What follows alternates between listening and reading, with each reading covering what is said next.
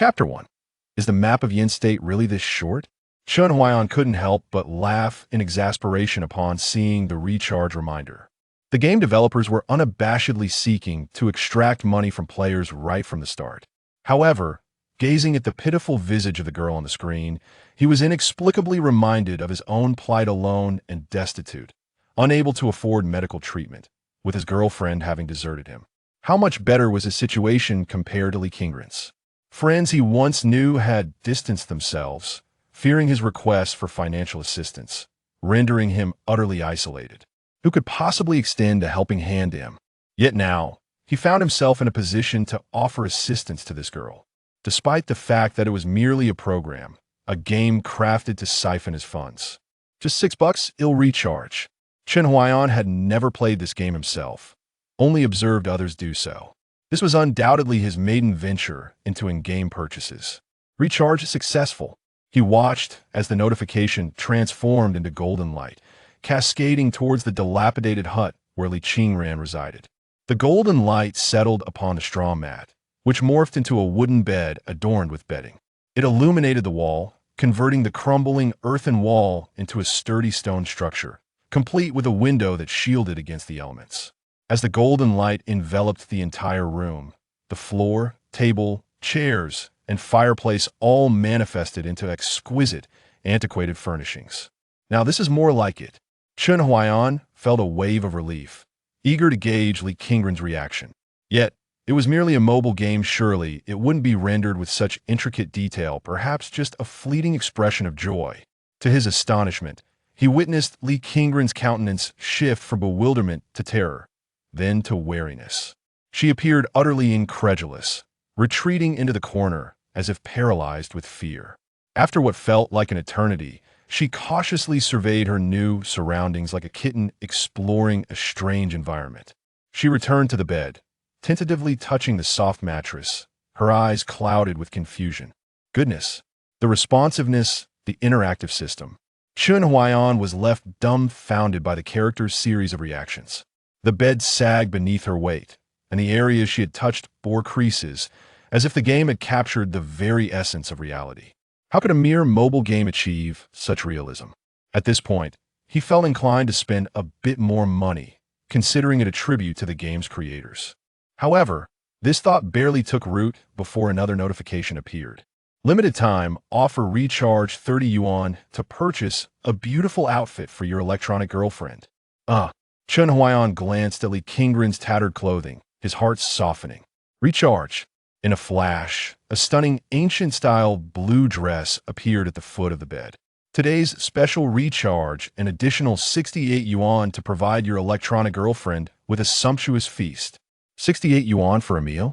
Chun Huaiyan usually didn't spend more than 15 on takeout. But so what? Recharge. This week's offer recharge 98 yuan to receive a detailed report on your electronic girlfriend's background, complete with a health assessment. Chun Huaiyan exclaimed, recharge. This month's special recharge 188 yuan to furnish your electronic girlfriend's home with 3 protective talismans. Chun Huaiyan shouted, recharge, recharge, recharge. Your electronic girlfriend is frightened. Please wait before proceeding further. The game ceased to display additional recharge prompts. To his dismay, he discovered that Li Qingran had retreated beneath the bed, trembling uncontrollably. The new clothes on the bed remained untouched, and the table laden with chicken, duck, and fish sat undisturbed. In the top right corner, a countdown for the health report ticked away, requiring half an hour to complete. 3 talismans had materialized on the door, windows, and ceiling, barely visible without magnification. What offered him some comfort was the fact that Li Qingren's lifespan had been extended to 6 hours. Not too bad, there shouldn't be any major issues for now. The game's time synchronized with real time, alleviating his anxiety somewhat. By the way, didn't Li Qingran have some fire poison? What was that about? It seemed that clicking on Li Qingran would reveal her status, but alas, she was currently hiding beneath the bed, leaving only a delicate white foot visible. Clicking yielded no response, and she recoiled as if shocked. Perhaps I'll only be able to grasp the situation once the report is available. Chun Huaiyan rubbed his stomach, glancing at the sumptuous dishes displayed on the game table. The oil, glistening on the roasted duck, appeared so realistic that he could almost smell it. It was already afternoon, and he had yet to eat lunch. Perhaps I should just whip up some stir-fried vegetables. The game character is eating better than I am. With a sigh, he contemplated how 68 yuan for such a feast seemed quite reasonable. Feeling somewhat relieved, he placed his phone on the table to charge, preparing to have his lunch before checking on his electronic girlfriend. Li Qingran, female, 19 years old, disciple of the Qinyan sect, fifth disciple of Qi Shao Peak. Her life had been relatively peaceful until this point, following a routine of cultivation and completing sect missions. She had 4 senior brothers, each with their strengths, looking out for her until one day, her eldest brother, Liu Changtian, returned with the 6th junior sister and insisted on her taking refuge at Qi Shao Peak, even at the cost of his own life. Everything changed. The elder brother who used to call her to early lessons no longer came. The second brother, Xiao Yifeng, renowned for his alchemy skills, ceased to invite her for medicine trials. The usually aloof third brother, Yunzi Mo, surprisingly began to teach the junior sister love songs. The fourth brother, Zhang Han Xiao, who was always eager for missions, now lingered at Qi Shao Peak, solely devoted to the junior sister. Everyone surrounded the junior sister. Mu Baishuang, even their usually indifferent master, treated her with kindness, drawn by her tragic background and frail health, evoking a sense of urgency to protect her from imminent collapse. Li Qingran, in truth, harbored no resentment toward these changes. It was only natural for the sweet-talking junior sister to receive affection and favoritism. As a senior sister, she felt it was her duty to care for the junior sister. Thus, under the diligent guidance and generous resources provided by her 4 brothers, Mu Beishuang's cultivation gradually caught up to hers. During the sect's grand competition half a month ago, adhering to the principle of respecting her opponent, she engaged in a fair duel with her junior sister, Mu Baishuang. Although Mu Beishuang's cultivation had improved, her foundation, bolstered by medicinal aids, remained unstable, and her combat experience was severely lacking. Li Qingran had intended to exchange a few blows, applying just enough pressure for Mu Baishuang to concede, allowing her to save face without compromising rankings or fairness. However, Mu Baishuang attacked with lethal intent, forcing Li Qingran into a defensive stance.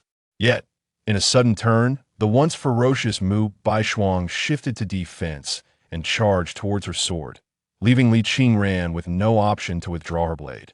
It appeared as though she had deliberately aimed for Mu Beishuang's vital points. That strike merely grazed Mu Beishuang's shoulder, yet it cost her half her life. Li Qingran was expelled from Qi Shao Peak and relegated to an outer disciple. Did she think that was the end? No, her 4 brothers had no intention of letting her off the hook. They sought vengeance from Mu Baishuang. The eldest brother, Liu Changtian, crippled her cultivation and persuaded their master to strip her of her spiritual roots. The second brother forced her to consume a waste pill, claiming it was to make her fully comprehend the junior sister's suffering. The third brother bribed the outer sect elders to expel her from the Qinyan sect, while the fourth brother offered to take her down the mountain, only to abandon her in a dilapidated hut surrounded by ferocious beasts, leaving her to fend for herself. They had become obsessed, as if a mere misunderstanding warranted her demise. For the past half-month, she had done her utmost to protect herself. Just days ago, she had fought off a demonic wolf, sustaining considerable injuries. With her cultivation now crippled, what was once a non-lethal fire poison had become a death sentence, leaving her utterly exhausted. As a storm raged in the mountains, she cowered in the corner, awaiting her fate. Suddenly, a mountain sparrow darted through the rain-soaked doorway. A voice resonated in her ear. Home. In the blink of an eye, the ramshackle hut she inhabited transformed into a stone brick abode. Li Qingran had never witnessed such an occurrence. For cultivators, constructing a dwelling was a simple task, but instantly converting a dilapidated hut into a stone structure was no small feat, let alone conjuring clothing and food from thin air. The concepts of creation and manifestation were worlds apart. Initially, she suspected that a great cultivator was playing tricks on her, invisibly extracting items from a storage ring, Yet she felt no spatial fluctuations, everything appeared out of nowhere. To achieve such feats of creation, coupled with the ability to replicate the essence of food's flavor and aroma, surely the individual must be a transcendent being of divine transformation, or perhaps even of integration. Li Qingran was uncertain. In any case, her master, the ancient sorcerer Qingxian Daoist, could not perform such miracles. He could only transmute ingredients into prepared delicacies, not manifest them from nothingness. Of course, it was also possible that Qingxian Daoist had never studied such techniques, given that one could already abstain from food during the foundation-building stage. The aroma of the food tantalized her senses, awakening her appetite. Having been rendered incapable of abstaining from food, she was left with no choice but to subsist on wild fruits and roots in the mountains, as the flesh of demonic beasts was often toxic and indistinguishable. Hiding beneath the bed is hardly a viable solution. Li Qingran cautiously peered out from beneath the bed, summoning her courage to call out, "Which esteemed elder is casting spells here? I am Li Qingran, and I humbly request an audience with you." Silence enveloped the surroundings, with no response, save for the sound of the torrential rain hammering against the bamboo window.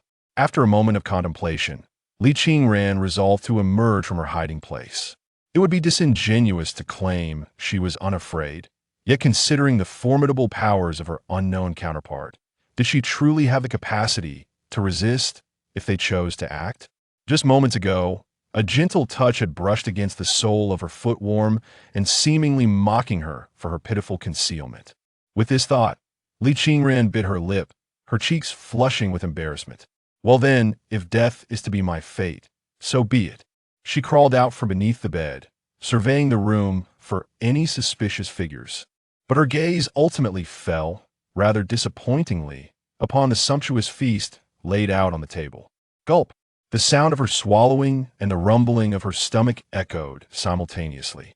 She shyly seated herself at the table, fixated on the dishes before her, yet she did not reach for her chopsticks.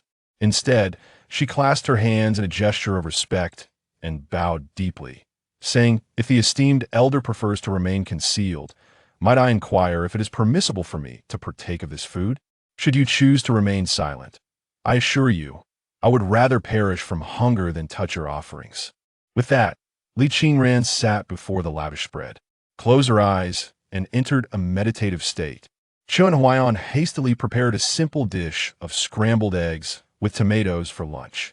Upon returning and checking his phone, he noticed that Li Qingran had emerged from beneath the bed and was now seated at the dining table in deep meditation. However, her body appeared to sway precariously, her cat-like features glistening with beads of sweat, her nostrils flaring as she clearly struggled against the temptation of the food before her.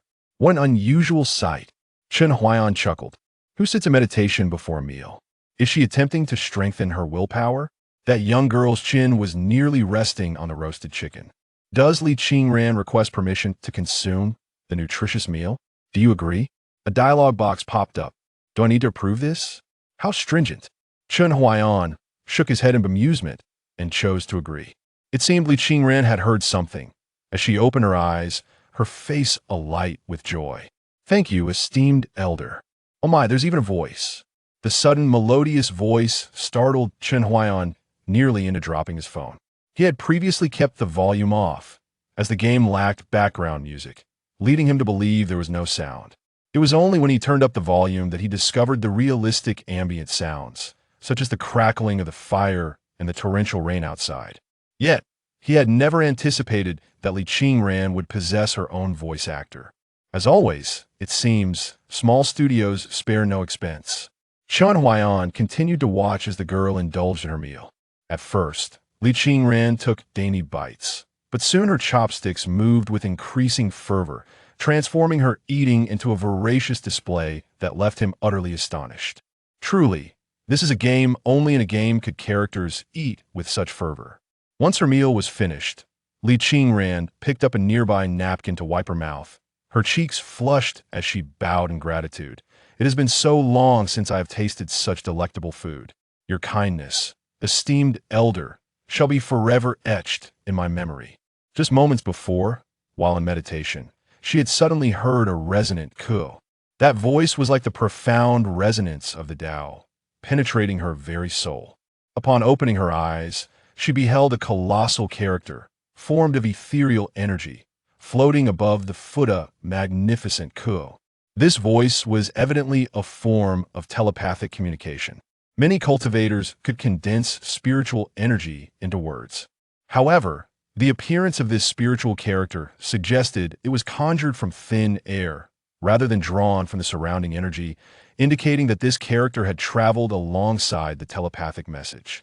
How far had this esteemed elder communicated from? Hiss.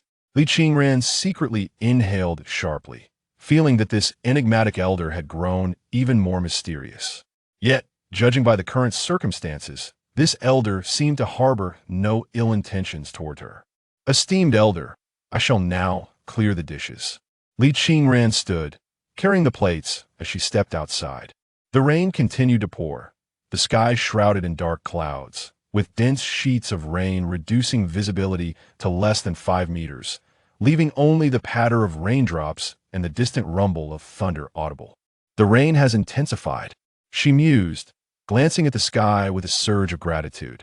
Had it not been for the elder providing her with this shelter, her dilapidated hut would likely have collapsed under such conditions. A small corridor lay outside. She walked along the eaves until she quickly located the wooden bucket she had placed outside the previous day. Originally intended for collecting rainwater for drinking, it was now brimming, making it quite convenient for her to wash the dishes. As Li Qingran commenced washing the utensils, Li Qingran's favorability increased by 5, current level, 10. Remarkable, I can even wash dishes. The favorability system is certainly not surprising. Shen Huaiyan found the game increasingly impressive. The characters were vividly lifelike, and there were so many interactive elements. Why had he never encountered this game online before?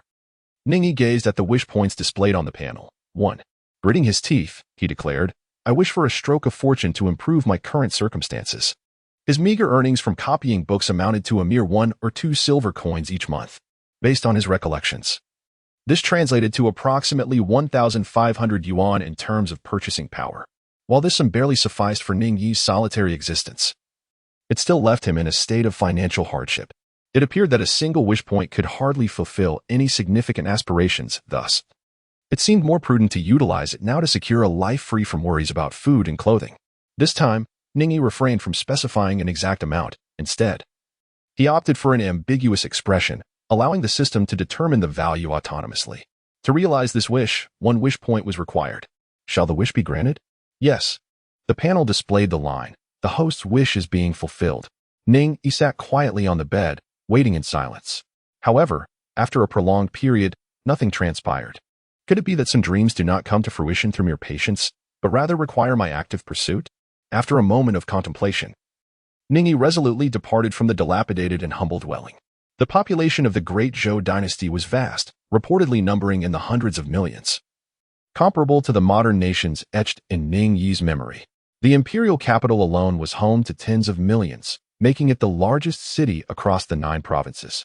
Yong'an County, located in Yongzhou, was also one of the larger counties at the prefecture level, boasting a population nearing 100,000, bustling with lively streets.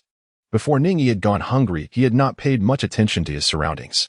Now, as he strolls through the quaint streets lined with ancient houses, observing the vendors clad in coarse linen garments calling out their wares, and watching the children play by the roadside while the sounds of laughter and chatter fill the air, he realizes that he may never return to his modern life. Nevertheless, life must go on. There is no point in longing for the past or lamenting the fleeting seasons.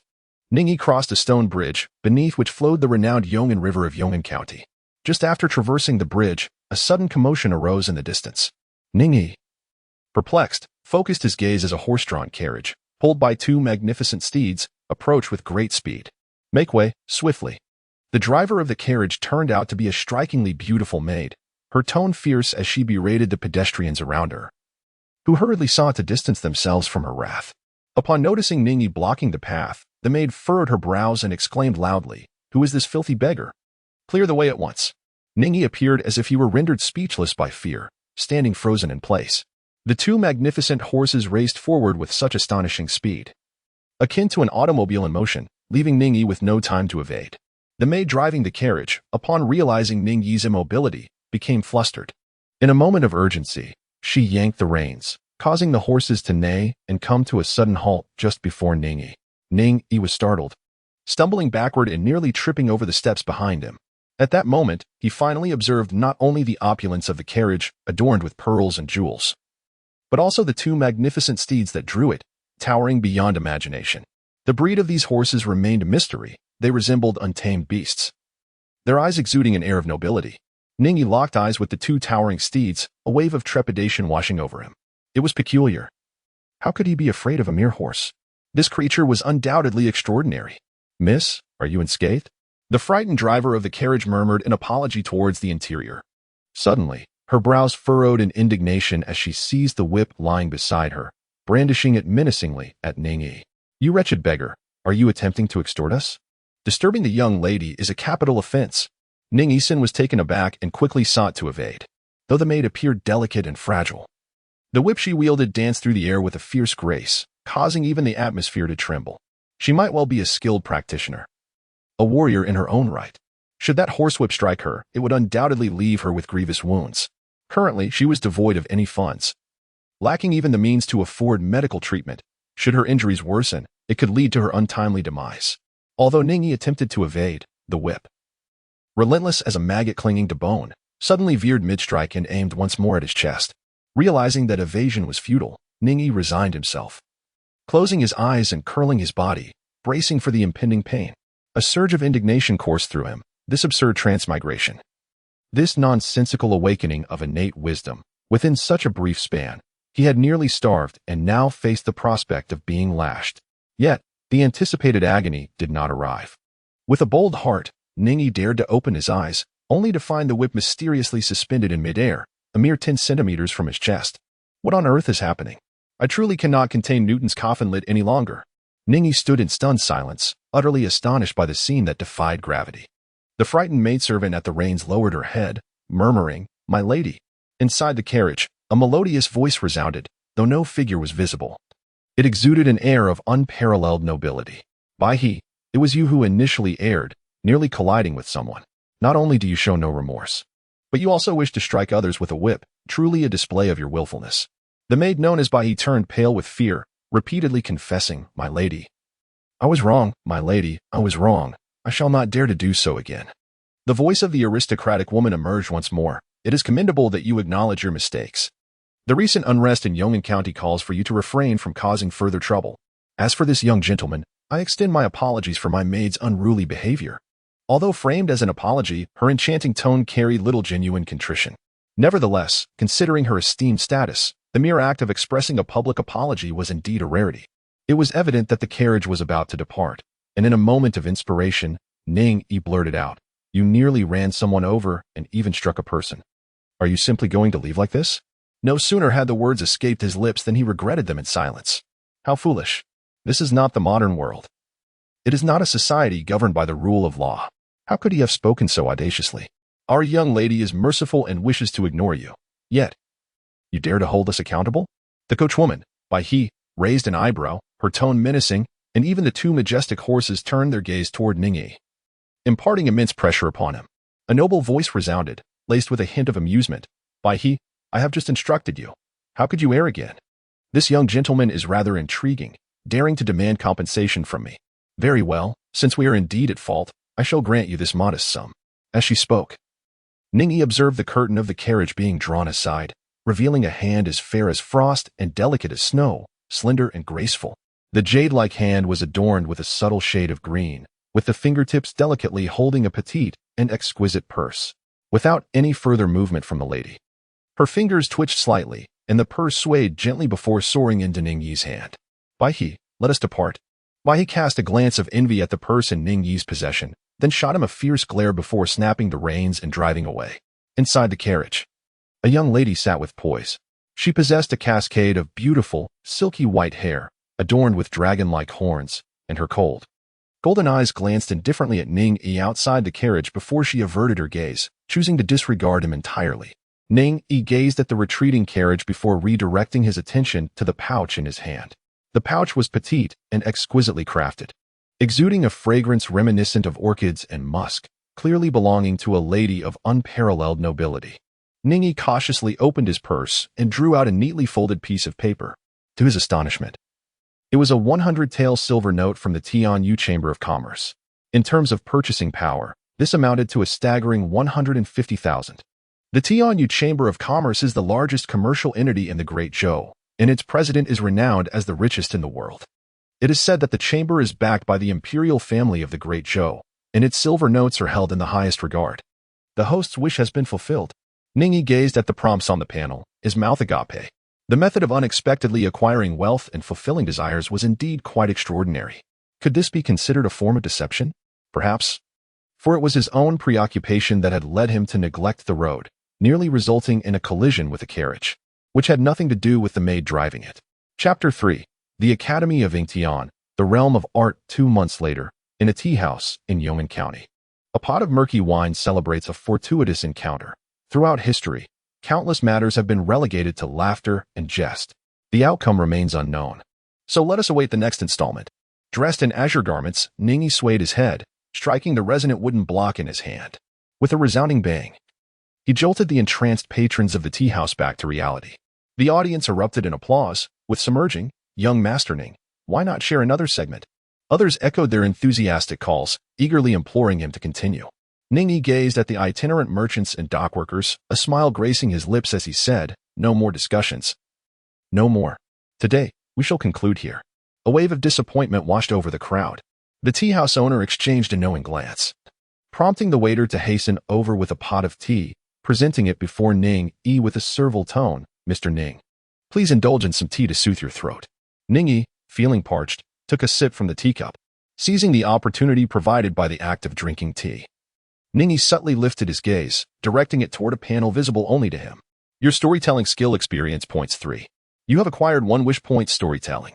You have acquired 1 wish point. Monthly reward. Name, Ning Yi.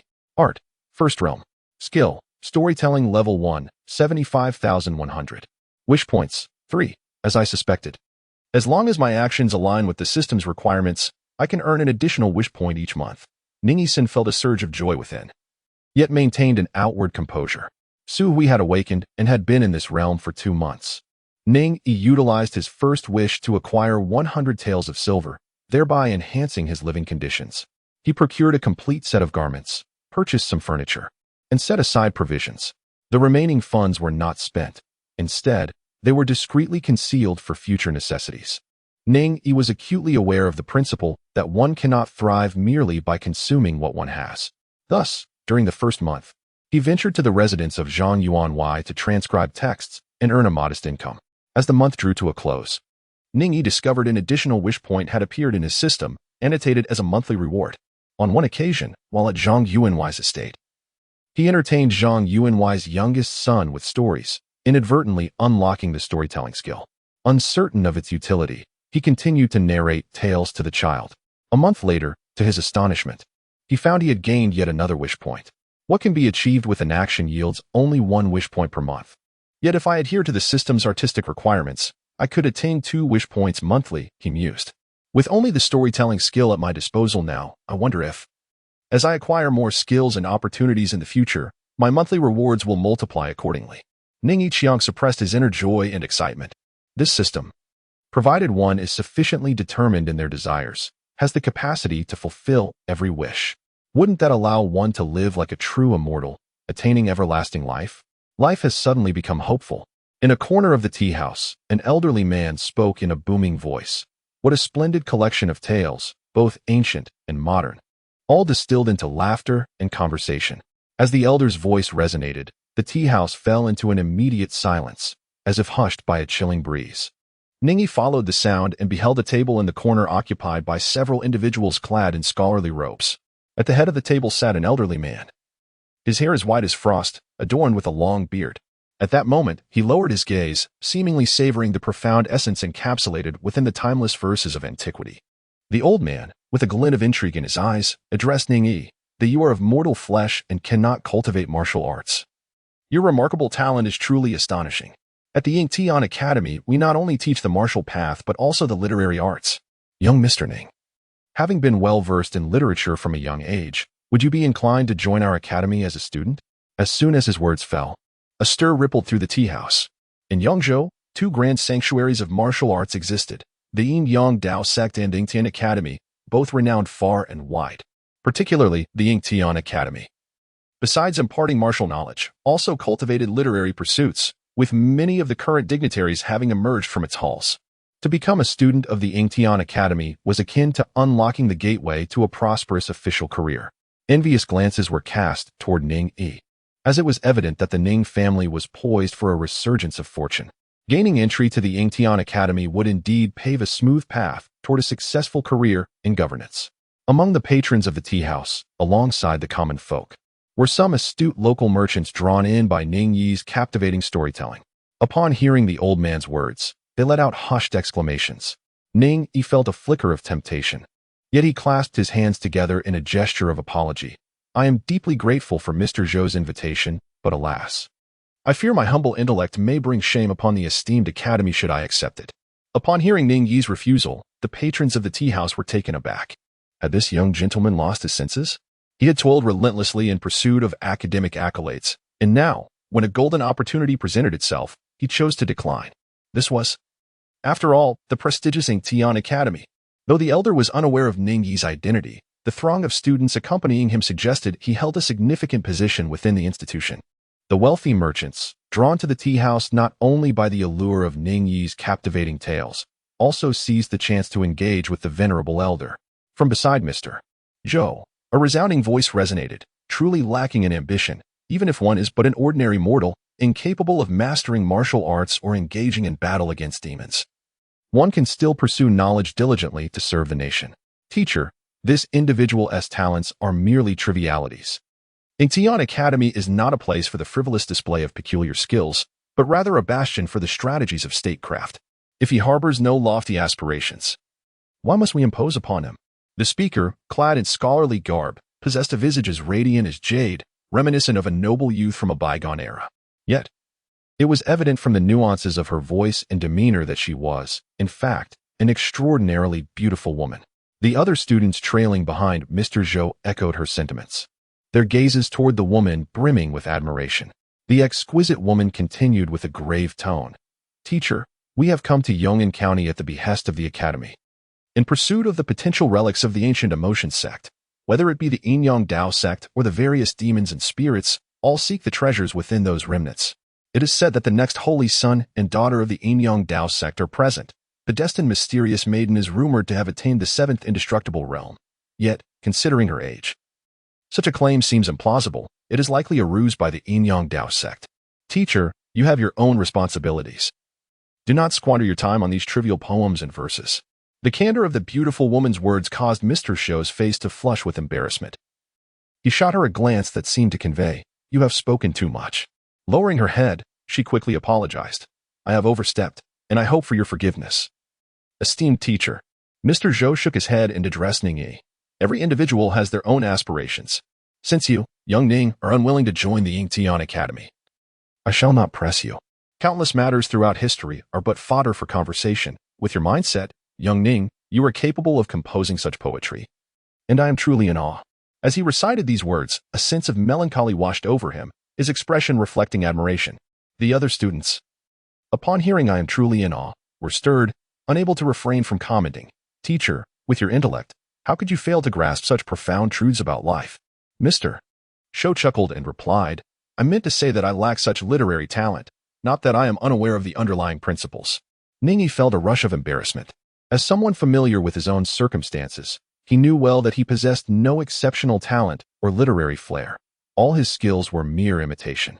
Since acquiring the storytelling ability, the novels and tales he had previously read replayed vividly in his mind, and he merely recited them aloud. If he were truly to attend Yingtian Academy, he would likely be exposed as a fraud without delay. Furthermore, more than the literary path, what weighed heavily on Ning Yi's heart was the remark from Mr. Zhou, stating that he was incapable of cultivating martial arts, which left him feeling disheartened. In the afternoon, within the estate of Zhang Yuanwei, a child of around 7 or 8 approached Ning Yi with gleaming eyes and implored, "Mr. Ning, please tell me more about the story of the beautiful Monkey King." Ning Yi, clad in azure garments, spoke in a gentle tone, young master. I have matters to attend to today. How about I regale you with tales tomorrow instead? The strikingly handsome child was Zhang Jing, the youngest son of the wealthy Zhang family. Undeterred, Zhang Jing continued to plead. At that moment, the portly Zhang Yuanwei approached, accompanied by his servants, and chastised his son. Young Master Ning has pressing business. Do not cause mischief here. Upon seeing his father, Zhang Jing ceased his antics, blinking his innocent eyes, and implored Ning Yi, Mr. Ning, do not deceive me. You must tell me a story tomorrow. I would never deceive you, young master, replied Ning Yi. Zhang Jing's face brightened at these words, and he was led away by the servants. Zhang Yuanwei stepped forward, his face aglow with a smile. My little rascal has caused you trouble, Mr. Ning. Please, do not refer to him as young master. Simply call him by his nickname, Liuzi. One glance at Zhang Yuanwei's beaming visage reveals his deep affection for his son. Mr. Ning, are you off to write? Indeed. As I have promised Yuanwei, I shall not be negligent. Ah, my family does not lack for wealth. Mr. Ning, you live comfortably as it is. There is no need to rush. Some matters should be approached slowly, lest you harm your health, Zhang Yuanwei advised Ning Yi. Zhang Yuanwei was a man of business acumen. After hearing Ning Yi's storytelling, he sought to collaborate with him to publish books together. This world diverged from the history Ning Yi recalled, rendering the romance of the Three Kingdoms somewhat less immersive. Yet, the lack of entertainment here rendered the tale an intriguing alternative. In gratitude for Zhang Yuanwei's kindness, Ning Yi agreed to the venture, requesting little in return, for the myriad stories in his mind were more than sufficient. Zhang Yuanwei, however, was insistent.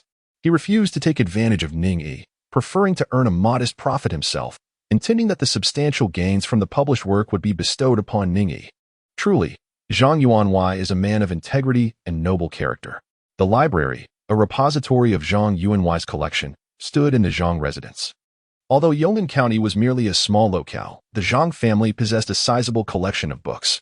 Ning Yi sat at his desk, bathed in the warm glow of the afternoon sun, fervently transcribing the tales that danced within his mind. Feeling weary from his writing, he rose to stretch his limbs, casually browsing the shelves of the library in search of intriguing books. Suddenly, a message flickered across the panel before him. Discover yellow-grade cultivation technique, body refinement technique. Would you like to learn it? Yellow-grade cultivation technique, body refinement technique. Cultivation can unlock 12 acupoints. What is this? Ning Yi was struck by a thought and inquired. Does mastering this technique require wish points? This method appeared to be of no extraordinary caliber. If it necessitated the use of wish points, Ning Yi would have to deliberate on its worth. It is not required. Martial arts are but a lower path. Only the arts reign supreme. Engaging in such inferior practices does not demand wish points. I implore the host to devote more time to the study of the arts and refrain from frivolous distractions. Ning Yi's eyes sparkled with realization as he promptly selected yes. A sudden explosion reverberated in his mind, and in an instant, an array of knowledge, previously unknown to him, flooded his consciousness. His body instinctively began to function according to the principles of the body refining technique, initiating the process of energy convergence. Ning Yi's consciousness delved deep within, discovering that his interior resembled an abyssal universe, filled with countless dim stars. As the currents of energy flowed, 12 of those faint stars suddenly radiated with brilliance, causing Ning Yi's vital energies to surge, akin to transforming into a blazing furnace. In that moment, he intuitively comprehended that he had effortlessly attained the first layer of condensed cavities realm. Ning Yi opened his eyes, feeling an overwhelming surge of strength coursing through his body. He noticed a stone lion in the library, weighing 200 pounds. And as he approached it, he grasped it with one hand and was surprisingly able to lift it, albeit with some effort. Ning Yi found it utterly astonishing. He had previously been as weak as a frail chicken, yet now he could effortlessly lift a weight of 200 pounds with a single hand.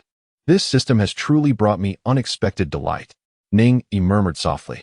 In modern times, the skills Ning Yi could acquire would likely pertain only to physical enhancement, which would be considered a lesser path by the great artist system. However, this is a fantastical realm, where one can learn genuine abilities capable of transforming the world.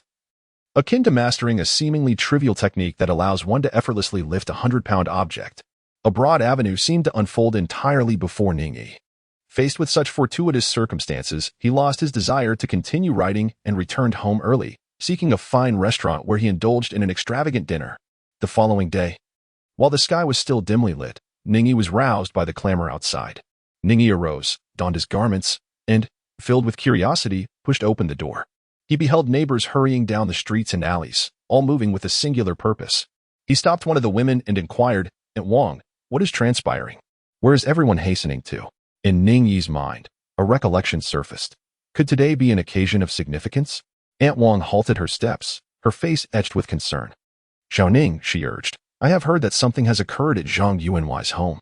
He has treated you well, so you should hurry over and see." "Zhang Yuanwai? What misfortune has befallen his household?" Ning Yi was taken aback, his expression one of shock. It was reported that the Zhang family had been completely annihilated the previous night, including over 100 servants, all of whom had perished. A sudden jolt coursed through Ning Yi's mind, as if a piercing pain struck his very essence.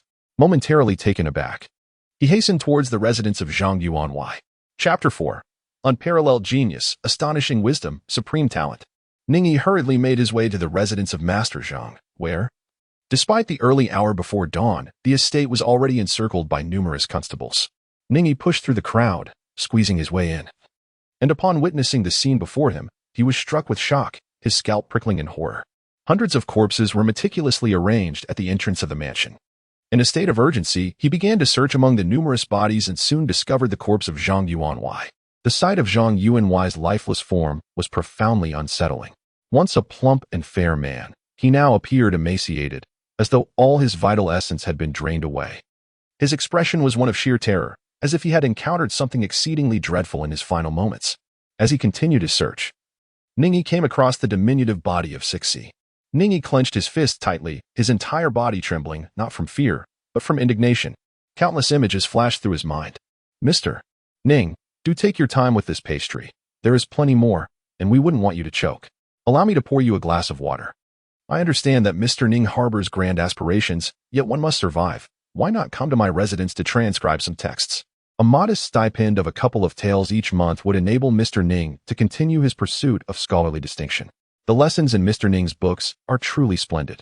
I have an unrefined request. Perhaps I could represent the Zhang family and facilitate their publication?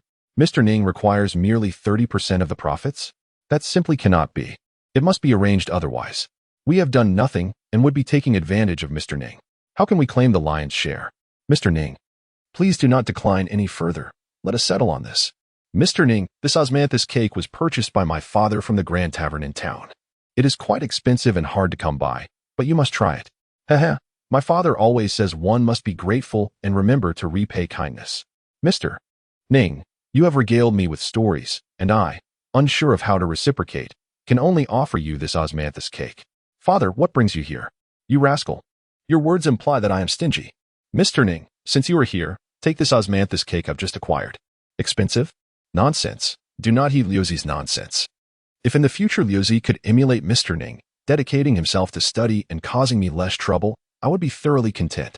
Ning Yi's countenance was grave as he approached a constable and inquired softly, "Captain Wang, how did the Zhang family meet their demise?"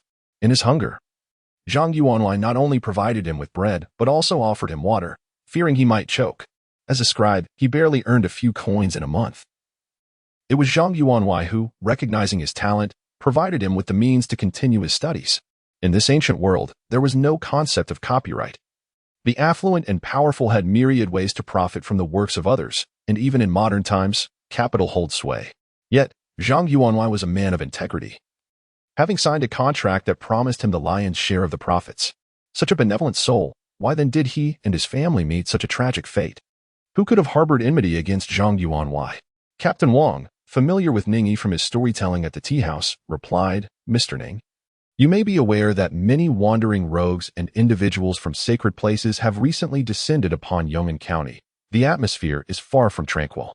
I suspect that Zhang Yuanwai's family may have fallen victim to some malevolent forces." The onlookers murmured in sympathy for the Zhang family. Many in the county had benefited from Zhang Yuanwai's kindness. Some impoverished families wept openly, recalling how they had received his charity in times of need. However, amidst the sorrowful crowd, an incongruous voice rang out, "Good riddance.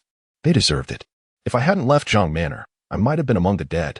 The crowd turned with fury to glare at a young man with sharp features. Ning Yi was acquainted with him. He had once served as a servant in the household of Master Zhang. Due to his arrogance and bullying, he was reprimanded by Master Zhang and subsequently dismissed. In this ancient world, it was lawful for a master to even take the life of a servant. However, Master Zhang, being kind-hearted, merely taught him a lesson and granted him his freedom, only to be met with ingratitude as the servant returned with mocking remarks. Ning Yi approached the servant with a stern expression. The servant, already intimidated by the crowd's accusations, shrank back further as Ning Yi stood before him, appearing even smaller. However, he quickly reconsidered. After all, Ning Yi was merely a powerless scholar. Why should he fear him? Puffing out his chest, he shouted defiantly, "What are you staring at? I said he deserved to die." "Ning, is it? What are you going to do about it? Do you dare to strike me?" Ning Yi's gaze darkened, and without a moment's hesitation, he unleashed a powerful punch. Having attained the first level of the condensation realm, his strike possessed a force exceeding 100 kilograms. The momentum of his fist surged forth, catching the rogue completely off guard.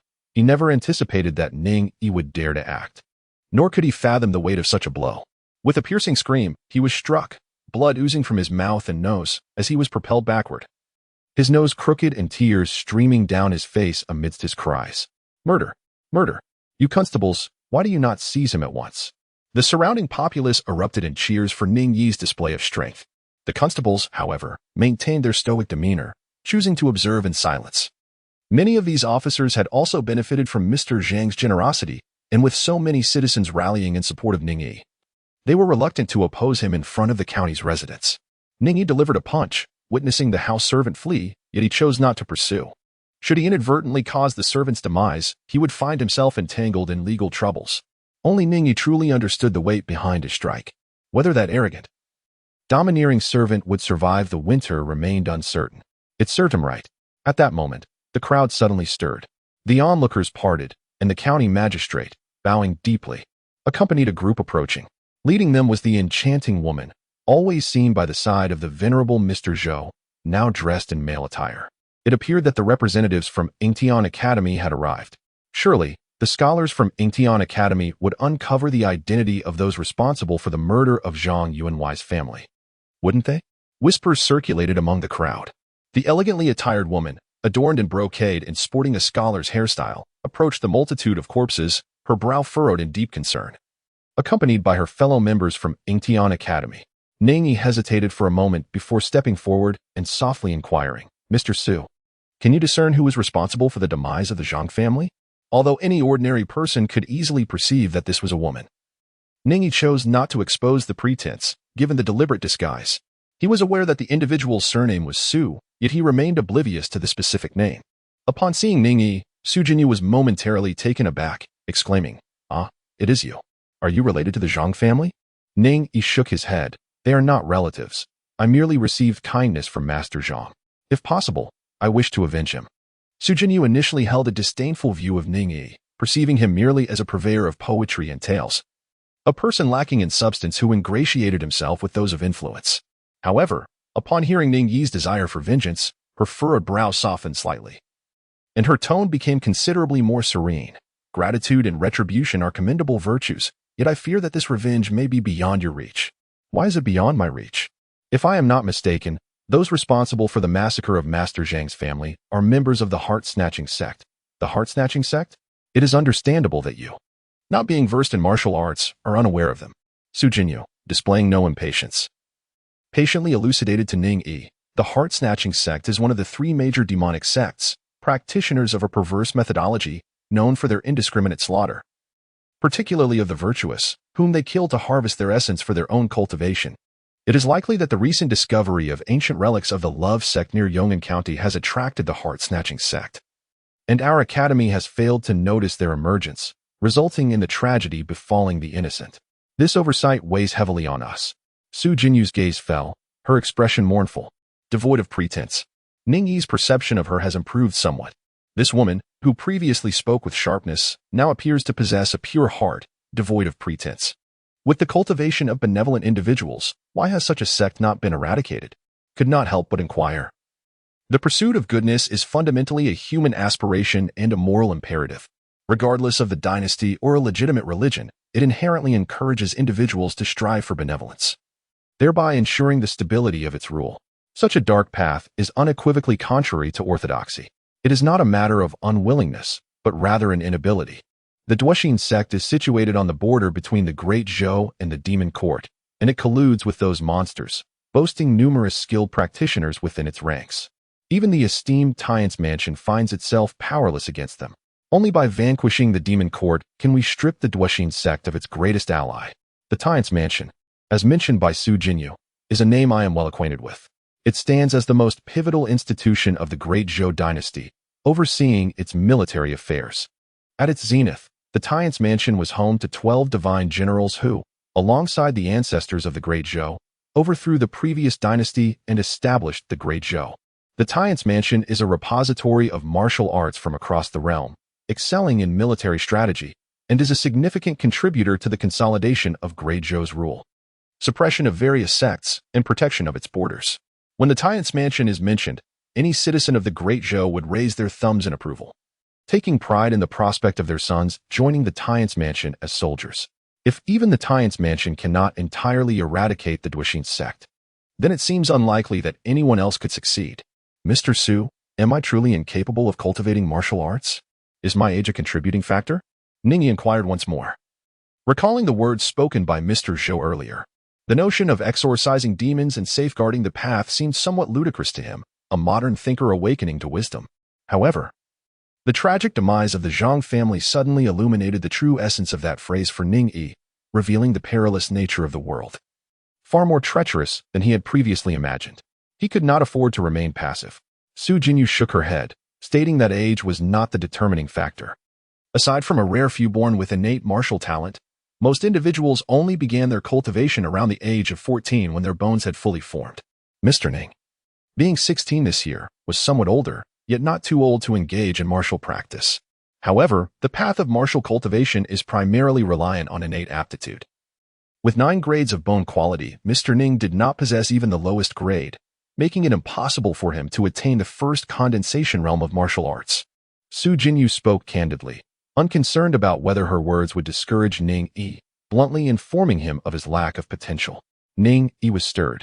Could it be that I cannot attain the first condensation realm? Yet I have already achieved it, and merely with a glance at the book, no less.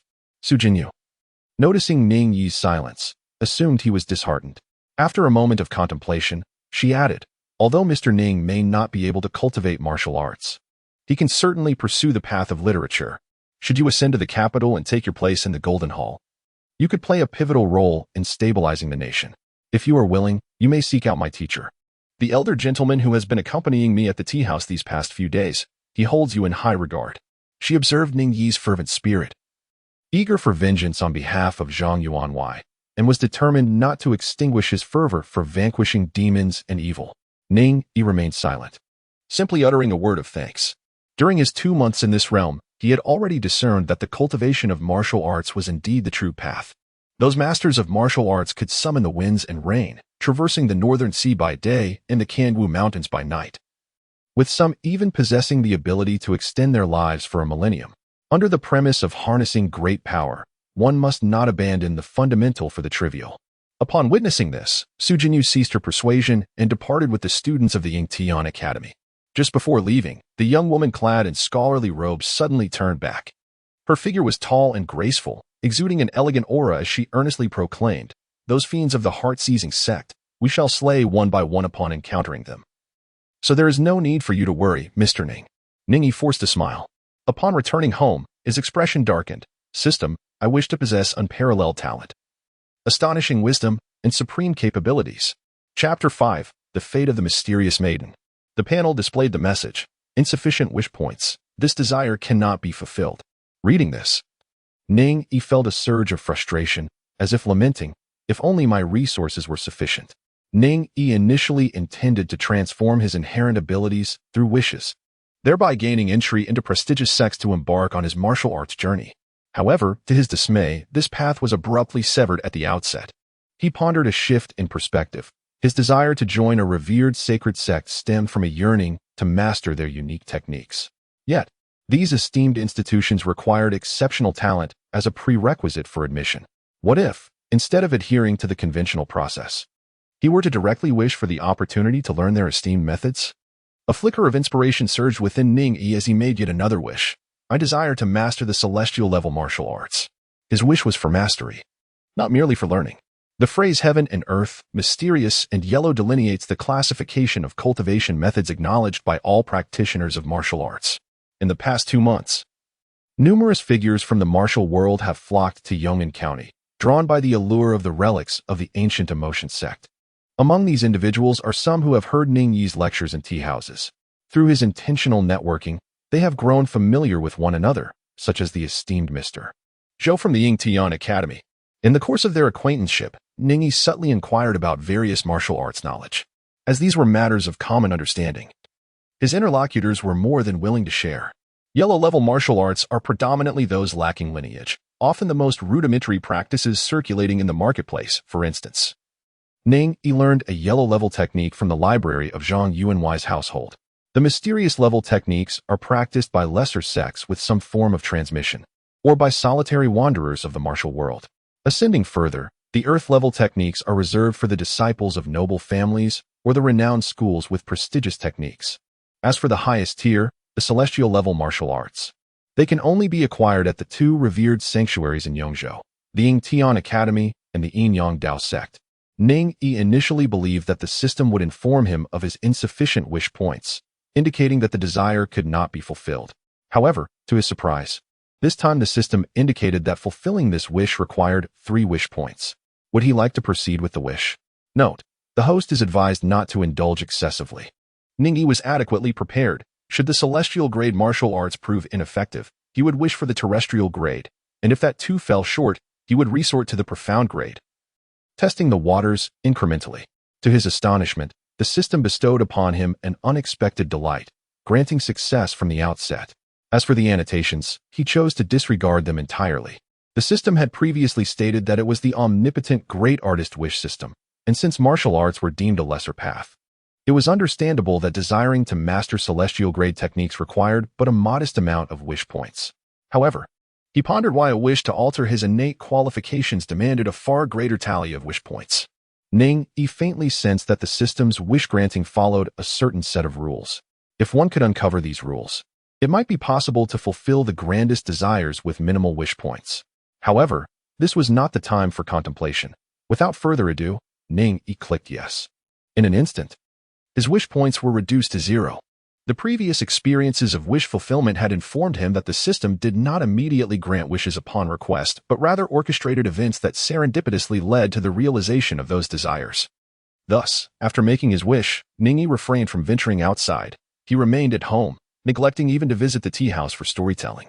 His mind was preoccupied with thoughts of the tragic demise of the Zhang family and the lurking dangers of this world, and he spent the day in a daze.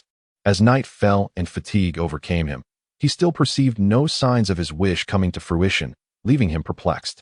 Could it be that this particular wish was more challenging to realize, requiring the system more time to cultivate?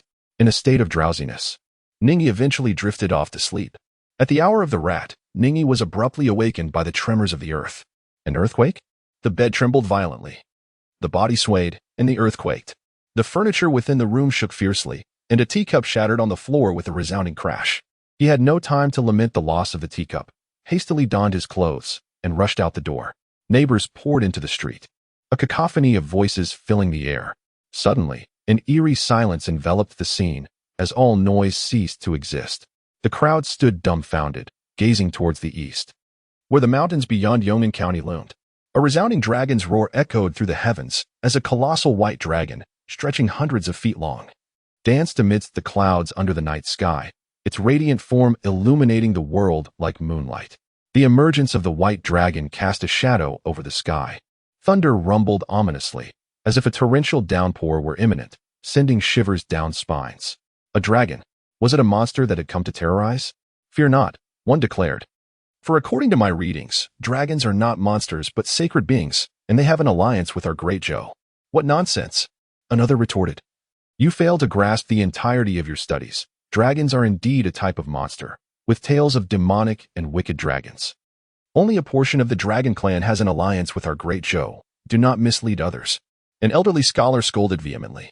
Shortly after the white dragon's arrival, a divine bird, equally immense, emerged in the heavens, engaging in a fierce battle with the dragon. The clash of the dragon and the bird resembled a contest between phoenix and dragon.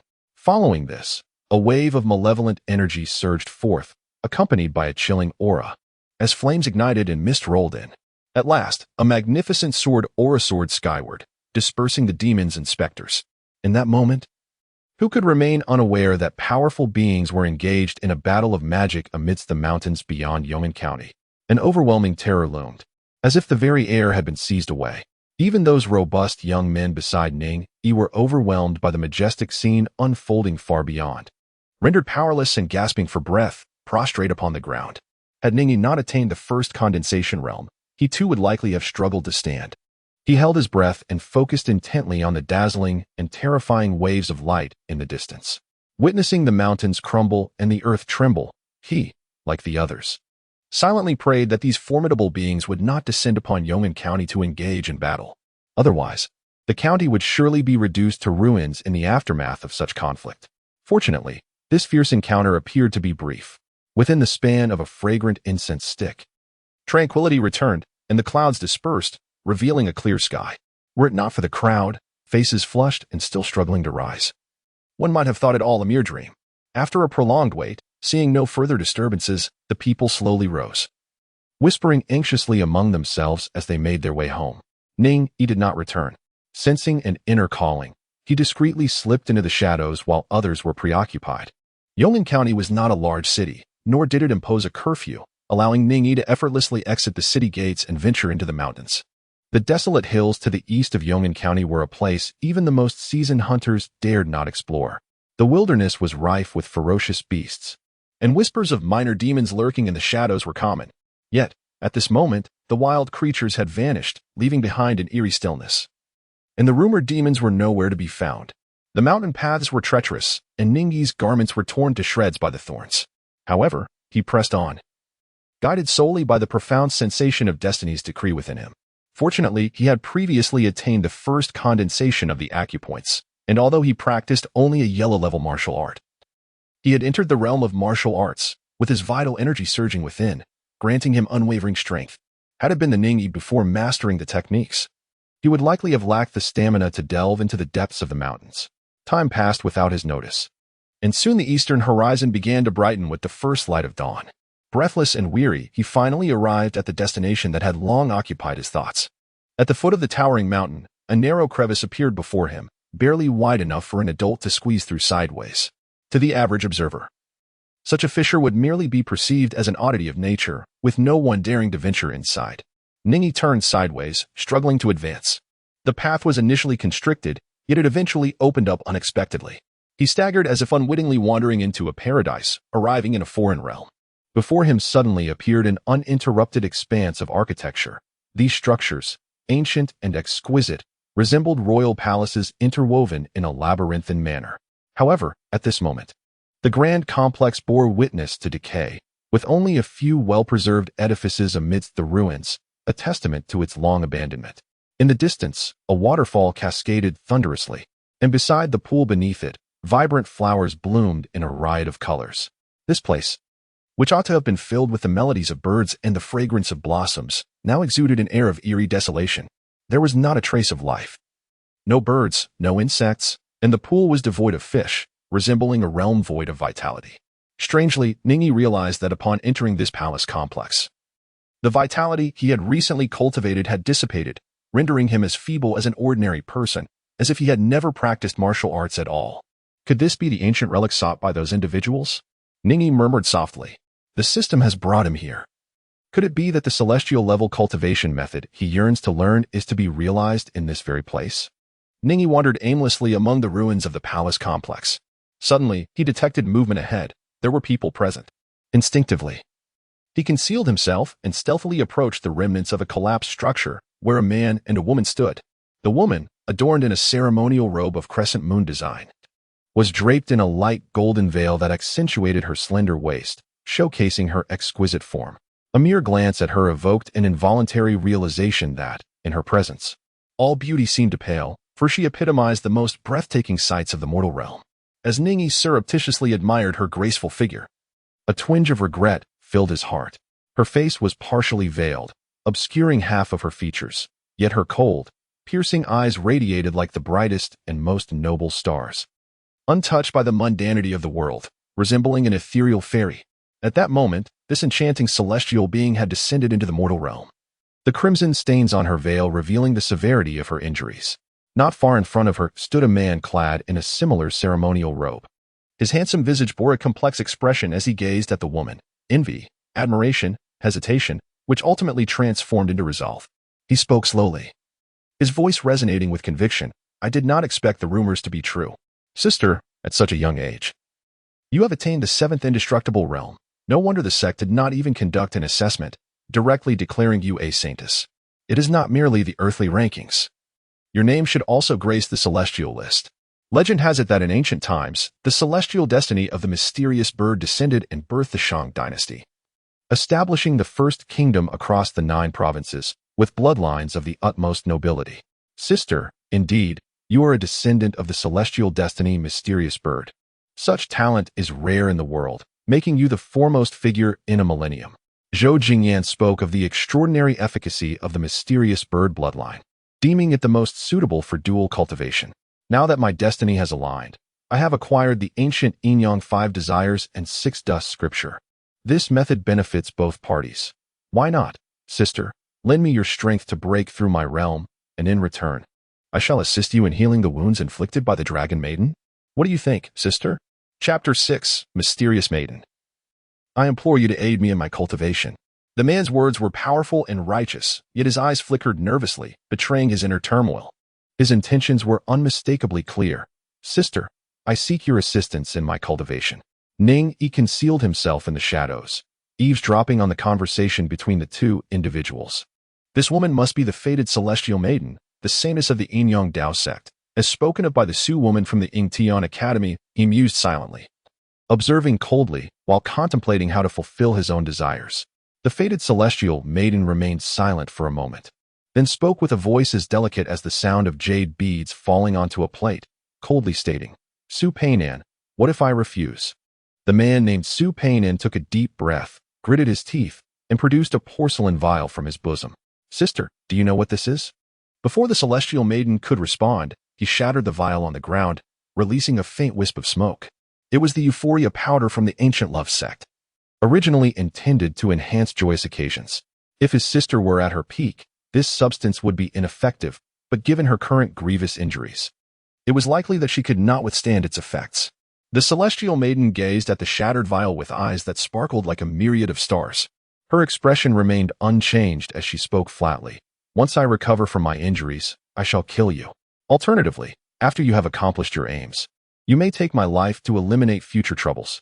Su Peinan's expression fluctuated, a bitter smile forming on his lips. Sister, you jest. You have attained the 7th immortal realm. Even in your weakened state, you could be reborn in spirit. With my strength, I could never kill you. After a pause, he continued, his voice tinged with frustration. Why can't you spare me a glance? My admiration for you is well known within the sect. I am also the foremost talent in the Yin-Yang Dao Sect aside from you, with my name on the earthly rankings, destined to become the future saint's son. Once I ascend to that position, I shall unite with you, the saintess. Why do you refuse? Is it possible that you have someone in your heart already? The celestial maiden's gaze remained frosty, devoid of emotion, much like a celestial being from the heavens. She replied coolly, the union of saint son and saintess is a tradition of the Yin-Yang Dao Sect, yet both parties may refuse. Should you become the saint's son? If I do not wish it, who could compel me, given my current 7th immortal realm strength? Su Peinan, exasperated, retorted, fine. If that is the case, do not blame me for being ruthless. Our sect possesses divination techniques, and this time it has foretold my destiny. I am to obtain relics to thwart the ambitions of the demonic sections. Currently, I have acquired the most vital secret text of the ancient love sect, the 6 Desires and 6 Dust Sutra. Do you know what this is? As he spoke, Su Peinan produced a piece of talisman paper from his robe. Upon seeing the talisman, the previously expressionless celestial maiden's eyes suddenly shifted. It appeared she recognized it. Indeed, it was the life and death bonding spell. The ancient love sect not only cultivated desires but also required unwavering loyalty between couples, demanding that they remain steadfast until death. Thus, they created this spell, binding the 2 in such a way that should one perish, the other would follow in devotion. I had no intention of using it on you, sister, but your unwillingness leaves me no choice but to resort to this desperate measure. Su Peinan became increasingly agitated as he spoke, his emotions swelling. Sister, my feelings for you are as vast as the heavens. I wish to share life and death with you.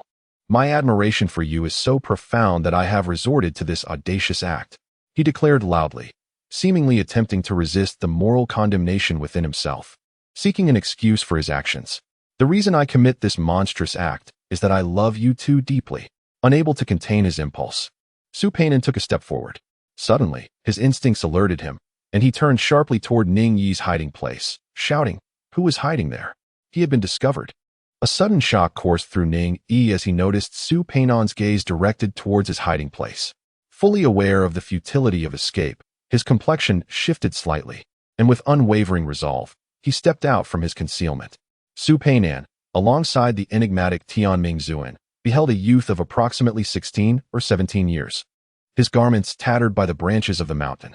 The boy appeared somewhat frail, his face bearing the delicate charm of a youthful scholar, his features strikingly handsome, indeed, surpassing even Su Peinan's own commendable appearance. Upon seeing Ning Yi, Su Peinan felt a profound sense of relief wash over him. He had feared the presence of some formidable expert who might have witnessed his recent humiliation. Yet, it turned out to be merely an uninitiated commoner, rendering the situation inconsequential. A dead man need not concern himself with what he has seen or heard. Su Peinan shook his head, a hint of pity evident in his expression. Young scholar, though I am unaware of the circumstances that have led you to this ancient relic of the sect of love, you must bear the burden of having overheard matters that were not meant for your ears and witnessed events that were not meant for your eyes. Though the protective formation of the ancient sect of love remains intact, rendering my martial prowess ineffectual, I am still capable of ending your life with the same ease as one would dispatch a mere chicken or dog. As he spoke, a sharp dagger materialized from his sleeve, a glint of cold light flashing in his eyes as he leaped towards Ning Yi. The dagger's chilling brilliance flickered, and in the blink of an eye, it was upon Ning Yi. Ning Yi's eyes widened in horror as he watched the sharp dagger draw ever closer to his heart. A wave of dread washed over him, causing the hairs on his body to stand on end. The terror of death caused his pupils to constrict, leaving only Su Peinan's malevolent grin in his vision. Despite being an ordinary man due to the protective formation, Su Peinan's physical prowess far surpassed that of Ning Yi, and his martial skills remained intact. Ning Yi found himself utterly unable to evade the impending thrust. System, for heaven's sake, think of a solution. You promised to help me fulfill my wishes, yet now it appears you are powerless, leaving me to face my demise in a fit of indignation. Ning Yi currently possesses no means of resistance and can only beseech the system for assistance. Although the system remains unresponsive, the celestial maiden of destiny intervenes. With a subtle motion of her delicate, alabaster fingers, an unseen force materializes in the void, seizing Su Peinan with an iron grip, rendering him immobile. Kill him. The celestial maiden's voice is hoarse and filled with anguish. This exertion exacerbates her injuries. Su Peinan, his expression one of terror, did not anticipate that the celestial maiden still harbored the capacity to resist. His mind raced as he hastily exclaimed, "Young brother, this is all a misunderstanding. Pay no heed to that woman. My father is the head of the Dao Sect. Depart now, and I shall ensure your life is filled with wealth and honor. If you so wish, I can recommend you to the Dao Sect for cultivation." He understood that the celestial maiden was gravely wounded and could not maintain her hold for long. If he could induce a moment of hesitation in Ning Yi, he would surely break free. Do not listen to his drivel, kill him. The celestial maiden commanded coldly. This was a moment for decisive action. Was a choice truly necessary? Absolutely not. Su Peinan's past actions revealed that if she were to heed his words, the promises of wealth and cultivation would amount to nothing. Once free, he would undoubtedly seek to end her life first. Observing the unwavering determination in Ning Yi's gaze, Su Peinan realized he had made his choice. Since persuasion had failed, he would resort to intimidation. Young scholar, do not disregard my advice. Should you dare to kill me, my father will undoubtedly ascertain the identity of the murderer. Even if you flee to the ends of the earth, you will meet a certain demise. Ning Yi, undeterred by his threats, seized the dagger from Su Peinan's grasp. His heart steeled with resolve, and plunged it into Su's chest with fierce intent.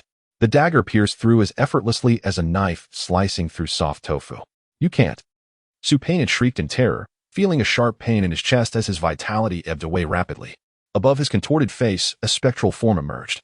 Taking on the visage of Su Peinan, with malevolent eyes fixed upon Ning Yi, hissing, "You little brat, I will remember you." As Su Peinan's spirit attempted to flee, the celestial maiden of destiny denied him that chance. With a mere flick of her fingers, Su's ethereal essence began to dissipate like smoke. "Senior sister, I was wrong. Please, don't kill me. Don't kill me." A final, heart-wrenching scream echoed as Su Peinan's spirit was extinguished. With the death of Su Peinan, the celestial maiden of destiny could no longer withstand the strain, spitting out another mouthful of blood, her delicate veil falling to the ground, revealing a breathtakingly ethereal beauty. As Ning Yi gazed upon the celestial visage of the divine lady of destiny, he was momentarily entranced, captivated by her ethereal beauty. However, his attention was swiftly drawn to the tome that had fallen to the ground following Su Peinan's demise. He hastily crouched to retrieve it. The book was composed of an unknown material, neither metal nor jade. He discovered the tome contained the heavenly level technique of the Yin-Yang 5 desires and 6 dusts. Would he wish to learn it? The heavenly level technique of the Yin-Yang 5 desires and 6 dusts, cultivation could unlock 72 acupoints. Yes, an overwhelming torrent of information surged within him, causing his head to throb agonizingly, far more intensely than the torment he had endured while mastering the body refinement technique before. He furrowed his brow tightly, forcing himself to endure. A multitude of insights regarding the Yin-Yang 5 desires and 6 dusts flooded his mind, enabling him to grasp the foundational principles of this heavenly level technique in the blink of an eye. Ning Yi instinctively assumed a posture and commenced his practice in accordance with the teachings of the Yin-Yang 5 desires and 6 dusts sutra. His aspiration was to master the celestial level techniques. Thus, until he achieved this mastery, his wish remained in a state of manifestation. Practicing this technique requires the harmonious union of yin and yang, yet the realization of his desires poses a challenge. Ning Yi sensed an ominous atmosphere in the hidden passage. A faint fragrance wafted through his nostrils, reminiscent of the ecstasy powder that Su Peinan had carelessly discarded on the ground moments ago. His body was taut, his breathing rapid, as countless videos of past teachers flashed through his mind, making it difficult for him to contain himself. Instinctively, he moved towards the celestial fate Xian knew. As he drew closer, a fragrance reminiscent of orchids and musk enveloped his senses, causing the last remnants of his rationality to dissipate. The celestial fate Xian knew lay injured, leaning against the ruins. Her icy gaze met as he lunged towards her, tearing her gauzy garments and disheveling her ceremonial attire, revealing the delicate undergarments that clung to her flawless skin, her body glistening like jade. With a gentle sigh, the celestial fate Xian knew seemed to acknowledge her inevitable fate. A glint of murderous intent flickered in her eyes, cold and unfeeling, as she watched strip her of her clothing and embrace her. A twinge of pain was felt. The celestial fate Xian knew clenched her pearly teeth, uttering not a sound, resembling a soulless puppet, allowing to act as he wished. Chapter 7. The Binding Curse of Life and Death. What ecstasy! Whether it was the celestial fate Xian Nu's delicate form or the nature of the technique. A gentle stream surged through his limbs and bones, blood coursing through his veins, as if the most vital switch within the human body had been activated, causing every cell to rejoice in exuberance. Ning Yi was utterly absorbed, instinctively moving his body as he practiced the scriptures of Yin-Yang, the 5 desires, and the 6 sensations. After completing a session of practice, he took a moment to rest. He could sense an inexhaustible power within him, warmth radiating throughout his entire being. As though a formidable strength was on the verge of manifesting, Ning Yi, with a heart full of emotions, silently reflects and is pleasantly surprised to discover that after a single session of cultivation, she has already attained the first condensation realm in its 2nd tier. Splendid.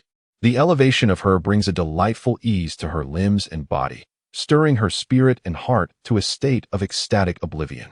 Onward with the practice. Under the astonished and furious gaze of the destiny Xian knew, Ning Yi continued his cultivation. This time, his techniques were more refined, and his postures more precise. After another round of practice, his mastery ascended to the 3rd heaven. He sensed that this was not his ultimate limit, so he pressed on with renewed determination. The look in destiny, Xian Nu's eyes gradually transformed from initial surprise and anger into fear and trepidation. Eventually, her gaze became hazy, as if she were a solitary boat adrift upon a vast ocean, swaying left and right, seemingly on the verge of being lost amidst the tempest. To cultivate the Yin-Yang 5 desires and 6 dust sutra, a female counterpart was essential, and the higher her realm, the swifter the progress in cultivation. Ning Yi was uncertain whether he would have the opportunity to continue his cultivation in the future, yet he found himself at a pivotal moment. The teachings of the Yin Yang, 5 desires, and 6 dusts truly exemplified the profound wisdom of the ancient school of emotional cultivation, embodying the eternal principles of heaven and earth. Initially, the celestial maiden of destiny remained steadfast, guarding her spirit's clarity, determined not to succumb to the tumultuous ocean of desires. However, as Ning Yi's cultivation deepened, the celestial maiden could no longer maintain her resolve. Her alabaster arm, unbeknownst to her, encircled Ning Yi's neck. Her tightly clenched teeth unconsciously parted, releasing soft, melodious breaths. Time slipped away, and Ning Yi's session of cultivation spanned from dawn until dusk. After countless cycles of practicing the techniques, a resounding roar echoed in his mind, illuminating more than half of the dim stars within his being. The power of the dragon and tiger surged ceaselessly within him. At that moment, Ning Yi felt that even a colossal boulder weighing thousands of pounds would be effortlessly lifted by him, reduced to mere ashes with a single strike. He had reached the first condensation realm, the 9th heavenly layer. In a single session, he had attained the pinnacle of the first realm, merely a step away from transcending it. Such a remarkable pace of cultivation, achieving the limits of the first realm in just one day, was truly unprecedented. You have unlocked the 72 acupoints of your body and discovered that the body refinement technique encompasses 12 acupoints, among which one is unique. Will you merge them? A stirring sensation coursed through Ning Yi's heart as he silently contemplated the concept of fusion. In the process of merging, he eliminated the redundant 11 acupoints, thereby unlocking 73 acupoints. In an instant, Ning Yi felt his power intensify, surpassing even the pinnacle achievable through the teachings of the Yin Yang, the 5 desires, and the 6 dusts. A wave of astonishment enveloped him, for he found the system to be utterly remarkable. Among the 4 elemental tiers of cultivation techniques, any method capable of unlocking 64 acupoints is deemed the highest echelon, an apex celestial technique. The more formidable the technique, the greater the number of acupoints one can activate. However, this marks the boundary of the technique's potential. No matter how numerous celestial techniques one possesses, the divergent methodologies of cultivation among them can lead to peril. As the more advanced the technique, the higher the risk of succumbing to madness and facing dire consequences. During a conversation with the venerable Mr. Zhou from the Yingtian Academy, Ning Yi became acquainted with certain fundamental truths of cultivation. The human body possesses 108 acupoints, yet throughout recorded history, no individual has ever managed to unlock all of them. Among the strongest recorded was the founding emperor of the great Zhou Dynasty, who, under the imperial title, gathered various cultivation methods from across the realm, amalgamating them into a singular, groundbreaking technique tailored to his unique constitution. This extraordinary method allowed him to unlock 99 acupoints. However, apart from the illustrious founding emperor himself, no one has succeeded in mastering this technique. Over time, it was refined into what is now known as the Imperial Supreme Method, the 9-tripod Qianquan technique, reserved exclusively for royal disciples. The abridged version of this art permits the unlocking of only 81 acupoints, yet it remains one of the most esteemed techniques in existence. If the system can merge different methods and directly unlock acupoints, what if I were to gather even more techniques? Would I not be the first in history to unlock all 108 acupoints? Contemplating this, Ning Yi felt invigorated, envisioning a prosperous path ahead. However, his elation was short-lived as he was abruptly pulled from his reverie into reality. The fabric of the celestial maiden's attire was of an unknown material. Despite his vigorous attempts to tear it, it remained unscathed. Gradually, the celestial maiden emerged from her reverie of desire, her breath coming in soft gasps, her body glistening with a fragrant sheen of sweat. Her ethereal beauty rivaling that of a celestial being, captivating to the core. With a graceful gesture, she donned a snow-white ceremonial robe, draping it over her enchanting form, concealing her exquisite figure that seemed to embody the essence of heaven and earth. Ning Yi observed that the eyes of the celestial fate mysterious maiden were a faint shade of dark hue. At that moment, her exquisite orbs, akin to precious jade, were fixed upon him, brimming with a murderous intent that enveloped him like a bucket of icy water, causing his blood to congeal and plunging him into a chilling abyss. Despite having reached the pinnacle of the first realm, he felt insignificantly diminutive before the formidable presence of the 7th indestructible realm warrior. My fate is sealed. The murderous intent of the celestial fate mysterious maiden was unmistakable. She truly intended to end his life. The only reason she had yet to strike was to recuperate from her injuries. Confronted with the overwhelming terror of life and death, Ning Yi's thoughts raced. He had erred. It was true, yet it had not been intentional. If it weren't for Su Peinan's euphoria powder, he would never have lost control of his own body. Indeed, whether it was the issue of the euphoria powder or the system's influence, the ultimate responsibility lay with him, and his demise would be of little consequence. But I do not wish to perish. Just 2 months into his journey after awakening his wisdom, he had finally begun to cultivate, and a beautiful life lay before him. He had yet to avenge Zhang Yuanwei. He believed in repaying even the smallest kindness with profound gratitude. Moreover, Zhang Yuanwei had treated him well. If he possessed the means, he ought to seek vengeance on his behalf. Su Peinan. Yes, Su Peinan. Ning Yi suddenly recalled what Su Peinan had previously mentioned regarding the oath of life and death. He hurriedly lowered his head to search and soon discovered the talisman on the ground. Quickly picking it up, he realized that this talisman belonged to the ancient sect of love. Ning Yi has mastered the ancient and exalted art of the Yin-Yang 5 desires and 6 dusts, a supreme path of the love sect, and immediately experiences a surge of enlightenment, understanding how to wield it. The celestial fate goddess, upon witnessing Ning Yi pick up the life and death pact spell, is filled with urgency and prepares to strike down this audacious little thief. However, in her current state, her aura is in disarray, rendering her unable to move. She can only watch helplessly as Ning Yi retrieves the talisman, bowing in contrition. Fair maiden, he says, it is not that I am cowardly. Indeed, I am cowardly. I beg your forgiveness. Ning Yi, hesitant to speak further, clasped his hands and directly activated the talisman in his grasp, directing it towards the celestial destiny goddess.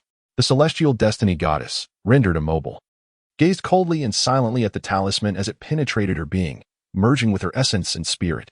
Ning Yi experienced an enigmatic sensation, feeling as if his fate was intricately entwined with that of the destined Xian Nu.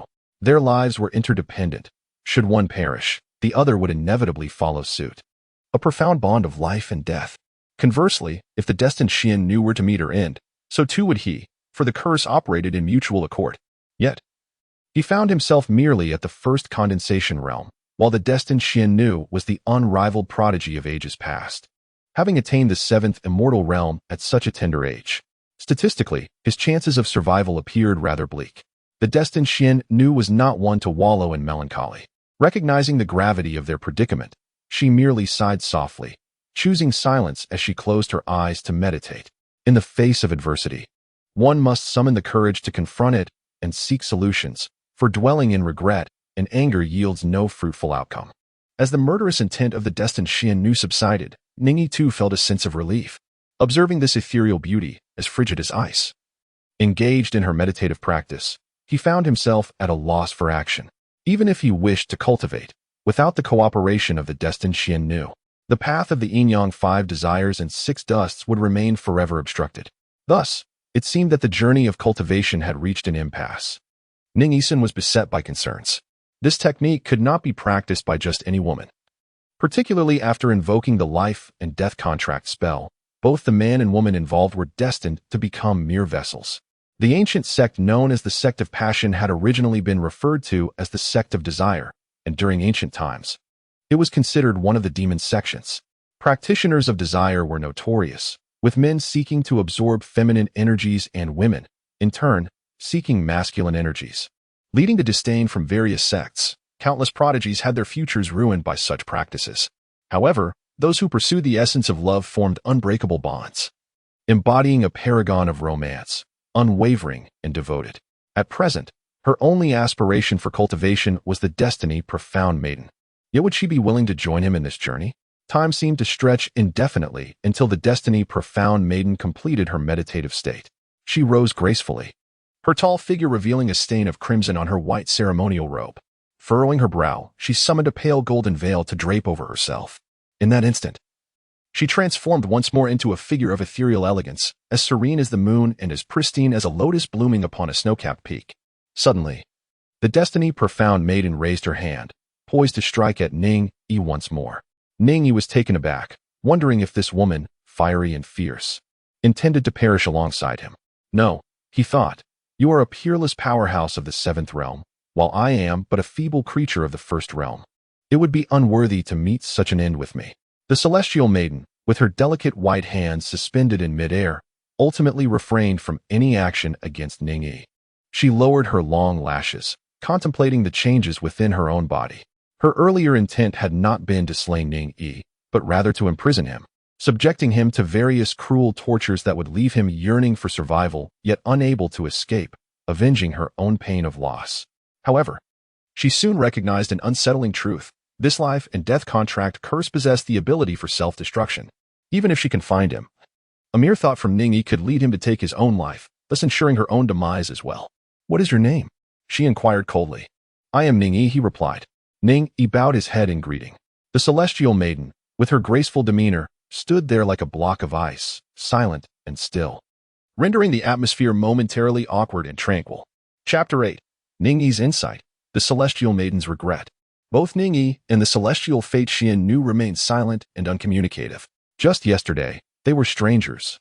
One, the exalted true successor of the Yinyang Dao Sect, and the other, a humble storyteller from Yong'an County, as insignificant as dust. Yet, by some twist of fate, these two disparate individuals found their paths entwined. With the celestial fate, Xian knew even losing her cherished bloom. Her eyelashes fluttered, and her lips parted slightly as she spoke in a frigid tone. "The name is rather fine, but like Su Peinan, they are both wretched souls." Ning Yi argued vehemently. "Fairy, your words are misguided. Both you and I are victims, ensnared by the poison of that so-called pleasure powder. As for the life and death pact curse, it merely reflects my instinct for survival. Had I not invoked that curse, would you have spared me?"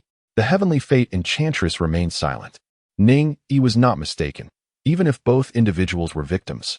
Had it not been for the life and death pact curse, she would have undoubtedly struck him down the moment she regained her senses. As for whether Ning Yi was innocent, she cared little for such matters. To have insulted her body was a capital offense. The life and death pact curse is not necessarily unbreakable. Once I unravel this spell, I shall eliminate him. Until then, our fates are intertwined. He must not come to harm. As thoughts swirled within the mind of the celestial maiden, a resolution swiftly formed. In an instant, the celestial maiden stepped forward, appearing before Ning Yi with a swiftness that left him no time to react. Her delicate hand seizing his shoulder with startling force. Ning Yi felt a deep ache in his shoulder, the sensations of soreness, numbness, and pain penetrating to the very marrow of his bones. He believed that the celestial maiden of destiny intended to torment him, gritting his teeth and enduring the excruciating discomfort in silence. Although Ning Yi was not well acquainted with the celestial maiden, their brief interaction revealed her haughty and proud nature. To weep and plead for mercy would only invite her disdain, possibly subjecting him to even more cruel treatment. Observing Ning Yi's silence, the celestial maiden's cold, beautiful eyes shimmered with approval. Her delicate hand swiftly traversed his body, and with a frown, she remarked upon discovering that his bone quality was merely of the inferior 9th rank, and that his cultivation had barely reached the first condensation realm. Ning Yi finally comprehended that the celestial fate Xian knew did not intend to torment him. Rather, she was assessing his bone quality. Bone quality, which refers to one's innate talent, is classified into those who can cultivate and those who cannot. Previously, Mr. Zhou from the Yingtian Academy had declared that he was incapable of cultivation, yet now the celestial fate Xian knew proclaimed him to be of the lowest tier. This is a stark contrast. Even a talent deemed as the lowest tier signifies a potential for cultivation, which is incomparable to that of an ordinary person. Mr. Zhou would not deceive me. He must not have been mistaken. Could it be that my innate qualities have transformed following a session of dual cultivation? Ning Yi harbored his speculations, yet he remained indifferent. Regardless of his innate physical talents, he paid them little heed. After all, with the system at his disposal, what need had he for any innate gifts? Indeed, the evasion technique from the Yinyang 5 Desires and 6 Dusts Sutra proves effective. This woman has failed to detect that I have achieved the 9th level of complete mastery. However, it is also plausible that her injuries are too severe for her to notice. It seems rather implausible that a 7th unvanquished realm expert like her could overlook such a thing. Within the Yinyang 5 Desires and 6 Dusts Sutra lies a concealed technique for hiding one's power, which Ning Yi employed to temporarily evade the scrutiny of the celestial maiden of destiny. This woman harbors a murderous intent, and she would undoubtedly not let him escape unscathed. Ning Yi harbored a scheme, acutely aware that she must never reveal her extraordinary pace of cultivation. The life and death contract curse was merely an ancient sect's incantation leading to annihilation, and it could not possibly be without resolution. If she wished to survive, she needed to hasten her cultivation, striving to acquire the ability to resist before the celestial fate mysterious maiden discovered a means to break the curse. Presently, her aptitude was mediocre, and her realm was low, which allowed her to lower her guard. At this moment, the celestial fate mysterious maiden felt an overwhelming sense of disbelief. Zhou Daina's prior assertions were not unfounded. As a descendant of the ancient Zhou Dynasty's Xianbird lineage, she was the most suitable vessel for dual cultivation. Ning Yi and her partner were supposed to undergo a transformative dual cultivation, yet the quality of their foundation turned out to be woefully inadequate. How could this be possible? His innate talent must be exceedingly poor. Even the celestial maiden of destiny found herself harboring a peculiar thought, lamenting the squandering of her pristine essence. However, a new dilemma now arises. The qualifications of Ning Yi are woefully inadequate, and his martial prowess is lamentably weak, rendering him susceptible to unexpected demise at any moment. Until the curse is unraveled, he cannot afford to perish. The celestial fate maiden, contemplating various thoughts, swiftly devised a plan. With a graceful flick of her jade hand, a purple celestial flame descended from the heavens, akin to a relentless parasite, engulfing Zhou Dain's lifeless body and reducing it to ashes in an instant. Do not speak of Zhou Dain's demise, lest you invite calamity upon yourself. I shall now obliterate all traces, and with the purple wave flame obscuring the heavenly secrets, no one will be able to ascertain the cause of his death for the time being. The celestial fate maiden's gaze was tranquil, yet her words were chillingly admonitory. I understand. Ning Yi clasped his hands. He was no fool and would certainly not proclaim to the world that Zhou Dain met his demise at his hands. This Zhou Dain claimed to be the son of the sect leader of the Yin-Yang path. His death was undoubtedly intertwined with the celestial entity known as the Heavenly Fate Goddess. However, if the sect leader were to learn of these events, the Heavenly Fate Goddess would be left in utter ignorance of Ning Yi's fate, yet he would certainly meet his end. With a mere gesture, the Heavenly Fate Goddess summoned the ancient text, the Yin-Yang 5 desires and 6 dusts, into her possession. She had come here on the orders of her sect, seeking the remnants of the ancient love sect. Zhou Dain's death was already a troubling affair. If she were to return empty-handed, her sect would cast doubt upon her. She had to reclaim the original text of the Yin-Yang 5 desires and 6 dusts for her sect. The Heavenly Fate Goddess lowered her finely embroidered brows and hesitated for a moment before inquiring, having perused the Yin-Yang 5 desires and 6 dusts, have you mastered this profound technique? Previously, as Ning Yi engaged in dual cultivation with her, the path they traversed was undoubtedly a marvelously intricate celestial-level technique. Yet, the Heavenly Fate Goddess was only aware that the Yin-Yang 5 desires and 6 dusts was the foundational method of the ancient love sect. But could it be that Ning Yi had merely glanced at it and grasped a celestial technique? This was simply astonishing. Ning Yi understood that this matter could not be concealed from her and admitted, I indeed gained some insights after studying this technique. He dared not claim complete comprehension, not out of fear of startling the Destiny Xian maiden, but rather from concern that it would render her more vigilant towards him. The Destiny Xian maiden gazed at Ning Yi with a mixture of complexity in her beautiful eyes and remarked with regret, what a pity, your perceptiveness is truly exceptional. Before reaching the 6th law phase, talent and aptitude are of utmost importance. However, once one attains the 6th law phase, those qualities become irrelevant, and it is the comprehension that matters. If you could cultivate to the 6th law phase with your understanding, it is not impossible for you to achieve great success later in life. Yet, there is one truth the Destiny Xian maiden left unspoken. With Ning Yi's inferior 9th grade aptitude, reaching the 6th law phase would likely prove exceedingly difficult. Even if he were to manage it, his lifespan may be nearing its end, rendering his extraordinary comprehension futile. The path of martial arts is as arduous as ascending to the heavens. Aptitude, talent, comprehension, resources, and fortune are all indispensable. There are those with remarkable talent who find their early cultivation as effortless as eating or drinking, yet upon reaching the 6th law phase, they falter due to insufficient comprehension, wasting precious time. Conversely, there are individuals like Ning Yi who possess extraordinary comprehension yet suffer from poor talent. They toil throughout their lives, only managing to reach the 3rd or 4th realm, never glimpsing the vast expanse of opportunity above. For the grand sects, they still place greater emphasis on innate talent and aptitude, even with lacking comprehension that prevents them from reaching the 6th law phase. Those who can swiftly ascend to the 4th or 5th realm remain the backbone of the sect. The Destiny Xian maiden seized Ning Yi's collar firmly and warned, "Do not move recklessly." Ning Yi felt a momentary blur before a fierce wind assailed him, rendering the earth beneath him insignificant. The mysterious celestial maiden grasped the collar of his robe, soaring through the air with astonishing speed. He opened his mouth, intending to inquire where she was taking him. However, the howling wind drowned out his voice, leaving him unable to utter a word. He could only remain silent, enduring the sharp, biting gusts that cut painfully against his skin. Ning Yi understood clearly. He had already surmised the destination to which the celestial fate mysterious maiden intended to take him. Chapter 9. The Art of Points. Empowered by divine powers.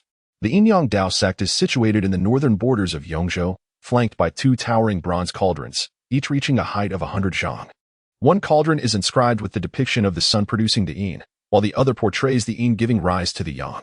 These 2 cauldrons resonate with each other, embodying the principles of yin and yang, and even before entering, one can sense the vastness of the universe. Upon crossing the threshold, one is greeted by a celestial staircase ascending directly to the summits of the various peaks. Above these peaks exists a mysterious floating island, the very heart of the Yin-Yang Dao Sect. The sect comprises 7 peaks, symbolically aligned with the dualities of yin and yang, as well as the 5 elements. Besides the main peak, the celestial peak, which harbors the floating island, the other 5 peaks correspond to the 5 elements. At this moment, Ning Yi finds himself on the sect's final peak, the Martial Dao Peak. The Martial Dao Peak is where all newly initiated disciples reside, covering an expansive area. New disciples train in fundamental techniques on the Martial Dao Peak and undergo assessments. Those who qualify may ascend to the 5 peaks, where they will study advanced techniques under the tutelage of the sect's elders. Should they prove to be prodigious talents, or reveal their exceptional abilities during their training on the 5 peaks, they may take a blood oath and directly ascend to the Celestial Peak, where they will cultivate the supreme technique of the Yin-Yang Dao Sect, the primal great Yin-Yang 5 elements true canon. Ning Yi donned a plain and unadorned ceremonial robe, a standard attire for every neophyte disciple of the Yin-Yang sect. Every few years, the sect enrolls a new cohort of disciples, comprising offspring from illustrious families, royal lineage, children of exceptional masters from the 6th law phase, and prodigious talents hailing from humble backgrounds. Generally, a typical noble family possesses a terrestrial grade technique as their legacy. However, upon entering the Yin-Yang sect, one is afforded the opportunity to study celestial grade techniques. Consequently, many noble clans, and even branches of royalty, opt to send their gifted progeny to various sacred sites across the states, while retaining a single heir to inherit the family's internal teachings. Who is that individual? With qualifications deemed inferior, how did he gain admission to our Yin-Yang sect? He was brought here by the esteemed saintess. The saintess? Could it be that he is a relative of the saintess? The inquirer's expression shifted to one of astonishment. How could that be? It is said that this time, the saintess was dispatched by the sect leader to seek the ancient remnants of the romantic sect. It appears that he inadvertently assisted the saintess, which is why she made an exception and accepted him as a disciple of our Yin-Yang sect. This fellow is indeed fortunate. What good is luck when his talent is so paltry? He is likely to achieve nothing even after a lifetime of cultivation. You must not be so dismissive. Observe his impoverished demeanor, akin to a mere commoner. Now that he has entered our Yin-Yang sect, regardless of his innate abilities, he has ascended to the heights of privilege. Your words ring true. Indeed, it is a remarkable turn of fortune. The newly initiated disciples of the Yin-Yang sect are numerous, with the vast majority being adolescents around the age of 14. At 16, Ning Yi is already considered somewhat advanced in age. Typically, individuals around 14 attain sufficient physical development for cultivation. Yet, there are always a select few with extraordinary talents who solidify their roots at a tender age, commencing their cultivation journey. Such individuals are referred to as unparalleled prodigies. Ning Yi paid no heed to the pointed remarks surrounding him. Observing the 2 individuals who had just spoken, their demeanor exuded arrogance, suggesting they might be scions of a prominent family. However, within the realm of the Yin-Yang Dao sect, one of the sacred grounds, lineage held little significance. All was determined by innate talent and cultivation. If judged solely by external talent, I would indeed rank among the lowest, inferior to the vast majority. Yet, in terms of cultivation, these newly initiated disciples barely reach the first level of the condensation realm. Whereas my prowess stands at the 9th level, a considerable chasm between us. Nevertheless, I must refrain from drawing too much attention to myself at this moment, lest I attract unnecessary troubles. Ning Yi, having traversed 2 lifetimes, possesses a mature intellect and comprehends the wisdom of remaining inconspicuous. The Yin Dao Sect is the last place he wishes to enter. Firstly, upon the awakening of his innate wisdom, he overheard a man named Qin from the Yin Dao Sect proclaim that he had usurped his sacred ancestor's essence. The tone of this man indicated a significant standing within the sect, and through his inquiries during this time, Ning Yi has surmised his identity to be one of the elders, specifically the master of Kangwu Peak. Among these elders, there is but one with the surname Qin. Should this individual discover that he is still alive and possesses exceptional talent, malevolent intentions would undoubtedly arise. Secondly, having slain Su Peinan, the son of the sect leader, he has engendered an irreconcilable enmity with the head of the Yin Dao Sect. It is imperative that he remains discreet beneath their very noses. From any perspective, he must prioritize his survival and development. Were it not for that woman, he would not have found himself entangled with the Yin Dao Sect. Contemplating the enigmatic celestial maiden, Ning Yi furrows his brow. Since she cast him into the confines of the Yin Dao Sect, she has remained elusive, reportedly in seclusion, to recuperate. Ning Yi and the heavenly destiny celestial maiden share a profound bond epitomized by the life and death contract spell, intertwining their fates. Although the celestial maiden lacks the capacity to extinguish Ning Yi's life, her formidable prowess enables her to curtail his freedom. As a saintly figure, she holds a prominent position within the Yin Dao Sect, being the rightful heir to its leadership. The Yin Dao Sect, being one of the sacred lands of the 9 provinces, offers a sanctuary of safety within its confines.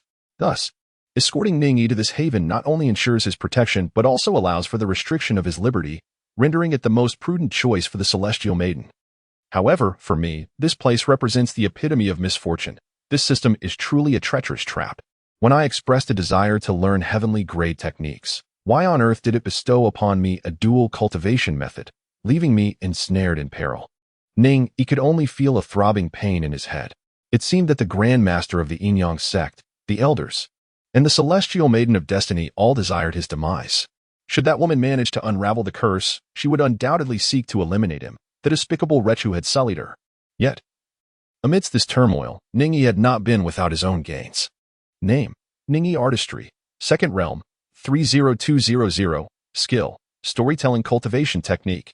The Sutra of Yin Yang's 5 desires and 6 dust available artistry points. 1 wish points. 2 during this period. Ning Yi had steadfastly honed his storytelling ability, for it remained his sole means of resolving his predicaments. In narrating tales to the newly initiated disciples, he not only earned 2 wish points, but also elevated his artistry to the 2nd realm. This advancement bestowed upon him a new capability. He could bestow artistry points upon any technique or divine art. In martial cultivation, the attainment of higher realms is paramount. However, in the midst of conflict, one must also employ the various techniques derived from their cultivation, such as palm techniques, fist techniques, and sword techniques. These techniques encompass 9 distinct realms.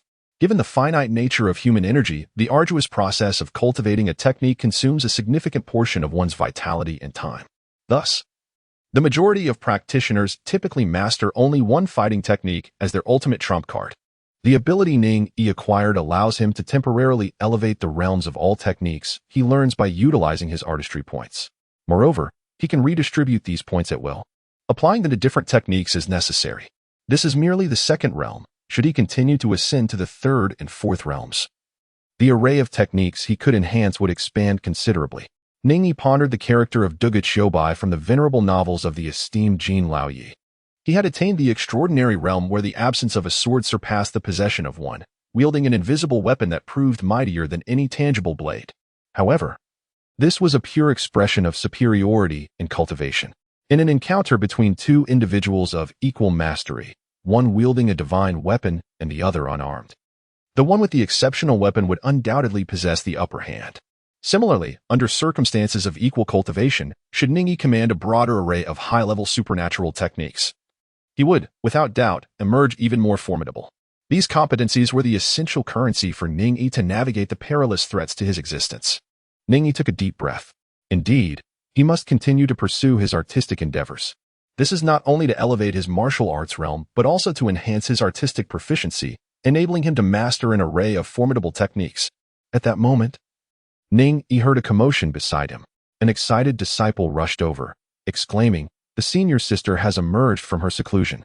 The sect leader has announced a saintess ceremony, inviting all the esteemed sects from across the land to witness. The crowd buzzed with excitement, engaging in fervent discussions. Inviting all the prominent sects to attend? Truly, the senior sister holds significant influence. At merely 23 years of age, she has attained the 7th indestructible realm, a feat unprecedented in history. The first of its kind, genuinely the best in the world, surpassing even the most esteemed disciple of the Daoist sect by a full 2 years. The sect leader intends to declare to the world the illustrious name of our Yin-Yang Daoist sect. Splendid!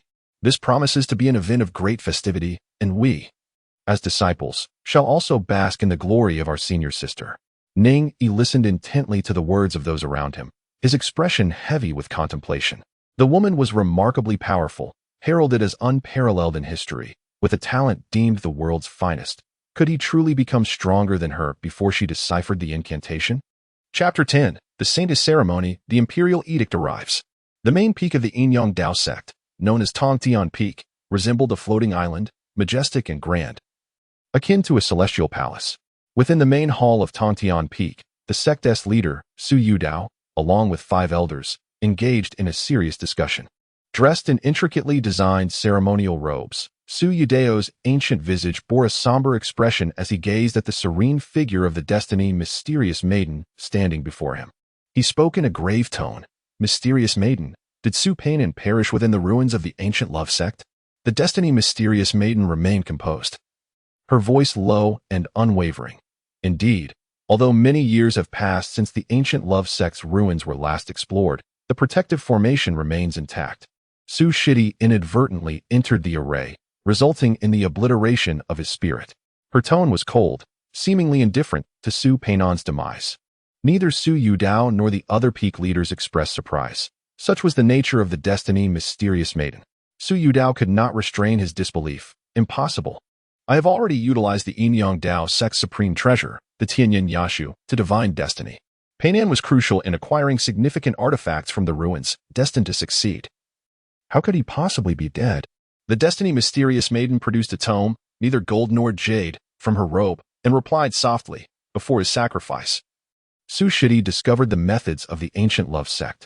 Though Master SZY calculations are unparalleled, the celestial mechanisms are elusive, inevitably leading to oversights. Su Yudao was not angered by the mysterious maiden's rebuttal. Such was the prerogative of the strong. He gestured, drawing the tome into his hand, his expression inscrutable. Revealing nothing of his thoughts, he said softly, "The saintess ceremony is imminent, and many disciples from various sacred lands will attend. Mysterious Maiden, please prepare yourself well in the coming days." "Understood," she replied. "And what of the disciple you accepted as an exception?" The Destiny Mysterious Maiden maintained her calm demeanor, responding, "During the process of deciphering the ancient love sect's formation, that individual aided me. To express my gratitude and to repay the karmic debt, I invited him into the sect." Su Yudao merely nodded, showing little interest in Ning Yi's affairs, nor did he inquire further. Reports from disciples indicated that Ning Yi was an ordinary person with merely mediocre talents, ranked as a lowly 9th tier. The notion of any familial connection within the sect was laughable. Su Yudao was well aware of the Destiny Mysterious Maiden's background. There could be no kinship between her and Ning Yi. The Yin-Yang Dao sect was vast, and an additional member merely meant another mouth to feed, not a significant concern. Yet, neither Su Yudao nor the Destiny Mysterious Maiden noticed that one of the peak leaders in the main hall slightly furrowed his brow upon hearing Ning Yi's name. The other peak leaders displayed expressions of complex intrigue. In the 7th indestructible realm, regardless of the sect, masters were few and far between. Even among these peak leaders, most were merely at this level. However, in terms of age, they were significantly older than the Destiny Mysterious Maiden. Given her displayed potential, she might indeed aspire to reach the 9th Supreme Saint realm. Days later, the Yin-Yang Dao sect opened its gates wide. All disciples gathered upon Tongtian Peak, celebrating as if it were a grand festival, filled with exuberance and merriment. Ning Yi stood among the many disciples, a mere novice in the back row, utterly inconspicuous. As dawn broke, the resounding chimes of the copper bell atop the Tongtian Peak echoed 9 times, plunging the surroundings into immediate silence. Ning Yi, along with the other disciples, turned their gaze towards the main hall. The grand doors of the hall swung open, revealing a goddess adorned in splendid attire. as breathtaking as the Tian Shan snow lotus. A sight only to be admired from afar. The Destiny mysterious maiden donned a dark ceremonial robe that cascaded like an inky night, with billowing sleeves that seemed to touch the clouds. The hem of her robe was intricately embroidered with the ancient totem of the mysterious bird, its wings unfurled as if descending from the heavens. As she moved, her delicate feet were clad in exquisite sheer stockings, petite and refined. Her ebony hair was elegantly styled, crowned with a gilded veil, and a dark jade phoenix hairpin was artfully inserted, with its 3-inch tassels flowing silently in the breeze. An indescribable allure rippled around her, accentuating the piercing coldness of her brows and eyes. The disciples of the Dao Sect held their breath, their gazes filled with admiration and yearning, fixated on the enchanting beauty standing atop the white jade steps, like a celestial fairy gracing the mortal realm, too radiant to behold directly. At that moment, from the distant horizon, a sword aura surged forth, as a magnificent flying vessel approached swiftly, flanked by a throng of 3,000 sword tips. This formidable sword energy heralded the arrival of the flying ship from the sacred land of Zhou, the Tianshu Sword Pavilion. A hushed gasp escaped from the disciples of the Dao Sect. Ning Yi gazed in astonishment at the vessel soaring through the sky, reminiscent of a warship. As a mere provincial figure from Yong'an County, he was scarcely familiar with the vast realm of Jiuzhou. To his surprise, the advancements of this world's technology were so profound that there existed ships capable of flight. As the aerial craft approached the gates of the Dao Sect, the sword aura surrounding it suddenly expanded. An elderly man, clad in simple attire, and a strikingly handsome young man gracefully descended from the vessel, as if treading upon solid ground. Su Yudao emerged from the main hall, and, with a respectful gesture toward the elder, remarked in astonishment, "I never anticipated the sword master would grace us with his presence." His words once again stirred a wave of excitement among the disciples of the Dao Sect. Listening to the discussions of those around him, Ning Yi realized that the elderly man was the sword master of the Celestial Pivot Sword Pavilion, who also held the esteemed position of the sect leader. This sword master possessed a remarkable lineage and profound mastery, making him one of the most likely candidates to break through to the 9th Supreme Sacred Realm. Even the current leader of the Dao Sect would respectfully address him as senior upon meeting. The sword master paid little heed to Su Yudao. Instead, his piercing gaze was fixed upon the celestial destiny Xian knew as he lamented. "You are born with a sword body and possess extraordinary talent. Had you joined my sword pavilion back in the day, your achievements would have been even greater." The young man beside the sword master radiated an intense sword intent and looked at the celestial destiny Xian knew with a fierce determination. Su Yudao's expression darkened. The Xian Nu is exceptionally gifted within our Dao, and she has now become the youngest 7th immortal realm expert ever recorded in history. The sword master's words seemed to dismiss the significance of the Dao Sect. With a cold snort, the sword master refrained from responding. Su Yudao, possessing remarkable composure, did not allow this slight to provoke an altercation. As the leaders of 2 great sacred lands, both men understood the necessity of restraint and chose not to elaborate further. However, their exchange revealed to the other disciples that the celestial destiny Xian Nu had once been pursued by both sacred lands, ultimately opting for the Dao Sect. In an instant, numerous disciples of the Dao stood tall with pride.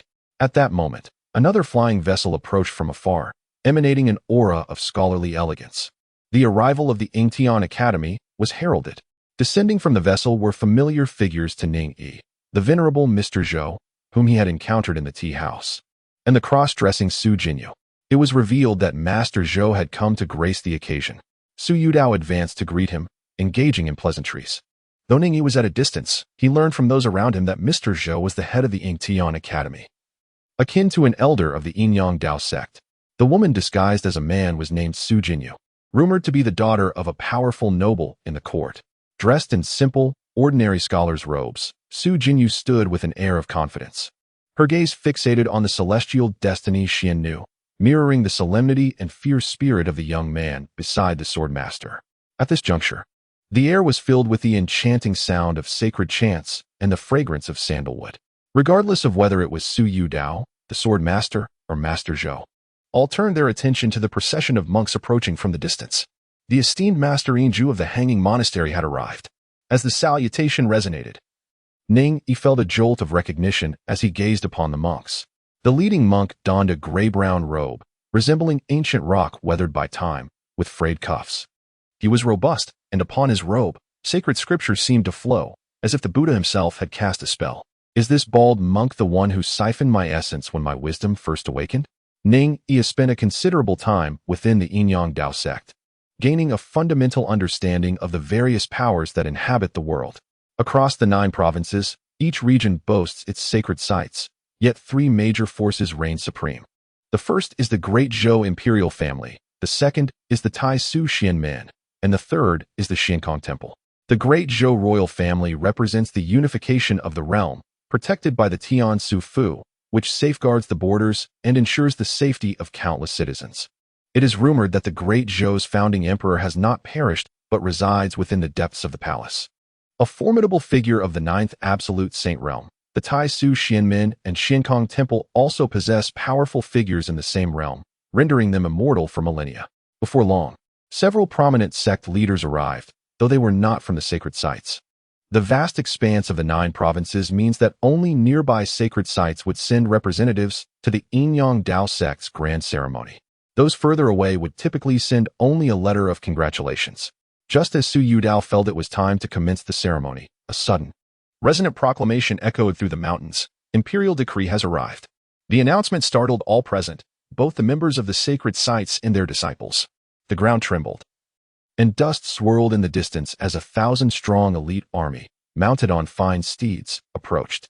It was the Tian Su Fu. Upon reaching the summit, several guards escorted a eunuch, alongside 2 young men and a woman, approximately 14 or 15 years old, who soared up to the peak at astonishing speed. Dao Sect, receive the decree. Su Yudao, receive the decree. There was no room for negligence from the Dao Sect. Even the proud sword master and the monk from Xiankong Temple lowered their heads in submission to the imperial authority. Although the Great Zhou Dynasty had passed its zenith, it had not yet entered decline. The Great Zhou imperial family remained the sovereign of the 9 provinces, and the Tian Su Fu wielded unrivaled power, compelling all sacred sites to bow their heads in deference. I have discerned the heavenly way, and exceptional talents abound. Today, the Dao Sect's destined saint, the Tianmingzuan, has inherited the spirit of the celestial bird and accomplished the great work of Tai Su, having reached the 7th undying realm at a tender age. Her unparalleled talent is rare throughout the 9 provinces, and her virtuous conduct stands as a model for the world. I am greatly comforted and bestow this special grace to acknowledge her achievements, awarding her with an undying Xin Yuan pill, to proclaim this to the world. Thus decreed. The eunuch from the inner palace recited the imperial decree in a sharp voice. Upon hearing of the Great Zhou Emperor's reward, several elders of the Dao Sect could not help but gaze enviously at the Tianmingzuan. Advancing from the 7th undying realm to the 8th unification realm requires the fusion of the 3 essences, a perilous endeavor.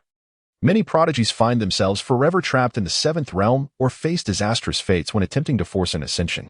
The undying Xin Yuan pill minimizes the risks associated with this advancement, being the highest grade elixir known to exist. Even the Great Zhou imperial family, having ruled for a millennium, possesses such a pill only in rare instances. If one's innate talent is insufficient, even the crown prince is unworthy of consuming it. The fact that the emperor bestowed such a precious elixir upon the Tianmingzuan reflects his high regard for her. This is indeed a magnificent honor and imperial favor. Ning Yi, amidst the crowd, harbored his own thoughts. The Great Zhou Dynasty occupies the most prosperous lands of the 9 provinces. Yet, the demon court remains formidable, and external threats loom from the northern and southern wilds. The Tianmingzuan's unprecedented talent, coupled with the emperor's grand favor, serves to bolster the dynasty's prestige. Should she ascend to the 9th absolute saint realm with her extraordinary gifts, it could revive the imperial majesty of the Great Zhou. This represents a strategic investment by the emperor. However, whether the Tianmingzuan can achieve such a breakthrough remains uncertain. Throughout a millennium, only a handful have reached that pinnacle. The Zuan expressed her gratitude for the imperial favor, performing a graceful bow, embodying both elegance and nobility as she accepted the decree presented by the eunuch. Having fulfilled this crucial duty, the old eunuch spoke again to Su Yudao. The Dao Sect has produced such a disciple as the Tianmingzuan, which brings great comfort to His Majesty. The royal family has specially selected 2 exceptionally gifted princes and 1 princess to come to the Dao Sect to study under the sect master. Su Yudao felt a surge of joy and laughed heartily. Since it is your Majesty's decree, the Dao Sect shall devote itself to their instruction.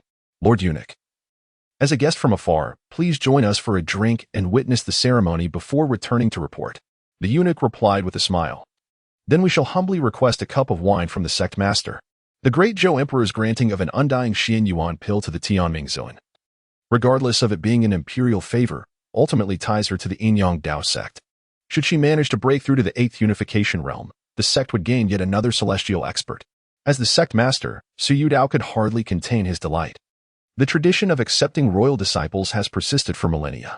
Aside from the crown prince, who can cultivate the supreme teachings passed down by the great Zhou's founding emperor, other talented princes and princesses are sent to various sacred sites as disciples. These royal offspring typically lack sufficient status from their maternal lineage to become the crown prince. However, the royal family does not wish to squander their martial talents, leading to this decision. Thus, the royal family maintains connections with the major sacred sites, ensuring peace across the 9 provinces. Your highnesses, do not delay in paying your respects, the eunuch urged. The 2 young men and the young woman knelt down. Addressing Zhou Dao and the Tianmingzuan, disciples pay homage to our master and to our senior sister. The great Zhou Dynasty upholds the virtue of respecting teachers, and even princes and princesses must show proper reverence to their mentors. Zhou Dao nodded slightly, accepting their respectful gesture. The guest of honor having arrived and the imperial grace bestowed, the ceremony for the saint is finally commenced. Zhou Dao himself presided over the proceedings. Welcome the destined one. The resounding chime erupted from deep within the mountain, causing the 7 peaks of the Yin-Yang Dao Sect to tremble. 999 stone steps descended from the summit, connecting the various peaks. Clad in a dark ceremonial robe, the Tianmingzuan ascended the highest white jade staircase of the Tongtian Peak, her feet emanating the flow of yin and yang, causing the earth to quake as the peaks emitted a sharp, piercing cry, harmonizing the dualities of yin and yang with the brilliance of the 5 elements. Suddenly, from the depths of the Tongtian Peak, a crimson gold wheel rose majestically, illuminating the world like the sun, radiating boundless yang energy. The wheel was inscribed with celestial constellations and patterns of clouds, capable of drawing forth the yang energy of heaven and earth, breathing life into all things. This was the Yin-Yang Dao Sect's most treasured artifact, the Tian Yin-Yang Shu. In that moment, all present, whether the sword master, the monk from Xiankong Temple, the head of the Ying Tian Academy, or the eunuch from the palace accompanied by the guards of the Tian Sufu, turned their gazes toward it, eager to unravel its mysteries. Ning Yi, along with numerous disciples of the Yin-Yang sect, gazed upon the vast celestial disk above, radiating brilliance akin to that of the sun. They observed the heavenly shift's solar axis, contemplating whether to comprehend the celestial grade technique, the incomplete primordial Yin-Yang 5-element scripture. Mastery of this celestial grade technique could unlock the 81 meridians. Ning Yi was taken aback, for he had not anticipated that at the sacred maiden ceremony he would encounter the heavenly Yin-Yang pivot and, astonishingly, comprehend the apex of the Yin-Yang sect's esoteric techniques. Yet, why was this technique incomplete? Could it be that the rumors were true, that the sect's treasured relic was originally comprised of 2 pillars of yin and yang, but one had been lost, resulting in the relic's incompleteness? Moreover, while martial arts are typically ranked by the principle of heaven and earth, mysterious and yellow, this innate grand Yin-Yang 5-element scripture appeared to be an unheard of celestial-level technique. Had it not been said that the highest techniques of the sacred lands were merely of the heavenly grade? Were the rumors erroneous? Ning Yi had no time for contemplation and promptly chose yes. The celestial grade technique, the Yin-Yang 5 desires and 6 dust scripture, successfully merged with the heavenly grade technique, the incomplete primal Yin-Yang 5 elements true scripture. As a result, the host unlocked the 88 acupoints with a resounding impact. The one-stem stars within Ning Yi's body suddenly ignited as the 88 apertures unfolded, surpassing the 81 apertures of other esteemed cultivation sanctuaries. These 88 points interlinked like enigmatic celestial bodies in motion, giving rise to a misty aura that spiraled through the apertures in a cosmic cycle. This phenomenon represented true power, signifying the attainment of the second stage of qi manipulation. Remarkably, within less than a month of cultivation, Ning Yi transcended to this second stage of qi manipulation. The velocity of the true power's circulation accelerated, gradually coming to a halt after completing a full cycle of 88 revolutions. Ning Yi's body was suffused with an ethereal energy, nourishing his flesh and nurturing a plethora of extraordinary abilities. Were it not for the sacred ceremony of the saintess, Ning Yi would have longed to unleash a cry to the heavens. At this moment, his true power had crystallized. He had undergone a complete metamorphosis. setting him apart from mere mortals. The vitality coursing through the 88 meridians is truly overwhelming. Ning Yi felt a surge of unease. If the activation of a single acupoint serves as a fundamental metric, then each additional acupoint unlocked would augment one's true energy by an increment of 10%. The ordinary yellow-level martial arts can activate merely over 20 acupoints, whereas the celestial-level techniques of the Sacred Land can unlock as many as 81. Consequently, even among those in the second Qi mastery realm, the direct disciples of the Sacred Land vastly surpass the common martial practitioners of the Jianghu by several folds. At this moment, Ning Yi had activated 88 acupoints.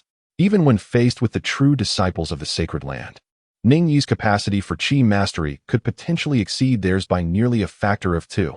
This indeed rendered him invincible within the same realm. If I could perfect this technique or integrate more martial arts, would it not enable me to unlock even more acupoints? It is said that the illustrious founder of the great Zhou activated 99 acupoints. If I could surpass that, would I not become unparalleled in the world? Such prospects are truly exhilarating. The breakthrough was effortless, yet it went unnoticed. At this moment, all eyes within the Yin-Yang Dao Sect were fixed upon the celestial destiny goddess. The holy sons and daughters of the great sacred lands stood as candidates for the sect leader, akin to the royal selection of an heir. Hence the gravity of the occasion. During the Sacred Maiden ceremony, the sect's supreme treasures would be employed, channeling the earth's spiritual veins to facilitate the flow of yin, yang, and the 5 elements. For the Holy Maiden, it presented a rare opportunity to comprehend the principles of yin, yang, and the natural order, comparable to an epiphany.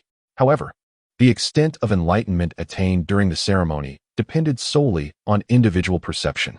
Atop the white jade staircase, the celestial destiny goddess sat in contemplative silence. The heavenly yang pivot illuminated her, activating the entire protective mountain formation and summoning the cosmic forces of yin and yang. Suddenly, she opened her eyes, uniting her spirit, awakening the ancient bloodline of the mysterious bird.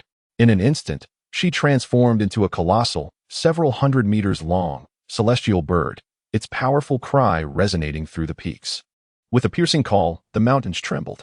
As the celestial bird reverted to its human form, a fierce tempest erupted from her, sweeping in all directions.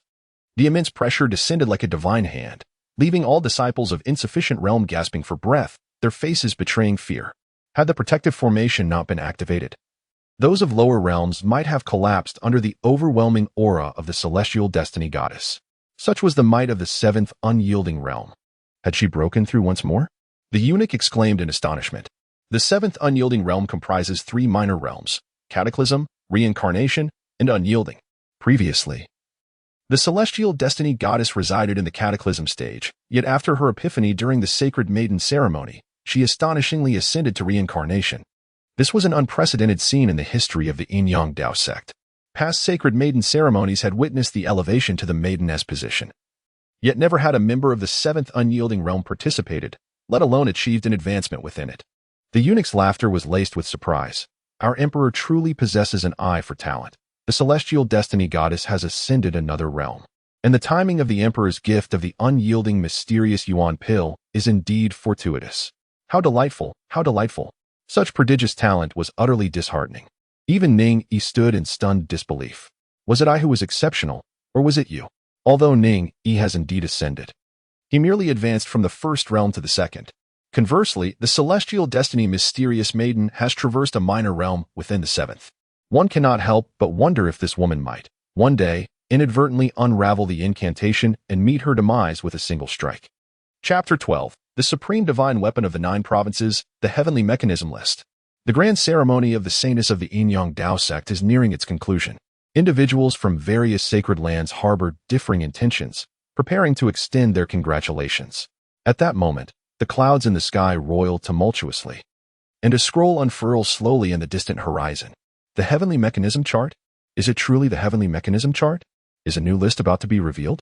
A wave of excitement ripples through the crowd as numerous gazes fixate on the scroll in the far-off sky, their eyes brimming with anticipation. The Heavenly Mechanism Chart? Ning Yi pondered quietly, reminiscing about the knowledge he had acquired since joining the Yin-Yang Dao Sect. Legends tell of a time thousands of years ago when numerous mystical treasures descended like stars, igniting fierce battles among countless martial artists who fought desperately for these coveted artifacts. Ultimately, after a tumultuous struggle, these treasures fell into the hands of several martial masters. This marked a cataclysm in the annals of humanity, yet simultaneously served as a pivotal opportunity for the human race to alter its fate. During that era, martial arts were still in their infancy, with the seventh undying realm representing the pinnacle of the discipline. The demon race, endowed with inherently robust physiques and prolonged lifespans, ruthlessly slaughtered humans, plunging the entire race into a dire existential crisis. However, with the arrival of these enigmatic treasures upon the land of Zhou, the fortunes of humanity began to shift dramatically. The ancestors of humankind forged ahead through adversity, diligently studying these mystical artifacts to pioneer a new martial path, giving rise to various extraordinary techniques and methods. Martial arts expanded from the seventh undying realm to the ninth supreme saint realm, enlightening practitioners to the existence of higher peaks beyond the mountains. Concurrently, the nascent forms of sacred lands and methodologies began to take shape during this period. The heavenly transformation yang pivot of the yin-yang Dao Sect and the heavenly pivot divine sword of the heavenly pivot sword pavilion were among the treasures that fell from the heavens. All sacred lands were fundamentally rooted in these treasures, collectively referred to as the Zhou supreme sacred weapons, embodying the collective fortune of the human race. It was also during this epoch that the celestial destiny Xian bird descended, heralding the establishment of the first unified dynasty of humanity, the Zhou Dynasty. Under the guidance of the Zhou royal family, humanity commenced a counteroffensive, leveraging the might of the divine weapons to drive the demon race beyond the borders of Zhou. A millennium later, as the ancient Zhou dynasty's fortunes waned, new dynasties rose and fell. Yet, regardless of the dynastic changes, the guardianship of Zhou and the protection of humanity's peace remained the focal point of dynastic fortunes. The celestial mechanism diagram, one of the Zhou supreme sacred weapons, served as the protective artifact of the previous dynasty. The ancestors of the great Zhou dynasty suppressed it with another supreme sacred weapon, the nine-tripod universe, thereby establishing the great Zhou. Consequently, the celestial mechanism diagram fell into the hands of the current royal family, preserved through generations. This diagram possesses a singular function. It can establish the heaven and earth dual rankings, allowing for the ranking of the world's strongest. The heavenly ranking encompasses all martial experts, with the foremost position claimed by the current Great Zhou's founding ancestor. This enduring presence atop the heavenly ranking has led many to believe that the ancestor has not perished, continuing to suppress the nation's fortunes. The Earth ranking, also known as the Hidden Dragon ranking, ranks individuals based on their potential. All martial practitioners under the age of 30 are eligible for this list. Both the Great Zhou royal family and prestigious sacred lands allocate resources according to this ranking, ensuring that prodigious talents are nurtured, allowing humanity to flourish in Zhou. At this moment, the celestial mechanism diagram manifests, and the Earth ranking emerges, indicating significant fluctuations in the rankings, prompting the diagram's appearance throughout Zhou. The name of the celestial destiny Xian Maiden resonates like the transformation of the Xian bird, soaring to the pinnacle of the Earth ranking as if traversing an uncharted realm. Suddenly, the name of the Xian Maiden ascends to the celestial bridge, reaching the zenith of the Earth ranking, where she engages in a fierce battle with a nebulous name. Initially, their clash is evenly matched, yet gradually, the nebulous name's momentum wanes, succumbing to the Xian Maiden's might. The celestial destiny Xian Maiden now reigns supreme atop the ranking, subduing all contemporary prodigies. The outcome is clear.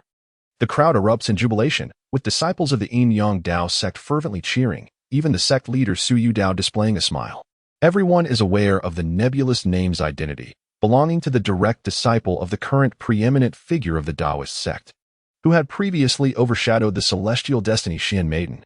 Unexpectedly, the Xian Maiden now surpasses him, claiming the rightful title of the Earth rankings #1. The celestial mechanism diagram materializes, visible to all in Zhou, including the imperial palace and sacred lands, as well as the demon kings from the demon ancestors' court. At this moment, all witness the name of the celestial destiny Xian Maiden shining like a full moon, eclipsing the stars and rendering the night sky sparse. Deep within the ancestral grounds of the demon court, a terrifying entity slowly opens its star-like eyes. Its gaze seems to pierce through the realms, resting upon the Earth ranking in the vast heavens. After a long silence, it gently sighs. Another unparalleled prodigy emerges among the humans, truly a sign of flourishing fortunes. Yet, who shall dominate the Zhou? The demon race has prepared for a millennium. We may yet become the protagonists of this celestial realm. The outcome remains uncertain. The celestial mechanism diagram gradually fades from view, Within the Yin-Yang Dao Sect, countless astonished gazes are directed towards the enchanting figure standing atop the jade steps, adorned in a dark ceremonial robe, exuding an awe-inspiring presence. In the midst of the crowd, Ning Yi was suddenly struck by a line of poetry. Who in the world does not recognize you? At that moment, the celestial fate mysterious maiden truly commanded unparalleled attention. All practitioners of martial arts across the realm were well aware of her name. The Saintess ceremony was approaching its conclusion. Esteemed figures from various sacred grounds engaged in discourse with the senior members of the Yin-Yang Dao Sect. As for the content of their discussions, it was beyond the comprehension of a novice like Ning Yi. Kanwu Peak, one of the 7 peaks of the sect, cultivated the way of the 5 elements. Specifically the wood element. The peak was presided over by Qinshan, one of the elders of the Yin-Yang Dao Sect. The stone steps on Kanwu Peak were steep, with waterfalls cascading and pavilions standing tall, truly a sight where the upper halls soared into the clear skies, and the paths resembled startled celestial birds. Before a secluded courtyard, Master Yin Zhu of the Hanging Temple recited a Buddhist chant as he took his leave from Qinshan. It was well known that Master Yin Zhu and Elder Qin shared a close friendship, and their meeting was devoid of any pretense. As the gray-robed Master Yin Zhu descended the steep mountainside, the refined smile of Qinshan gradually faded, revealing a mind filled with contemplation. He had never anticipated encountering Ning Yi, the one who had seized the sacred blood of the saint ancestor, within the confines of the Yin-Yang Dao Sect. This young man is truly fortunate to have established a connection with the celestial fate mysterious maiden. Now that he has entered the Yin-Yang Dao Sect, should any incident occur within the sect leader will undoubtedly conduct a thorough investigation, and the celestial fate mysterious maiden may delve into it as well. If I were to take action here, it would be unwise. Nevertheless, that young man possesses merely mediocre talent. It will be difficult for him to cultivate the great path. I shall simply keep a watchful eye on him and refrain from unnecessary interference. In the matter concerning Ning Yi and the Yin-Yang Dao Sect, Qinshan chose not to disclose anything to Yin Zhu. After all, Yin Zhu was a monk devoted to Buddhist practices. Should he suddenly develop a sense of compassion, it could lead to dire consequences. Thus, it was prudent to keep the information under wraps to avoid unnecessary complications. Father. At that moment, a strikingly handsome young man approached, exuding an air of confidence, yet his demeanor was calm and composed, as if he resonated with the very essence of the heavens and earth. Upon witnessing this scene, Qinshan was filled with joy. Mo Yuan, have you attained the 4th divine thought realm? Mo Yuan offered a faint smile. The elixir you provided, Father, is indeed miraculous. Upon consuming it, I was able to break through to the 4th realm in one fell swoop. Splendid. My son is merely 18 this year. If you can achieve the 5th void realm before turning 20, you could become a candidate for the Holy Sun. Should you reach the 6th law form realm before the age of 30, the position of Holy Sun would undoubtedly be yours. With Su Painan's demise in the search for the ancient Qing sect's relics, there are few within the sect who can rival you, Mo Yuan. Truly, the heavens are assisting me. Qinshan mused, acknowledging the remarkable power of the holy ancestor's blood, which justified the considerable sacrifices he made to enlist Yin Zhu's aid in paving the way for his son. Mo Yuan replied nonchalantly, Father, such words only serve to inflate others' ambitions. Even if Su Peinan were alive, I would still be confident in my ability to compete with him. Qinshan laughed heartily. Indeed. You are my son. In martial arts, one must be bold and strive for improvement. Your confidence is commendable. Mo Yuan's gaze momentarily lowered, revealing a hint of admiration. As he softly stated, Father, not to mention breaking through to the 6th law form realm before 30, even reaching the 7th eternal realm is within my grasp. At that time, I shall be the Holy Sun, and my senior sister the Holy Maiden. Thus continuing the illustrious tale of the Yin-Yang Dao Sect's Holy Sun and Holy Maiden. However, rather than commend his son's ambition, Qinshan frowned slightly and admonished, Nonsense. Mo Yuan, though you have consumed the elixir I prepared for you and possess exceptional talent, from the 6th realm onward, innate talent becomes secondary. What truly matters is comprehension. The celestial fate Xin Nu, with unparalleled qualifications, talent, and insight, is a once-in-a-millennium genius. Do not compare yourself to her simply because she attained the 7th eternal realm at just over 20. Mo Yuan. In martial arts, one must not aim too high. One should remain grounded and take steady steps. Do you understand? Mo Yuan accepted his father's reprimand with lowered head, acknowledging, I understand, Father, despite his nonchalance. Chun Shun was not oblivious to his son's infatuation with the celestial fate Xian knew, which motivated Mo Yuan's desire to hasten his advancement in order to stand alongside her, perhaps even to share a life together. Chun Shun remained silent on this matter, fully aware of the young woman's beauty and exceptional gifts, which captivated countless men. Following the Holy Maiden ceremony, Ning Yi commenced his life as an entry disciple of the Dao Sect. However, he soon encountered a troublesome predicament. The sect mandated that newly initiated disciples must be guided by senior brothers and sisters from the Five Peaks to learn the fundamental techniques, which were also part of the sect's assessments. Unfortunately, due to his inferior aptitude, Ning Yi found himself without a mentor. In the realm of martial arts, it was not absolute that one only began their training at the age of 14. Life's inequities often prevailed. Some individuals, born into illustrious families, had access to resources from a young age to gauge their aptitude. Those with exceptional talent were often sent to sacred grounds for training by the age of 6 or 7, gaining a head start over others. The celestial fate Xian knew was such an example. These prodigies, already gifted, had years of advantage, making it nearly impossible for later entrants to catch up. The Dao Sect opened its doors to recruit youths aged 12 to 16 every few years. This time, a total of 625 individuals were admitted. With so many newcomers, the elders of the sect could not personally instruct each disciple.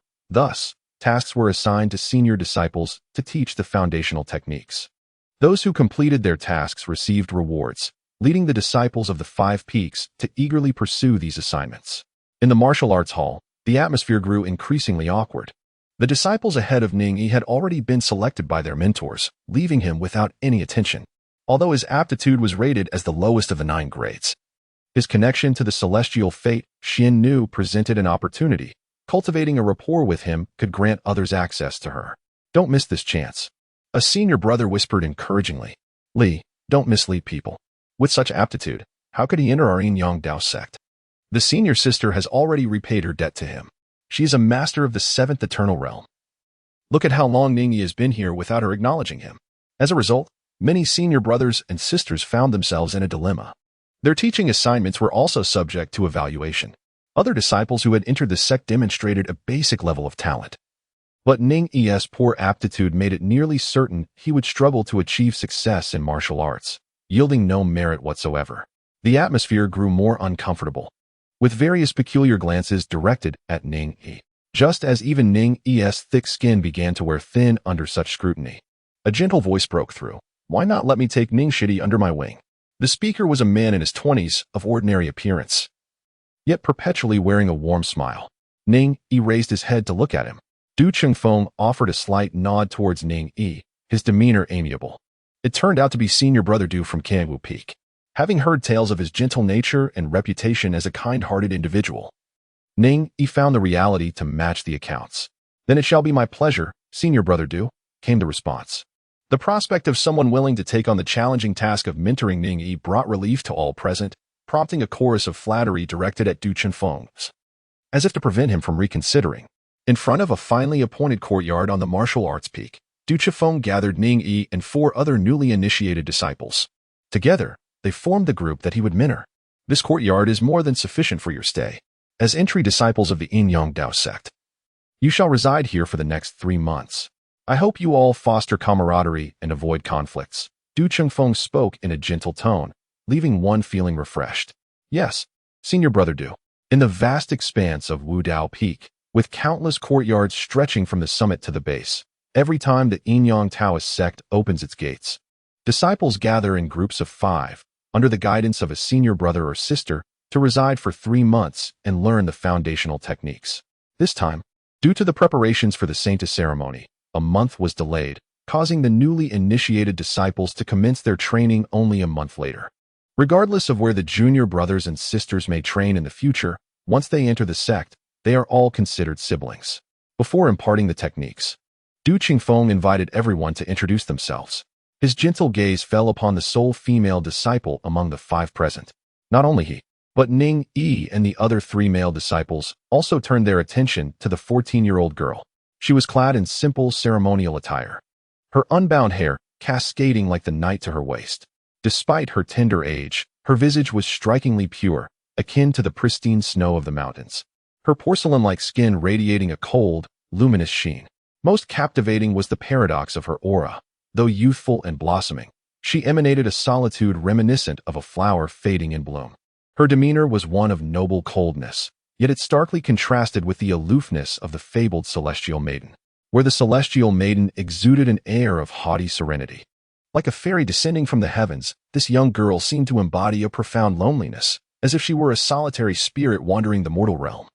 She was indeed the royal princess brought forth by the palace eunuchs on the day of the Saintis ceremony, a true scion of royal lineage. When all eyes were upon her, the princess maintained a stoic expression, introducing herself in a flat tone. I am Luo Qi-chan. The Luo family is the current dynasty's surname, and Luo Qi-chan is her given name.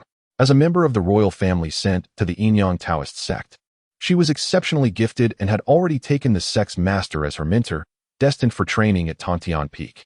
However, the Yin Taoist sect upheld its own traditions, requiring all newly admitted disciples to reside on Wudao Peak for 3 months to foster a sense of belonging to the sect. Even royal blood must adhere to the customs of this sacred place. After her introduction, Luo Qi-chan fell silent, casting a chill over the atmosphere. Another young man, beaming with a broad smile, seized the moment to speak. Ah, so you are the fabled 9th princess. I am Wang Wenhua, a disciple of the Wang family from Yangzhou. Despite his usual pride, he adopted a deferential tone when addressing Luo Qi-chan. The Wang family was one of the esteemed clans of Yangzhou, boasting numerous experts within its ranks. Though it could not compare to the grandeur of the 9 prefectures, it was still a formidable entity in the eyes of many. Wang Wenhua's arrogance was understandable given his family's prestige, yet in comparison to the royal lineage, it paled into insignificance, especially now that Luo Qi-chan had become the master's disciple, elevating her status above his own. Luo Qi-chan merely cast a fleeting glance at Wang Wenhua before returning her gaze elsewhere, leaving him to awkwardly touch his nose. Stung by her indifference, 2 similarly featured youths among the group introduced themselves, with one cheerfully stating, I am Feng Xing, and this is my cousin Feng Zhe. Hailing from the Feng family of Wuwei City, Feng Zhe nodded shyly in agreement. Finally, it was Ning Yi's turn. He clasped his hands casually and introduced himself. I am Ning Yi, from Yong'an County. Feng Sheng, with an air of familiarity, exclaimed, Yong'an County? That's not far from Wuwei City. We might as well be neighbors. Ning, I heard you assisted the Celestial Maiden and were brought into the sect by her. Is that true? His question drew everyone's attention, even the silent princess and Du Qingfeng, for who would not wish to learn more about that extraordinary prodigy? Ning Yi feigned embarrassment and said with a hint of shame, I too am at a loss, unaware of how I have truly assisted my senior sister. Ning brother, why not recount in detail what transpired at that time? Feng brother, it is not that I am unwilling to speak, but rather that my senior sister has requested that this matter not be spread indiscriminately, as it pertains to a secret mission assigned to her by the sect. Since it is her request, we shall refrain from prying further. The curiosity of the crowd remained unquenched, leaving them somewhat disappointed. However, as this matter involved the heavenly fate of the mysterious maiden and the sect, they dared not press for more information. Wang Wenhua remarked with a hint of envy. Ning brother, you are indeed fortunate to be acquainted with the mysterious maiden, since she has permitted you to join the sect. You must devote yourself to your cultivation and not tarnish her esteemed reputation. Though these words appeared to be encouragement, Ning Yi could not fail to detect the malice beneath. Everyone knew of his mediocre talents. He had entered through the back door, and such remarks were nothing short of contempt. Ning Yi furrowed his brow slightly, only to smooth it out again as he smiled, and said, Brother Wang speaks most highly of me. However, your words are an overestimation. Even if my cultivation progresses slowly, how could it tarnish senior sister's esteemed reputation? Please do not jest with her name. Wang Wenhua's expression shifted, and he forced a smile, refraining from further comment. His previous remarks indeed carried an implication that Ning Yi had gained favor through dubious means. Should senior sister catch wind of such talk, she might not take offense, but her admirers would surely make him regret his words. Du Qingfeng shook his head inwardly, finding the dynamics of the 5 disciples he mentored quite intricate. Luo Qi-chan, hailing from royalty, appeared rather aloof and spoke little. Wang Wenhua, from a prominent family, was shrewd and emblematic of the elite education he received. The cousins Feng Sheng and Feng Zhe came from a modest background, one lively and the other shy, their personalities starkly contrasting. As for Ning Yi, who had ties to the mysterious goddess, he seemed to stem from humble origins, presenting a challenge in dealing with him. Du Qifeng clapped his hands, signaling for everyone's attention. Dear disciples, Though you have just entered the sect, it does not yet mean you are true disciples of the Yin sect. In the coming 3 months, I hope you will diligently cultivate and not become complacent. Some among you come from esteemed families, having been exposed to martial arts from a young age, perhaps even mastering some foundational techniques. However, such experiences hold little weight within our sect. I shall teach you the Yin sect's techniques. One of the most formidable methods across the land of the 9 provinces.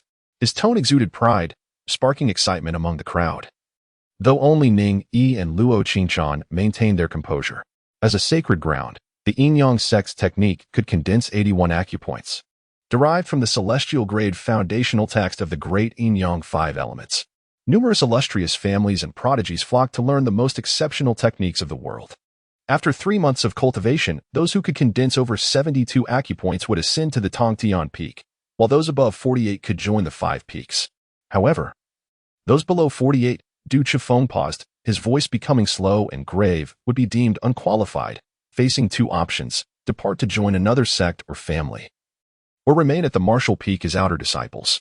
The expressions of the crowd shifted, their faces grave, yet Ning Yi and Luo Qinchan remained unfazed.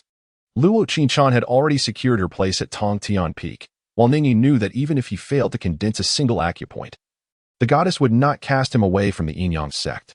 Moreover, at this moment, Ning Yi had already condensed 88 acupoints, given his age and cultivation time. That achievement was truly unprecedented. Chapter 14. Artistic Skill, Wine. Half a month later, you reckless Baima 1. You have committed 10 heinous crimes. First stealing peaches, then wine. Disrupting the peach banquet, pilfering the elixir of immortality, and now indulging in stolen wine here. You have compounded your offenses. Do you not realize this? Thus it goes. The demon monkey causes chaos that astonishes the heavens, weaving a net to watch day and night. And how will it be dealt with once dawn breaks? Stay tuned for the next installment. In a quaint courtyard on the martial peak, Ning Yi shook his head, holding a bamboo board, and with a sharp clap, brought Feng Shang and Feng Zhe back to their senses. Feng Zhe, with a shy tone, urged, Ninggu, is that the end?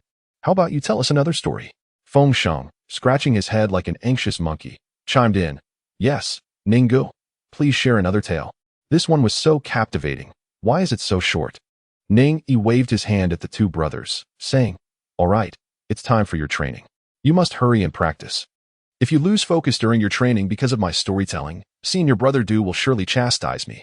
Although the Feng brothers were captivated by the tale, they understood the paramount importance of their cultivation. The elder brother, Feng Xing, seized his younger brother Feng Zhe and, with a cheerful grin, proclaimed, well then, we shall go practice. And come evening, Ninggu, you must regale us with more stories. I have an abundance of tales to share. Enough to entertain you for several years. Ning Yi chuckled, shooing them away. At that moment, his gaze wandered to a petite and graceful figure nearby, standing like a solitary blue lotus, proud yet forlorn. The young maiden's features were exquisite, her youth still evident, yet she possessed an unparalleled elegance. She was none other than Princess Luo Qinchan, a member of the illustrious Zhou royal family. Luo Qinchan stood alone, akin to a lifeless doll, her lonely eyes gazing out at the mountains, resembling a statue. Only the slight flutter of her earlobes hinted that she had, moments before, been listening to Ning Yi's tales. After a moment of contemplation, Ning Yi took the initiative to speak. Sister Luo, what do you think of the story I just told? However, Luo Qinchan remained unmoved, utterly disregarding Ning Yi, not even deigning to glance in his direction. Ning Yi merely shrugged in response. Such was the nature of this princess. It had been half a month since their acquaintance in this secluded courtyard. Yet her words were few, easily counted on one hand. Now was a crucial time for cultivation, and Ning Yi ought not to impede Sister Luo's practice by recounting trivial tales. At that moment, Wang Wenhua strolled into the courtyard, a derisive smile gracing his lips as he regarded Ning Yi with a hint of disdain. Ning Yi, you have already been eliminated. Do you still wish to drag others down with you? Moreover, the title of Sister Luo is not one you are entitled to use. In 2 months, you will likely be expelled from the Yin Dao Sect and no longer be our junior brother. Wang Wenhua then turned his gaze towards Luo Qinchan, his tone suddenly becoming enthusiastic. Sister Luo, we ought to begin our training. Let us not waste time here with this useless person. Luo Qinchan remained silent, paying no mind to either Ning Yi or Wang Wenhua, gracefully moving towards the training area. Observing this, Wang Wenhua hastily followed, incessantly chatting beside her. His face a mask of obsequiousness. A few months younger than Ning Yi, he had reached the age where he found himself captivated by young women.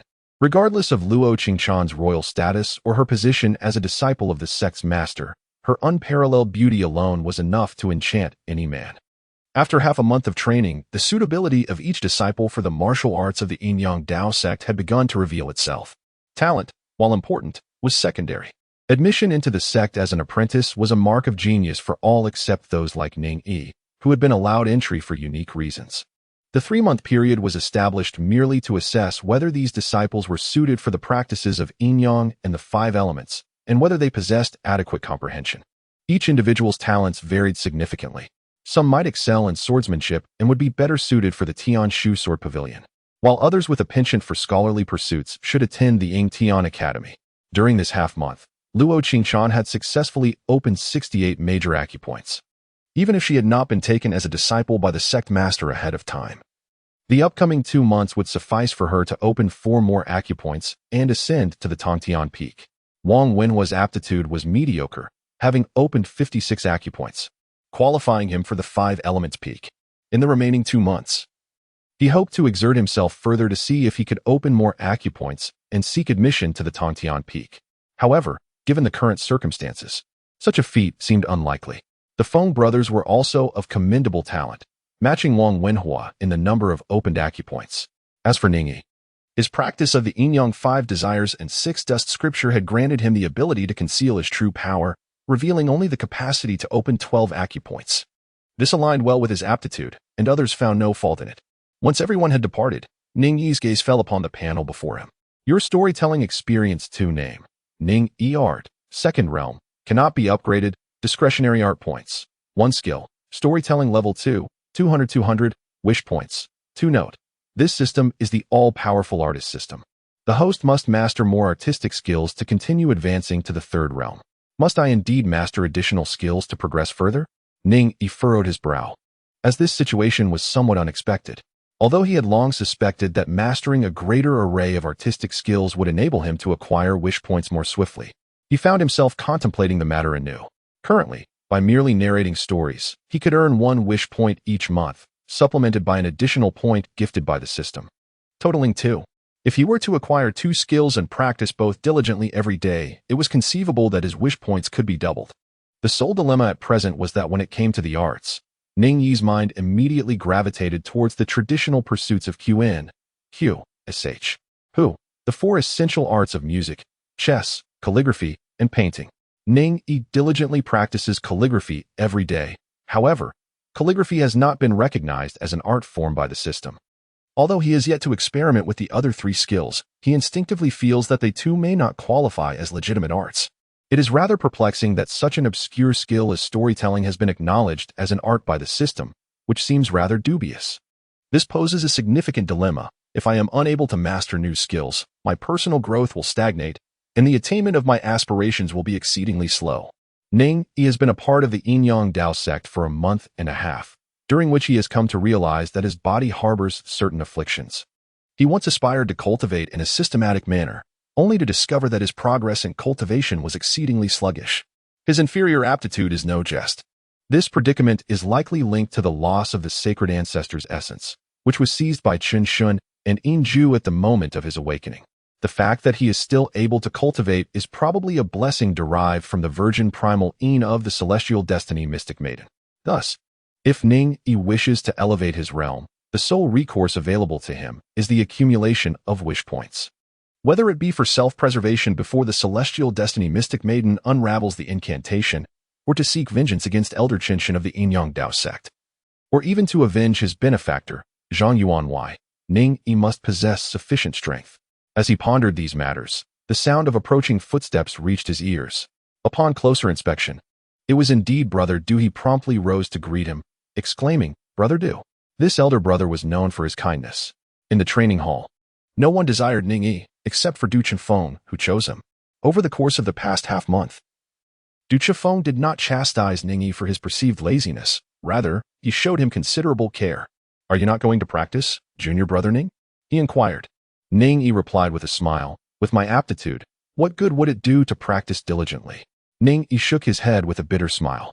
Du Qingfeng fell silent for a moment, then patted his shoulder and advised, "Brother Ning, there is no need to be disheartened. Even if one cannot cultivate in martial arts, life must go on. I understand that your origins are humble, but being able to join the Yin-Yang Dao Sect is a blessing in itself.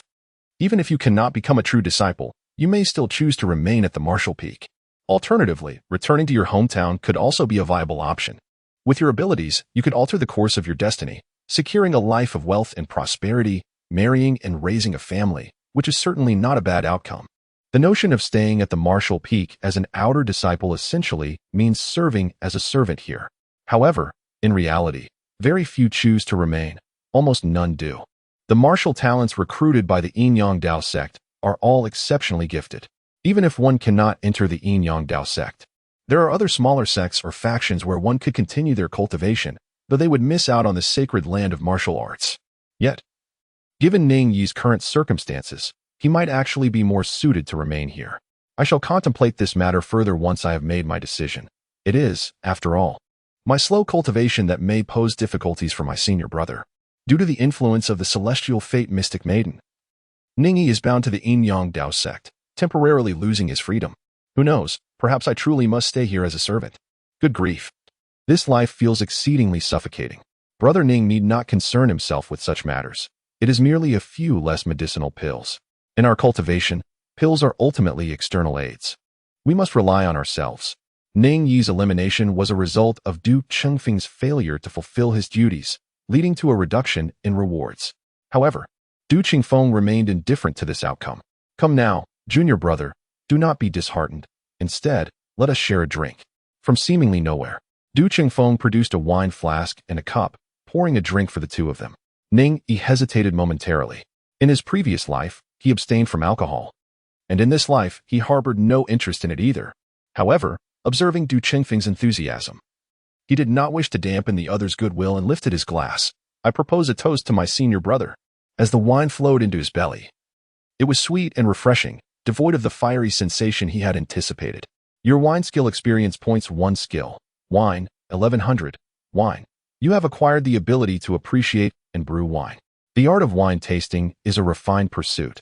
As a versatile artist, you ought to master this craft. Suddenly, a plethora of knowledge related to wine tasting and brewing emerged in Ning Yi's mind.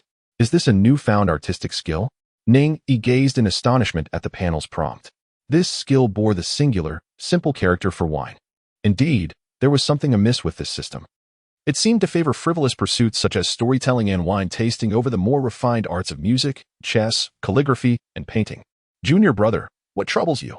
Is there an issue with the wine? Du Qingfeng inquired as he waved his hand in front of Ning Yi, who was lost in thought while holding the wine cup. Ning Yi came to his senses, his eyes sparkling with intrigue as he inquired, "Senior brother, what kind of wine is this? It is truly exquisite." "Huh. My junior brother possesses a discerning palate," replied the senior. "This is a specialty wine from my hometown, Cold Pool Fragrance. I have been cherishing it for some time, savoring a sip now and then to evoke memories of my homeland. Since you enjoy it, let us indulge in a couple of cups together." Ning Yi first gulped down a cup of wine without receiving any prompts from the system. Then, on his second attempt, he took merely a small sip, applying the knowledge within his mind to savor and evaluate the drink. Your wine skill experience points have increased by 1. Indeed, mere consumption of alcohol is insufficient. One must also appreciate it. That night, Ning Yi reclined on his bed, contemplating the points of aspiration presented by the system, and resolved to make another wish. Chapter 15. The 5 Divine Seals. At this juncture, Ning Yi possessed 2 forms of heavenly level techniques. One was the ancient emotional sect's Yin-Yang 5 Desires and 6 Dust Sutra, and the other was the Yin-Yang Dao Sect's primal Yin-Yang 5 Elements True Scripture. According to the system, the latter technique is likely of an even higher celestial level. However, Ning Yi did not possess any supernatural abilities or techniques. In a true combat scenario, he would merely be a practitioner with no martial skills. The Yin-Yang Dao Sect, when instructing its novice disciples, imparts not only the cultivation techniques but also combat methods, emphasizing a harmonious balance of internal and external training. Unfortunately, Ning Yi's aptitude was deemed subpar. In the eyes of others, he was a-waste incapable of even mastering the basics, lacking the qualifications to learn the supernatural arts of the Yin-Yang Dao Sect. Thus, Ning Yi could only devise a solution on his own.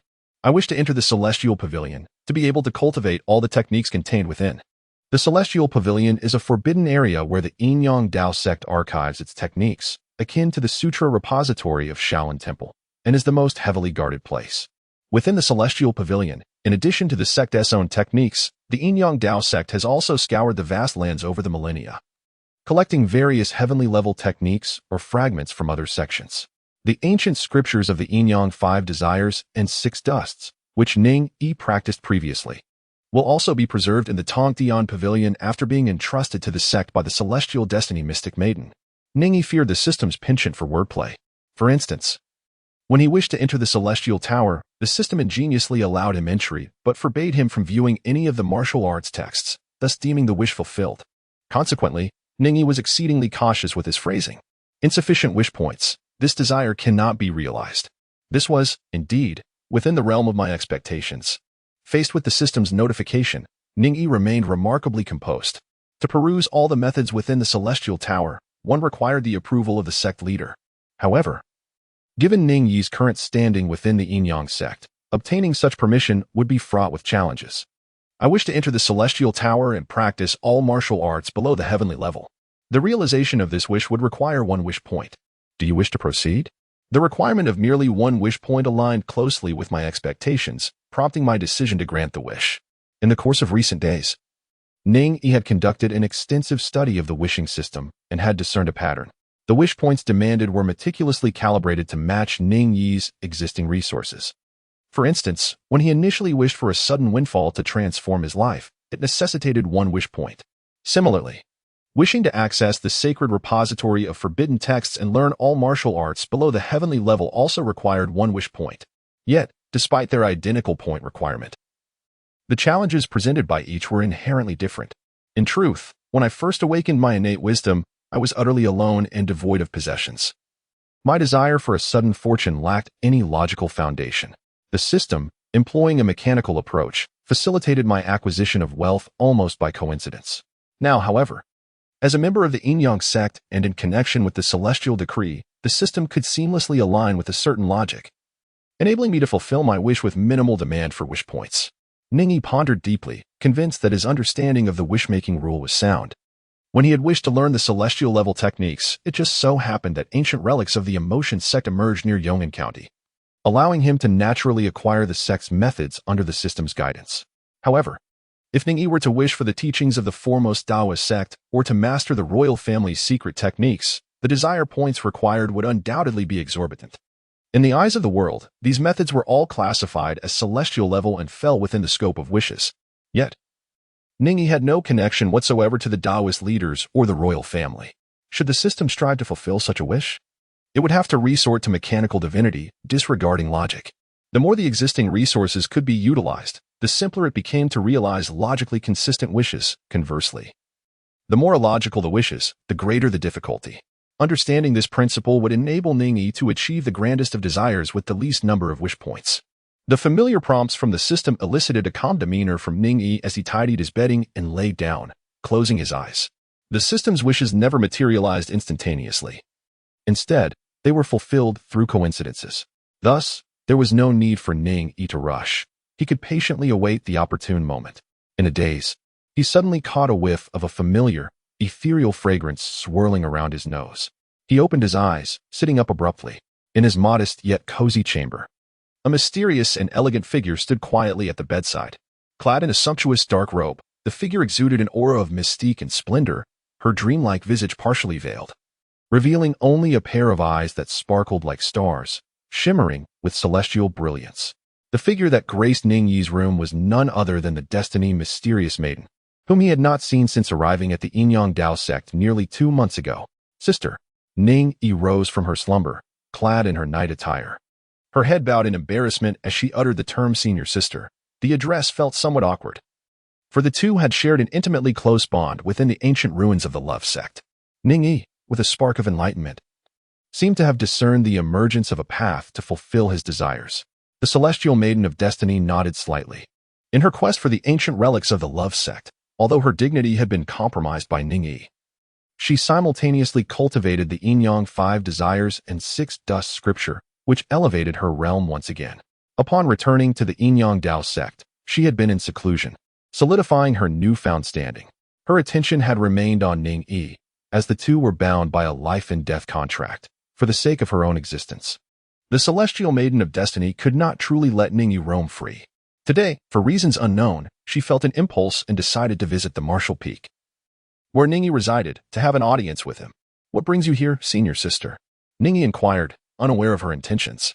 Ning Yi feigned trepidation, lowering his head in deference and refraining from meeting the gaze of the Celestial Maiden of Destiny. Instead, he focused on the exquisite embroidered shoes beneath her resplendent gown, consciously striving to appear more timid.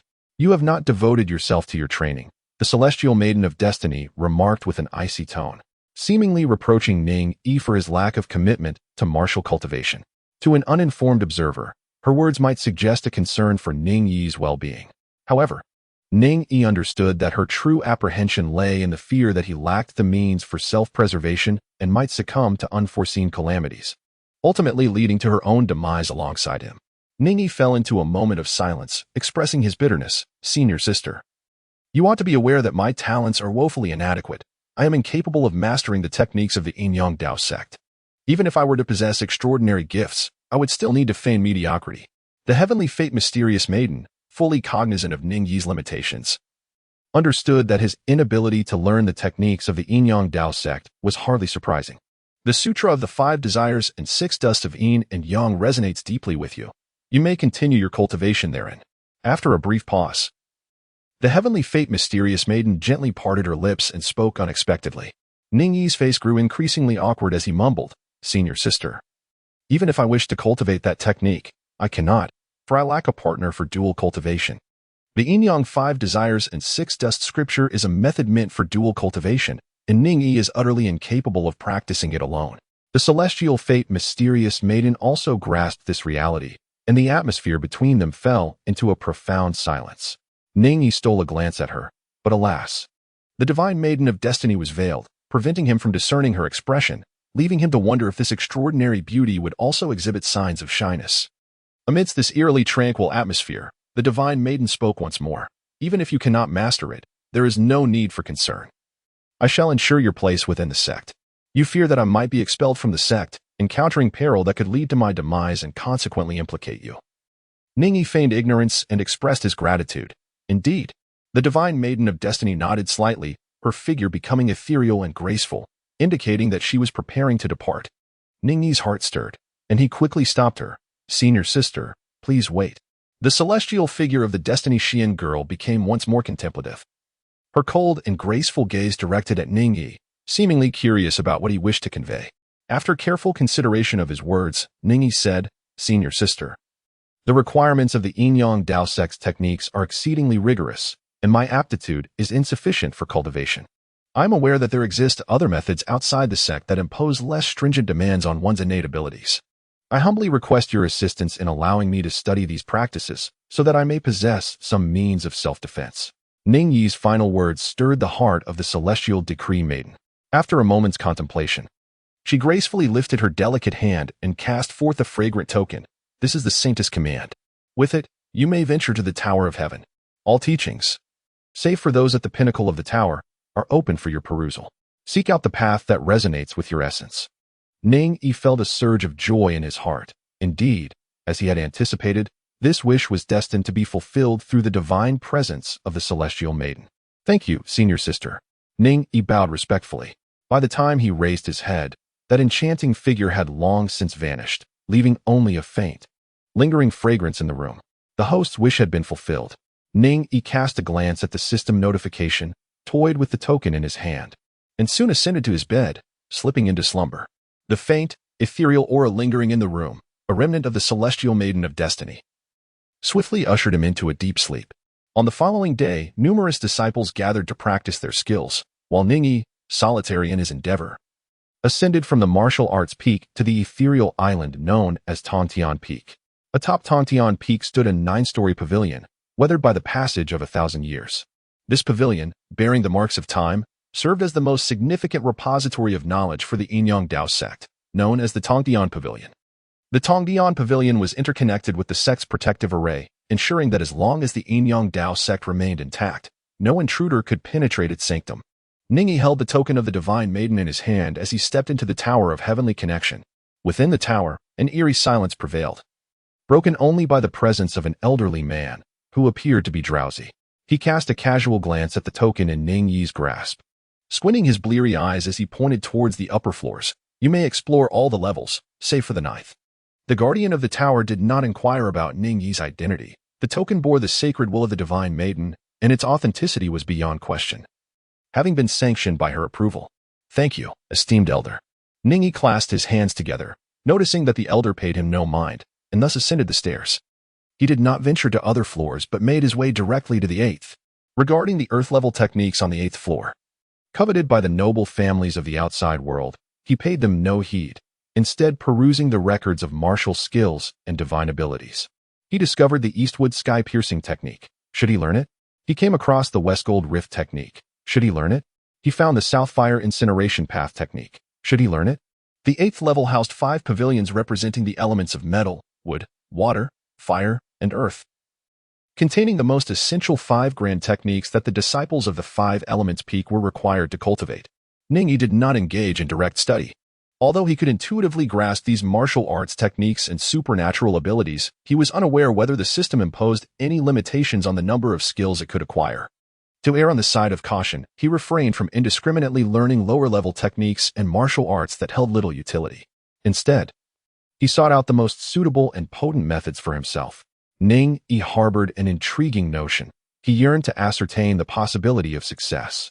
Within the confines of the 5 Elements Pavilion, he meticulously studied the 5 paramount seal techniques of the Yin-Yang Dao Sect. At that moment, he discerned that the Eastwood Ascending Technique, the West's Metal-Splitting Abyss Technique, the South's Fire-Consuming Path Technique, the North's Water-Covering Heaven Technique, and the Central Earth-Buried Immortal Technique could amalgamate into the grand divine art known as the 5 Directions 5 Elements Cycle Method. Should he proceed with the fusion? Ning Yi's expression radiated with joy. Indeed, this is it, the renowned dual divine abilities of the Yin-Yang Sect, celebrated across the realm. Chapter 16. The Divine Ability of the World. The Cycle of the 5 Elements. It is widely recognized that the sacred Yin-Yang Sect of Yongzhou possesses 2 paramount divine abilities. One is the purple star numerology, and the other is the cycle of the 5 elements. The practice of purple star numerology demands exceedingly high standards, requiring an understanding of destiny and the mysteries of yin and yang, shrouded in profound complexities that only the sect's leader is qualified to pursue. It is precisely due to the prowess of purple star numerology that each leader of the Yin-Yang sect also assumes the role of the national master, tasked with divining the fortunes of the state during national rituals. This underscores the esteemed status of the Yin-Yang sect. Conversely, the cycle of the 5 elements represents a formidable divine technique of elemental manipulation. This technique comprises 5 elemental seals: the Eastern Wood Ascending Heaven Seal, the Western Metal Shattering Abyss Seal, the Southern Fire Incinerating Path Seal, the Northern Water Overturning Heaven Seal, and the Central Earth Burying Immortal Seal. Each of these 5 seals embodies unparalleled divine techniques, enticing the great clans and renowned families to pursue them fervently. Disciples of the Yin-Yang sect, upon initiation, will align themselves with one of the 5 peaks based on their elemental characteristics, thus enabling them to cultivate one of the seals. Upon reaching the 7th Undying Realm, they may ascend to the 9th level of the Celestial Tower, where they can then practice the cycle of the 5 elements. This divine ability of the world. However, the cultivation of this divine ability demands not only a high level of cultivation, but also exceptional comprehension. One must deeply grasp all 5 seals and harmonize the interactions of the 5 elements to genuinely attain mastery. Throughout the 1,000-year history of the Yin-Yang sect, only a few have truly succeeded in mastering this divine ability. Integration. A sudden explosion erupted in Ning Yi's mind, as if the heavens were being forged anew, revealing the division of the world into the 5 elements. His consciousness was enveloped in chaos, witnessing the transformation of the 5 elements and comprehending their fundamental principles. Suddenly, the radiant light of the 5 elements flowed from his mind to his limbs and bones, integrating into his organs, the metal of the lungs, the fire of the heart, the wood of the liver, the water of the kidneys, and the earth of the spleen, nourishing his body. As the 5 organs were thoroughly infused with this elemental power, streams of light from the 5 elements once again circulated, converging back in his mind, unifying the 5 elements and forming a complex and mysterious wheel of divine pathways. Ning Yi slowly opened her eyes. Behind her, a faint ethereal figure emerged. The apparition began to rotate in a clockwise manner. Resembling a colossal wheel adorned with 5-colored divine light, the energies of the 5 elements ebbing and flowing, revealing the truths of the universe. You have mastered the 5 directions and 5 elements rotational path grand technique.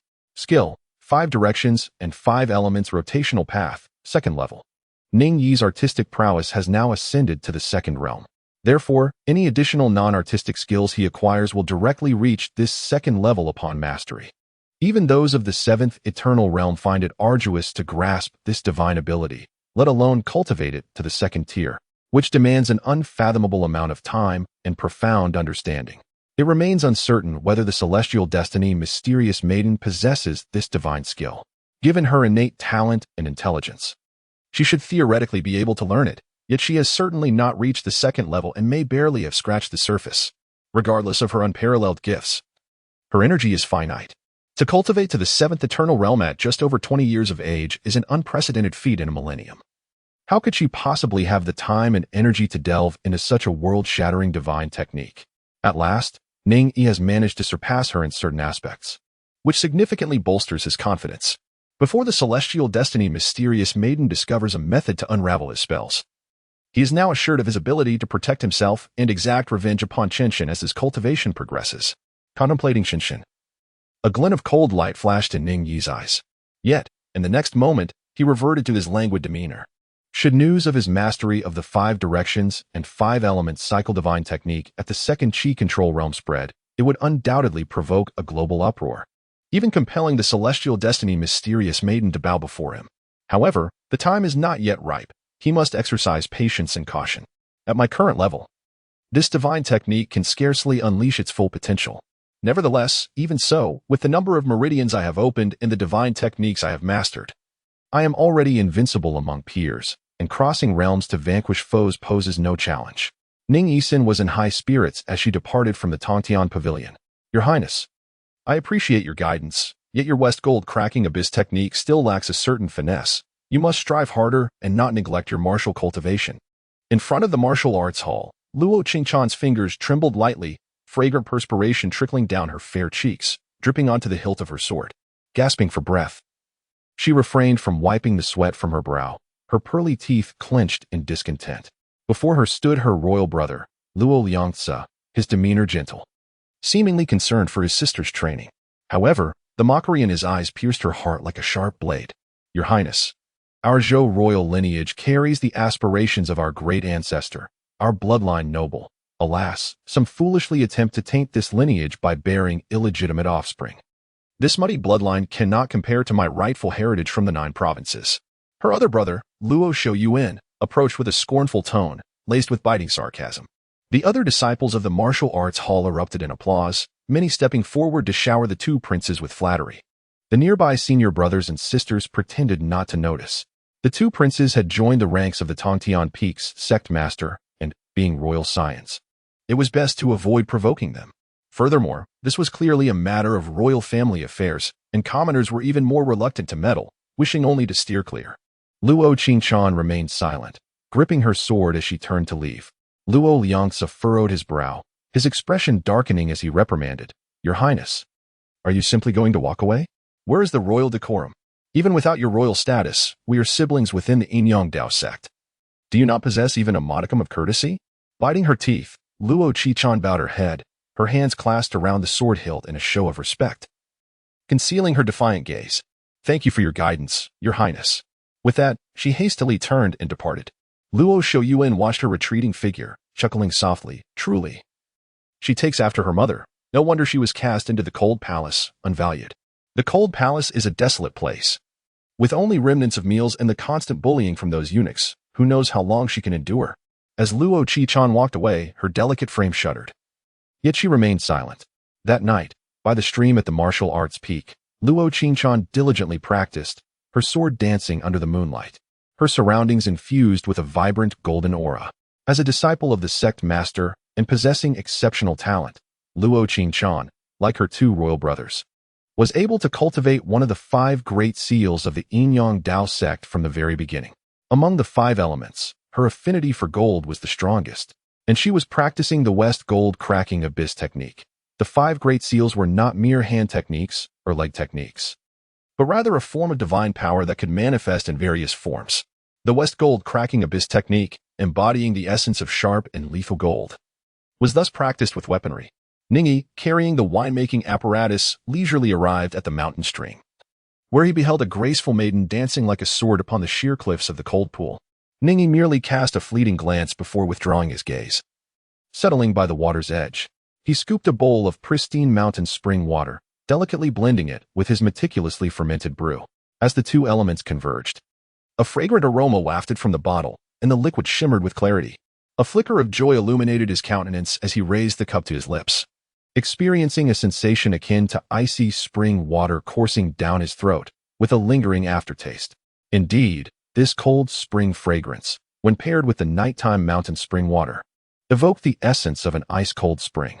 He ventured down the bamboo path to a small pool, where the water was even more invigorating.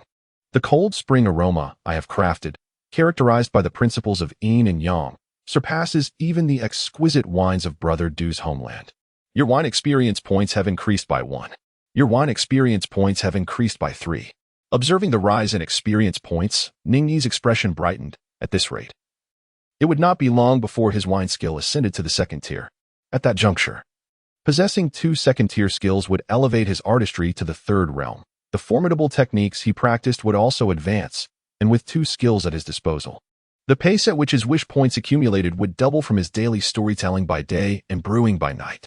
These simple, yet fulfilling days hold great promise for the future. Ning Yi, with unwavering determination, endeavored to alter the formula, striving to enhance the flavor of the brewed wine. Under the moonlight, a man sought merriment, while a beautiful woman danced gracefully with her sword. Neither disturbed the other, creating a profound and tranquil harmony in the night. Luo Qingchan diligently practiced the West Golden Rift technique, perspiring profusely. After a brief respite, she gritted her teeth and continued her training. Ning Yi furrowed his brow as he spilled his drink, realizing that he had added too much spring water, diminishing the flavor of the wine.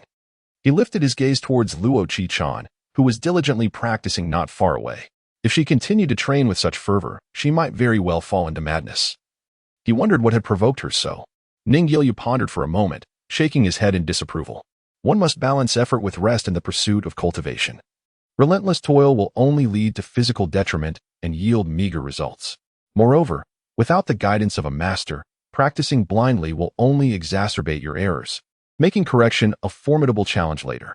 My dear junior sister, it is imperative that you take a proper rest or seek someone to guide you, for your current practice is fraught with issues. Ning Yi has already mastered the 5 directions and 5 elements rotation method, a formidable divine power of the world, and has even reached the 2nd tier. He has thoroughly comprehended the 5 great seals that constitute this extraordinary technique. In terms of understanding these 5 seals, there are but a handful within the entire Yin-Yang Dao Sect who surpass him. Thus, he immediately discerned the flaws in Luo Qingchan's cultivation. Yet, Luo Qingchan remained silent, continuing her practice, treating Ning Yi's words as mere whispers in the wind. A practitioner of the introductory techniques of the Yin-Yang Dao Sect can only unlock a limited number of acupoints and lacks the qualifications to study even the Western gold cracking abyss technique. As a person of mediocre talent, often regarded as a martial arts wastrel, how many would heed his words? Ning Yi observed for a while, noticing that Luo Qingchan's demeanor grew increasingly restless. At this rate, she might become utterly consumed by her practice. You mustn't suddenly lose control and perish here. Even plunging into the abyssal river would not absolve me of responsibility. He cautioned against relying solely on brute force, likening it to a stubborn ox tilling the fields. Instead, one must cultivate insight, grasping the essence of golden energy. Truly foolish, he remarked. Golden energy is not a deluge. It must be refined through countless trials to transform into something gentle yet resilient. While it is indeed formidable, perceiving it in only that light is a grave misstep. Be quiet, or perhaps you should practice yourself. Ning Yi's incessant chatter irked the already impatient Luo Qingchan, prompting her to unleash an exasperated retort. However, his words lingered in her mind, compelling her to instinctively follow his guidance. She felt the ancient golden malevolence of the martial peak surge forth, flowing like a torrent into her fingertips through the 100-feet acupoint, merging with her sword to form a cocoon of energy. In an instant, The cocoon shattered, and myriad fragments coalesced into delicate golden streams. Unable to restrain herself, Luo Qinchan acted on impulse, unleashing a strike that cleaved the massive rock before her in two, leaving a mirror-like surface with a faint golden aura emanating from it. Her expression shifted between astonishment and doubt as she turned to Ning Yi. Chapter 17. Ning Yi's Guidance. Concealed merit and fame. Luo Qinchan's beautiful eyes widened in disbelief as she gazed at Ning Yi, her expression a mixture of astonishment and uncertainty. By instinctively following his method, she had momentarily grasped a fragment of the Western Gold Rift technique, effectively stepping into its threshold. With a single stroke, she had severed the immense boulder before her. The smooth, mirrored surface of the stone, now bisected, exuded a subtle golden energy. Had she been left to toil in solitude, mastering such a technique could have taken her months to comprehend. Ning Yi's few words surpassed months of arduous cultivation. What does this signify? It indicates that Ning Yi's comprehension of the Western Gold Rift technique has reached an extraordinary level. Little girl, why do you gaze at me so? Noticing Luo Qinchan's seemingly dissatisfied expression, Ning Yi raised his hand in a gesture of surrender. All right, I shall refrain from calling you little girl. Junior sister, why do you look at me like that? Do you wish for me to praise you? Oh, junior sister, you are truly remarkable. Such a massive stone has been cleaved in two by your single strike. Ning Yi's tone was exaggeratedly lazy, exuding an air of disdain as if to say, you are merely a little girl. Do you truly need my praise? Luo Qinchan felt a mix of irritation and amusement in her heart. This beautiful girl, who was always reticent and seemed to harbor unspoken thoughts, finally parted her rosy lips and inquired, how did you come to master the West Jin Luyuan technique? Who was your teacher? Was it the enigmatic senior sister Tianming? Ning Yi lowered his head, continuing to fiddle with the drink beside him. I am older than you and entered the path a few days earlier. According to the customs of the Dao Sect, should you not address me as senior brother? Luo Qinchan fell silent for a moment, the surroundings steeped in profound tranquility, the only sounds being the chirping of cicadas and the gentle murmur of the stream. Just as Ning Yi believed that Luo Qinchan would remain resolute in her defiance, he suddenly heard her utter, in a rather stiff tone, senior brother Ning. Ning Yi let out a soft chuckle. Junior sister Luo, you harbor burdens in your heart, whether it pertains to your cultivation of martial arts or the divine techniques thereof. Such concealment is not conducive to your well-being. Ning Yi scooped up the clear spring water and blended it into the wine he had brewed himself, savoring it gently. A spark of realization illuminated his eyes. This flavor was the finest he had ever encountered since crafting the fragrance of the cold pool. Listening to Ning Yi's comforting words, Luo Qinchan remained silent, steadfastly gazing at him with determination. It is evident, with a light sigh, that you inquire how I have acquired this skill. My dear junior sister, you have been diligently practicing here for quite some time. I have observed you to the point of weariness. Is it possible that you have not learned? It is inconceivable. Luo Qinchan's initial reaction was one of disbelief. The Shijin Liyuan Ju is one of the 5 divine seals of the Dao Sect, a profound technique of great renown. Although she has been practicing in front of Ning Yi, the Shijin Liyuan Ju is not merely a series of postures. It encompasses intricate methods and techniques for the operation of divine powers. If mere observation of others' practice could lead to mastery, then the sacred teachings of various holy lands would be rendered nothing more than a jest. However, Ning Yi's demeanor did not suggest deceit. They resided in a separate courtyard, and Luo Qinchan had never witnessed the celestial fate Shin knew visiting him, nor had she seen Ning Yi practicing. This implies that Ning Yi truly comprehended this astonishing divine technique solely by observing her training. Could he be an extraordinary prodigy, a rare genius in martial arts? Such thoughts surged through Luo Qinchan's mind in an instant.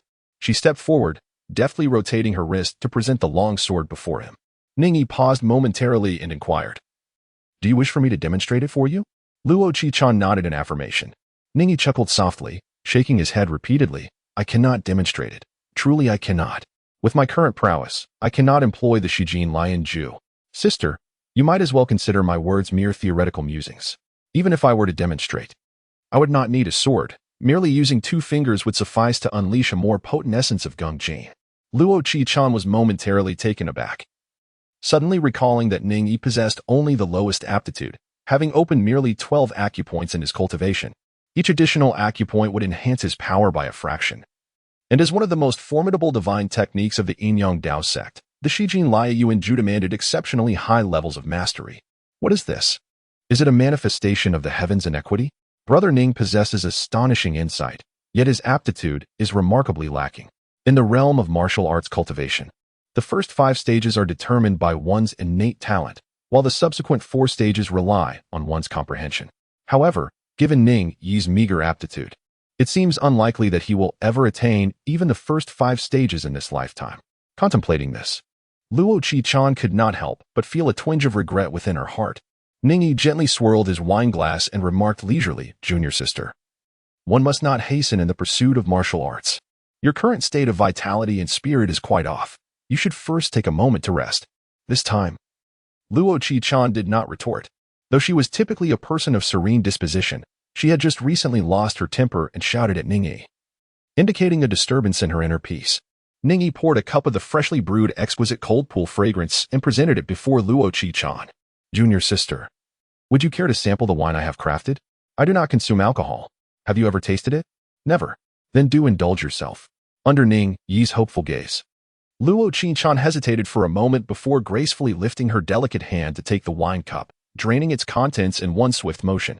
The chill of the liquid cascaded down her throat and settled in her stomach, bringing a clarity to her mind, as if the earlier turmoil within had been completely dispelled. A serene calm enveloped her, refreshing and crisp. "What do you think of the taste?" "It is delightful." Luo Qi-chan's words flowed like fragrant orchids, her enchanting aura rising to her brow, causing a subtle blush to grace her fair cheeks.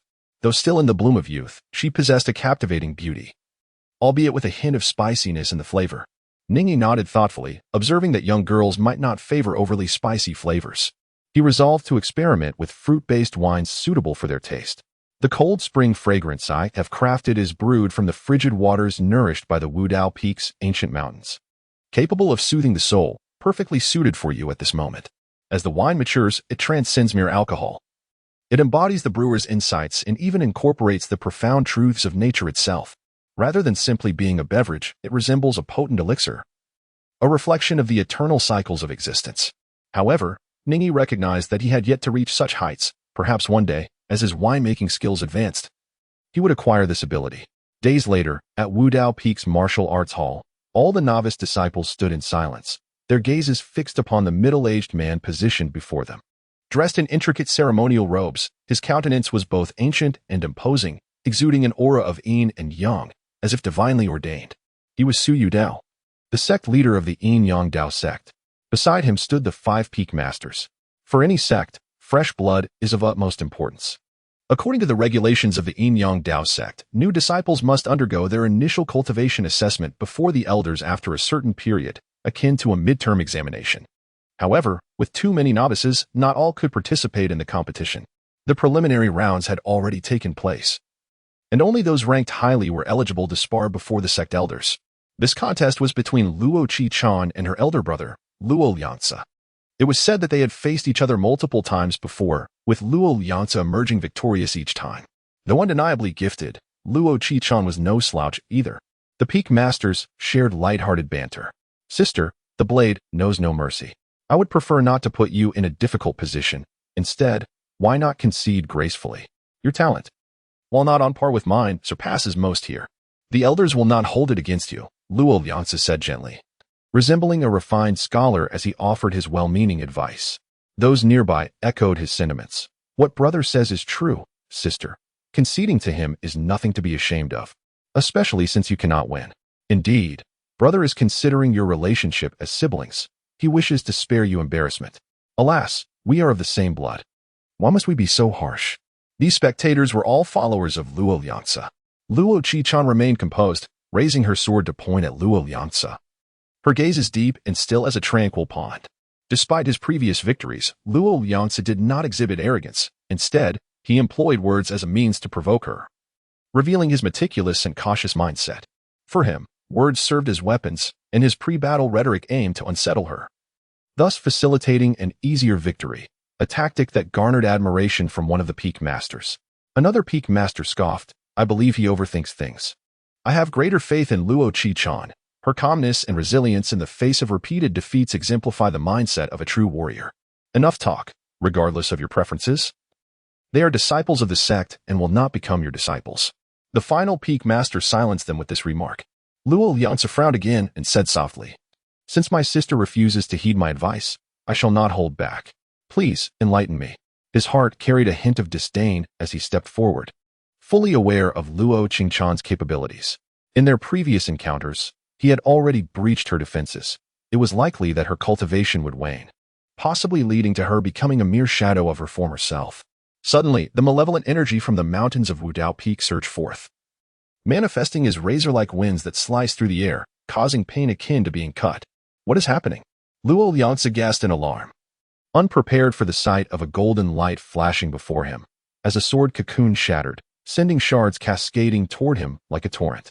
No, I will die. In that moment, he felt the imminent threat to his life and summoned all his strength to scream, but it was futile. He could only watch helplessly as the golden stream approached, poised to engulf him entirely. Alarmed, the Peak Masters sensed the peril and prepared to intervene.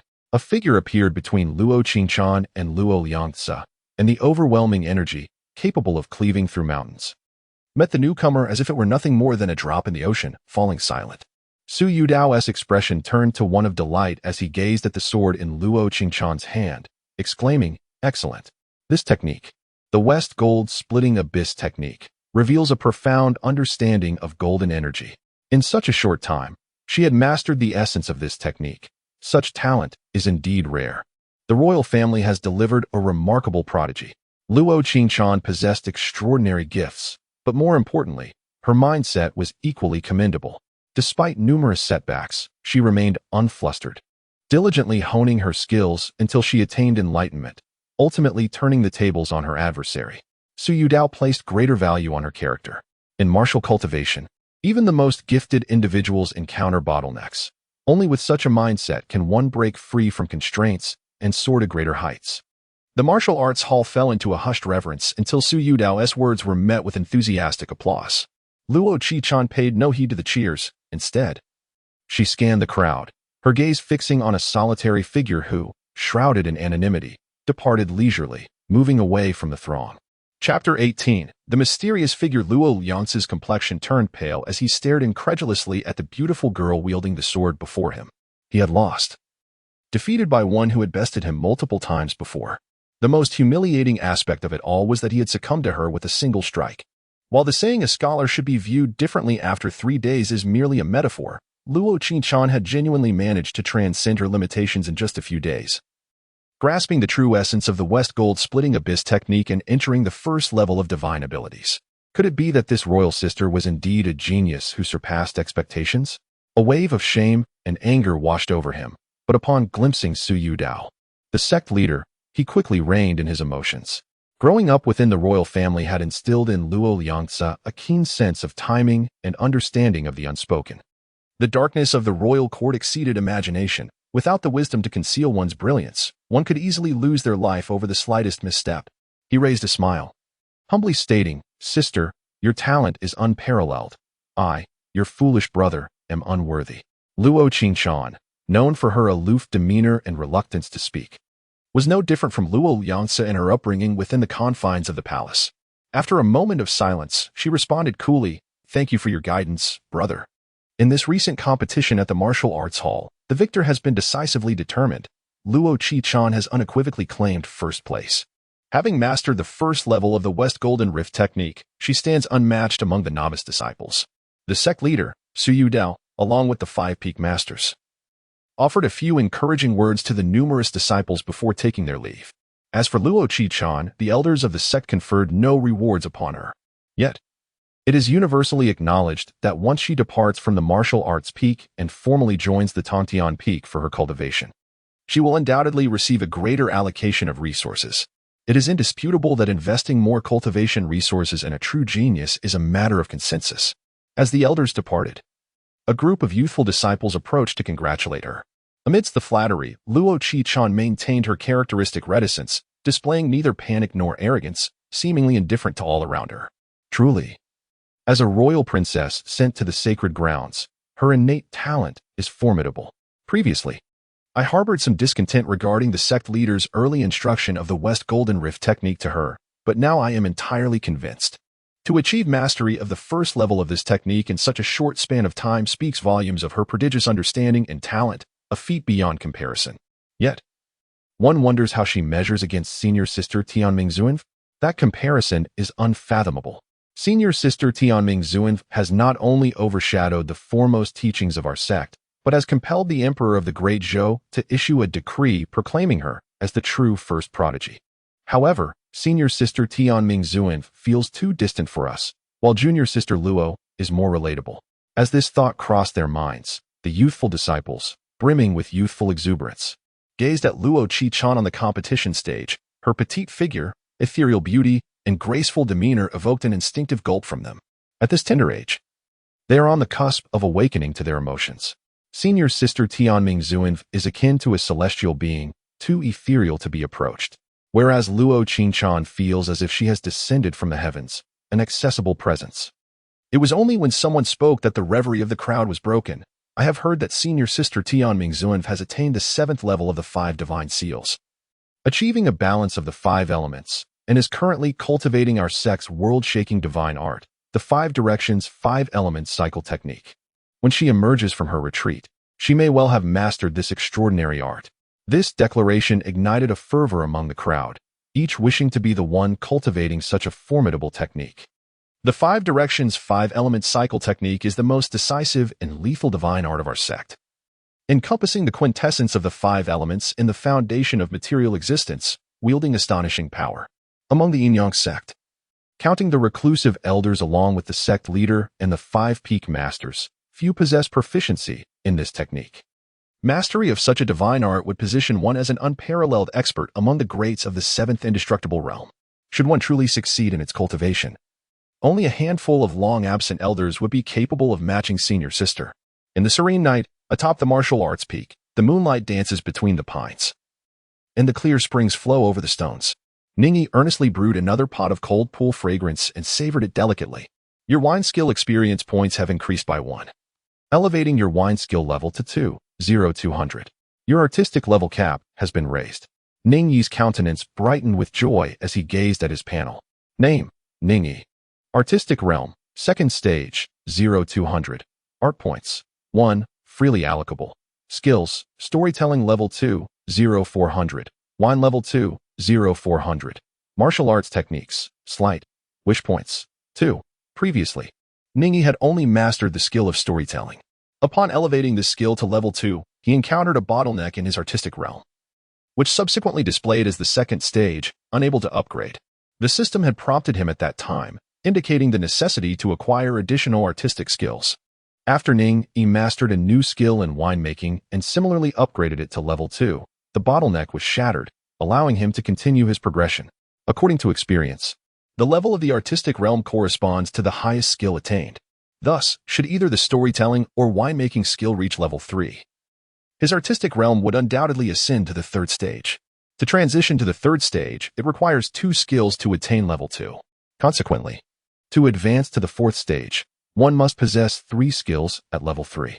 This pattern continues, and by the time one reaches the 8th or even 9th stage, the number of skills to be cultivated would be daunting, especially since the required experience for each upgrade doubles. However, Ning Yi contemplated that others in martial arts practice often dedicate decades to their training. Achieving the 8th or 9th stage could require over a century of effort. His own pace of cultivation, even surpassing that of the fated celestial maiden, rendered any undue anxiety unnecessary. Excessive greed is ultimately detrimental. It is far wiser to allow things to unfold naturally. Ning Yi cast another glance at the word sleight following martial arts techniques and divine powers, shaking his head slightly. The system truly lives up to its designation as the great artist's aspiration system, displaying utter indifference towards martial arts and divine powers, treating them merely as trivial playthings, even withholding information about the realms. However, it mattered little, for the realms of divine powers could be directly accumulated using freedom allocation points. Ning Yi truly requires no practice in the conventional sense. Merely by honing his artistic skills, he can achieve unparalleled mastery. However, aside from the fundamental knowledge imparted by the system upon initially acquiring a skill, advancement necessitates diligent effort and personal dedication. For instance, with the art of brewing, I must seek out recipes or innovate new concoctions to elevate my craft. The system resembles a game.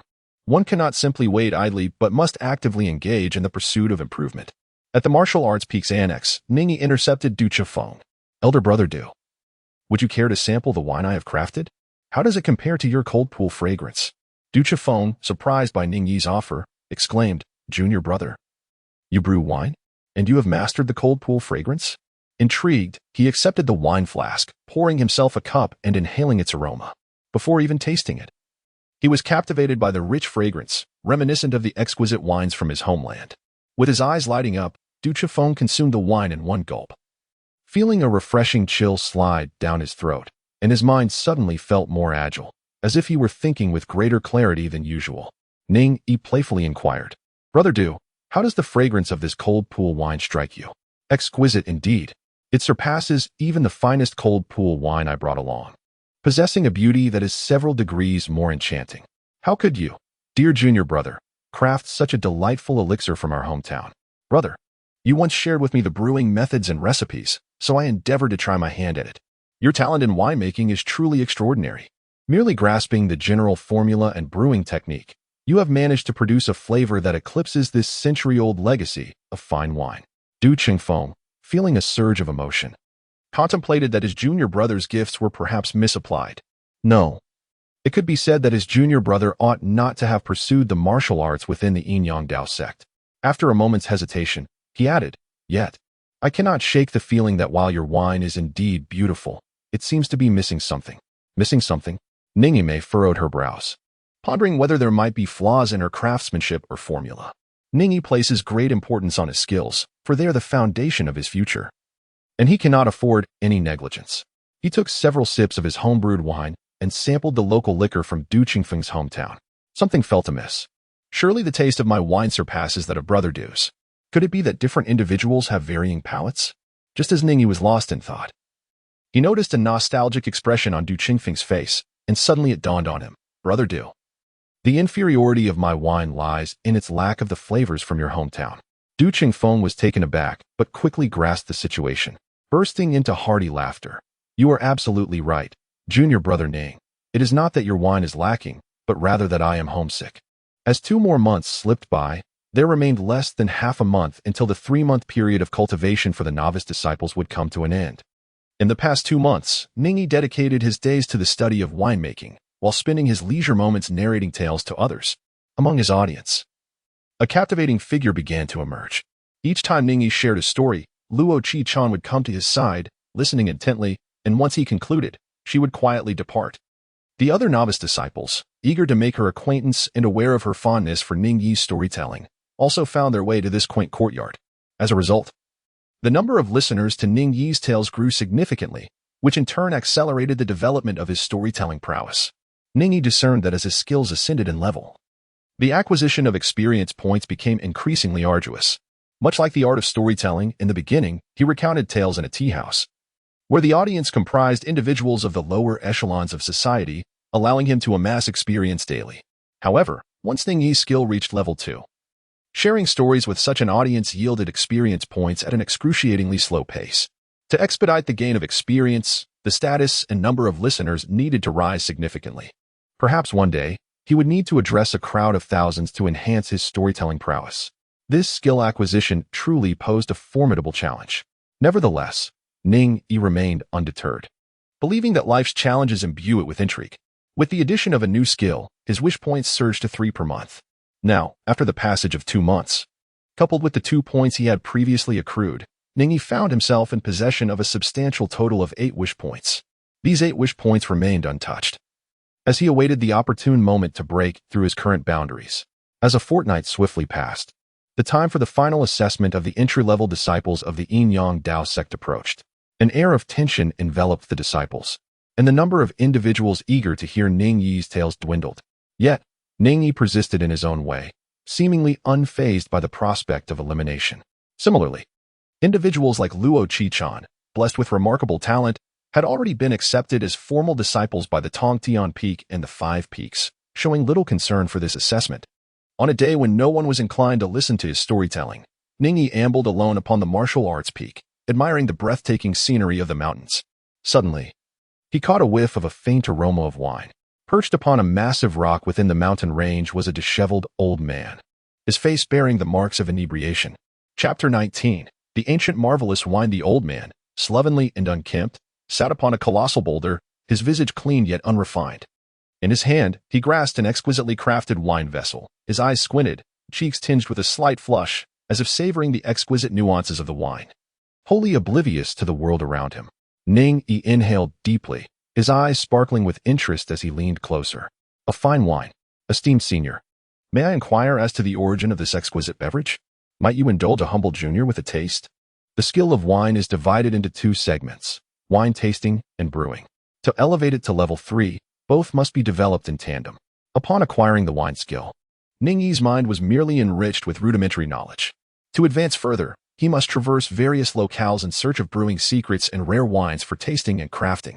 However, currently, Ning Yi finds himself ensnared within the Dao Sect, a revered sanctuary of martial arts, where fine wines are scarce for him to sample and learn to brew. Thus, he surmised that elevating his wine skill to level 3 would prove quite troublesome, leading him to temporarily set it aside in favor of advancing storytelling to level 3, thereby enhancing his artistic realm. Unlike wine, the storytelling skill allowed Ning Yi to reminisce about the tales he had encountered in his past life. The challenge of upgrading this skill lies in his need to create an environment conducive to storytelling. Initially, he regaled patrons in a tea house, captivating an eclectic audience. Now, within the confines of the Dao Sect, he shares tales with aspiring disciples of the sacred ground. Should the day arise when he could gather numerous disciples, perched atop a mountain while imparting wisdom to thousands, including the sect's leader and the emperor of the Great Zhou, this skill would surely reach its zenith. The elderly man seated upon the colossal rock opened his squinting eyes, casting a dismissive glance at Ning Yi. What is this? Youngster, do you possess knowledge of wine? A smattering, Ning Yi replied modestly. Ning Yi refrained from expressing himself too confidently. At that moment, his wine skill was merely at level 2, preventing him from concocting exquisite wines. And he dared not claim expertise. Should this old man be a master, he would surely be embarrassing himself, akin to a mere novice brandishing a sword before Guangong. The old man, dismissive of Ning Yi's response, merely scoffed, remarking, "Another arrogant youth, how tiresome. Can't you come up with something more original?" Ning Yi could not comprehend why the old man spoke in such a manner. Yet, the alluring aroma of the wine stirred a sense of urgency within him. Ning Yi does not possess a penchant for alcohol. However, the mere opportunity to savor exquisite wines, especially those he has yet to encounter, serves to enrich his experience. Should he procure a recipe and embark upon the journey of refining and brewing it himself, the rewards and experience would be even greater, potentially leading to an immediate advancement in his skills. He inquired, "Junior is uncertain why Senior would express such sentiments, yet I do possess some understanding of wine. I seek nothing more than to sample the rare elixir contained within your vessel." The elder chuckled, "This wine is not for the palate of the ordinary. Since you claim to possess knowledge of wine, prove it to me." Ning Yi pondered for a moment and said, "I kindly ask you to wait here for me briefly." Having spoken, he turned and hurried away. The old man, observing his retreating figure, dismissed it as merely the act of a liar attempting to escape upon being discovered. However, before long, Ning Yi returned, clutching a crudely crafted wine jug, which he presented to the elder. "Esteemed senior, this is a wine I have personally brewed. I humbly request your esteemed evaluation." "Oh?" The elder sniffed the air, his expression shifting to one of astonishment. With a wave of his hand, the jug was suddenly lifted from Ning Yi's grasp and landed deftly in the elder's palm. He uncorked the bottle, inhaled deeply, and fell into contemplation before taking a generous sip, savoring the flavor. "Esteemed senior, how does this wine fare?" "This is Hantanxiang, a renowned local wine from a small area in Zhangzhou. In my youth, I partook of it and shall never forget its taste." The elder was lost in reminiscence, yet, "I must say, your Hantanxiang surpasses even the finest of that region." Ning Yi was somewhat taken aback, expressing admiration as he remarked, "Indeed, you are remarkable, senior. This wine of mine is crafted using the essence of the cold pool fragrance as a foundation, combined with the pristine spring water from Marshall Peak, resulting from a series of experiments." The old man clicked his tongue in appreciation, exclaiming, "No wonder this wine possesses the ability to calm the mind and soothe the spirit. The Marshall Peak, nurtured over countless millennia, is abundant in spiritual energy. By infusing the spring water into your brew, you have imparted this remarkable quality to your wine. Young one, is this your intention behind crafting such a beverage?" With a humble demeanor, Ning Yi expressed, "As a junior, I do not possess such grand ideas. I merely obtained the brewing recipe for Cold Pond Fragrance from my senior and wish to experiment with some enhancements. However, There is a scarcity of brewing water sources atop the Marshall Peak, so I resorted to using the mountain spring water. To my surprise, it yielded such remarkable effects.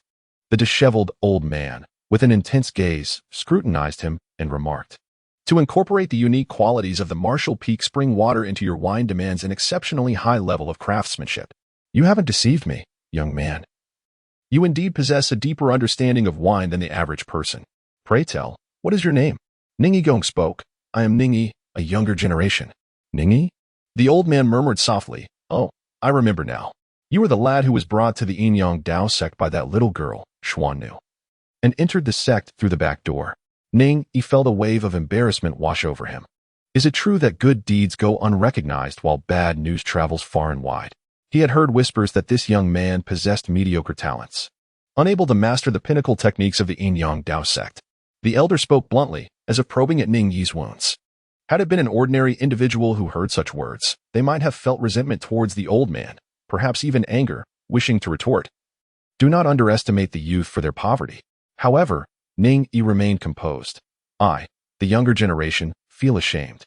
I practice the sacred techniques of our sect yet can only barely activate a handful of acupoints, thus tarnishing the reputation of our heavenly level techniques. After such an extended period of cultivation, I have only managed to reach the first condensation acupoint realm, and the few acupoints I have activated pale in comparison to my fellow disciples. The elder let out a scoff. I see no shame in you at all.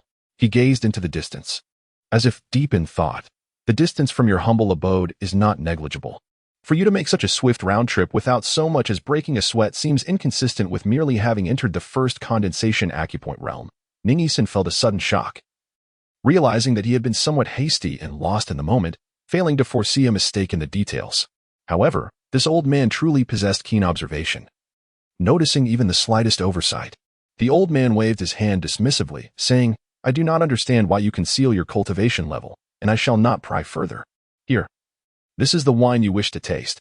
Generally, I do not allow just anyone to sample it, but since you have an appreciation for fine wine, I invite you to indulge and offer your assessment." With a casual toss, the old man sent the wine jug flying, and as Ning Yi instinctively raised his hand, it landed steadily within his grasp, as if the old man had anticipated Ning Yi's every move. This clearly indicated that the old man was far from ordinary. Ning Yi took the wine, uncorked the bottle, and inhaled the enticing aroma that wafted forth, only to be captivated by the delightful fragrance of fruit.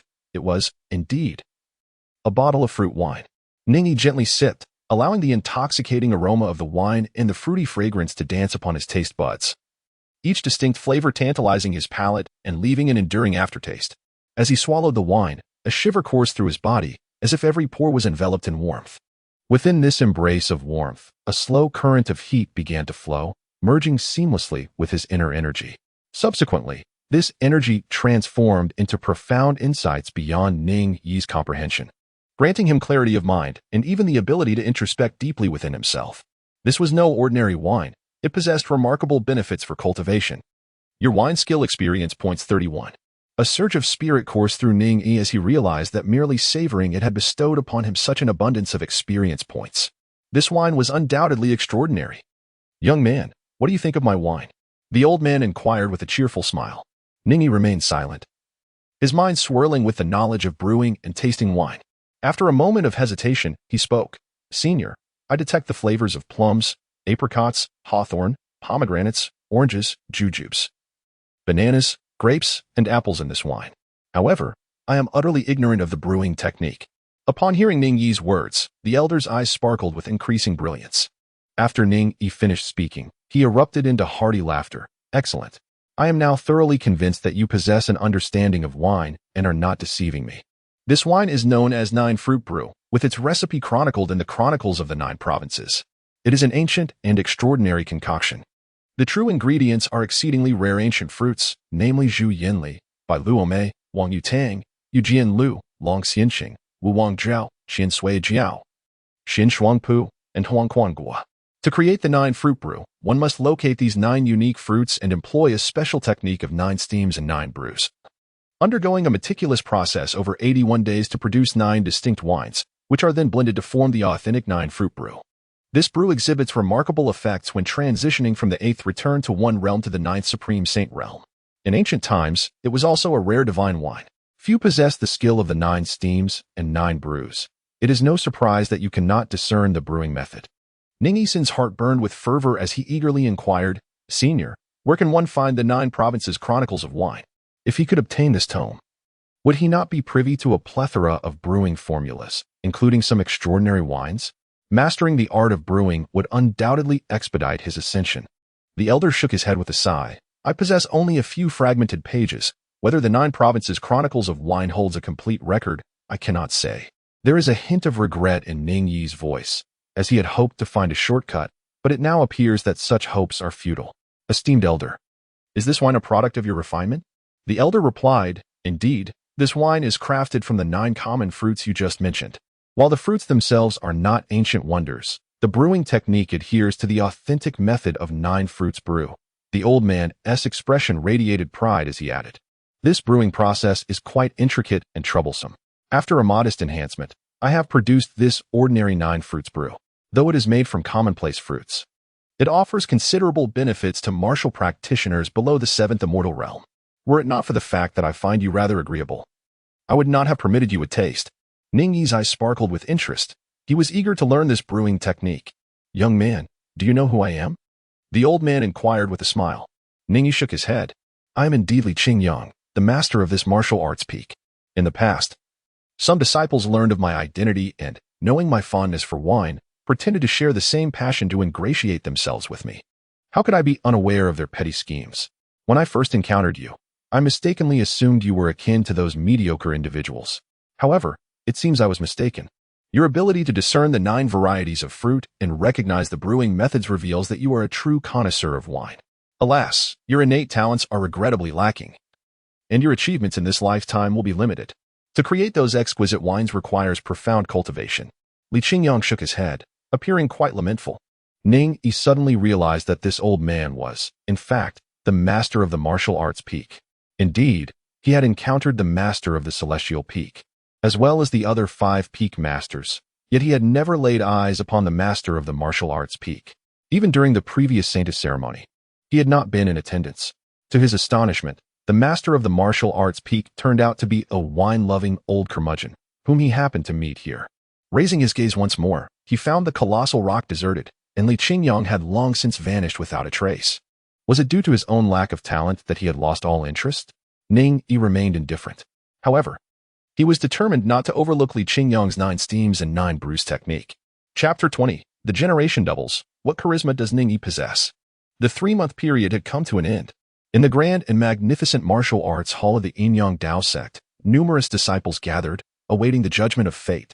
Among them, some appeared mournful, already aware that their cultivation results would likely not be accepted by the sacred land. Others felt anxious, uncertain whether their achievements would qualify them as official disciples of the 5 peaks. Sun Wenrui, the master of the thick earth peak, stood before the martial arts hall. He had a square face, stern and unsmiling, exuding an air of gravitas and seriousness. Holding a jade tablet, Sun Wenrui proclaimed the results in a monotone voice devoid of emotional fluctuations. Yu Wenmin opened 53 acupoints, qualified.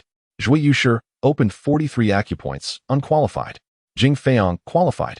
Ho Wang, unqualified. Feng Zhe, qualified. Feng Shang, qualified.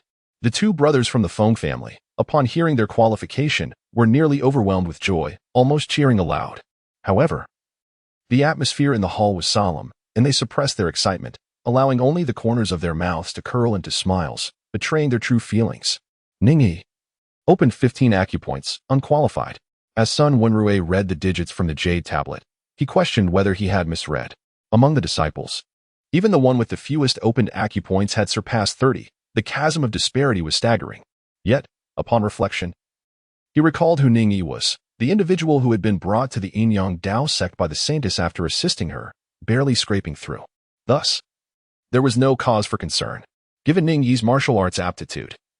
His arrival at the Dao Sect and acquisition of the foundational techniques was already a stroke of fortune, and there was no need to demand more. Within the martial arts hall, no one mocked Ning Yi upon hearing his acupoint count. Over the past 3 months, the disciples had become well acquainted with him, understanding that his presence in the Dao Sect was largely due to luck. Thus, his elimination seemed only reasonable. Sun Wenrui handed the jade tablet to a nearby disciple, clasped his hands behind his back, and observed the mixed emotions of joy and sorrow around him. With an impassive expression, he declared, "Those unqualified will be recorded and may leave the mountain gate shortly. You have all learned the foundational techniques of my Yin-Yang Dao Sect. Before departing, you must vow never to divulge them. Otherwise, whether you are within or outside the 9 provinces, my Yin-Yang Dao Sect will relentlessly pursue the retrieval of our techniques." His words brimmed with a chilling aura, akin to a frigid wind from the northern cold lands, freezing the spirits of all present. Each disciple trembled slightly, bowing their heads in trepidation. We would never dare to disclose. This declaration was, in truth, merely a formality. While the foundational techniques of the Yin-Yang Dao Sect were indeed of heavenly grade, capable of opening up to 81 acupoints, they were merely introductory methods without further progression, insufficient even to reach the second Qi control realm. Thus, even if these techniques were leaked, they would hold little value. Yet, as one of the sacred lands, the Yin-Yang Dao Sect could not afford to let them be disseminated. To those who have not entered, do not despair. Those who have failed within my Yin-Yang Dao Sect may also be regarded as prodigies in other sections. I encourage you to continue honing your martial arts and strive for greater heights. For those who have entered my sect, do not grow arrogant or complacent. Should your diligence wane, you too will be expelled. Sun Wenrui's words extinguished the smiles of those who had been accepted into the sacred land, leaving them with taut expressions. Meanwhile, the eliminated disciples felt a surge of renewed determination.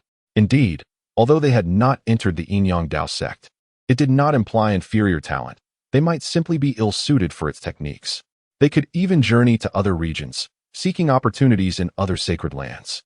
Even if that did not pan out, as the Peak Master had stated, joining other sects would still mark them as top-tier geniuses. The eliminated candidates proceeded to register their names in the Jade Tablet, marking their exit from the Yin-Yang Dao Sect. Ning Yi, after careful contemplation, felt a profound sense of alarm. Among the 625 individuals who had entered the prestigious sect of Yin-Yang Dao, fewer than 100 remained. It is essential to recognize that within the vast expanse of the 9 provinces, there exists a multitude of inhabitants, with the population of a single province being substantial. The more than 600 disciples of suitable age were meticulously selected from tens of millions, all of whom were exceptionally gifted. Yet, even with such extraordinary talent, less than 1/6 ultimately persevered. The Yin-Yang Dao Sect possesses unparalleled techniques and regularly admits a plethora of prodigious talents. Thus, barring any significant upheaval, it is inconceivable for these sacred grounds to be supplanted by other sects. The disciples of rival sects are merely the remnants left behind by these esteemed sanctuaries. Perhaps, with a stroke of fortune, a few late-blooming geniuses may be discovered, yet they would be but a drop in the ocean. Wang Wenwa sauntered over to Ning Yi's side in feigned concern, inquiring, "Do you have any plans, junior brother Ning? Are you contemplating remaining at the Dao Sect as a menial worker, or are you considering departing to seek other opportunities?" He continued, "As fellow disciples, we share a certain bond. Should you decide to leave, my Wang family is a prominent clan in Yongzhou and could arrange something for you." While Wang Wenwa's words seemed well-intentioned, the mockery in his tone did not escape the ears of those nearby. Deep-seated jealousy flickered in Wang Wenwa's eyes. For the past month, he had observed how Luo Qingchan, the junior sister, had inexplicably grown close to Ning Yi. Their conversations were sparse, yet she invariably attended whenever Ning Yi recounted tales or shared stories. In terms of appearance, he considered himself only slightly less appealing than Ning Yi. However, when it came to innate talent, there existed an insurmountable chasm. In terms of lineage, there was no comparison whatsoever. Yet, why did junior sister Luo treat him with such indifference while clinging to Ning Yi like a shadow?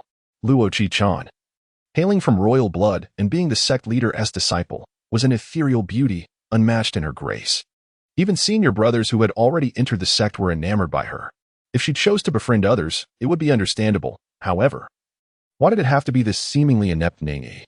Surely, it must be that Luo Qingchan was still too young, easily beguiled by Ning Yi's fanciful tales. Once she matured and grasped the significance of martial arts, she would undoubtedly distance herself from him. Yet, there was no need to wait long. Ning Yi had already been expelled from the sect. A cold smirk crept across Wang Wenwa's mind. Luo Qichan, upon witnessing Wang Wenwa's attempts to belittle Ning Yi, subtly furrowed her delicate brows. She yearned to speak up and retain Ning Yi. Only she understood the depth of his comprehension. However, Luo Qichan was also acutely aware that her royal lineage bore no weight within the Yin-Yang Dao Sect. She lacked the ability and authority to keep Ning Yi. The path of martial arts is fraught with obstacles, immensely challenging, requiring both talent and insight. Insight determines the upper limits, while talent sets the lower bounds. If Ning Yi were to lack even one aspect, he would ultimately be ill-suited for the path of martial arts. She stepped forward, interrupting Wang Wen, who was mocking derision. The young maiden's exquisite and unparalleled gaze fixed upon Ning Yi, as if to engrave his presence in her memory. Senior brother Ning, I have certain connections with my mother, and if you require assistance, Qing Shan is willing to help you. Her words left the assembly in stunned silence. All the disciples turned to look at Luo Qingshan with incredulity. She had always been perceived as taciturn, rarely uttering a word. It was unheard of for her to express such closeness to a man, let alone show any warmth towards her fellow female disciples. Even her two royal brothers gazed at Ning Yi in astonishment, pondering what could have prompted their sister's unusual concern for him. Feeling the weight of attention upon him, Ning Yi sighed internally and replied with a respectful gesture. I appreciate junior sister Luo's kindness, but I have my own plans and do not wish to trouble you. In truth, he yearned to distance himself from the Yin-Yang Dao Sect, to bide his time and grow stronger before returning to exact his revenge. Remaining beneath the nose of his enemies was far too perilous. However, the Celestial Maiden would undoubtedly oppose such a notion. Speaking of which, why had that woman not yet made her appearance? One wondered what excuse she would concoct to keep him within the sect. Was she truly intending to make him a servant? Upon hearing Ning Yi's refusal, Luo Qingshan displayed no sign of emotional fluctuation or disappointment, merely nodding slightly. Meanwhile, Wang Wenhua's jealousy intensified. He had been attempting to curry favor with Luo Qingshan, yet she had barely acknowledged him. Now, for a mere waste of space like Ning Yi to elicit her willingness to assist was utterly bewildering. Was this truly the same reticent junior sister he knew? Fortunately, Ning Yi would soon depart. If he foolishly lingered as a servant within the sect, he could only imagine the humiliation that awaited him. For a mere servant in this sacred place possessed no rights. Sun Wenrui observed all of this with indifference, uninterested in the affairs of the younger generation. At that moment, a tipsy voice suddenly broke through the commotion. What else with all this ruckus? You disturbed this old man to the point of annoyance. An elderly figure, clean of visage yet disheveled in attire, strolled languidly into the grand hall. The disciples gazed at the old man in surprise, puzzled by his audacity to claim that the martial arts hall was too noisy for him. Upon seeing the elder, Sun Wenrui's expression shifted dramatically. He quickly approached and performed a deep bow, saying, Sun Wenrui pays his respects to the master uncle. The room erupted in astonishment. The peak master had just addressed this old man as master uncle. Who was Sun Wenrui? He was the master of the thick earth peak and a disciple of the previous sect leader. To call this old man master uncle indicated that he was the senior brother of the former sect leader. Most of the predecessors of the Yin-Yang Dao Sect from that generation had already passed away. Those who remained were at the very least 7th Undying Realm experts, if not 8th Return to Unity Realm celestial beings. The disciples hurriedly bowed, their tone respectful as they collectively greeted. Disciples pay their respects to Master Uncle. Master Uncle, what brings you to the martial arts hall? I have come to request a person. Who does Master Uncle seek? Please, speak clearly. Him. Li Qingyang pointed a finger at Ning Yi. Is not a complete phrase or sentence. Please provide a full sentence or context for translation. How did Ning Yi come to know Master Uncle? Sun Wenrui was perplexed, his mind swirling with questions. Young man, in my lifetime, it is rare to encounter someone so pleasing to the eye. Would you be willing to take me as your master? Li Qingyang's words reverberated through the hall of martial arts, leaving everyone agape. Sun Wenrui was taken aback and cautiously replied, Master Uncle, Ning Yi's talent is merely mediocre. If you wish to accept a disciple, there are many top-tier prodigies in this hall. Perhaps you might reconsider? The numerous disciples present were envious, each puffing out their chests, hoping that this venerable figure, or rather Master Uncle, would cast a glance in their direction. To be accepted as a disciple by Master Uncle would elevate one's status in the sacred land, allowing them to refer to the sect leader as senior brother. Li Qingyang scoffed without even glancing at them, mocking them. Just a bunch of dullards. How could they possibly compare to this lad's intriguing nature? What? Are you going to interfere with my decision to take on a disciple? Or does the Yin-Yang sect have some rule that forbids those of lower talent from becoming disciples?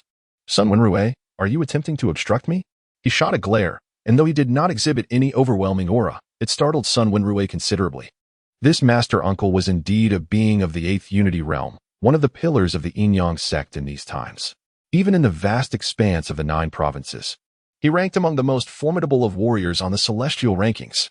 Sun Wenrui immediately lowered his head, exclaiming, I, as a disciple, dare not. Sun Wenrui couldn't help but feel a surge of emotion within. Ning Yi gained entry into the sect by inadvertently aiding the saintess. Now, as he faces expulsion from the sect, an unexpected turn of events occurs. His senior uncle appears and takes him as a disciple. What enigmatic charm does Ning Yi possess? What profound blessings accompany him? Only Ning Yi feels a sense of helplessness. Before the celestial maiden intervenes to retain him, he has already been taken in by this elderly man. Chapter 21. The Azure Dragon sips to, Master, you are a treasure. Just days ago, I found you quite clever. Yet today you seem to be acting foolishly like those simpletons around you. At this moment, Li Qingyang glanced at Ning Yi, his brows slightly raised. Ning Yi's mind was a whirlwind of thoughts. It was impossible for him to leave the Yin-Yang Dao Sect, even without Li Qingyang. The celestial fate mysterious maiden would undoubtedly find a reason to keep him. Given this reality, it would be more prudent to take Li Qingyang as his master.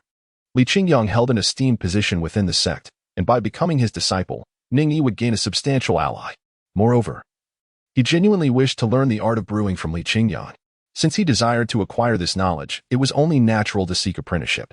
With this resolution, Ning Yi immediately knelt, sincerely proclaiming, Disciple Ning Yi pays his respects to Master. Li Qingyang laughed heartily. Good, rise, young one, you have yet to meet your senior brother. He gestured toward the stunned Sun Wenrui. Ning Yi rose from the ground and once again bowed to Sun Wenrui, saying, I have seen my senior brother. The master of the thick earth peak, Sun Wenrui, wore a face full of embarrassment. He had not anticipated that at his age, a young junior brother would suddenly appear, particularly as this individual had recently been on the verge of being abandoned by the sect, and in the blink of an eye, he had not only entered the sect but also ascended to a position of equality among peers. This left him feeling as if ants were crawling all over him. An unbearable discomfort. He responded vaguely, harboring little interest in this unexpectedly emerged junior brother. The thought that a person of such mediocre talent could not only join the sect but also occupy such a high status would surely invite ridicule from other holy lands. Yet, in the face of the decision made by his uncle master, Li Qingyang, he dared not voice his dissent. My uncle master has truly aged, his mind failing him. How could he make such a foolish decision? This matter is best left for the sect leader to address. Sun Wenrui silently fumed at Li Qingyang's meddlesome behavior. Li Qingyang nodded in satisfaction and beckoned to Ning Yi, saying, Come, young man, I am the master of this martial peak. There is no need for you to go to other peaks. From now on, you shall reside here. The martial peak, apart from the boisterous times during disciple recruitment, was quite tranquil at other moments, free from the disturbances caused by the mediocre. With that, Li Qingyang turned and departed, with Ning Yi hurriedly following suit. Once the two had left, the previously serene martial hall erupted into a cacophony. Those disciples who had failed their assessments and were on the verge of leaving the sect cast envious glances in the direction of Ning Yi's departure. How is this fair? They lamented. Why should that untalented waste be allowed to remain in the Yin-Yang Dao sect and inexplicably become a senior elder, while we, who have diligently cultivated and opened 30 or even 40 acupoints, must depart from this holy land? Wang Wenhua's expression was one of shock, mingled with jealousy and resentment. Ning Yi was not expelled from the sect. Rather, he became the disciple's uncle. He instinctively cast a glance at Luo Qinchan, who stood not far away. To his astonishment, he perceived a glimmer of delight in her eyes, which only deepened his resentment, prompting him to emit a cold snort. What sheer luck! Sun Wenrui hastily issued a few instructions to his accompanying disciples before departing in a hurry. Li Qingyang led Ning Yi to the summit of the martial arts peak. For over 3 months, Ning Yi and the other newly initiated disciples had resided at the base of the peak. But its summit was regarded as a forbidden area by the sect, forbidding their approach. As novices, they dared not defy their master's commands, and thus, none had ever set foot upon the pinnacle of martial arts peak. It turned out that this was the residence of Li Qingyang, the master of the peak. Atop the mountain, there stood an exquisite pavilion, partially shrouded in mist, exuding an air of tranquility reminiscent of a celestial abode. Upon entering the pavilion, Ning Yi beheld a courtyard flourishing with fruits and vegetables, vibrant and thriving. Li Qingyang then halted and addressed Ning Yi, saying, Young man, just now I offered to take you as my disciple, yet your emotions seemed tumultuous and hesitant. Is it so difficult for you to accept me as your master? It was not that the disciple found it challenging. Rather, he was plagued by doubts regarding his own inadequate talent. Pondering why a master of such stature would wish to accept him as a disciple, Ning Yi blinked her innocent eyes. Why have I accepted you as my disciple? Of course, it is due to your profound passion for wine, as I wish to impart to you my unparalleled technique. The 9 steams and 9 brews method. Could it be that I am enamored with your innate talent, hoping to teach you martial arts instead? Li Qingyang couldn't help but chuckle. The Yin Dao Sect is one of the sacred places of the 9 provinces, where prodigies flock like fish crossing the river. Any random individual possesses greater aptitude than you. However, among the multitude of martial practitioners and the endless array of gifted individuals, those who possess a genuine love for wine and the talent for brewing are as rare as phoenix feathers and unicorn horns. Thus, finding a disciple like you is indeed a challenge. Li Qingyang, lost in contemplation, wore an expression of nostalgia. Ning Yi gazed earnestly at Li Qingyang and bowed respectfully, imploring, "I hope Master will impart his wisdom to me. How splendid. I genuinely thought you would teach me the profound innate great Yin Yang 5 elements classic, but I have already mastered that. It holds no allure for me." On the day of the Sanctus ceremony, Ning Yi had observed the heavenly transformation Yang pivot and gleaned insights from it, leading to the acquisition of this celestial level technique. Yet, compared to this coveted skill that had countless prodigies yearning for it, it was Li Qingyang's 9 steaming and 9 brewing method that piqued Ning Yi's interest. Humph. Since I have accepted you as my disciple, it is only natural that I teach you. Come now, let us explore my distillery. Li Qingyang guided Ning Yi through the exquisite pavilion, navigating left and right until they reached the pinnacle. Here lay the true summit of the martial arts peak. Perched upon a sheer cliff, gazing through the window, they beheld a sea of swirling clouds beneath, with majestic mountains rising boldly, a sight both grand and awe-inspiring. The distillery was adorned with an array of brewing tools, many of which Ning Yi had never encountered before. The expansive room was also etched with numerous mysterious and ancient symbols, indicative of some arcane formation. To excel in one's craft, one must first hone their tools. Upon witnessing the various brewing implements, Ning Yi's eyes sparkled with excitement. With these tools, I shall surely enhance my brewing skills at an astonishing pace. Drawing ever closer to the third realm of artistry, noticing the fervor in Ning Yi's gaze, Li Qingyang felt a sense of satisfaction. Those within the sect believed that I squander my time, thinking I was obsessed with alcohol. Little do they know, in ancient times, wine was a rare treasure, and brewing was an art as elusive as alchemy, capable of infusing various effects into the brew. Throughout my life, I have gathered remnants of ancient texts and restored portions of the primordial brewing techniques. This 9 steaming and 9 brewing method is my greatest achievement. As Li Qingyang's hand brushed over the tools, his expression grew complex. Yet, the world favors martial arts, and few possess a genuine love for wine. Even fewer are worthy of my esteem. It is rare to encounter a young man like you within the sect, igniting a spark of interest in me. Our fates seem entwined. Once I pass on the 9 steaming and 9 brewing method to you, I shall have no regrets in this lifetime. Whether you ultimately find a disciple to continue this legacy is of little consequence to me. I have fulfilled my life's mission by discovering a worthy apprentice. Should the lineage cease with us, so be it. Such is fate. It is evident that Li Qingyang's expression was intricate, for he had devoted his entire life to the 9 steams, 9 brews method. His tone was solemn as he bowed and declared, "I shall not disappoint Master's expectations." When someone entrusts you with the fruits of a lifetime of research, it is both a legacy and a profound kindness. Li Qingyang did not immediately impart the 9 steams, 9 brews method to Ning Yi. Instead, he first engaged Ning Yi in a rigorous examination to gauge his understanding of wine. To Li Qingyang's delight, Ning Yi's foundational knowledge was exceptionally solid, leaving him curious as to where he had acquired such wisdom. Unbeknownst to him, this was a fundamental ability that Ning Yi possessed after obtaining system skills. The 9 steams, 9 brews method exists only in fragmented texts. In my lifetime of endeavor, I have yet to discover the complete ancient brewing techniques. However, based on these remnants, I have innovatively reconstructed a new 9 steams, 9 brews method using the unique principles of the Yin-Yang Taoist sect, confident that it rivals the ancient methods. The first steaming, named Azure Dragon Holding Dew, must be conducted at the vernal equinox during the hour of the rabbit. Utilizing a precious vessel crafted from a millennium-old thunderstruck wood in the shape of a coiling dragon, embedded with 9 reverse scales of a flood dragon as its container. As spring has arrived, it is the perfect time to learn this initial steaming. Young one, pay close attention as I demonstrate. This is how Azure Dragon Holding Dew is crafted. Chanting incantations, Li Qingyang lifted the exquisite vessel made from ancient wood and dragon scales, revealing the secrets of the initial steaming. The celestial maiden pours jade from the clouds, as Azure Dragon holds dew in the cold azure sky. The starry sea sways for 30,000 miles. A drop of icy spring descends to the mortal realm. Pine roots steam with purple mist, condensing the celestial essence, while clawed scales disperse the fog to solidify the elixir. Mortals gaze longingly at the glazed cup, oblivious to the celestial brew from the vast cold. A faint dragon-esque chant resonated within the wine workshop as a petite azure dragon spiraled through the void, absorbing the essence of spring. Suddenly, the dragon darted into the vessel, infusing the wine within with an air of mystique. This cup of wine seemed to possess extraordinary effects. It resembled an elixir disguised as wine. Having performed the demonstration 3 times, Li Qingyang set down the vessel and turned to Ning Yi, inquiring, "Is there anything you do not understand?" Ning Yi, with a contemplative demeanor, recalled the movements, incantations, and even the techniques demonstrated by Li Qingyang moments ago. He slowly spoke.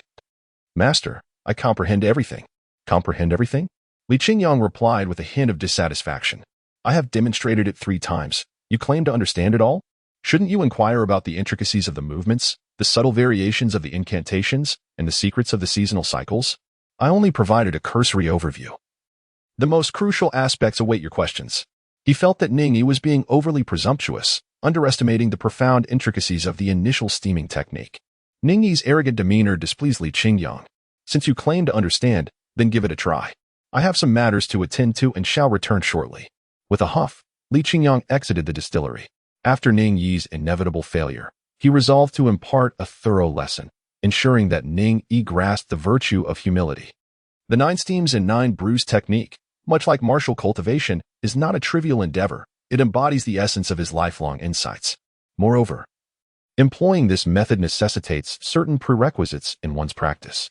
Even the initial brewing technique cannot be mastered merely by one at the first condensation realm. Ning Yi's proficiency in martial arts was not particularly advanced. He initially intended to instruct Ning Yi to utilize formations as a substitute for cultivation, thereby harnessing the 9 distillations and 9 fermentations. As Ning Yi arrogantly postured, one could only await his impending embarrassment. After all, he is but a young lad. His temperament still requires refinement. Once Li Qingyang departed, Ning Yi grasped the steamer, once again reflecting upon every subtlety of Li Qingyang's recent actions. These elements coalesced, intertwining with the knowledge and skills residing in Ning Yi's mind, granting him an epiphany as he instantaneously comprehended the secrets contained within. Ning Yi suddenly opened his eyes. He retrieved the cold pool fragrance he had brewed earlier and poured it into the steamer, reciting the incantation.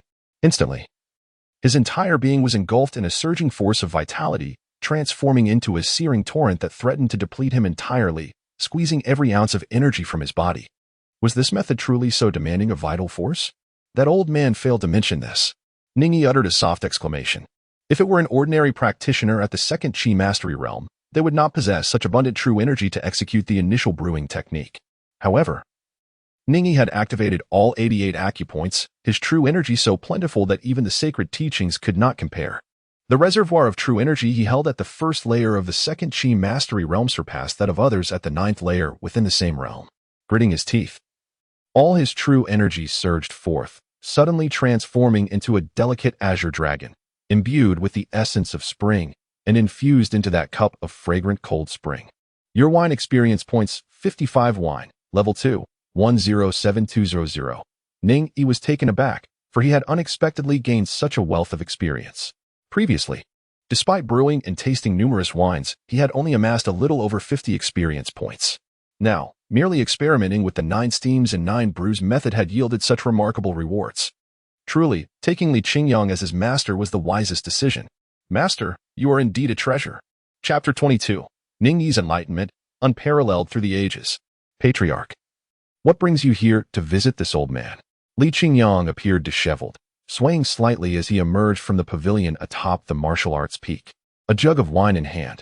Outside the courtyard, a man of rugged appearance, clad in intricately designed ceremonial attire, stood with his hands clasped behind his back. He appeared to be in his 40s, exuding an imposing aura. He was Su Yudao, the leader of the Dao Sect. Master Uncle.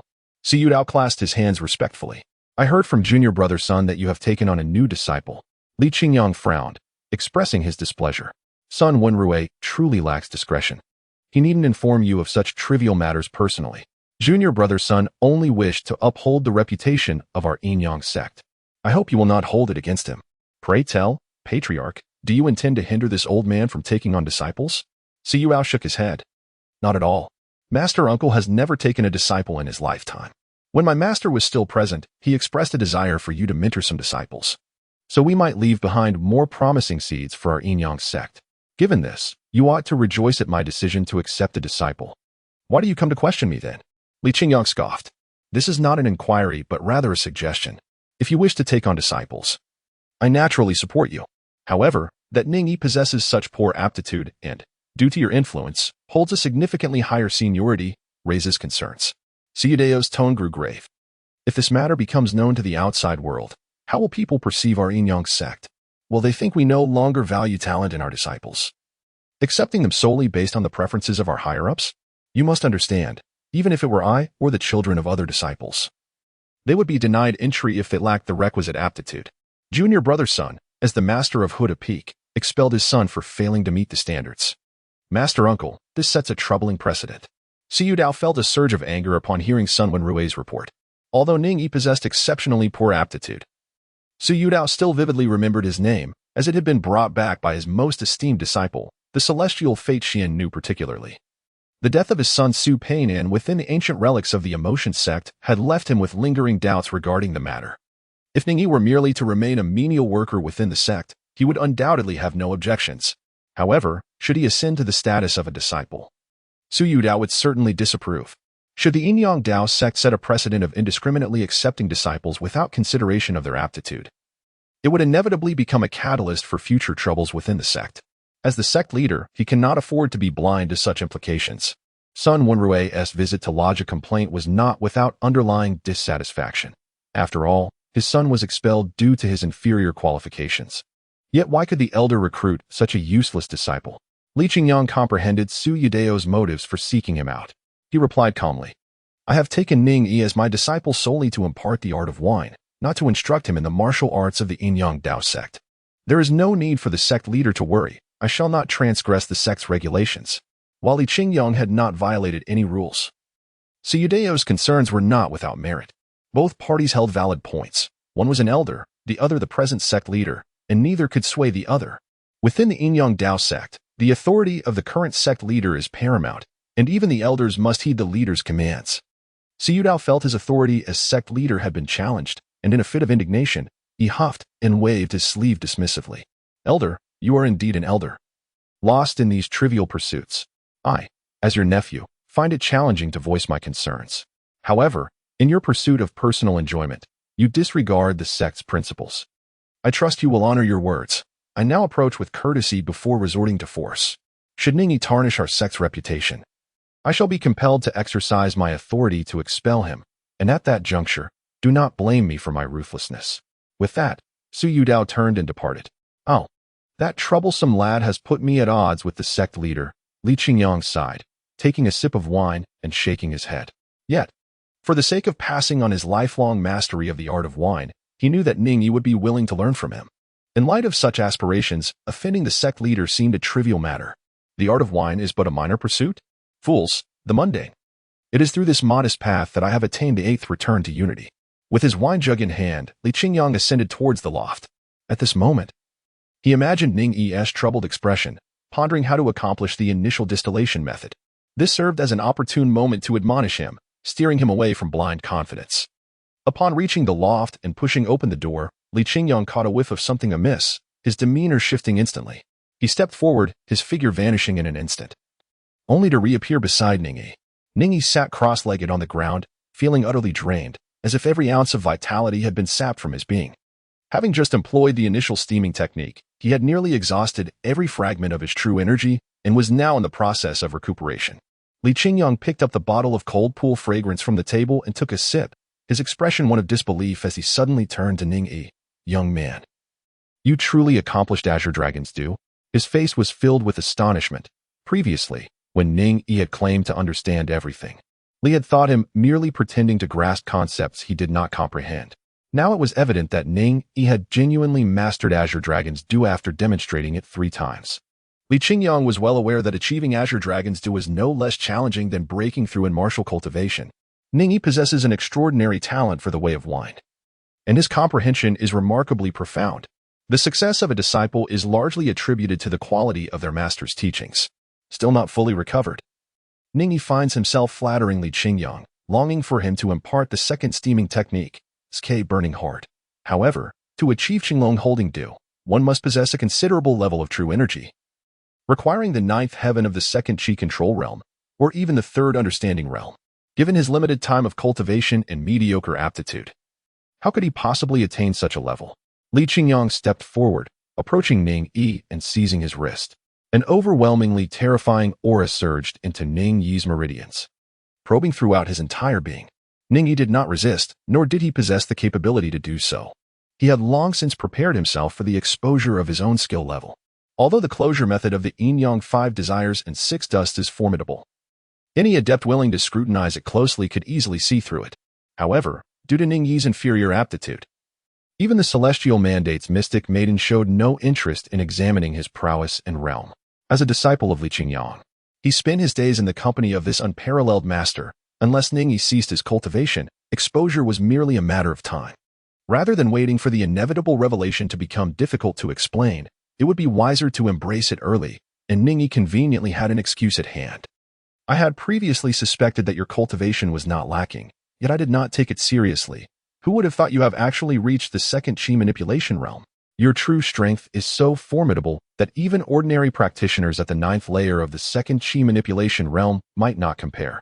Tell me, how many meridians have you opened? Ning Yi's physical state was utterly transparent before Li Qingyang, a being of the 8th unification realm. The disciple had activated 88 acupoints. 88 acupoints.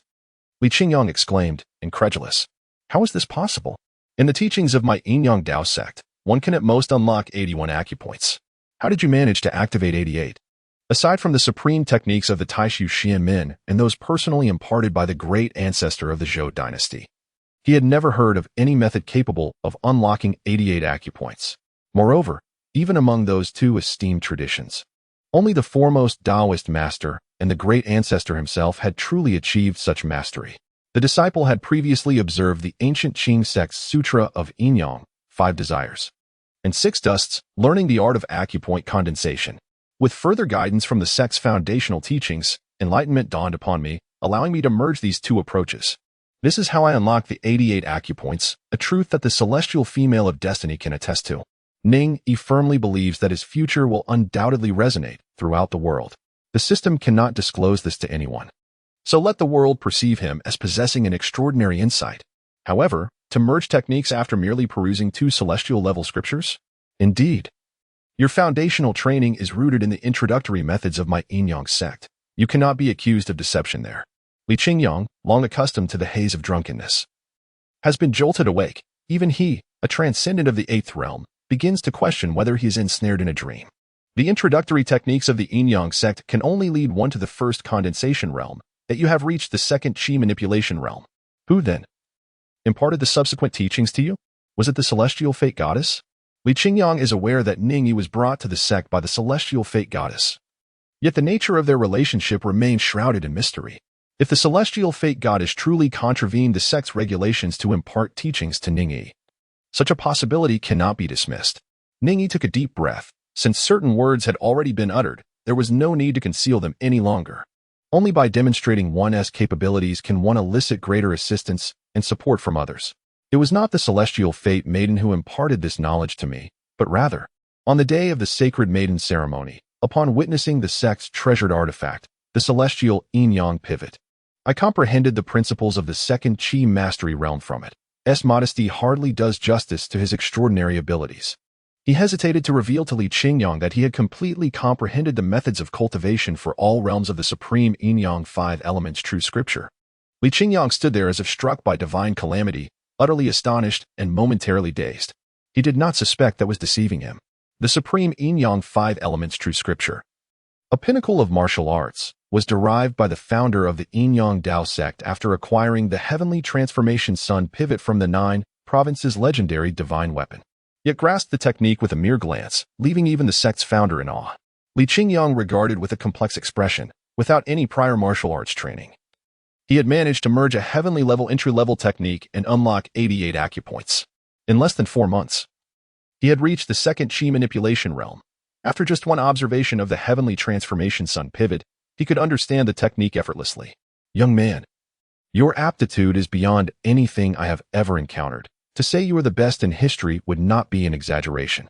The girl known as the Celestial Maiden pales in comparison to you, like a firefly beside the bright moon. Upon reflection, I realize that your constitution possesses some peculiar qualities. Given such prodigious talent, why have you kept it concealed? If you were to reveal it, you would undoubtedly attract the attention of the sect. Ning Yi remained silent, pondering whether he could confess that he had been ensnared by Elder Qinshin or that he had indeed slain the sect leader's son. A flicker of thought crossed his mind as he inquired, Master, why do you place such trust in me? Are you not concerned that I might be a spy sent by another sect, merely to pilfer the secrets of the Yin Yang Dao? Li Qingyang erupted into hearty laughter, unable to contain his amusement. Which sect would be foolish enough to release a prodigy like you into the world as a mere spy? A talent of your caliber is a treasure to any sect. They would never willingly part with you. Chapter 23. The Unparalleled Prodigy, Ning Yi. Very well. Since you are reluctant to speak further, I shall not press you, given your remarkable understanding and innate talent. It seems I must impart to you not only the art of wine, but also the path of martial cultivation. I, who have never taken a disciple in my life, find myself unexpectedly blessed with such an extraordinary apprentice. Li Qingyang laughed heartily, his expression one of unrestrained joy. Every martial artist yearns for a disciple of exceptional talent, and he was no exception. Particularly since this disciple not only possessed unparalleled gifts, but also shared his passion for the art of wine, which he had devoted a lifetime to studying. To Li Qingyang, Ning Yi appeared as a divine gift, a treasure to be cherished, embodying the very essence of his dream apprentice. It is evident that Li Qingyang's joy is written all over his face, and his affection appears to be genuine. After a moment of contemplation, he resolved to speak candidly. Ning Yi has just taken Li Qingyang as his master, and he is currently unaware of the nature of his mentor's character. Should he reveal the matter concerning Qinshin, and Li Qingyang deem him a deceiver, it would not bode well. However, after a preliminary interaction with Li Qingyang, Ning Yi perceives his master to be unconventional and forthright, allowing him to speak without reservation. Master, are you aware of what the sacred ancestor's blood is? Ning Yi delicately conveyed the events unfolding within his life. Saint Ancestor's essence? How do you know of this? The term Saint Ancestor refers to the founding patriarch of the current Great Zhou Dynasty. It is essential to understand that the higher one's realm, the lesser the probability of conceiving offspring. However, should a child be born, their innate abilities are often significantly superior to those of ordinary individuals. When the Great Zhou's founder established the dynasty, he was already a formidable figure of the ninth absolute saint realm, leaving behind his bloodline descendants. The royal family intermarried with ministers, and even some royal members wed into the common folk, ensuring the lineage of the patriarch continued to thrive among the populace. Among these descendants, there exists a minuscule chance of generational inheritance, awakening the saint ancestor's essence and possessing extraordinary talents beyond the norm. Li Qingyang spoke with a calm demeanor. Those who possess the saint ancestor's essence encounter virtually no obstacles in the first 5 realms, allowing them to attain the 5th void realm in a remarkably brief period. Due to their rapid cultivation at a young age, they have ample time to comprehend the 6th Dharma manifestation realm. Over the course of a millennium since the establishment of the Great Zhou Dynasty, there have been prodigies who achieved the 5th void realm in their teenage years, many of whom have awakened the saint ancestor's essence. Yet, even with this awakening, while they may face no barriers in the first 5 realms, advancing to the 6th realm demands a higher level of comprehension. Through Li Qingyang's explanation, Ning Yi finally grasped the nature of the saint ancestor's essence. However, how could he possibly possess it? Could it be that he too bore royal blood?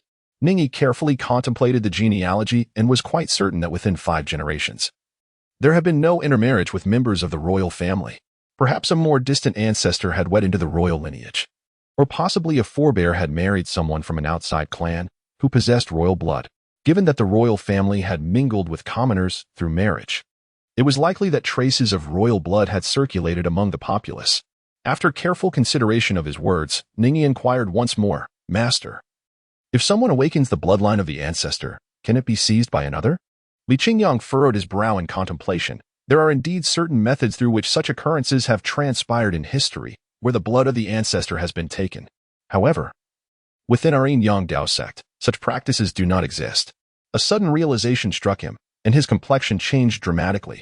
Young one, have you awakened the blood of the ancestor? And was it taken from you by another? Is that person affiliated with our Yin Yang Dao Sect? At last, Li Qingyang grasped the reason behind Ning Yi's extraordinary talents, despite his consistently low profile and reluctance to reveal himself. Ning Yi inwardly marveled at his master's keen intellect.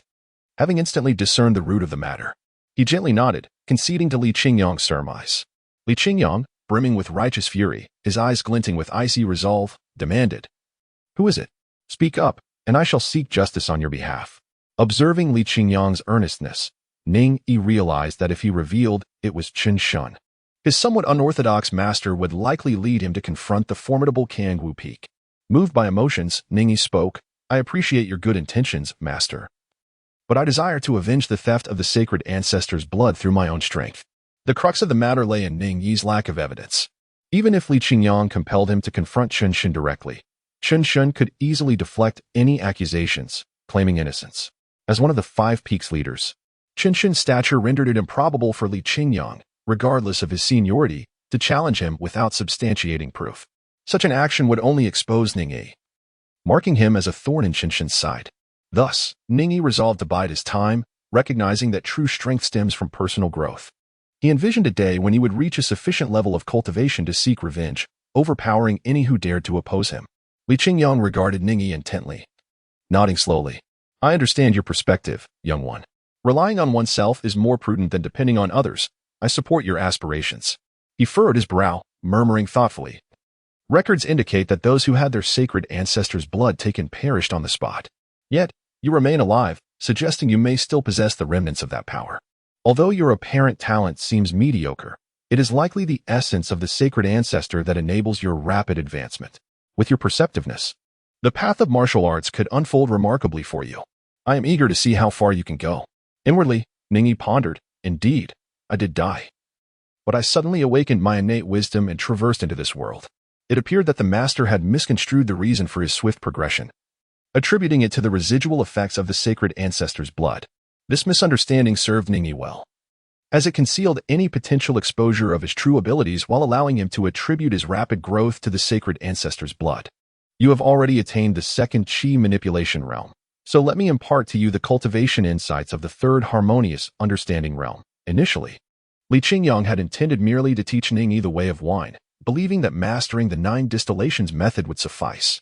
The martial prowess necessary for this technique could be achieved through the formations within the pavilion, without relying on Ning Yi's own cultivation. However, upon discovering Ning Yi's extraordinary talent, Li Qingyang's enthusiasm surged. He resolved not only to impart the way of wine but also to guide him down the true path of martial cultivation. Ning Yi listened attentively. Previously, he was merely an introductory disciple of the Dao Sect, not yet a true disciple of the sacred land, as the sect had not provided a systematic elucidation of martial arts cultivation. Now, with the guidance of a genuine master, he could systematically refine his path of cultivation. Through Li Qingyang's thorough explanations, Ning Yi gained a fundamental understanding of martial arts cultivation. The path of martial arts is divided into 9 realms, and whether there exists a path beyond these 9 is a matter only the transcendent saints may contemplate. The martial arts journey can be broadly categorized into 2 segments, the first 5 realms and the subsequent 4 realms. The initial 5 realms are as follows: the first realm of condensation, which cultivates essence; the second realm of Qi manipulation, focusing on Qi; the third realm of understanding intent, which nurtures spirit; the fourth realm of divine thought, also nurturing spirit; and the fifth realm of ethereal existence, which cultivates both essence and Qi. It is not until the 6th realm of Dharma manifestation that one first unites essence, Qi, and spirit, achieving the Dharma manifestation and obtaining supreme divine powers. The first realm of condensation comprises 9 levels, with the primary goal of opening the acupoints. In this realm, a martial artist's strength significantly increases upon reaching the 9th level. One can effortlessly lift burdens weighing thousands of pounds, and their vitality becomes exceedingly robust. The more acupoints one opens in the first realm of condensation, the more potent the true power becomes upon advancing to the 2nd realm of Qi manipulation. For instance, Ning Yi has opened 88 acupoints. Currently, although he is merely at the first level of the 2nd realm, his true power is even more formidable than that of typical martial artists at the 9th level. The 2nd realm of Qi manipulation focuses on mental acuity. The human body possesses 360 thoughts. Mastering each thought allows for increasingly refined control over one's true power and physical form. Understanding intent means mastering every detail of the body with meticulous awareness. skillfully wielding every ounce of true power and communicating with the cosmos. Once one attains the third realm of understanding intent, they can accelerate physical recovery through sheer will, achieving effortless control over true power, even externalizing it, thus forming a closed loop within the body, significantly reducing personal expenditure. In the second realm, expending full strength results in a complete waste. However, in the third realm, one can reclaim 9/10 of the effort, demonstrating the vast disparity between the realms. Li Qingyang continued to elaborate, sipping fine wine as he explained the martial arts journey. Those who cultivate beyond 270 thoughts attain celestial-level techniques within our Yin-Yang sect. The pinnacle of our techniques can reach 303 thoughts, ranking among the finest of celestial-level methods. Ning Yi found herself in a state of bewilderment. Increasingly aware of the vast disparities between the techniques of the sacred land and those of ordinary sects, they belong to entirely different realms. What does it mean to possess 360 thoughts? If one were to divide each movement of a person into 360 parts, then by practicing the sacred land's techniques, one could deftly manipulate 303 of those parts, wasting only 57. In contrast, with other conventional methods, the wastage could reach as high as 200 parts, and this is merely the consumption per move. The cumulative effect is even more daunting. In scenarios where both sides wield equal true power, the sustained combat effectiveness of a disciple from the sacred land surpasses that of disciples from ordinary sects by several multiples. Moreover, at the first stage of the aperture condensation realm, disciples of the sacred land unlock a greater number of apertures, and their true power is more abundant. With an increased supply of true power and reduced consumption, these factors combined can be calculated exponentially. A disciple of the sacred land at the same level could potentially be fivefold or even tenfold stronger than those from ordinary sects. This explains why so many aspire fervently to join the sacred land, shunning the path of ordinary sections. Becoming a disciple of the sacred land signifies that one has ascended to a higher echelon of humanity. It is no wonder that the sacred land places such emphasis on the qualifications of its disciples. Being significantly stronger than others naturally entails higher expectations. My number of unlocked apertures exceeds that of the average sacred land disciple. Once I break through to the third stage of comprehension and merge the thoughts of two distinct celestial techniques, my strength will be even greater. Sacred land disciples are 5 times stronger than ordinary peers? Then I must be 5 times stronger than even them. What defines an extraordinary prodigy? This is what constitutes a true paragon of excellence. Chapter 24. The thoughts of Xian New time flows inexorably. Half a year later. Your wine skill experience points when you have gained 1 wish point. Wine. You have gained 1 wish point. Monthly reward. Name. Ning Yi art. Third realm skills. Storytelling level 2, 110,200. Wine level 3, 12,400. Techniques. Yin Yang 5 desires 6 dust scripture. Innate great Yin Yang 5 elements true scripture, etc. Discretionary points. 2 wish points. 14 Ning Yi gently set down the wine flask, exuding an icy fragrance, and turned his gaze towards the ethereal panel suspended in the void. After 6 months of diligent effort, he had finally elevated his skill in wine to the 3rd level, thereby advancing his artistic prowess to the 3rd realm and acquiring an additional point to allocate. With this enhancement of his artistic realm to the 3rd level, Ning Yi's mastery of the formidable technique, 5 directions and 5 elements rotation method, had also ascended to the 3rd tier. In this domain of supreme abilities, only a handful within the Yin-Yang Dao Sect could rival him. Should he choose to invest his discretionary point into this technique, he could temporarily elevate it to the 5th tier. To possess a 5th tier divine ability would indeed render him the foremost practitioner in the Yin-Yang Dao Sect. Ning Yi's gaze sparkled, subtly revealing her delight. She had taken another step closer to attaining the power for vengeance. However, her martial arts realm remained too low. This was the paramount concern of the present moment. To elevate her martial arts realm, what she required was a desire point. Ning Yi once believed that upon mastering 2 skills, his wish points would increase by 3 each month. However, due to the absence of opportunities to utilize his storytelling skill, he finds that the only means of accumulating wish points remains the monthly system grant and the gains from his wine-related expertise. Since becoming a disciple of Li Qingyang, Ning Yi has not left the pavilion atop the martial arts peak.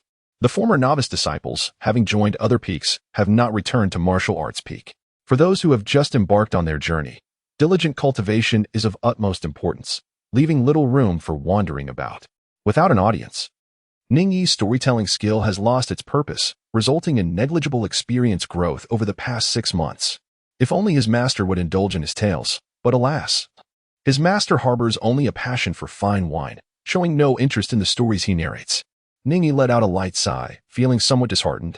Master Li Qingyang, a celestial being of the eighth return to Unity Realm, would undoubtedly experience rapid enhancement in skill and knowledge if he were inclined to listen to Ning Yi's storytelling. It was likely that he would elevate his storytelling skill to level 3 in no time.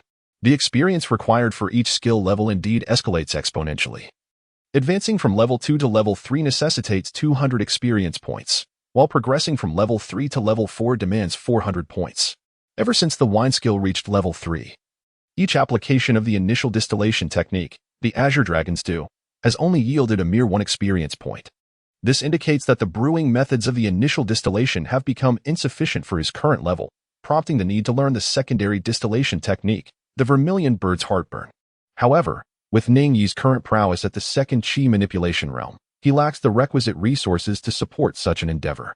He must elevate his realm, for only upon achieving the third comprehension realm will he have the opportunity to learn it. As Ning Yi pondered these matters, an elderly man, reeking of alcohol and disheveled in appearance, staggered into the room. Li Qingyang offered no further words. Upon entering the distillery, he seized the cold pool fragrance brewed by Ning Yi and drained its contents in one gulp. Smacking his lips in satisfaction, he remarked, "Young man, your Azure Dragon's Dew has reached perfection. In this domain, I would not dare claim to surpass you. You must now learn the secondary distillation technique. Pray tell, how fares your martial arts training?" Ning Yi maintained a calm demeanor and smiled at Li Qingyang, saying, "Master, I believe that before long, I will attain the third understanding realm. At that time, I shall be able to learn your Vermilion Bird's heart burning. Fortunately, Master does not scrutinize my progress." Ning Yi sighed with relief inwardly. Had Li Qingyang indeed assessed his cultivation level, he would have discovered that, despite the passage of 6 months, Ning Yi's realm remained at the second Qi mastery realm, first layer. This was in stark contrast to his previously displayed extraordinary talent. Although Ning Yi had obtained wish points, he refrained from using them to elevate his minor realm.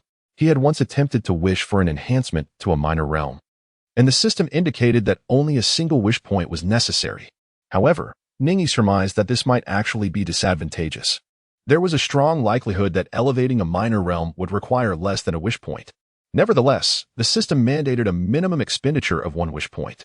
Consequently, Ning Yi chose to conserve his wish points, hoping to orchestrate a significant leap, advancing directly from the first level of the second realm to the third realm, bypassing all minor realms. I currently possess 14 wish points. I am uncertain whether this will suffice. I hope it will, but if not, I shall have no choice but to continue saving. Ning Yi pondered deeply. Having practiced martial arts for less than a year, he now had the opportunity to attain the third realm of understanding. If others were to learn of this, young man, you would truly be the foremost individual of a millennium. Li Qingyang's face flushed crimson as he let out a hearty laugh, followed by a belch.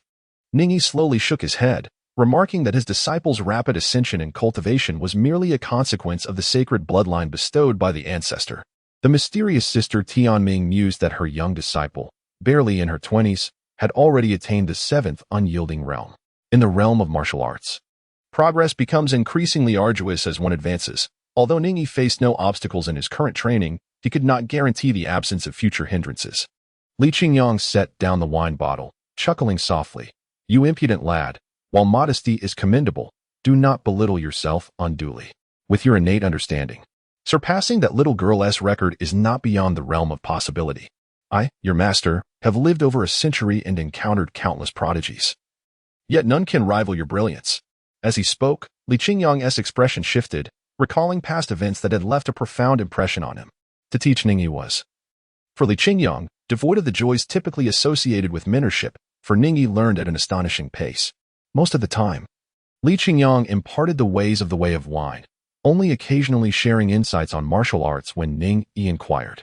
Recently, Li Qingyang felt it necessary to teach Ning Yi some combat techniques. Otherwise, mere cultivation without martial prowess would render him unable to contend with others. Given Ning Yi's balanced elemental constitution, lacking any pronounced weaknesses, Li Qingyang decided to instruct him in one of the 5 great seals of the Yin-Yang Dao, the Southern Fire Incineration Technique.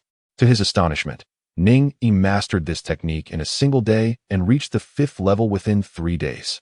His astounding comprehension and talent were almost unbelievable. Were it not witnessed firsthand, Li Qingyang himself would have doubted it.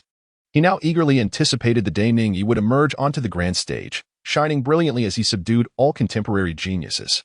To have taken on such a disciple was indeed a stroke of fortune. Unbeknownst to Li Qingyang, not only could Ning Yi master the southern fire incineration technique, but with the augmentation of his points, he could achieve a level of prowess comparable to his own. However, Ning Yi was cautious and refrained from revealing his full capabilities, for excessive speed and cultivation might provoke suspicion and doubts about his integrity. As my disciple, you must not only excel in brewing the cold pool fragrance. In a few days, I shall teach you to craft a new wine, the Azure Essence Brew. This spirit is potent and, when combined with the Azure Dragon's Dew method, possesses remarkable restorative properties, rivaling the finest healing elixirs. The world remains oblivious to the wonders of the way of wine, which bears a striking resemblance to the healing arts. Li Qingyang spoke with a tone of pride and mockery, for many assumed he squandered his life in indulgence. Yet, little did they know that the art of winemaking, when executed with ancient techniques, could yield divine spirits whose effects rivaled those of coveted medicinal pills. That evening, Ning Yi returned to his chamber in the pavilion and made a wish. I wish to elevate my realm, reaching the third comprehension realm. To fulfill this desire would require 13 wish points. Could it truly be possible? Ning Yi's countenance brightened with joy. He currently possessed 14 points of wish fulfillment. And after making a wish, only a single point would remain. Indeed, the system was in the process of granting his desire. Having long since acclimated to the methods by which the system fulfilled wishes, Ning Yi did not dwell on it any further. For now, he simply needed to await the realization of his aspiration. However, how would the system accomplish this for me? Would it grant me an epiphany that transcends realms? Or employ some other means? Filled with anticipation, Ning Yi retired to bed. In the Yinyang Dao Sect, atop the celestial peak, within a resplendently elegant pavilion, the fate goddess sat cross-legged on a cloud bed, her eyes closed in meditation, adorned in a dark ceremonial robe and veiled with a glass-like mask. The slight furrow of her brow revealed her inner perplexity. Suddenly, the fate goddess opened her eyes, her gaze cool and detached, shimmering with divine light. And from beneath the veil emanated a voice as melodious as celestial music. It is still insufficient. How did I unlock my acupoints last time? The fate goddess lowered her gaze, lost in contemplation. The three foundational realms of martial arts, namely the first acupoint condensation, second chi manipulation, and third comprehension, are of paramount importance. It can even be said that mastery of these initial stages reveals an individual's potential. For instance, the first acupoint condensation theoretically allows for the unlocking of a total of 108 acupoints. However, due to variations in techniques and innate talents, the number of acupoints each individual can unlock differs. Once the number of opened acupoints is determined, no further acupoints can be activated, even if one acquires superior techniques for acupoint condensation. Major sacred sects assess the worthiness of their disciples based on the number of acupoints they have unlocked. The more acupoints one opens, the stronger their foundations, which translates into greater power upon ascending in realms. Moreover, after reaching the seventh immortal realm, insufficiently opened acupoints render further advancement impossible. The few existing transcendents have unlocked acupoints far exceeding those of heavenly-level techniques. It is said that the great ancestor of the great Zhou unlocked as many as 99 acupoints. To replenish her foundation and unlock new acupoints after the first acupoint condensation, one must possess extraordinary fortune. The great ancestor of the great Zhou was able to reconstruct his physical foundation through some great fortune, allowing him to unlock 99 acupoints. My recent sudden unlocking of additional acupoints occurred after my dual cultivation with Ning Yi. The fate goddess instinctively tightened her exquisite hands, as if pondering. Could it be that the dual cultivation technique of Yin Yang 5 desires and 6 dusts, along with Ning Yi himself, constitutes my great fortune? Chapter 25, Dual Cultivation. I have been regarded as a cauldron. The fate goddess was a woman of action. Upon harboring suspicion, she resolved to experiment and confirm her thoughts. Having attained the first acupoint condensation at a tender age, she had already unlocked 81 acupoints, reaching the limit of the Yinyang Dao Sect's heavenly level technique. Moreover, due to the uniqueness of her bloodline, she unlocked an additional 5 acupoints, totaling 86. Because of this, the Yinyang Dao Sect deemed her to possess the potential of a transcendent and nurtured her with meticulous care, directing various resources toward her. The fate goddess did not disappoint, becoming the youngest 7th immortal realm in a millennium, her prowess astonishing. Yet, the fate goddess remained unsatisfied. She aspired to attain great fortune like the great ancestor of the great Zhou, or that foremost Taoist figure, to unlock even more acupoints, reconstruct her foundation, and thereby enhance her chances of achieving transcendence. Now, the opportunity lay before her. Whether genuine or not, she felt compelled to explore it. Ning Yi had taken his master as his grandmaster and resided atop the martial arts mountain. Even I lacked the capability to infiltrate silently. However, the grandmaster did not remain within the sect at all times, often departing for periods. I must not rush, but patiently await my opportunity. The fate goddess sat in meditation, her cold, dark eyes shimmering with ethereal light, resembling a celestial being. Ning Yi merely needed to peruse the yin-yang 5 desires and 6 dust scripture once to master its essence. Such a remarkable comprehension astounded even the celestial fate mysterious maiden. Bound by the life and death contract, she could not genuinely disregard Ning Yi's presence. Thus, she was aware that even before becoming his master, Ning Yi had developed an interest in wine. The master, with a lifelong penchant for fine spirits, found a kindred spirit in Ning Yi, leading to their mentor-disciple bond, which the celestial fate mysterious maiden found quite agreeable. This spared her the necessity of fabricating excuses to keep Ning Yi within the yin-yang Dao Sect. The life and death contract entwined their fates, compelling the celestial fate mysterious maiden to conceal the depth of their relationship from prying eyes. Should anyone uncover the secret of the life and death contract, Ning Yi would undoubtedly face countless assassination attempts, and the celestial fate mysterious maiden would suffer the repercussions. Many admired and revered her, yet equally, there were those who envied and despised her. Vigilance was paramount. 7 days later, Li Qingyang departed from the yin-yang Dao Sect once more, and the celestial fate mysterious maiden sensed an opportunity. Why had her wish remained unfulfilled after a week? Might the method of realization this time require an active pursuit of fate, akin to the previous occasion? In the pavilion atop the martial Dao Mountain, Ning Yi ignited a candle, sitting on his bed, lost in contemplation. If indeed he must seek fortune actively, it would necessitate approaching his master for a temporary departure from the sect. As a disciple of such modest prowess, leaving without the sect's consent was forbidden. To avoid bringing shame upon the sect in the outside world, Li Qingyang periodically ventured beyond the sect, traversing the vast expanse of the 9 provinces in search of exquisite wines he had yet to taste or witness. The 9 provinces are immense. Even Li Qingyang, a transcendent being of the 8th return to Unity Realm, could not claim to have explored every corner. Simultaneously, he sought ancient relics and secret recipes, hoping to uncover the traces of legendary wines or the materials needed for their brewing. As Ning Yi pondered, he caught a faint, familiar, ethereal fragrance wafting through the air. What could the scent be? Before he could delve deeper into thought, a delicate and graceful figure, enveloped in mysterious light, materialized within his chamber. Upon seeing her, Ning Yi exclaimed, "Niece?" No sooner had he spoken than the celestial fate mysterious maiden's expression turned frosty, her captivating gaze piercing through to Ning Yi. In her obsidian eyes, a divine light flickered, overwhelming pressure emanating from her presence. Ning Yi felt an overwhelming difficulty in breathing, as if the flow of blood had come to a halt, and his muscles had stiffened, leading him to doubt whether he might suddenly perish in the next moment. However, within his heart, there was no fear, for he understood that the celestial fate goddess would never seek his demise, nor would she bring him any harm. He forced a sheepish smile and quickly corrected himself, addressing her as senior sister. In an instant, the terrifying aura receded, and before him, the celestial fate goddess remained as ethereal and inscrutable as a celestial being from the heavens. Ning Yi let out a sigh, inwardly lamenting that he had always referred to the enigmatic heavenly fate maiden as his niece in his heart. Having grown accustomed to this term, he momentarily forgot to amend his address upon encountering her in person. "Sister, is there a matter that brings you here? Perhaps we could share a cup of tea?" Ning Yi approached the edge of the table and leisurely poured himself a cup of clear tea.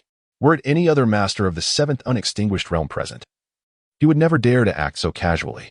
The celestial fate goddess cast a cold glance at the tea, remaining silent as her piercing gaze remained fixed upon Ning Yi, leaving him feeling as though he were sitting on pins and needles. Noticing the celestial fate goddess's refusal to partake in the tea, Ning Yi had no choice but to drink it all himself. The fact that the celestial fate goddess sought him out could not be without purpose. Could it be that his aspirations were to be placed upon her shoulders once more? This system truly knows how to extract every last bit from a source.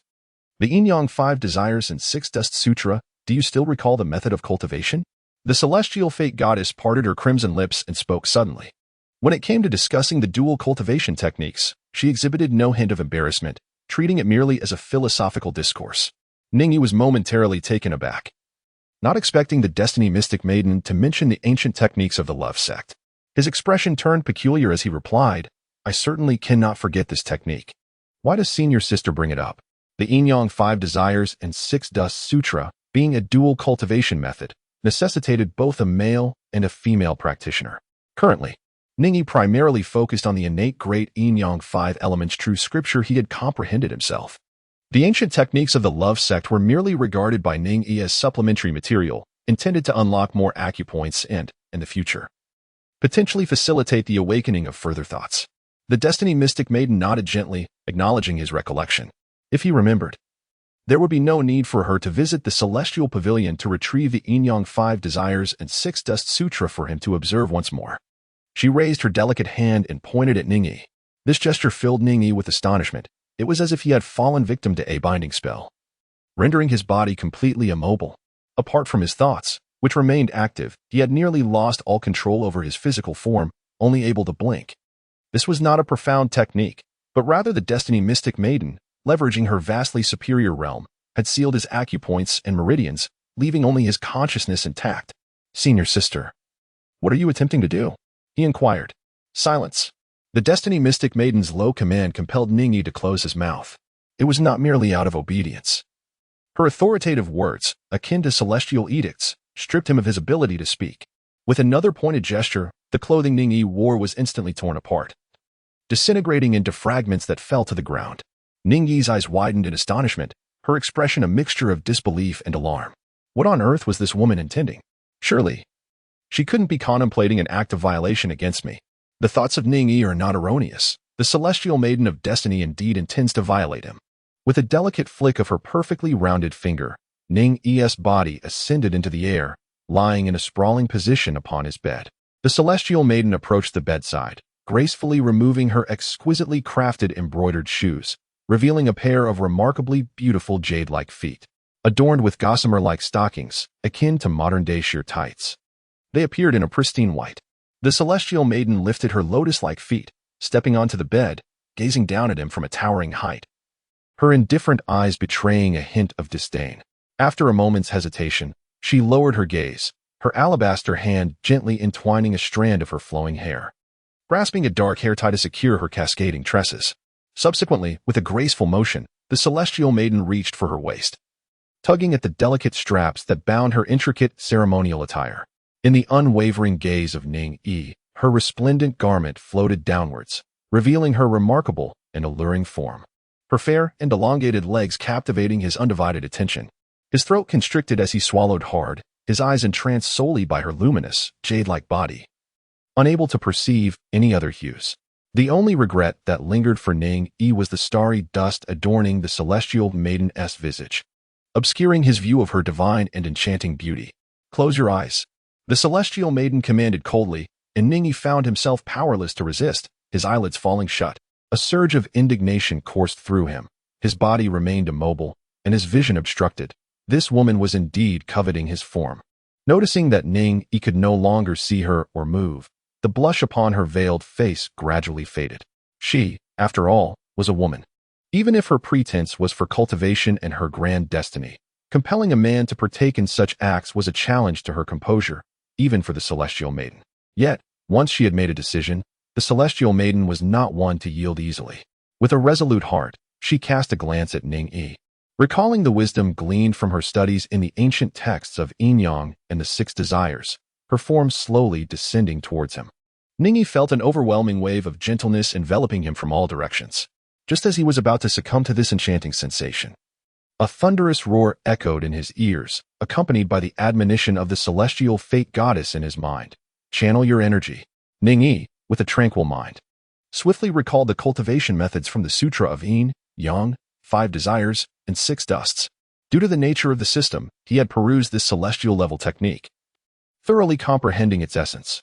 Although his low realm prevented him from fully manifesting the profound intricacies of this art, his insights into the technique were such that even the founder of the ancient emotion sect would not dare to claim superiority over him. As the mystical energy flowed facilitating a rapid exchange between Ning Yi and the celestial fate maiden. The loss of vision greatly enhanced his other senses.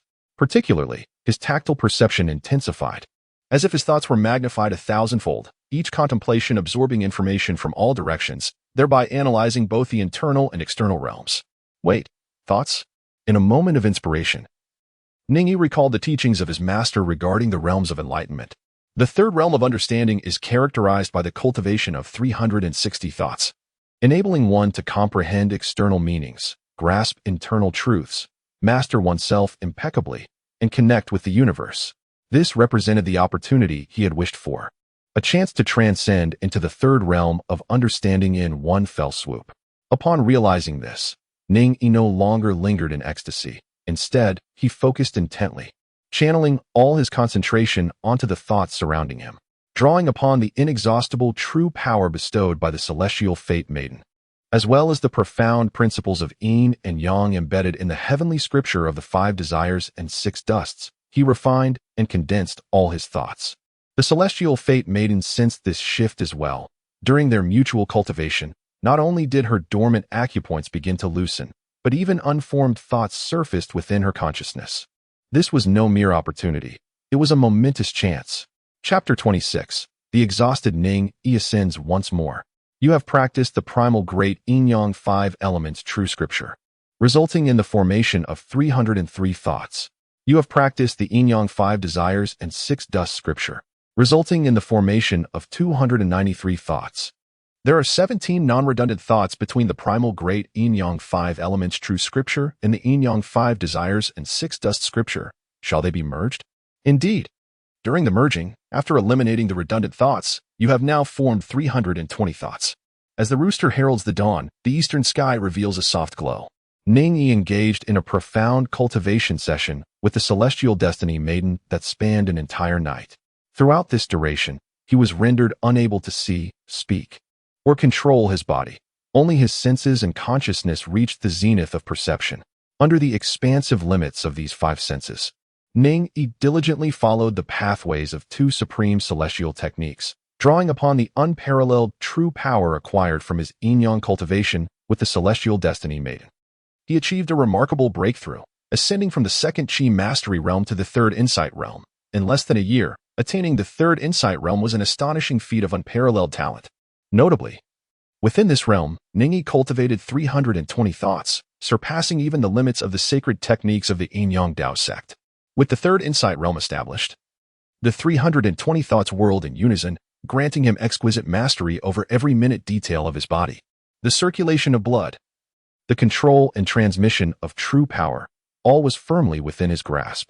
As his thoughts revolved, the bridge between his body and the universe was unveiled, faintly connecting him to the cosmos, enabling him to draw an unending stream of energy directly from the heavens and earth.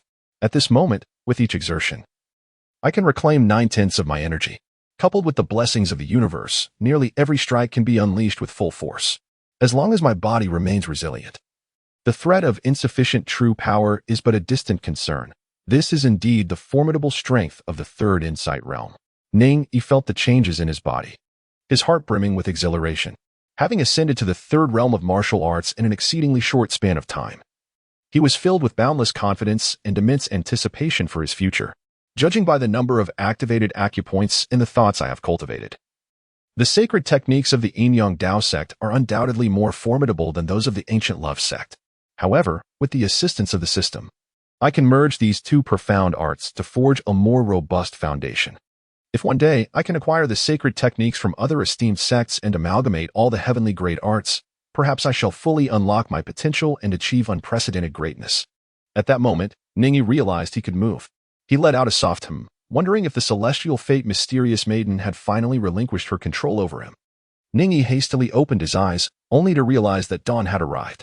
At the foot of his bed sat the celestial figure known as the Destiny Shin Nu, draped in a gossamer robe of pale gold.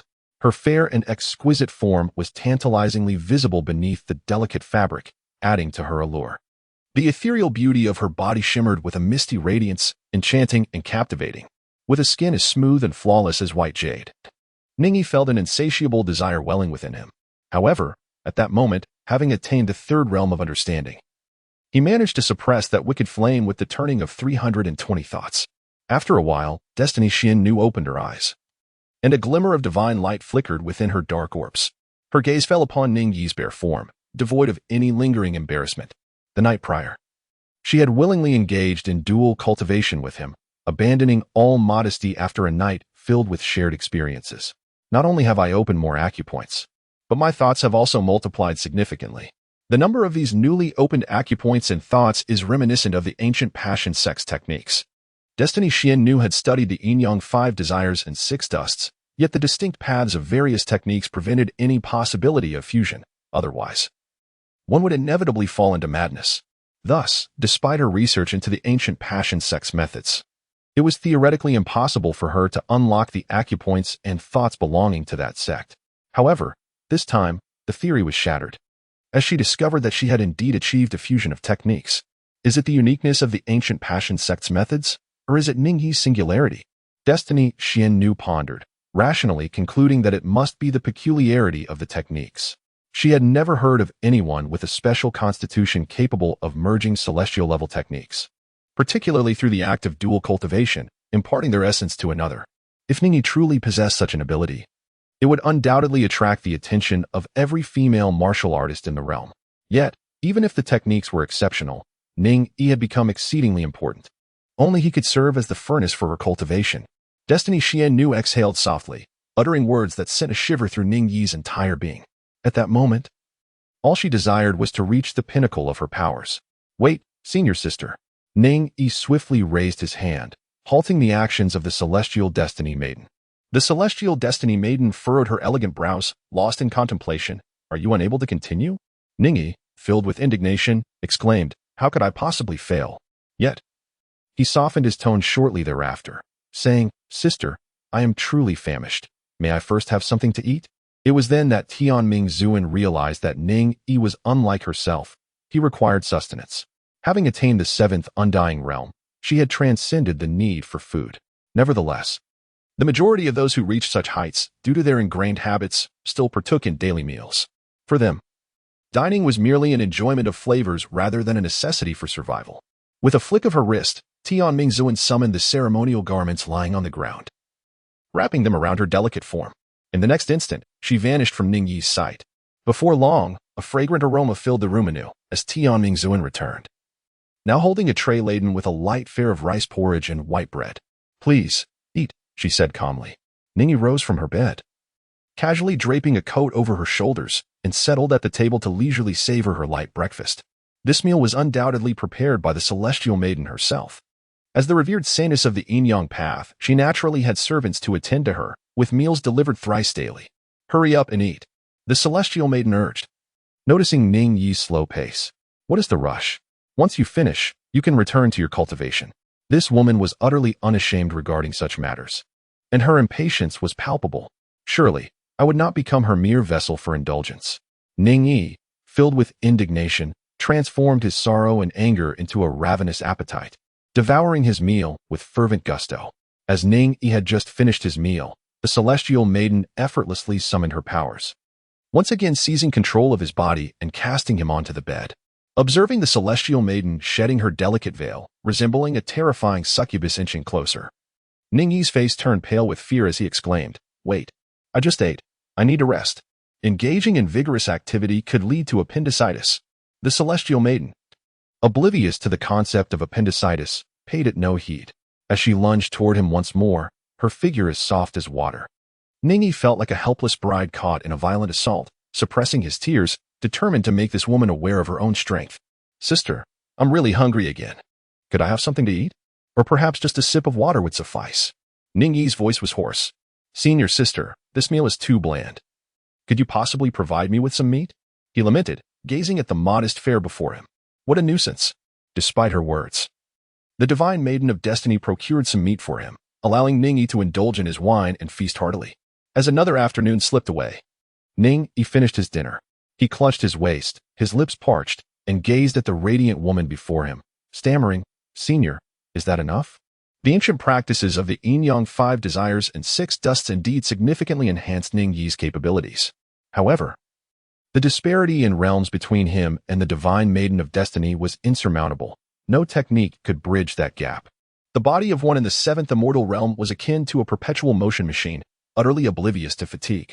Although the divine maiden of destiny could breathe heavily, it was not from exhaustion, but rather from the stirrings of emotion and desire. Ning Yi finds himself reminiscing about the time spent in the ancient ruins of the fate goddess.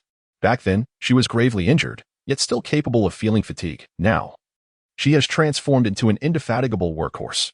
The fate goddess lowered her beautiful eyes, silently reflecting upon herself. After nearly a day and a night of joint cultivation, neither her meridians nor her thoughts had expanded further. It appears this session of cultivation has reached its limit. She must return to her quietude to thoroughly digest the gains of this experience. A twinge of regret stirred within her. If only her meridians and thoughts could continue to develop. The more solidly she establishes her foundation, the greater her chances of ascending to the ninth supreme sacred realm in the future.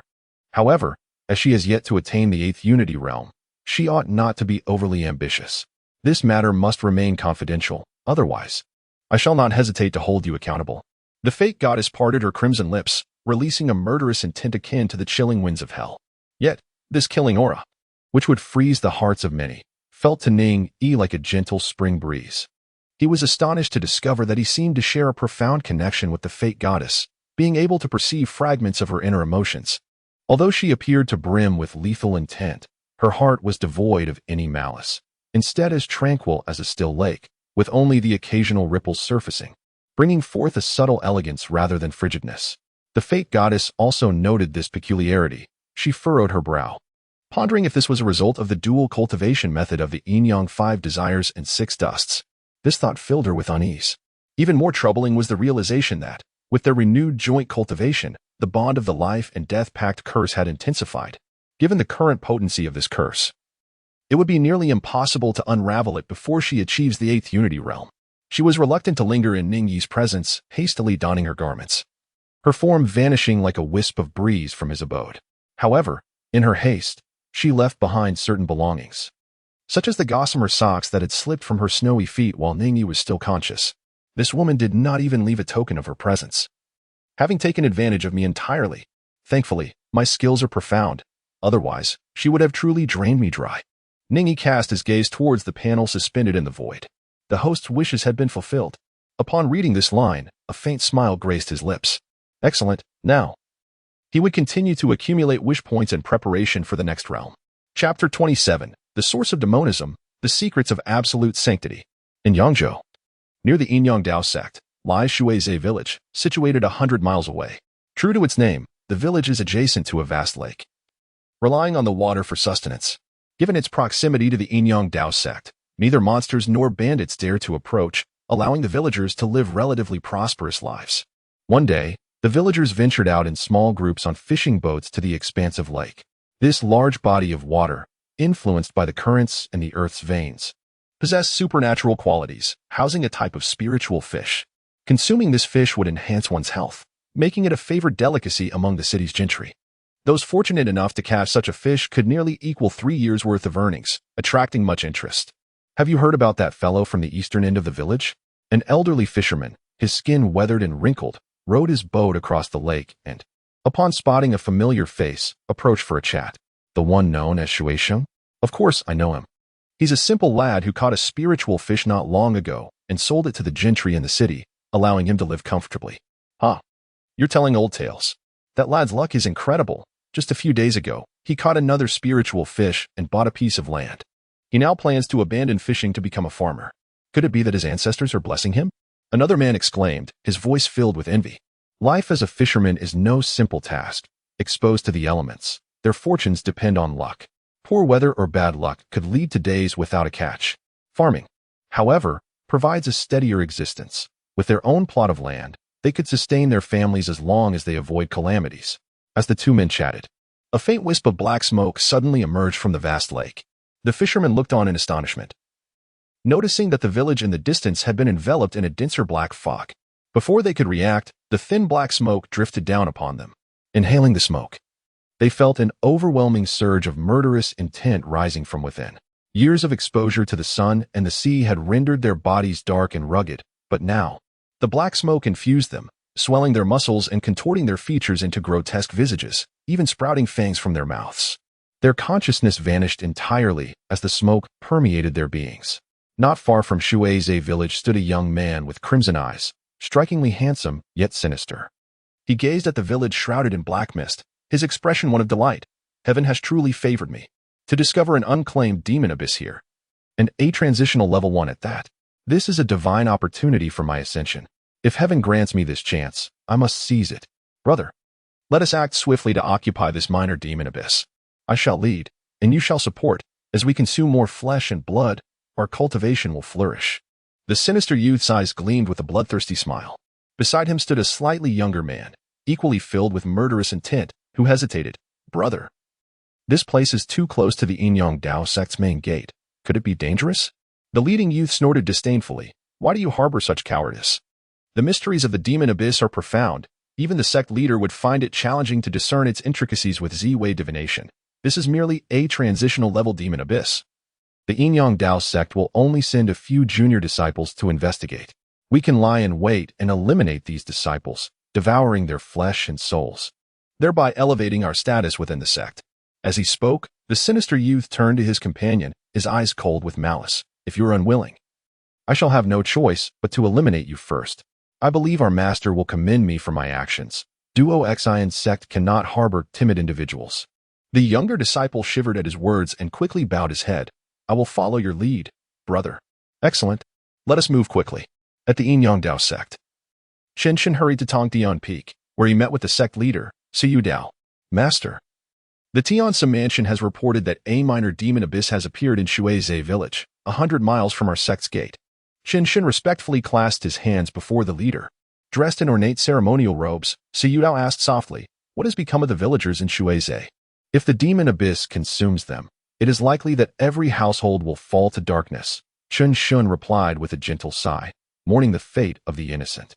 What level is this minor demon abyss? The Tiansa mansion states it is a Duo Xian demon abyss, classified as transitional level. Transitional level? Then we shall dispatch some disciples of that level to handle it. Since it has emerged within our territory, it is our duty to eliminate it. Su Dao issued the order without hesitation, adhering to protocol. Noticing Shun's hesitation, he inquired, is there something you wish to say, brother? Master, this abyss is a newly arisen unclaimed one, presenting an excellent opportunity for our disciples to gain experience. Perhaps we should send some of the newer initiates to hone their skills. With their senior brothers and sisters to watch over them, they should be safe. Remaining solely within the mountains without practical experience will only lead to their downfall, Shen suggested thoughtfully. Su Dao pondered briefly before agreeing. You make a valid point, brother. I shall entrust this matter to you. This is merely a minor transitional level demon abyss, not a terrifying indestructible level or a turn level abyss. As the sect leader, I need not personally oversee it. Atop the peak of martial arts, a disheveled Li Qingyang returned to the sect, carrying a jug of wine. Master, did you gain anything from your outing?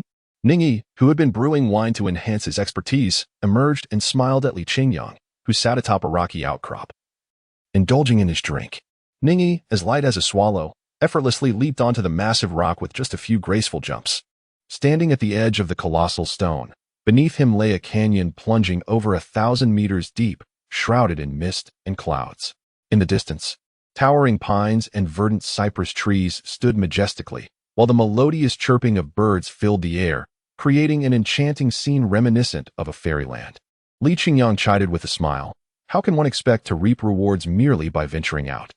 The secret recipes and ingredients for those ancient exquisite wines are far from easy to procure. As he spoke, Li Qingyang tossed a wine gourd to Ning Yi. Curiosity piqued, Ning Yi opened the vessel and was immediately greeted by a pungent aroma. After taking a sip, he grimaced, remarking, this liquor is of poor quality.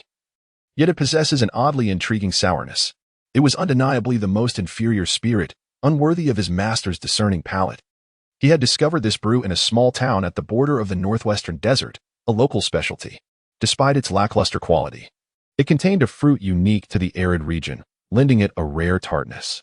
If this fruit were to be blended into other spirits, it might yield a distinctive flavor profile. Li Qingyang's words prompted Ning Yi to take another sip, savoring the sour notes and nodding in quiet approval.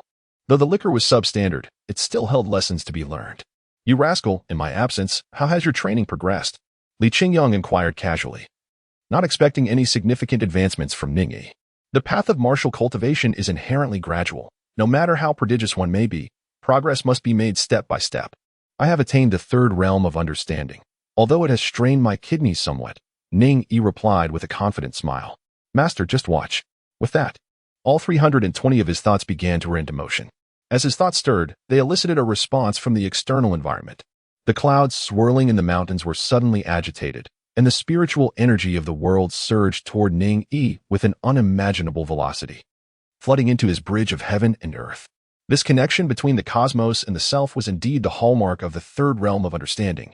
Li Qingyang sprang to his feet, astonished and elated. You have achieved the third realm? He exclaimed. Haha, splendid. Such a pace of cultivation is truly unprecedented. Ning Yi's past experiences are well documented. He embarked on his journey at the Dao Sect and has been cultivating for merely a year. In this short span, he progressed from an individual ignorant of martial arts to attaining the third realm, a feat that is indeed astonishing. While the level of mastery may not hold paramount significance, what truly matters is that I now have the opportunity to learn my master's two steaming techniques. Zhuchu's heart-burning. Ning Yi smiled gently. In the realm of martial arts, one can ascend through sheer will, yet the levels of artistic mastery hold greater significance. That is a pursuit that demands one's utmost dedication. Indeed, the learning of Zhuchu's burning heart does not warrant haste. A small heart-snatching demon abyss has emerged within 100 miles of the Dao Sect. You have now attained the third realm, and it is time to venture forth and test your mettle. Li Qingyang contemplated imparting his legacy directly to Ning Yi, but after careful consideration, he deemed it wiser to first broach the subject of the demon abyss. The demon abyss? Ning Yi was perplexed and bewildered, as he had never heard of such a phenomenon. The abyss of magic is both a phenomenon and the origin of all magic. The exact time of its emergence remains a mystery. People only know that it appears randomly across the vast lands of the 9 provinces. The abyss of magic is classified into 9 levels, corresponding to the 9 realms of martial arts, yet its levels impose restrictions on who may enter. For instance, an abyss at the understanding level permits only martial artists of the same level or lower to enter, while those of higher realms are repelled by the abyss. Li Qingyang initially provided a brief introduction to the nature of the abyss of magic. Ning Yi furrowed her brows. Restriction level? Even Zhuchuan cannot enter the abyss of understanding? Indeed. Does this not imply that this abyss is even more terrifying than Zhuchuan himself? Ning Yi was taken aback. The fact that even the most formidable figures could not access the lower levels of the abyss of demons only served to underscore its immense power. You are indeed correct. It is precisely due to the existence and nature of the abyss that people speculate there may be realms beyond absolute sage. The pursuit of martial arts is fundamentally an exploration of the unknown. Thousands of years ago, martial practitioners could only reach the 7th realm, yet now, the 9th realm has emerged. It is not beyond reason to believe that even higher realms await exploration by humanity. This pursuit is the very aspiration of all existing absolute sages.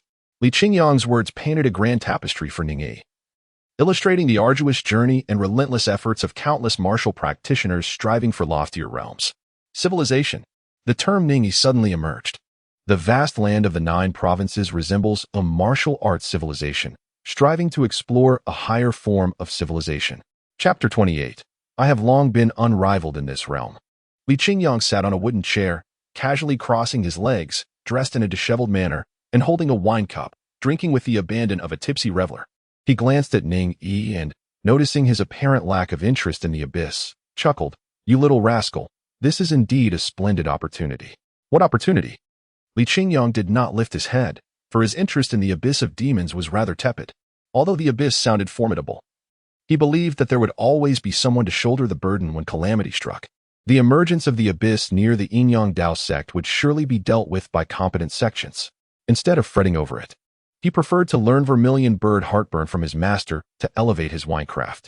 He estimated that mastering the double distillation method, vermilion bird heartburn would significantly increase his experience points, potentially raising his winecraft to level 4.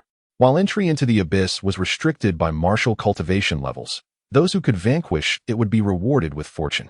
Fortune, though elusive and intangible, undeniably existed. Li Qingyang propped one leg on the armrest of his chair, according to the research of his predecessors. The abyss posed a threat to the land of Jiuzhou. Whoever could shatter the abyss would be granted a reward from this realm. which was none other than fortune. It is said that the founder of the Great Zhou, the foremost figure of the Daoist sect, along with that great Buddha, had once defeated a high-level abyss, thereby acquiring fortune, which enabled them to attain the state of supreme sage. Ning Yi felt a stir of interest in the abyss of demons. If vanquishing this abyss could yield benefits, he would be inclined to pursue it. Li Qingyang, noticing Ning Yi's intrigue, couldn't help but smile inwardly. Having lived for over a century and having spent ample time with Ning Yi, he possessed a keen understanding of his disciple's character. Ning Yi, in truth, exhibited a rather indolent disposition, often remaining indifferent to matters that did not concern him. However, when there was a prospect of profit, he would spring into action, exhibiting a distinct opportunism. This trait was not without merit. After all, the world is bustling, driven by the pursuit of gain, and tumultuous, propelled by the quest for profit. The path of martial cultivation inherently involves competition against others, against the earth, and against the heavens. The higher the level of the abyss of demons, the more formidable it becomes. Were it a unity realm abyss, even I, as your master, could find myself facing a perilous fate. Thus, I assert that this presents a splendid opportunity. The understanding realm abyss is not particularly daunting, and since you are also in the understanding realm, I believe you possess the capability to resolve it with relative ease. Why not seize the opportunity for gain? Li Qingyang's persuasive words heightened Ning Yi's enthusiasm. Nevertheless, being a cautious individual, Ning Yi resolved to gather more information before embarking on this endeavor, even if his master assured him of an easy resolution. Might I request you to elaborate further on the abyss of demons? Li Qingyang, with an approving expression, began to explain. The abyss of demons is categorized into 4 types: the heart-stealing abyss, the deceptive path abyss, the plague abyss, and the blissful abyss. The heart-stealing abyss relies heavily on strength, embodying the purest form of slaughter. The deceptive path abyss, however, requires wisdom and discernment to unravel, making it the most challenging of the abysses. The plague abyss poses the least difficulty, yet it inflicts the greatest impact on the land of Jiuzhou. Each emergence of a high-level abyss results in casualties numbering in the hundreds of thousands, if not millions. Lastly, the blissful abyss demands unwavering willpower, filled with boundless pleasures that can easily lead one to perdition, resulting in death and the extinguishing of the soul. Through Li Qingyang's elucidation, Ning Yi gained a comprehensive understanding of the existence and forms of the abyss of demons. Ning Yi furrowed her brow in perplexity, inquiring, how do the 4 great demon abysses resemble the existing demon sects so closely? The 4 great demon sects are none other than the heart-seizing sect, the Thousand Extremes deceptive path, the pestilential immortal palace, and the ancient love sect. However, the ancient love sect has long been eradicated, leaving only 3 remaining demon sects. Haha. You are not mistaken, the 4 great demon abysses indeed correspond to the once mighty 4 great demon sects. According to legend, the founders of these sects descended into the primordial demon abyss. Some say they attained enlightenment within the abyss, while others claim they encountered otherworldly demons, thereby mastering the arcane arts of the demonic path, establishing the demon sects, and unleashing calamities upon the vast land of Jiuzhou. Each time a demon abyss emerges, those affiliated with the corresponding demon sect will go to great lengths to infiltrate it, expanding its influence and causing untold suffering. However, given that this latest demon abyss is situated quite close to the Dao Sect, it is likely that practitioners of the demonic path will not venture here. Ning Yi immediately made a decision. Since that was the case, he would venture out to resolve the abyss of demons and, in the process, enhance his own fortune. Beyond 100 miles from the Yin-Yang Dao Sect lies Shuizhe village. Once a bustling settlement, it now languishes in an eerie shroud of black mist, with over 600 souls rendered silent. Even the expansive waters surrounding the village are tainted with dark froth, resembling a mire. The authorities have long isolated Shuizhe village, forbidding outsiders from entering, with soldiers from the Heavenly Strategy Pavilion stationed to guard it. Resolving the abyss of demons is the responsibility of all beings within the land of Jiuzhou. Go, go. Dozens of young men and women clad in ceremonial attire galloped forth on their steeds, halting only when they neared the edge of the black mist. Only those who have attained the 5th void realm possess the ability to traverse 1,000 miles in a day, or to ride the winds as humanity has long dreamed of doing. Warriors beneath the 5th realm must rely on their legs or horses for travel. Among this group of disciples from the Yin-Yang Dao Sect, the highest was at the 3rd understanding realm, and the lowest at the 1st acupoint realm. Junior sister Luo, it's been a while, Wang Wenhua exclaimed upon spotting the elegantly clad Luo Qingchan amidst the crowd. His eyes sparkled as he approached her with eagerness. Luo Qingchan's exquisite brows furrowed slightly as she cast a sidelong glance at him, remaining silent. Her demeanor remained unchanged, as Wang Wenhua, well-versed in the art of flattery, was undeterred by her coldness.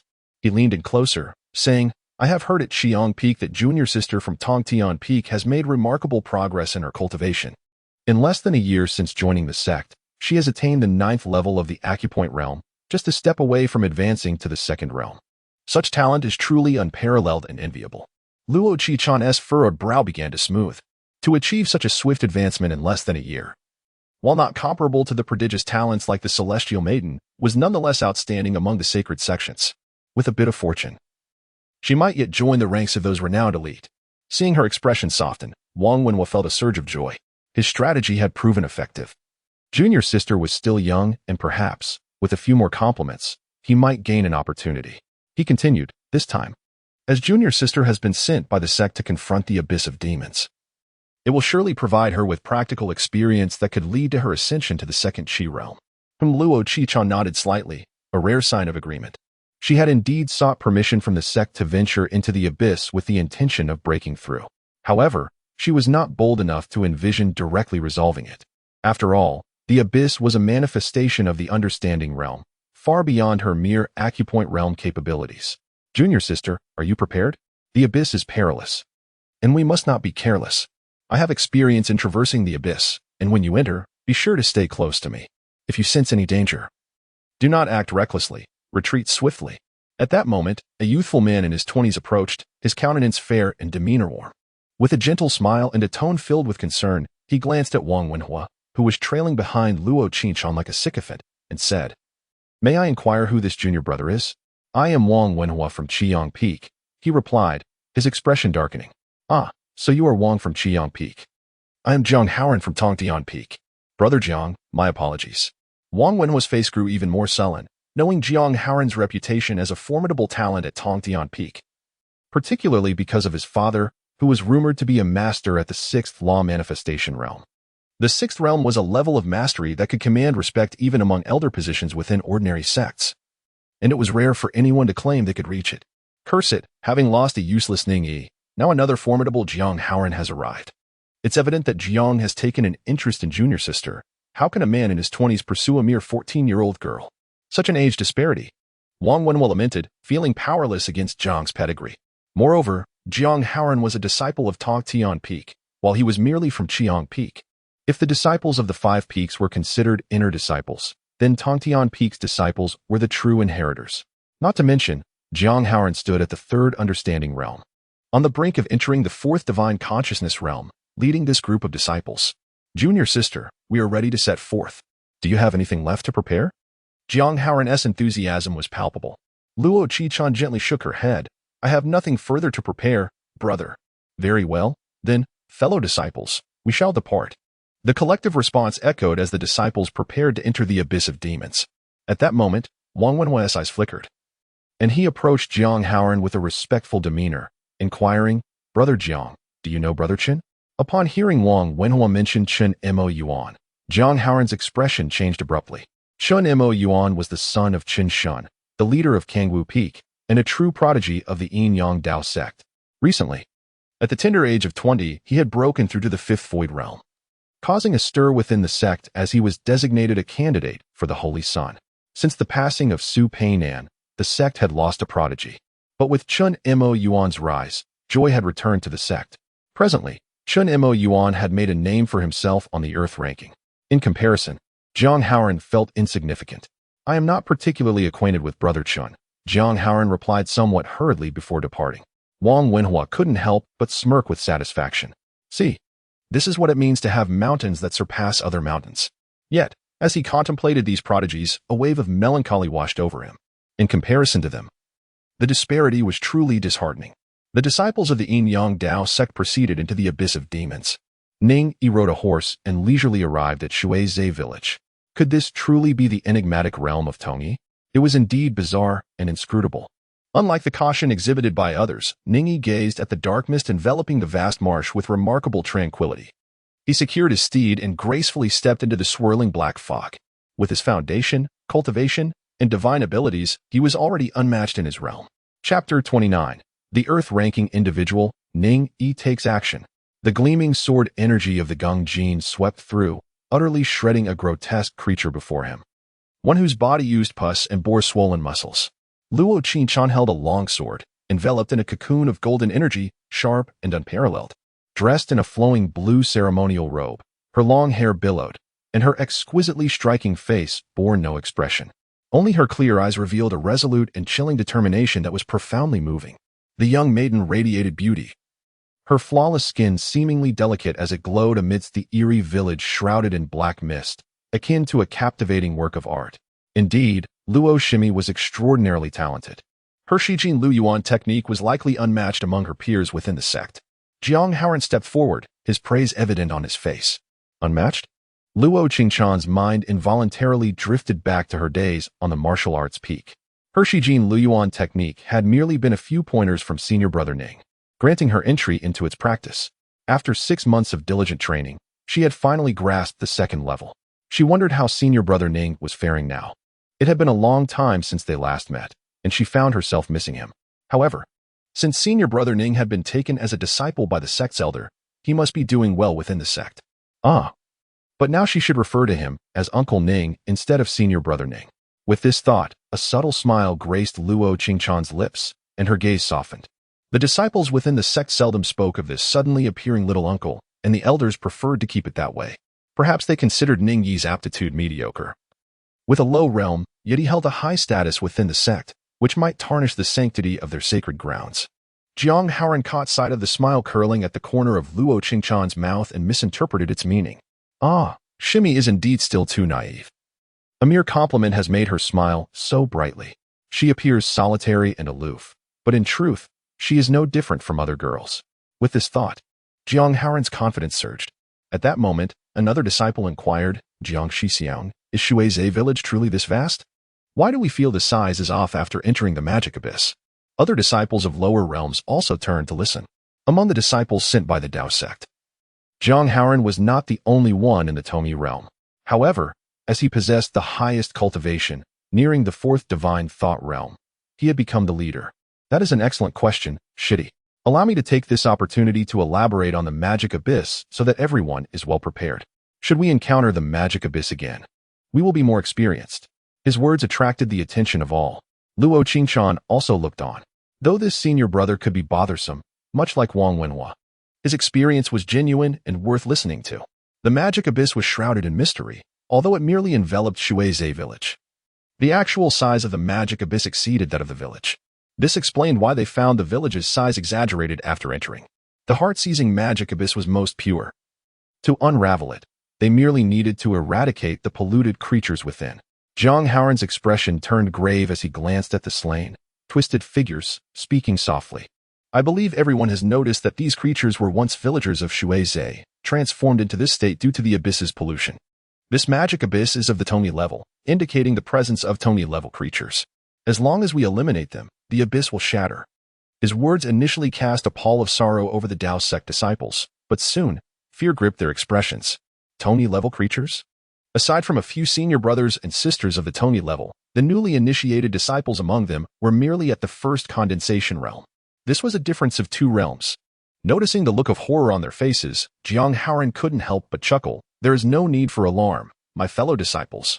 Though they are called Tomi-level creatures, they are essentially no different from those practitioners of yellow-level techniques in the martial world. We are disciples of the sacred ground, practicing heavenly-level techniques. Even the weakest among us possesses a far superior aperture compared to those worldly practitioners. The creature that Luo Shimi just dispatched was at the second chi control realm, and yet, was it not felled by her single sword stroke without even a chance to resist? With that, morale surged, and the disciples of the Dao Sect stood tall. Indeed, they were disciples of the sacred ground, practicing the finest techniques in existence. How could they be compared to mere commoners? The number of apertures they had opened far surpassed those of ordinary martial artists, and the disparity only widened with higher realms. Notably, some of their outstanding peers were already practicing the 5 great divine seals of Yin-Yang Dao Sect, just like Luo Shimi. Utilizing heavenly-level techniques combined with the 5 great divine seals allowed them to effortlessly slay creatures across realms. The atmosphere lightened considerably as many disciples cleared a spacious area in Shuizhe village. They sat on the ground, consuming rations and sipping water, preparing to regroup and resolve the magic abyss in one decisive effort. observing the uplifted spirits. Jiang Haoran issued a final caution. You can handle the creatures of the second Qi control realm together. However, should you encounter a third Tony-level creature, do not engage recklessly. After all, that is a significant gap of 2 realms. Leave it to us senior brothers and sisters to deal with. The disciples nodded in agreement. Jiang Haoran silently calculated that he was very close to the 4th divine thought realm. If he could unravel the magic abyss this time and gain the fortune of the 9 provinces, breaking through should be feasible. Yet, when compared to the prodigious Chun Meiyuan, the gap loomed large. Jiang Haoran felt a sense of dissatisfaction. First, there was Su Peinan, and now Chen Meiyuan. Though Su Peinan had met with misfortune, the sect had produced yet another unparalleled genius, suppressing all disciples once again, leaving them in despair. He had to seize this opportunity in the magic abyss to slightly catch up to his rival. Luo Qingchan nibbled on her rations. The dry food, merely seasoned with salt, was tough and unpalatable, yet martial artists were accustomed to enduring hardships. As a royal princess, she voiced no complaints. After taking a bite of the dry food, she chewed on some dried meat and washed it down with water. At that moment, Jiang Haoran, akin to the protagonist on a stage, drew everyone's attention once more. Let me remind everyone one last time. The emergence of the magic sect is related to the magic abyss. The abyss we are entering is an unclaimed one, posing minimal danger, which is why the elders permitted you disciples to come and gain practical experience. However, should we encounter a magic abyss occupied by the magic sect, we must exercise utmost caution. Just as his words fell, a chilling laughter echoed from afar. Filled with murderous intent. Wrong. This is not an unclaimed magic abyss. It is one with an owner. And that owner is me. Who is it? Jiang Haoran's expression suddenly shifted, and he let out a furious roar. In an instant, a glimmer of divine light flashed in his eyes, and the vast waters of Shuizhe village surged as if struck by tumultuous waves, spiraling and crashing upward. The great expanse transformed into a curtain of water, cascading from the heavens like a torrential downpour. Stepping forward, Jiang Haoran unleashed a punch, sending hundreds of thousands of droplets flying like arrows released from a bow, hurtling towards the source of the sound. As a disciple sent by the elders of the Dao Sect, his power was undoubtedly among the pinnacle of the 3rd transcendence realm, and his mastery of the North Water overturning technique was impeccable. The numerous disciples of the Dao Sect watched in rapture, and Luo Qingchan's eyes sparkled with admiration. Although Brother Jiang could be quite boisterous, his strength was indeed formidable. The continuous rain curtain fell into the distant black mist, as if a cow had plunged into the sea, causing the black fog to roil, with a large portion dissipating in an instant. However, the surrounding black mist quickly replenished, rendering Jiang Haoran's punch futile. A chill ran through Jiang Haoran's heart as he realized the gravity of the situation. His enemy was extraordinarily powerful. Just as he contemplated this, a voice brimming with murderous intent erupted in wild laughter. To come and not reciprocate is uncouth. Taste my blade. The black fog churned, and from all directions came the wailing of vengeful spirits. A blade of light cleaved through the rain curtain, crossing the hundreds of meters between them in an instant, and struck right before Jiang Haoran. With ample combat experience, he remained composed, forming a protective barrier of overlapping water curtains around himself. Yet that blade was ruthless and powerful, shattering the water curtain in an instant. Jiang Haoran felt an overwhelming chill enveloping him, as if it sought to freeze all his thoughts and sever his spirit, leaving him capable of unleashing only 60 to 70% of his strength. With a soft thud, the blade struck him, leaving a shallow wound. While it seemed the force of the attack had waned, Jiang Haoran understood all too well that he had sustained a serious injury. This strike was not merely physical. It had cleaved through his soul and consciousness. The heart-seizing sect's soul-slaying blade. Stumbling back, Jiang Haoran's lips trembled in disbelief. How could there be a disciple of the heart-seizing sect in this abyss? Shuizhe village was merely 100 miles from the Inyang Dao sect's mountain gate. How audacious must this disciple be to wander here? Unless, perhaps, this disciple had fortuitously passed through and seized the abyss for themselves. If that were the case, their luck was indeed extraordinary. Yet even so, to gain such strength after occupying the abyss was an exaggeration. This indicated that the opponent was no nameless figure. Who are you? Jiang Haoran demanded fiercely, though his voice carried an undercurrent of trepidation. From the swirling black mist emerged a pale, sinister-looking youth, slender and clad in fine garments. His physique seemingly forged by the essence of slaughter, a veritable embodiment of murderous intent. I am Huang Ani of the heart-seizing sect, and my name is well known. The youth's tone was arrogant, as if dismissing the disciples of the Inyang Dao sect entirely. What of the Holy Land? We of the heart-seizing sect also cultivate heavenly-level techniques, equally worthy of being called a holy land, albeit a demonic one. Huangani, Jiang Haoran's lips quivered, fear etched across his face. You are the disciple of the Blood Skull Master, ranked 68th on the Earth ranking. The significance of the Earth ranking was profound. It indicated that Huangani was among the top 100 in talent and aptitude among his contemporaries. Across the vast expanse of the 9 provinces, counting the demonic sects, there were over a dozen holy lands, their disciples numbering in the thousands. Additionally, there were always those fortunate protagonists who inherited legacies from predecessors or those who, through extraordinary talent, rose to prominence within lesser sections. In the realm of martial cultivation, countless practitioners vied for recognition. Yet to be within the top 100 among one's peers was a feat few could aspire to. Merely contemplating the difficulty of placing within the top 100 in a national examination was daunting. And now, the disciples of the Yin Dao Sect found themselves facing a being of the Earth ranking. Indeed, it is I. Once I eliminate all of you disciples of the Yin Dao Sect and seize your souls, I shall be rewarded by the abyss and surely ascend to the 4th realm of divine thought. Huangani laughed maniacally, as if the disciples of the Yin Dao Sect were mere fish destined for the chopping block. Huangani, barely yet 20 years old, aspired to reach the 4th realm of divine thought, truly deserving of his rank on the Earth ranking. In the distance, Ning Yi moved at a leisurely pace, still studying the abyss. Noticing commotion ahead, he furrowed his brow. Had those disciples encountered danger? After a moment's thought, he decided to approach. Oh well, they are still my fellow disciples. If I can save them, I shall do so. Chapter 30. Instant Kill, Southern Fire Burning Dao Technique. 9 Heavens. Vermilion Bird's Heart Burning. Junior brother, what are you dawdling for? Hurry and come out. If you let them escape, brother might just use you as a whetstone. Huangani's expression darkened, filled with murderous intent as he bellowed. Before the terrified eyes of the disciples of the Yin Dao Sect, a short, unremarkable youth emerged from the black mist, accompanied by a group of grotesque creatures, all oozing pus and exhibiting grotesque musculature. These monsters obeyed the youth's commands, encircling the disciples of the Yin Dao Sect. Jiang Haoran's countenance fell as he beheld the monsters encircling them. All were at least at the 2nd gas refining realm, with some even at the 3rd transcendence realm. If his suspicions were correct, these creatures were indeed the final boss of this heart-seizing abyss. How unexpected that the abyss had already been seized by the heart-seizing sect, with these monsters under their control. No wonder he had felt something was amiss earlier. The monsters in the abyss had seemed too few. It turned out they had long been controlled and ambushed by the heart-seizing sect. Jiang Haoran felt a pang of regret. Had he detected the issue sooner and left the abyss, he would not have placed himself in such peril. Nevertheless, the Dao Sect had entrusted him to lead, which was a testament to his capabilities. Jiang Haoran understood that losing confidence now would only invite disaster. Without hesitation, he called out, "Fellow disciples, do not fear. Though these monsters are powerful, their individual strength is lacking.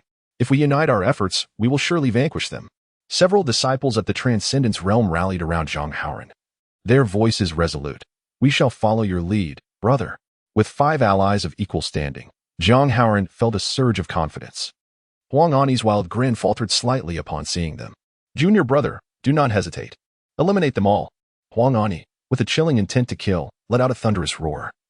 Enveloped in a shroud of inky mist, charging towards Jiang Haoran and his companions of the Tongyi realm, the seemingly ordinary youth, unwilling to defy his senior brother's commands, issued a directive that sent a horde of grotesque creatures surging towards the disciples of the Yin Dao Sect, within the depths of the abyss of demons.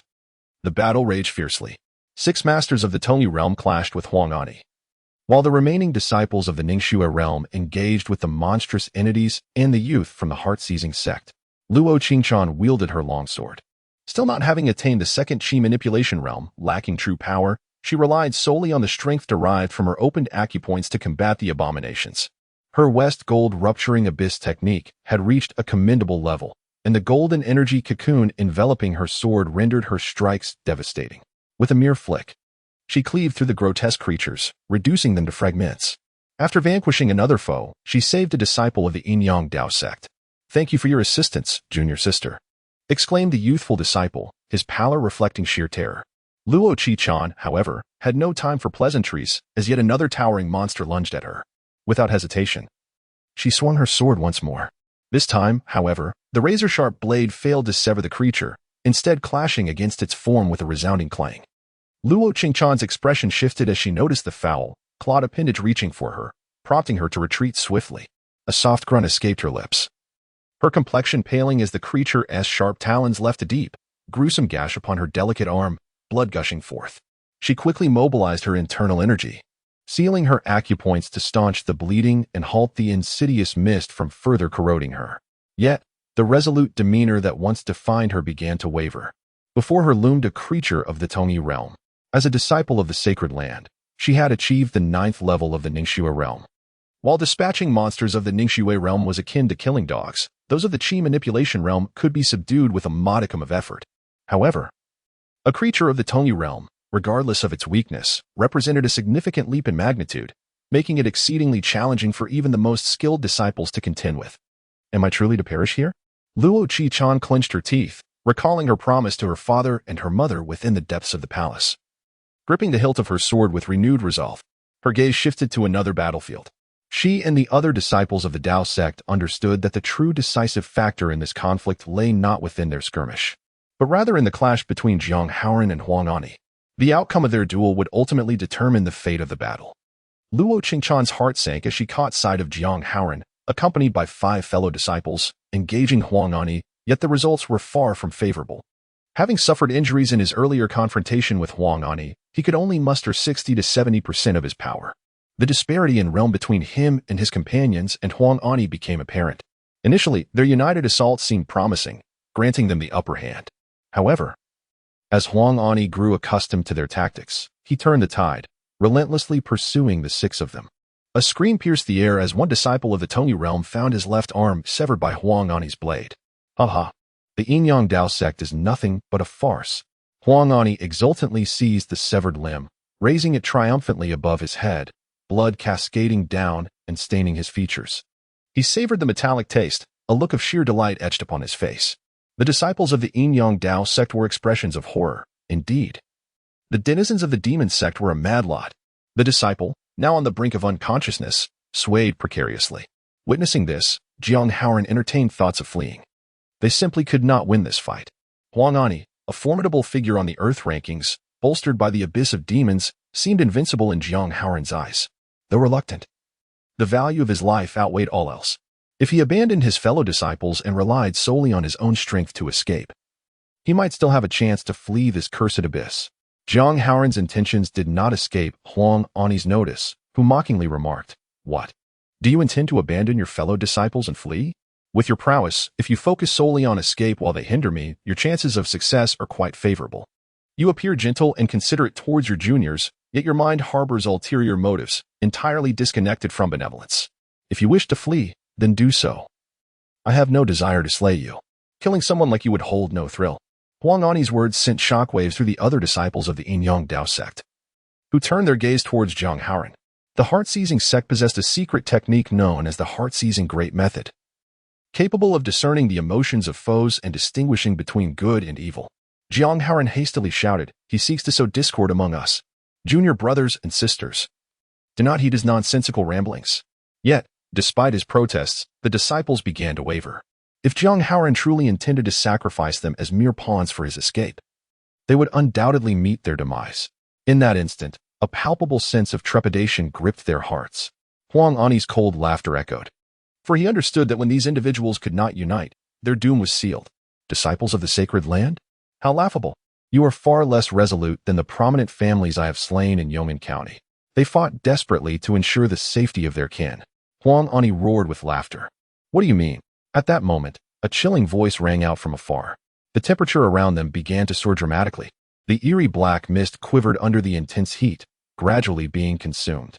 Then, to the astonishment of the onlookers, an endless sea of flames seemed to descend from the heavens, igniting the village, setting the marsh ablaze. Fire. It is fire. How could this be? The air here is damp, and water is abundant. How could it possibly catch fire? Even the water itself is ablaze. A towering wall of fire soared into the sky, swiftly encircling all present, both humans and monsters alike. Vision was wholly consumed by the inferno, as the scene transformed into a hell's cape, where flames raged as if divine fire descended upon the earth, incinerating all within its reach. Who is it? Show yourself. Huang Ani suddenly felt a pang of fear as the flames took on a life of their own, opening terrifying eyes that gazed down upon him like a deity surveying mere mortals, rendering him insignificant as an insect. No, I am ranked 68th on the Earth rankings. If my opponent has entered the abyss of demons that can only be of the Tony realm, why should I fear? A resonant cry echoed through the heavens as a divine bird soared from the blazing pillar of fire, its wings aflame with ethereal flames. The firebird circled above, and as sparks rained down, its radiant glow illuminated the faces of all below in a fiery hue. The intense heat caused sweat to pour from everyone. Yet they remained silent, captivated by the sight of the firebird descending, engulfing all creatures and the youth from the heart-seizing sect in its scorching embrace. Brother, save me. The seemingly ordinary youth from the heart-snatching sect let out a cry, yet at that moment, Huang Ani was drenched in cold sweat, channeling all his energy to fend off the terrifying heat. He lacked the strength to save anyone. In an instant, the youth from the heart-snatching sect, along with all the monsters, even those at the understanding realm, were reduced to ashes under the searing embrace of the divine bird. This was the Southern Fire-Burning Dao Technique. The Southern Fire-Burning Dao Technique. The disciples of the Yin-Yang Dao Sect finally recognized the nature of this divine ability. Jiang Haoran's expression lit up with joy as he exclaimed excitedly, "Is there a senior brother from Qiang Peak present? We implore you to save us."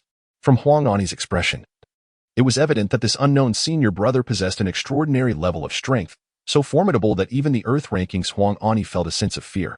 Ignoring Ning Yi, Jiang Haoran stood amidst the towering inferno, his figure shrouded in flames, rendering his appearance indistinct. Only a terrifying silhouette remained amidst the blaze, reminiscent of a descending fire deity. As he advanced, the flames that consumed the vast expanse of land surged with even greater ferocity and intensity. I shall inquire once more. The individual you slain in Yong'an County, did they bear the surname Zhang? Ning Yi's murderous intent was palpable, complemented by the divine bird that echoed his sentiments with earth-shattering cries.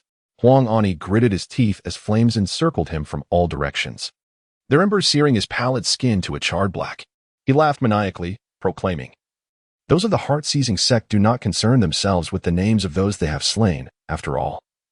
I annihilated an entire family of over 100 souls in Yong'an County. Could it be that they were your relatives? Ha! Die." Ning Yi, instead of succumbing to fury, found his mind remarkably tranquil. Standing amidst the searing flames that soared towards the heavens, he unleashed a powerful punch. Southern Fire-Burning Path Technique.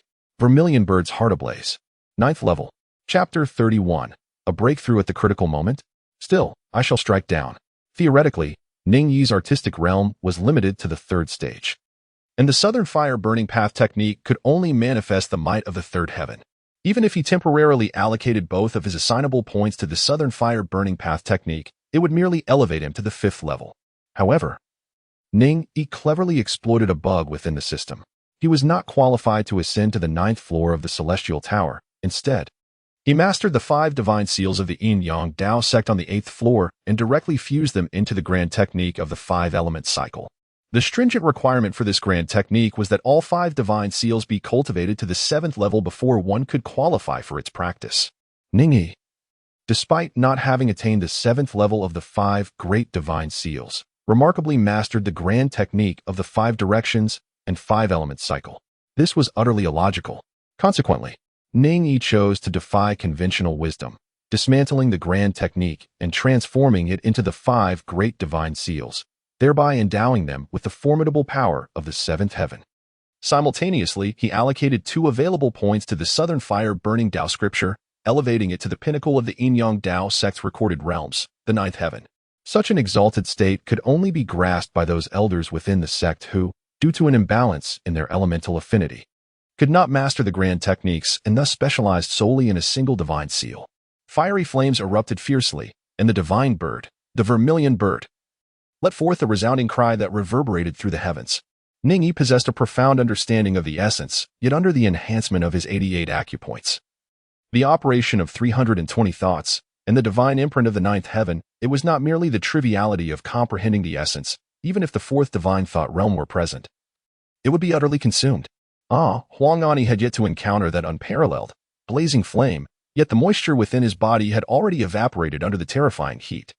His skin cracked, resembling a grotesque and fearsome zombie.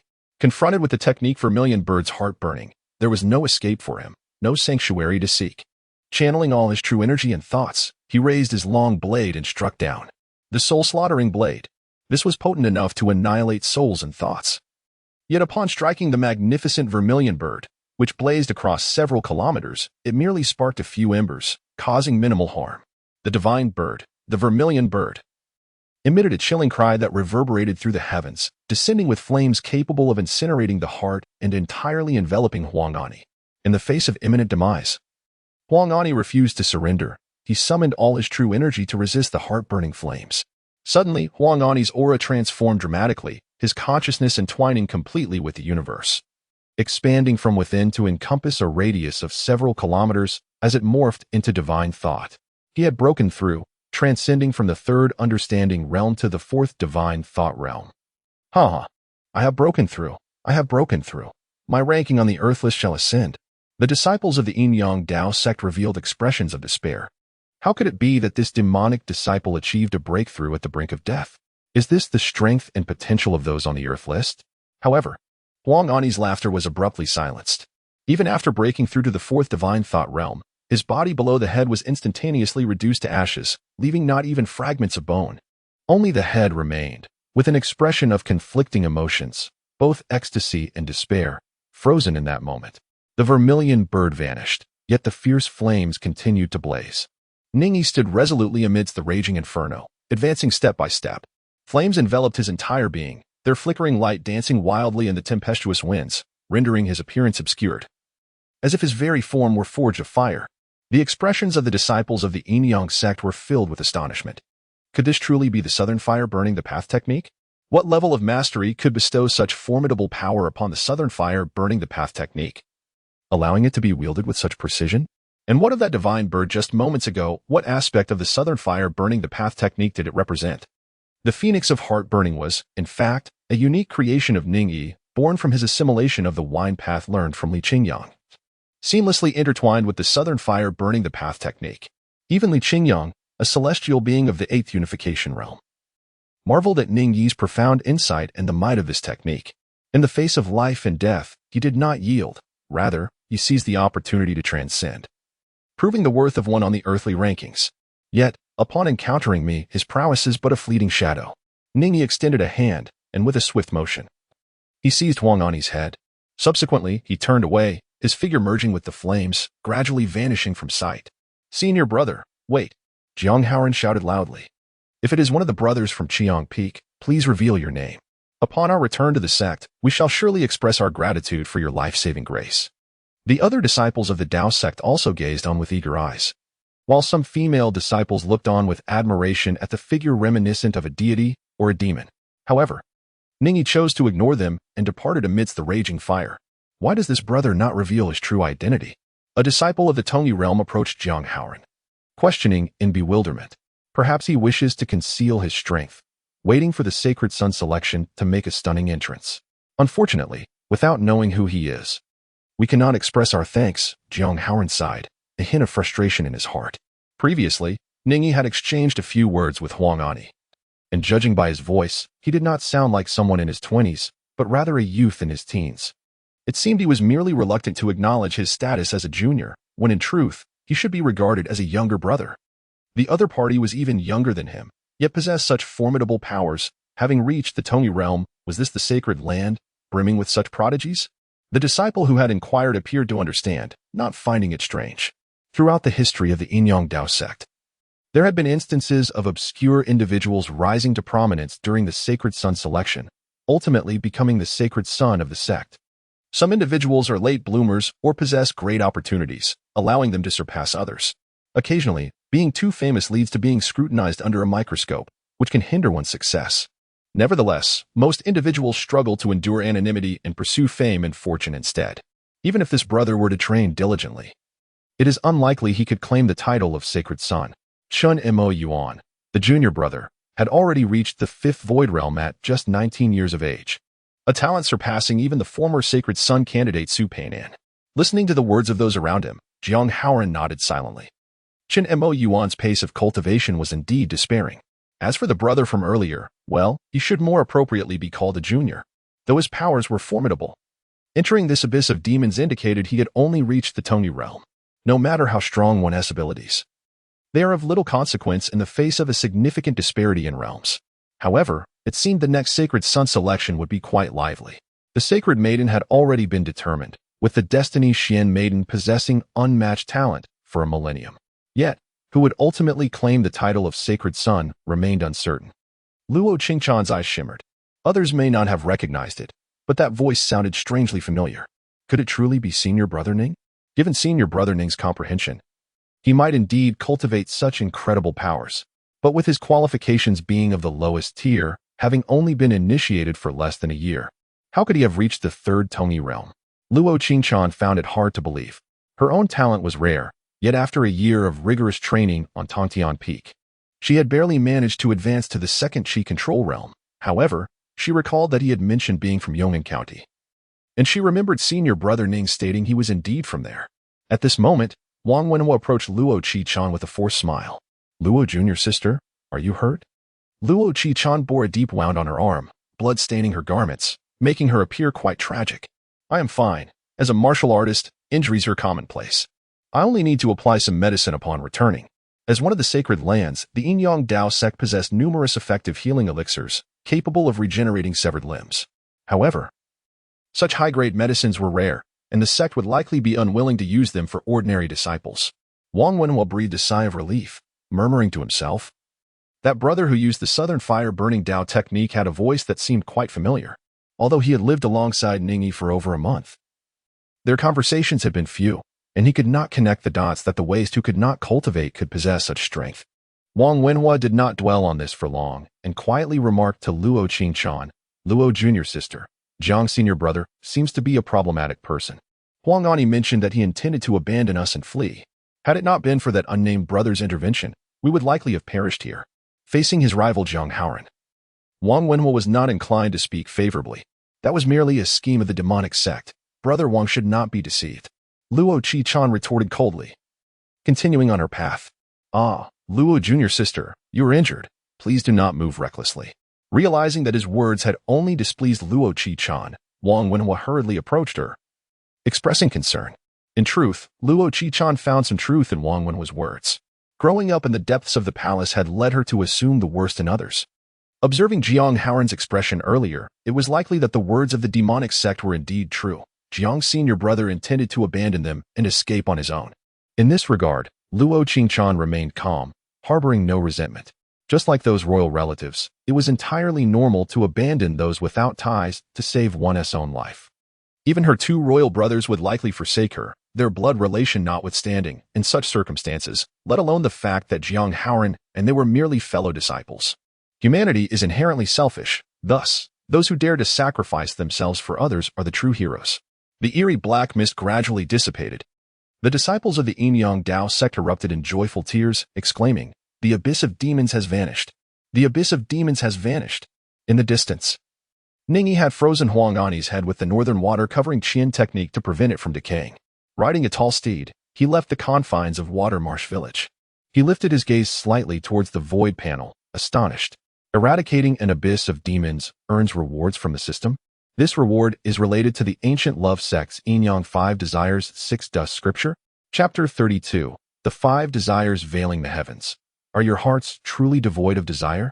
You have garnered the favor of the abyss of demons, glimpsing its essence, and comprehended the 5 desires veiling the heavens. Ning Yi's eyes widened in disbelief. What on earth was happening? Had I truly garnered the recognition of the abyss? Surely not. For I had shattered the abyss and made it vanish. How could I possibly be acknowledged by it? If the abyss were to take on a human form, could it be that it harbored a masochistic nature? Perhaps my cultivation of the Yin-Yang 5 Desires and 6 Dust Sutra had led the abyss to consider me one of its own? After a moment of contemplation, Ning Yi concluded that this possibility was the most plausible. The abyss of demons was originally an unconscious natural phenomenon.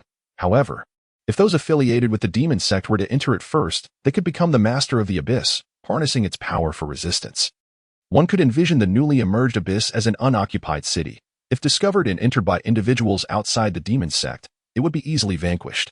Conversely, should those from the demon sect enter first, this vacant city would acquire a ruler, making it exceedingly difficult to conquer, akin to besieging a fortified city. Previously, Huang Ani, despite being a prominent figure on the Earth ranking, could not withstand the assault of several disciples from the sacred land, all of whom were adept in the same realm. Under normal circumstances, Huang Ani would be unable to fend off 6 disciples of equal standing. It was only through the enhancement granted by the Abyss that he managed to hold his ground against 6 adversaries, gaining the upper hand. Had Ning Yi not intervened, the disciples of the Dao Sect would have suffered grievous losses. The 5 desires obscuring the heavens. As Buddhism teaches, humans are plagued by 5 desires, namely wealth, lust, fame, food, and sleep, which are the foremost obstacles encountered by practitioners. The 5 desires obscuring the heavens technique incites the 5 desires within others, manifesting as irresistible allure, insatiable greed, and dreams of eternal bliss. Those who succumb to these desires find their spirits dissipating, leading to the dissolution of life and death. Do they truly possess no desires in their hearts? Note, this divine ability requires the 4th realm of divine thought for its execution. The 5 desires obscuring the heavens is one of the ancient techniques of the Emotion Sect. Within the range of its divine influence, it can conjure a true illusion. It can target a single enemy or a multitude, functioning as both a singular and collective attack. Due to its reliance on divine thought, it can only be performed at the 4th realm. In this authentic illusion, the technique stirs the 5 desires within the heart. Once one is ensnared, immediate annihilation follows. Even the most resolute of wills may be swayed by this technique. In a duel among masters, even the slightest influence of divine thought could lead to irrevocable consequences. This technique does not demand true power. It is purely a method of divine thought, requiring minimal energy, and complements the techniques of the Yin-Yang Dao Sect remarkably well. Is it only executable at the 4th realm? I am but one great realm away. The distance is not far. Previously, while cultivating the Yin-Yang 5 Desires and 6 Dust Sutra, Ning Yi discovered that this practice contained only methods of cultivation, devoid of any recorded divine abilities. He had speculated whether the ancient Emotion Sect's techniques were documented separately, perhaps still hidden within the ruins, or possibly long lost to time.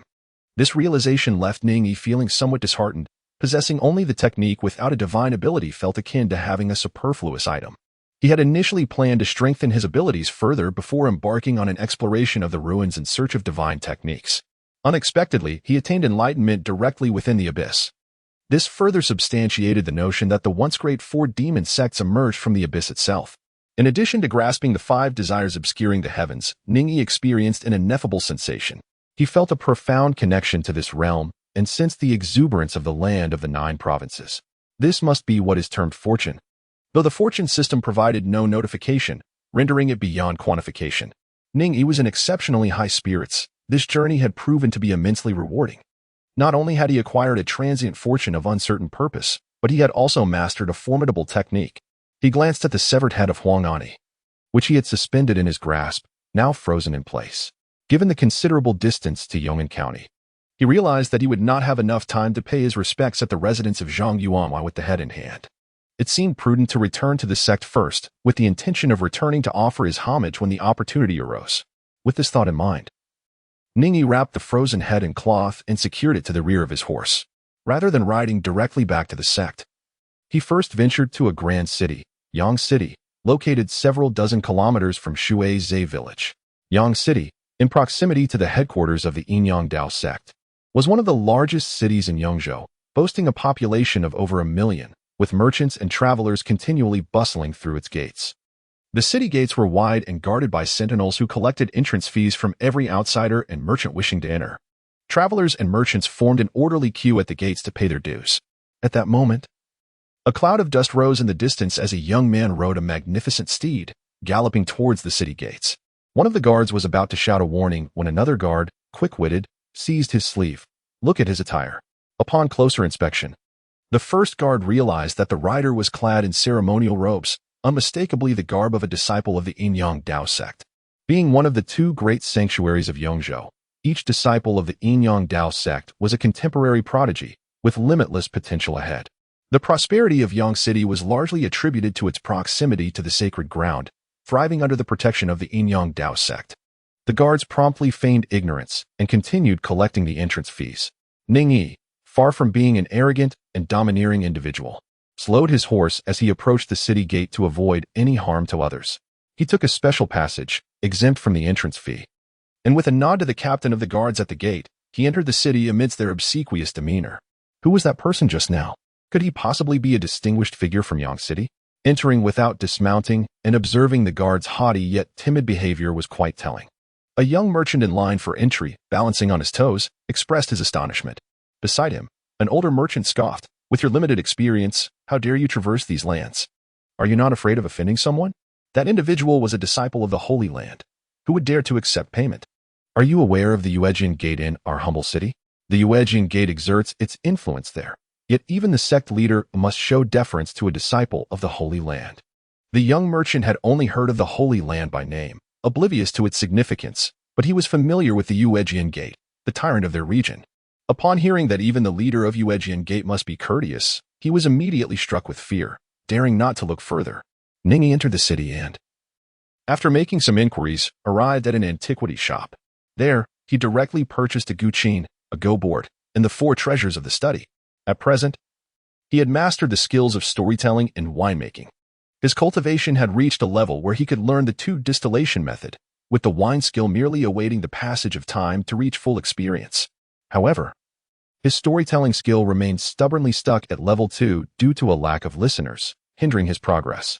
Based on previous experiences, Ning Yi surmised that in order to elevate his artistic realm to the 4th level, he needed to acquire a 3rd artistic skill. Previously, while in Yong'an County, he had attempted to play chess and practice calligraphy, hoping to determine if these counted as artistic skills, but ultimately he met with failure. Nevertheless, Ning Yi did not surrender.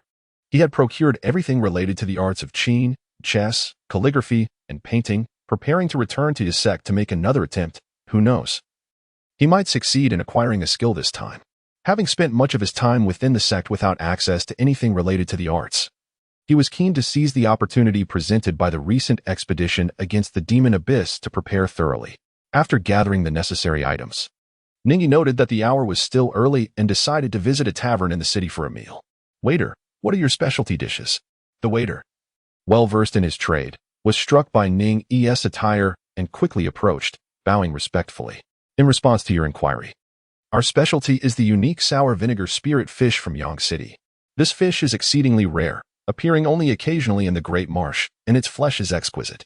Even martial artists find it replenishing for their vital energy, making it highly sought after." The spirit fish from the Great Marsh, you say? It is disheartening to contemplate the fate of over 600 souls in Shuizhe village, consumed by the abyss of demons. A piece of news that seems yet to have reached Yang City. The thought of those innocent villagers evokes a profound sense of sorrow within him. Furthermore, with the disappearance of the fishermen, it is likely that the price of the rare spiritual fish will soar in the near future, perhaps even becoming unattainable. He patted his pocket. Within the sect, he had little need for currency, yet he still had several taels of silver accumulated from Yong'an County. Seizing this rare opportunity, he decided to indulge in the local specialty fish. "Very well, I shall have a serving of this fish, along with some side dishes." "Certainly, sir. Would you care for some wine?" "The wine here does not suit my taste. I only drink what I bring myself." Ning Yi produced a flask that he always carried with him, while it was prohibited for other patrons to consume their own liquor within the establishment. As a disciple of the sacred land, Ning Yi was not to be trifled with. The young waiter, without a moment's hesitation, descended to instruct the kitchen to prepare accordingly. The proprietor also approached, courteously exchanging a few words with Ning Yi and even offering 2 complimentary appetizers. It must be noted that the status of a disciple from the Yinyang Dao Sect held considerable sway in Yongzhou, perhaps only slightly inferior to that of the disciples from the Yingtian Academy, whose members often occupied high-ranking positions within the court and were renowned for their illustrious reputations. When the spiritual fish was served, Ning Yi took a bite, savoring the tender flesh, a rare delicacy that delighted his palate. He indulged heartily, leaving him utterly satisfied. After finishing his meal, he picked up a napkin to wipe his mouth and, gazing at the table strewn with fish bones, he suddenly contemplated the 5 desires, particularly the desire for food. Did this not signify his descent into the realm of the 5 desires? Ning Yi smiled lightly, calling for the waiter to settle the bill before rising to depart. The disciples of the Yinyang Dao Sect, who had been sent to exterminate the newly emerged low-level demon abyss in Shuizhe village, had also returned to the sect. This time, 6 disciples, well-versed in the understanding realm, led numerous disciples in the condensing aperture realm to cleanse the demon abyss. The elders of the sect believed this operation would be a near certain success. However, upon the disciples' return, many bore serious injuries, and several from the condensing aperture realm had even perished within the demon abyss. The sect was thrown into turmoil, and Su Yudao, the sect master, along with the 5 peak masters, hurriedly summoned their disciple Jiang Haoran for a detailed inquiry into the situation. You mean to say you were rescued by a disciple from Qiang Peak? Su Yudao asked, his brow furrowing in the hall of Tongtian Peak. Chapter 33. Who is that disciple? Please recount everything you observed in detail. This extermination mission resulted in the loss of several newly initiated disciples for the Yin-Yang Dao Sect. Although there were no grievous injuries, the disgrace was palpable. Reputation holds immense importance. For one in Su Yudao's position, nothing eclipses the importance of face, and his expression was exceedingly grim. Under the scrutinizing gazes of Su Yudao and the other peak masters, Jiang Haoran felt an acute sense of anxiety. He dared not withhold information and hurriedly recounted the entire journey from the sect to the eradication of the demon abyss in Shuizhe village, leaving no detail unmentioned. Chen Shen, with a grave expression, stepped forward and clasped his hands in respect to Su Yudao, stating, "Brother sect master, the fault for this loss lies with me. Had I not insisted on allowing disciples in the condensing aperture realm to venture forth for training, such casualties would not have occurred." Su Yudao waved his hand dismissively. "This matter is not your fault, junior brother. We failed to consider all possibilities. It was merely unfortunate that disciples from the heart-seizing sect happened to be near the demon abyss. Your decision was not misguided. Allowing disciples to gain experience is indeed beneficial for them. Those who pursue martial cultivation must navigate countless perils, and casualties are an inevitable part of the journey." Although Chen Shun had proposed the mission, Su Yudao had also given his consent. If there were to be blame, it was a shared responsibility. Yet Su Yudao, valuing his face above all, would not easily admit his own errors. Who, then, is the disciple who saved so many of our younger brethren? No sooner had Su Yudao's words faded than all eyes turned to a robust, dark-skinned middle-aged man, Zhu Hong, the peak master of Qiang Peak. From Jiang Haoran's description, the unnamed disciple possessed an extraordinary mastery of the southern fire-burning path technique. To wield such power at the understanding realm was a testament to unparalleled talent. Zhu Hong, known for his fiery temper, growled as he noticed the attention. "Why do you all stare at me? If I possessed such a disciple, would I remain silent?" The assembly diverted their gazes, not entirely convinced by Zhu Hong's words. They were well acquainted with his volatile nature, yet they understood he was also shrewd and meticulous.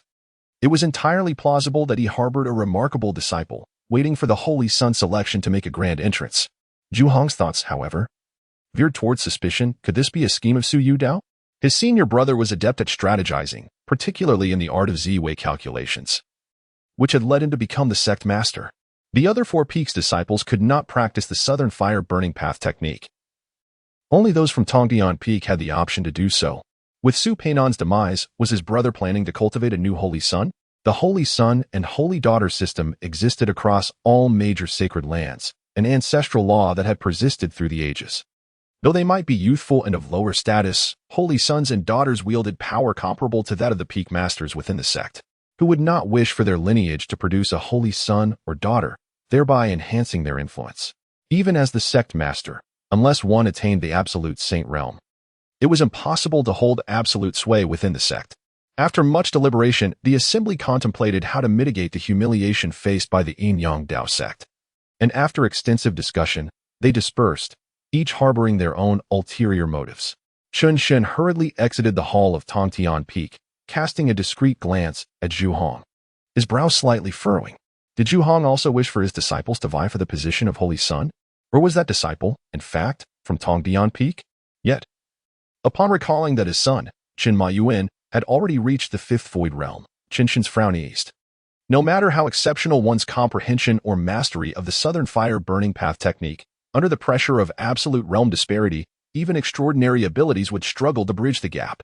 Within the hall of Tongtian Peak, only Su Yudao remained, hands clasped behind his back, obscuring his expression. A faint whisper echoed in the chamber, "Peinan." The question of why Su Peinan had died lingered like a thorn in Su Yudao's heart. According to his calculations with the Z-Wei calculations, Su Peinan's expedition to the ruins of the ancient emotion sect would not only see him survive, but would also present him with great opportunities. In Su Yudao's grand design, Su Peinan's journey would culminate in significant merit for the sect. Once the Holy Sun selection arrived, should Su Peinan emerge victorious and claim the title of Holy Sun, Su Yudao could utilize the dual cultivation method of the yin-yang 5 desires and 6 dusts as a pretext to unite him with the celestial fate goddess. The celestial fate goddess boasted a noble bloodline and a unique status, having been the foremost prodigy in millennia with exceptional cultivation.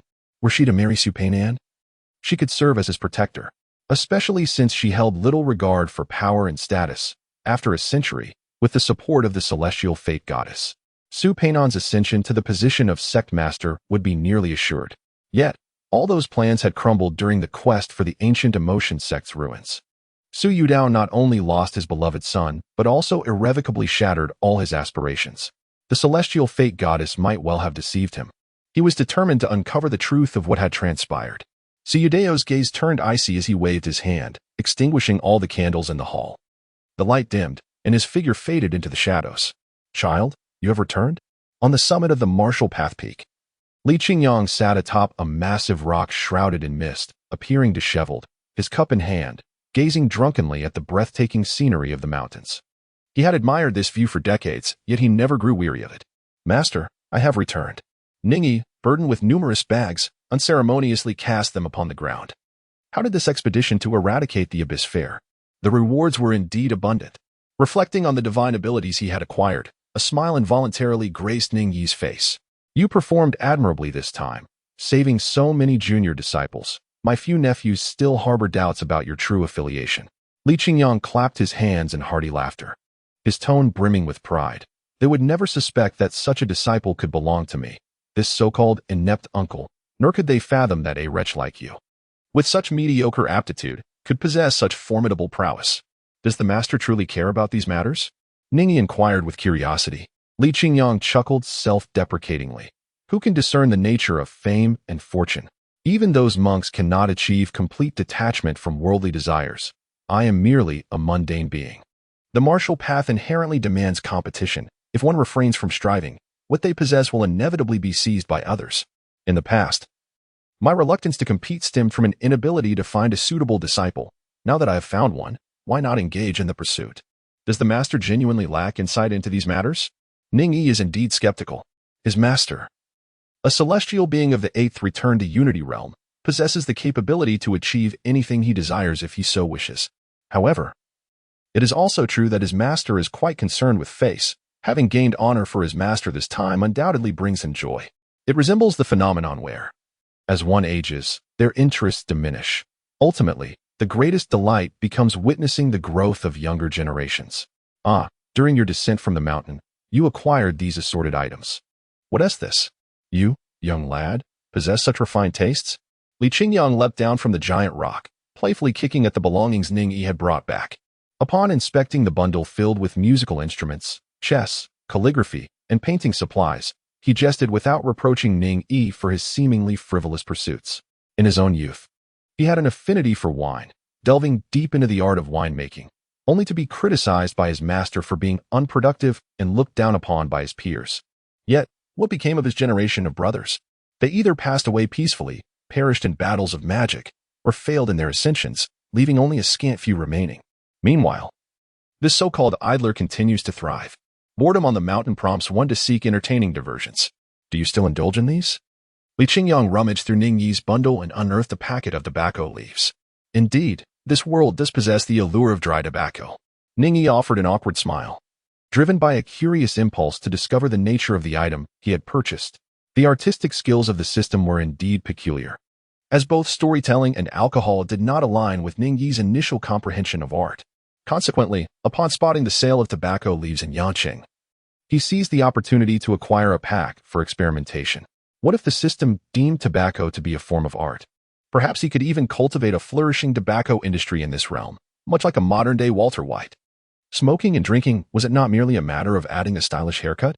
Li Qingyang refrained from commenting on Ning Yi's inclinations. Instead, he clapped his hands and rose to his feet. "You should rest for a couple of days now that you are back, and then I shall teach you the second distillation method." "Very well, master." Ning Yi's face radiated joy as he glanced at his panel. Level 3 alcohol, 138 for 100. Whether this tobacco could transform into a skill was yet to be determined, but having mastered the secondary distillation method, Ning Yi felt confident that diligently accumulating experience points would pose no challenge. Half a month later, under the sparse moonlight, the summit of Wudao Peak was perpetually caressed by a cool breeze, which, in the winter, turned into a bone-chilling cold unfit for ordinary individuals to endure. Cough, cough. Perched upon a peculiar stone, Ning Yi sat atop a protruding rock, retrieving the tobacco leaves he had purchased in Yang City to ignite. The acrid smoke filled his lungs, causing discomfort and prompting a couple of coughs. This dry tobacco was far from a luxury. It was merely a product favored by common folk. Its flavor sharp and its scent unpleasantly pungent. Throughout the past fortnight, Ning Yi indulged in a few puffs each day, hoping to acquire a particular artistic skill. Yet, after 2 weeks, he had learned nothing, concluding that this smoke likely bore no relation to skill acquisition. With a casual flick, he tossed the remaining half-filled bag of tobacco over the cliff into the depths of the mountains, dusting off his hands. Smoking is detrimental to health. Children should refrain from such habits. At that moment, a thought struck him, and he turned to look behind. There stood a graceful and elegant young woman, reminiscent of an orchid in a secluded valley, not far from him. Ning Xixiang, she called softly, her lips parting with a gentle voice. Why still address me as Xixiang?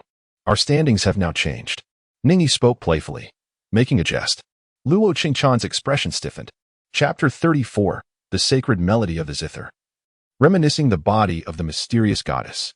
The morning mist in the mountains lingered stubbornly, and amid its elusive presence, a graceful figure glided forth, emerging from the delicate haze. Clad in the simple ceremonial garb of the disciples of the Yin-Yang Dao, Luo Qingchan's skin gleamed like freshly fallen snow, reflecting a faint luminescence under the moonlight. The young maiden's exquisite eyes were slightly downcast, resembling a magnolia in the rain. Within those always aloof and reticent eyes, there seemed to be a hidden thought, one she was reluctant to disclose. Ning Yi withdrew his gaze. To others, Princess Luo Qingchan of the royal family always appeared aloof and taciturn. Yet, Ning Yi could invariably discern a poignant sorrow within the depths of her eyes. However, he refrained from questioning her, preferring not to meddle in affairs that might provoke displeasure. Little Shu, the appellation brought a smile to Ning Yi's face. He waved his hand dismissively and said, I was merely jesting. Our ages are not so disparate. You may simply address me as Xixiao. After all, within the sect, no one is inclined to use the term Shu.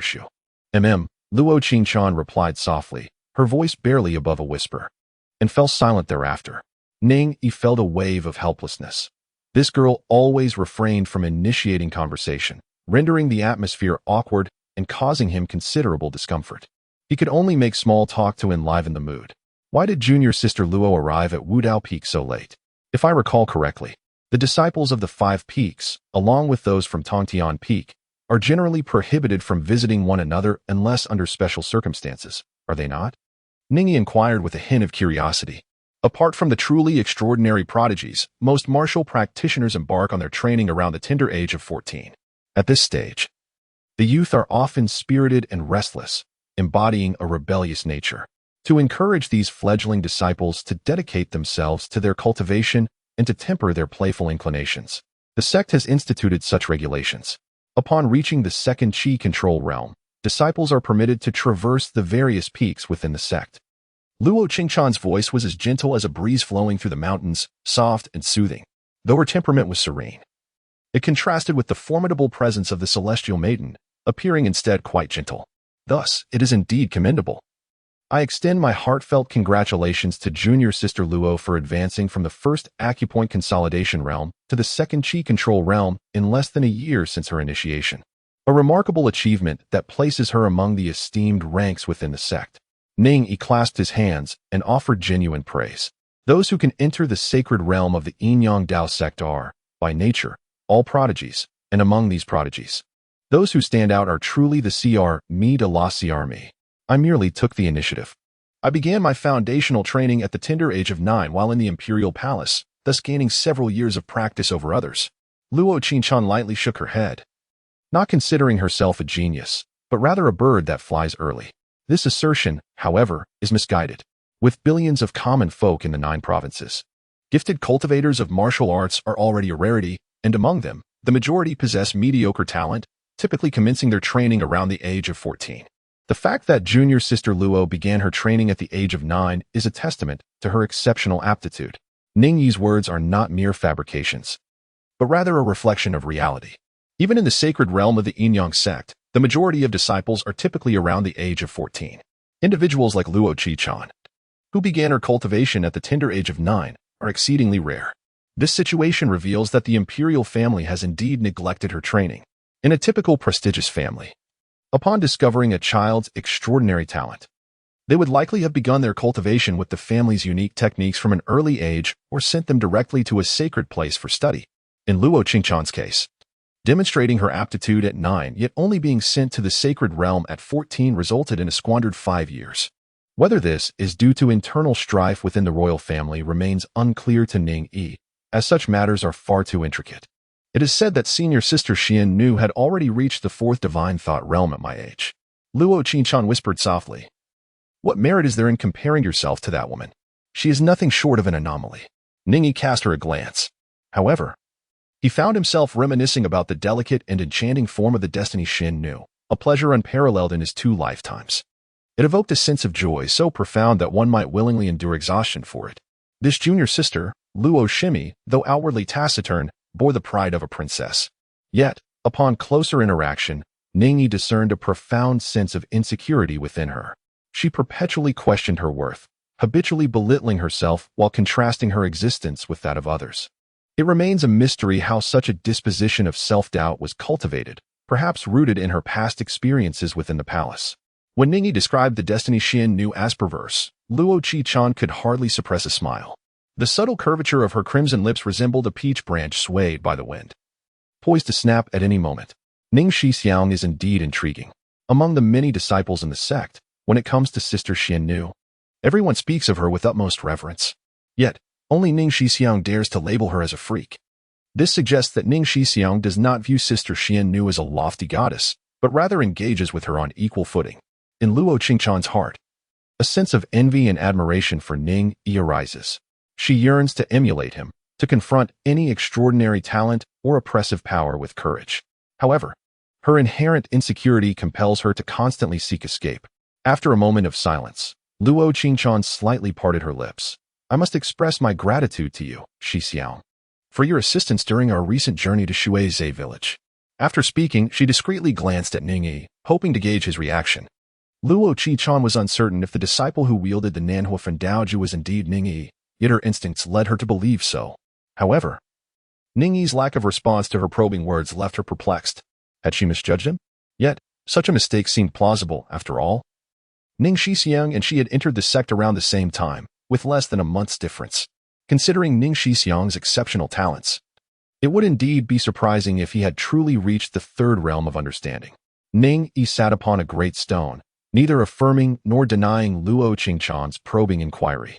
He inquired, "Junior sister Luo, you mentioned that upon reaching the 2nd Qi cultivation realm, one may traverse to the various peaks. What level of attainment is required to be permitted to depart from the sect? Is it possible that senior brother Ning is unaware? Did your master not enlighten you?" Luo Qingchan's expression was peculiar.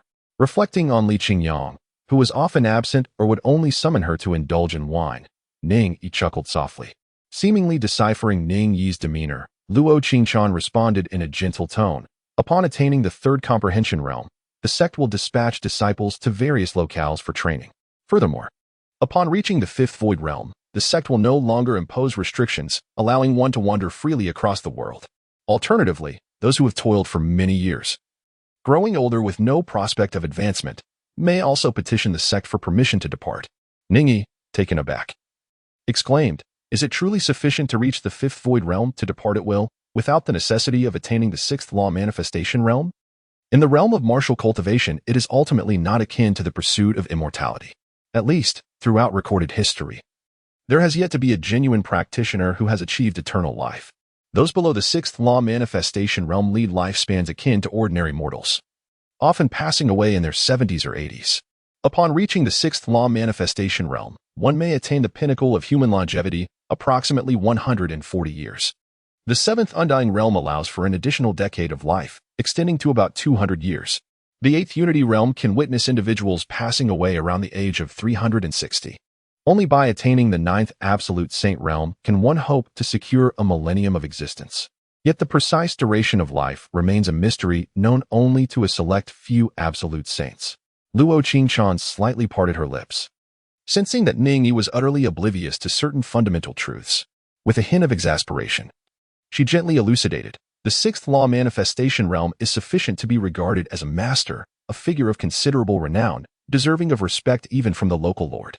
The seventh undying realm represents the strength of a sect leader beneath the Holy Land. To be acknowledged as a master is already a rare achievement. Upon reflection, Ning Yi realized that among those closest to him, aside from his master, an esteemed figure of the eighth return to Unity realm, there was also the Destiny Mysterious Maiden, who resided within the seventh indestructible realm. Particularly striking was the fact that the Destiny Mysterious Maiden was exceedingly youthful, merely in her early 20s, which led Ning Yi to harbor a misconception that the seventh indestructible realm was as accessible as if it were without cost. In truth, Jiang Haoran too was in his early 20s. However, he had only attained the third comprehension realm, yet that alone marked him as a prodigy in the sacred land, celebrated as a genius in the outside world. This only serves to highlight the exaggerated status of the Destiny Mysterious Maiden, indeed the foremost figure of the millennium, he mused. Ning Yi sighed softly, reflecting on her current prowess, which, when placed in the world of martial arts, was not insignificant. However, the extraordinary talents of those around her rendered her achievements somewhat overshadowed. At that moment, Luo Qichan noticed the ancient zither and chessboard placed at Ning Yi's feet. A glimmer of delight sparkled in her eyes, reminiscent of dark jade in a cold pool, and her delicate brows, as subtle as pine smoke, unfurled gracefully. With a melodious tone, she inquired, "Brother Ning, do you also have a fondness for the zither?" Ning Yi cast a glance at the chain by his feet and replied ambiguously, "It's not bad. I am merely fumbling about alone." For the past fortnight, he had been strumming the beginner's sheet music each day, much like before, failing to grasp any semblance of artistry, which had led him to contemplate giving up. Noticing Luo Qingchan's eager demeanor, Ning Yi chuckled, "Do you enjoy playing the qin, junior sister? How about you perform a piece for me?" After a brief moment of contemplation, Luo Qingchan stepped forward, picking up the ordinary guqin designed for beginners. With a gentle touch, her fingers glided over it, as if this simple instrument were a priceless treasure. "I beg your pardon for my lack of skill." She placed the guqin on the stone and hovered her fingertips above the strings, seemingly lost in thought about what to play.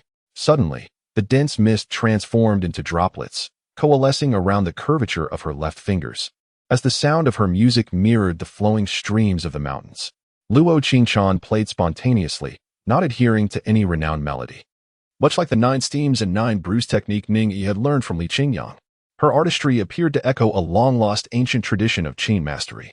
With scattering tones, humming melodies, and rolling strokes, Luo Qichan showcased her virtuosity, allowing the music to reverberate through the secluded valley, reversing the flow of the streams, gathering the mist, and prompting withered wood to sprout anew. This was merely a description, an illusion, yet it felt as though it were genuinely unfolding. Even the birds, once slumbering in the night, had awoken unbidden, gathering upon the branches to listen to the exquisite melodies. At first, Ning Yi paid little heed, considering it just a light tune. However, as Luo Qingchan's fingertips danced across the strings, the music enveloped his senses, and his demeanor shifted to one of solemnity. He instinctively sat up straight, straining to listen. "You are listening to the sublime qin sound, comprehending the essence of the qin. Your qin skill experience points 1. Skill, qin, 1100. Qin, you have mastered the fundamentals of qin artistry. The qin is an ancient art form, a skill that every versatile artist should possess. Yet mastering it is a formidable challenge. You listen to the sacred tones, barely grasping the essence." Ning Yi's eyes widened, filled with fervor as he gazed at the princess playing the zither. Chapter 35. The princess, taken aback, recognized him as her senior brother.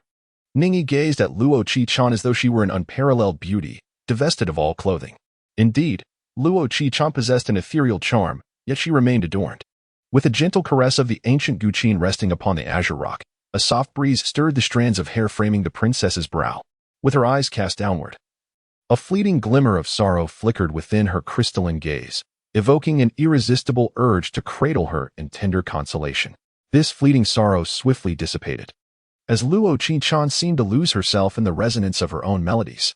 After a prolonged moment, she exhaled a soft sigh, gracefully rising from her seated position upon the azure stone. Her simple ceremonial attire resembled blossoming petals, accentuating the girl's exquisite and graceful demeanor. Upon turning her gaze, she was taken aback by Ning Yi's fervent expression, causing the princess to instinctively retreat a step, akin to a startled rabbit. Senior brother Ning? Is there something amiss with my playing? Unbeknownst to her, Luo Qingchan had inadvertently begun to refer to herself by her own name. Ning Yi regained his composure, realizing that his earlier gaze had been rather intimidating, not only potentially frightening the young ladies, but also unsettling the delicate flowers and plants around him.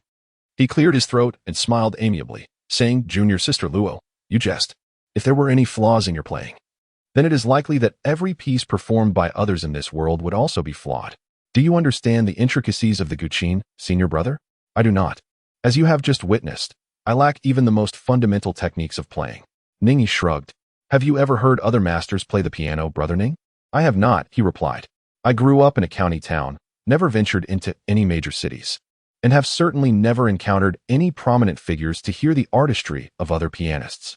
In that case, why do you say that my playing is acceptable?" Ning Yi was momentarily taken aback, a surge of irritation brewing within him. How could this young girl suddenly delve so deeply into this matter? Your musical prowess has been acknowledged even by the system. How could it possibly be lacking? The system has conferred upon it the title of Supreme Sacred Melody, a designation that is truly unprecedented and unparalleled. What profound significance lies within this? Observing the frozen expression on Ning Yi's face, Luo Qingchan let out a soft giggle, a glimmer of mischief dancing in her clear eyes. "I was merely jesting just now. I hope my senior brother does not take offense." A glimmer of astonishment flickered in Ning Yi's eyes. This typically reticent and enchanting maiden unexpectedly possessed such a playful side. That sudden blossoming smile resembled a withered flower, once mournful, now revived, standing apart from the world. "Junior sister Luo, was the piece you just played titled?" "It bears no name. I simply improvised while admiring the breathtaking scenery of Wudao Mountain. Such a melody seems to belong only to the heavens. How rare it is to hear it amidst mortals." Ning Yi let out a soft sigh. He lacked knowledge of the guqin, yet he did not require any system prompts. He instinctively recognized that Luo Qingchan's musical prowess was extraordinary, her melodies exquisitely enchanting. The pursuit of beauty resonates similarly within all individuals. When one encounters celestial melodies or breathtaking vistas, they are inevitably moved. At merely 14 or 15 years of age, even if she had practiced the guqin since infancy, such a level of skill seemed improbable, particularly in the realm of Jiuzhou, where martial arts are revered. Even renowned musicians remain largely overlooked. As a princess, she may indulge in the arts for the sake of refinement, yet it is unlikely she would immerse herself in it to such a degree. It is indeed peculiar. This princess harbors numerous thoughts and secrets. This melody could only belong to the heavens, rarely heard in the mortal realm. Luo Qingchan's eyes sparkled, just as Ning Yi, despite his ignorance of the guqin, could discern her musical brilliance. Such timeless verses would surely astonish the hearts and minds of those in this martial-dominated world. Luo Qingchan's artistry deserved no such unfounded praise. Although she claimed otherwise, the glimmer of delight in her eyes betrayed her. Brother Ning is truly eloquent, and his tales are vividly captivating. In my opinion, he ought not to be at the Dao Sect, but rather at the Ying Tian Academy. There, he would surely be held in high esteem by all. With a light laugh, Ning Yi remarked, "Sister Luo, you are indeed correct. At that time, I was in Yong'an County and had the fortune of encountering Elder Zhou Shan during the Sacred Maiden ceremony at the Dao Sect. Elder Zhou extended an invitation for me to join the Yingtian Academy, yet I declined." Luo Qingchan's expression was one of astonishment. "Brother Ning, you were invited by Elder Zhou Shan? Why did you not accept? After all, it's just Yong'an County.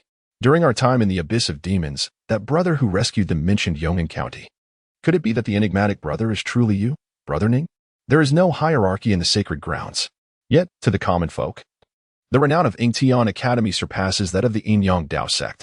Although martial arts flourish across the land of Jiuzhou, most individuals are unable to cultivate martial prowess. For the ordinary person, they hold greater reverence for those in positions of authority. By entering Yingtian Academy, one not only engages in martial practice, but also learns the art of governance and statecraft. Even if the path of martial arts proves unviable, one may still traverse the corridors of power through Yingtian Academy. With capability and a background from such an esteemed institution, attaining high office becomes quite feasible. For the vast majority of commoners, this represents their ideal avenue for advancement. Had I chosen to go, I would not have been able to join the Yin-Yang Dao Sect. And thus, I would not have the pleasure of seeing Sister Luo. Ning Yi's eyes shimmered with a playful smile as he jested. The reason he refrained from attending the Academy of Heavenly Learning was his acute self-awareness. he feared being unmasked as a plagiarist. As for his arrival at the Dao Sect, it was a matter of necessity, leaving Ning Yi with no alternative. Ning Yi's words rendered Luo Qichon speechless, casting an awkward pall over the atmosphere. Ning Yi suddenly recalled that the vast land of Zhou belonged to ancient times. Although the local customs were relatively open-minded, they could not be compared to the modern era. His playful remarks, in hindsight, seemed somewhat excessive when directed at a young maiden. He promptly admitted, "I have spoken recklessly." Luo Qichon slightly shook her head, her delicate teeth grazing her lower lip. "Brother Ning's words have actually brought a measure of joy to me," she confessed. After speaking, Luo Qichon stood in silence, leaving her thoughts shrouded in mystery, making it difficult for others to discern her true feelings. Ning Yi was not genuinely concerned about whether Luo Qichon was upset. What truly mattered to him was the thought of losing such a valuable mentor. He promptly said, "Sister Luo, I have an uncharacteristic request. Please, speak, senior brother. If you have some leisure time, might you come to the martial arts mountain more often? I wish to learn the art of music from you." Ning Yi clasped his hands with sincerity and earnestness. The mastery of artistic skills can indeed be enhanced through personal dedication and practice, thereby increasing one's experience points for advancement. However, if one is fortunate enough to be guided by a formidable mentor, the acquisition of skills and experience is expedited significantly. In the realm of winemaking, under the tutelage of Li Qingyang, Ning Yi has learned the ancient methods of brewing, resulting in a remarkable surge in his experience points. Conversely, his storytelling ability has stagnated somewhat, as he must rely solely on himself, compounded by the limitations of his audience. Nevertheless, the primary focus remains on the affairs concerning junior sister Luo. For her, the pursuit of martial arts is paramount. As long as she can spare some time to come and impart her wisdom, that would suffice. Ning Yi, fearing that Luo Qichon might decline, uttered several words of genuine concern. It is, after all, Ning Yi who seeks to learn, yet he wishes for her to come to him personally. Particularly within the sacred grounds of the Dao Sect, where martial arts cultivation reigns supreme, Ning Yi is reluctant to hinder her pursuit of mastery. Since his senior truly wishes to learn the art of the Guqin, it would be improper for Qichon to refuse. Whenever she finds the time, she will visit him here. Luo Qichon did not decline. She has cherished the Guqin since childhood, though within the confines of the palace, she has refrained from openly expressing her passion. Now, seeing that Ning Yi shares her interest, she feels a profound joy, as if she has discovered a kindred spirit. "Very well, I am here most of the time. If I am not present, you may find me in the pavilion atop the mountain." Ning Yi's expression brightened with joy, for he had found another tool to assist him in upgrading his skills. However, regarding Master Ancestor, Luo Qichon felt a twinge of hesitation, instinctively glancing around her surroundings. Ning Yi is now a disciple of Li Qingyang. If he were to come here and engage in discussions about the art of the Guqin, would it not be perceived by his senior uncle as frivolous and lacking in ambition? As for my master, you need not concern yourself. He spends his days indulging in wine and merriment, appearing to others as one who shirks serious matters. Ning Yi did not hesitate to speak ill of his master, saying, "If my junior sister were to come, I would have a word with our master. He might even be delighted and offer you some guidance." Luo Qichon's eyes sparkled with interest. Although Li Qingyang held a tarnished reputation within the Dao Sect, he was undeniably a genuine eighth returning to Unity Realm celestial being. One of the true pillars of the sect and a master of the Elder Supreme level. If she could receive his mentorship, it would undoubtedly lead to remarkable progress in her martial arts and mystical abilities. Suppressing her inner joy, Luo Qichon softly replied, "I dare not presume upon the guidance of my great uncle, but if my senior brother could offer a few words of advice, I would be exceedingly grateful." She would not forget that it was precisely Ning Yi's few words of counsel that had allowed her to grasp the West Gold cracking abyss technique. "Am I?" Ning Yi chuckled softly. "If junior sister Luo does not mind, I would not be averse." Luo Qichon's lips curled into a faint smile as she tilted her head to gaze at the luminous moon in the sky. "It is getting late. I must take my leave. Be careful on your journey, junior sister." "I shall not accompany you," Ning Yi replied, settling cross-legged upon the azure stone, placing an ancient Guqin across his legs and beginning to pluck its strings. Having just acquired the skill of playing the Guqin, his initial experience points were accumulating rapidly, and he was eager to hone this newfound talent. In his mind, the foundational knowledge of Guqin artistry had begun to take root, marking the emergence of a rather conventional artistic ability. Luo Qichon, glancing inadvertently, was taken aback. Not long ago, Ning Yi was merely a novice. lacking even the fundamental posture for playing. Yet after just one performance, his stance was remarkably refined, bearing a resemblance to her own playing style, suggesting that he had indeed learned from her. The ability to grasp and emulate so closely after a single observation was a testament to his extraordinary talent. With little time to linger, Luo Qichan bid her farewell. At that moment, her attention was drawn to a block of ice beside the azure stone, where she discerned a figure trapped within, a face filled with terror. Instinctively, she touched her arm, recalling the deep, bone-visible wound that still throbbed with pain.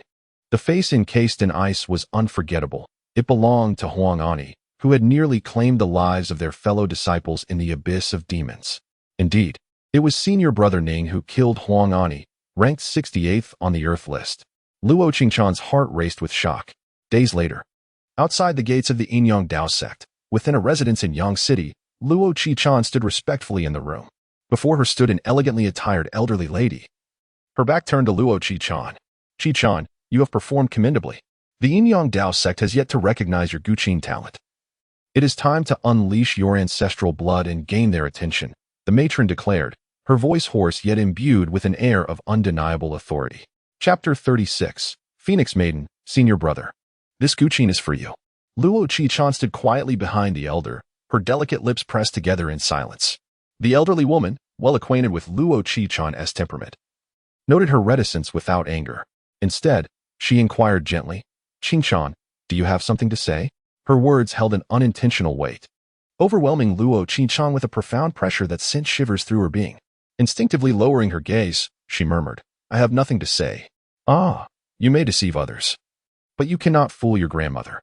Speak, Qingchan, share your thoughts, and I shall offer you counsel. As she spoke, the imposing elder turned to face Luo Qichan directly. The flickering candlelight cast a warm glow upon the elder, revealing her silver hair fashioned into an elegant bun, adorned with a golden phoenix hairpin. A pearl hung gracefully at her brow, accentuating the deep lines of age. Clad in a pale blue brocade robe draped with a dark silk shawl, her high cheekbones and elegantly arched brows conveyed a regal dignity. Though aged, she exuded an aura of authority and grandeur. Luo Qichan bit her lip, her demeanor submissive as she replied, Grandmother, if I succeed in my mission, I hope you can rescue my mother. Her mother languished in the cold palace, weeping daily, subjected to the cruelty of eunuchs and palace maids. It pained Luo Qichan to witness her mother as suffering. The matron, her face hardened by frost, revealed a rare smile of compassion as she approached Luo Qichan, her aged hand, adorned with jade rings, tenderly stroking the girl's dark locks. Though Luo Qichan felt rigid with tension, she dared not flinch, allowing the elder's hand to caress her raven hair. You are a dutiful child, and your grandmother takes great joy in that. Your mother is also my daughter. How could I bear to see her suffer? However, in comparison to individual suffering, our Phoenix clan values the ancient glory above all. Your mother has done well. She brought you into this world, and as I anticipated, you have inherited the ancestral blood. A millennium has passed, and the Inyang Dao Sect has forgotten about our lineage. This presents a splendid opportunity. The elder's tone hinted at excitement, as though she envisioned a future where their ancient clan would rise anew. Your grandmother promises you this, as long as you gain the attention of the Inyang Dao Sect and ascend to the 9th level of Tongtian Pavilion to witness the original scriptures of the innate great Inyang 5 elements. I shall surely rescue your mother and grant her freedom. In that moment, you shall be eternally grateful to your grandmother, receiving unimaginable benefits. Yet, the elder's words stirred no emotional response in Luo Qichan. Could her grandmother truly free her mother? The imperial palace of the Great Zhou was the most revered and fortified place across the land. What power could her grandmother possibly wield? Perhaps she was merely deceiving herself, urging herself to fulfill the ancient desires of their clan. Yet Luo Qichan felt powerless, willing to embrace the deception and heed her grandmother's guidance. This was her only lifeline. Suddenly, the jade ring on the elder's finger radiated a brilliant light, casting crimson hues throughout the room, extinguishing every flickering candle. Qingchan, your grandmother shall now liberate your ancestral blood. The royal blood of the Great Zhou shall not tarnish the nobility of our Phoenix clan. Soon you will come to appreciate your grandmother. Your path in martial arts will become unimpeded. The crimson light enveloped Luo Qichan, and amidst the radiance, a soft cry of pain escaped her lips. After what felt like an eternity, the bloodlight dissipated, leaving Luo Qichan pale and trembling. She struggled against the turmoil within her veins, whispering, Grandmother, I have one humble request. Speak. Could you grant me a precious ancient Guqin? Qingchan, you possess the Phoenix clan's affinity for the Guqin and a deep love for its artistry. Your grandmother is pleased. However, if you play in the Yinyang Dao Sect, it may raise suspicions among others. With her head bowed, Luo Qingchan pleaded softly, Grandmother, I shall only play when I am alone. I will not raise any doubts. The elder's authoritative gaze bore down upon Luo Qingchan. Amidst her trepidation, the elder nodded slightly. Very well, Qingchan, you have performed admirably. It is time to reward you. Your celestial Guqin affinity should not be neglected. Atop the martial arts peak of the Yinyang Dao Sect, on a sweltering summer day, the air grew refreshingly cool near the summit. The melting snow formed gentle streams, cascading together into a waterfall reminiscent of the Milky Way, spilling forth. The vibrant flora and fauna thrived, nourished by the Earth's spirit accumulated over millennia, creating a scene akin to a celestial paradise. Ning Yi sat upon a block of verdant rock, an ancient zither resting across his lap, as he deftly plucked its strings. Beside him lay a flask of wine, from which he occasionally took a sip, reveling in the moment. The morning mist in the mountains had yet to dissipate when Ning Yi's ears perked up, catching an unusual rhythm of footsteps. Following the sound, he beheld, through the ethereal veil of mist, an exquisitely beautiful maiden, gracefully cradling a zither as she traversed the dew-kissed moss, approaching him. What brings you here so early? Junior Sister Luo? Is there no concern for Tongtian Peak? Ning Yi, taken aback, inquired. Luo Qingchan shook her head, explaining that after attaining the second realm of qi manipulation, the Tongtian Peak ceased to concern itself with the timing or location of its disciples' cultivation. Every 6 months, Tongtian Peak conducts an assessment for its disciples to evaluate their progress in cultivation, and as long as one performs satisfactorily in the examination, that suffices.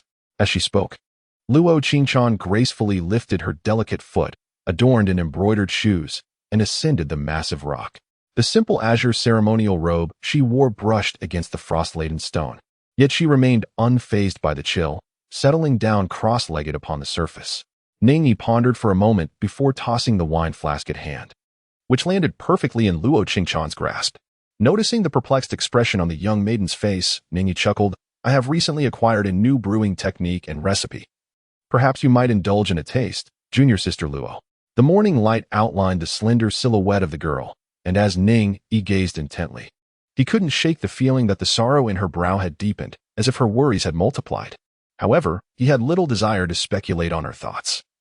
If she chose not to share, he would refrain from prying. With an unchanging expression, much like her usual reticent demeanor, Luo Qingchan replied, Brother Ning, I do not particularly enjoy alcohol. She continued, This is a recipe my master taught me, crafted from 9 different fruits. Its alcohol content is low. Rather than being classified as wine, it is more akin to a beverage. Are you familiar with beverages? It is somewhat similar to a type of sour plum drink. To give it a try, this concoction possesses remarkable effects. Ning Yi urged twice and directly brought Li Qingyang out. Indeed. Upon hearing that this was a recipe taught by Li Qingyang, a celestial being of the 8th returning to one realm, Ning Yi claimed it had remarkable efficacy, which instantly piqued Luo Qingchan's interest. However, she still refrained from drinking, merely gazing intently at the bottle's opening. Ning Yi finally came to his senses and remarked, I almost forgot, that bottle of wine was consumed by me. Allow me to fetch a new one for you. There's no need to trouble senior brother Ning. Luo Qingchan replied, shaking her head. She brushed her sleeve across the bottle's rim, disregarding the notion of an indirect kiss, and took a small sip. In an instant, the fragrance of fruit enveloped her palate, illuminating her senses and captivating her heart, prompting her to unwittingly indulge in another couple of sips. After all, she was merely a 15-year-old girl.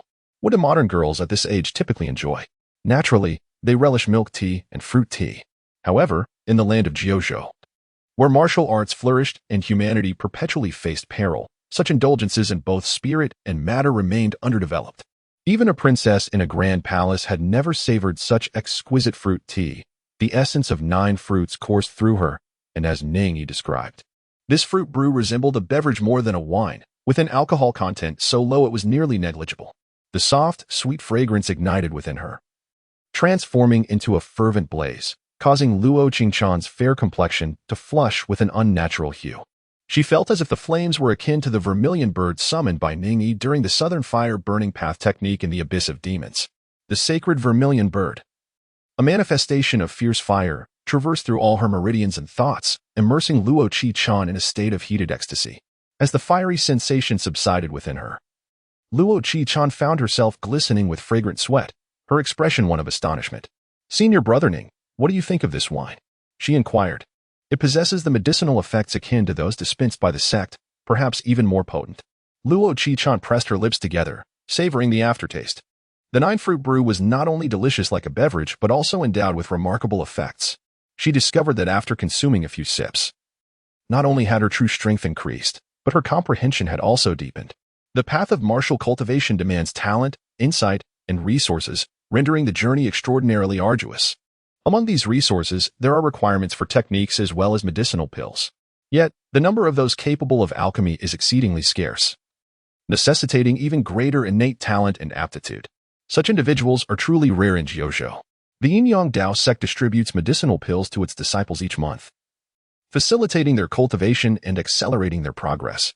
When Ning Yi first entered the sect, the reason why the senior brothers and sisters eagerly vied to take on new disciples was that the sect would distribute a greater quantity of elixirs to assist in their cultivation.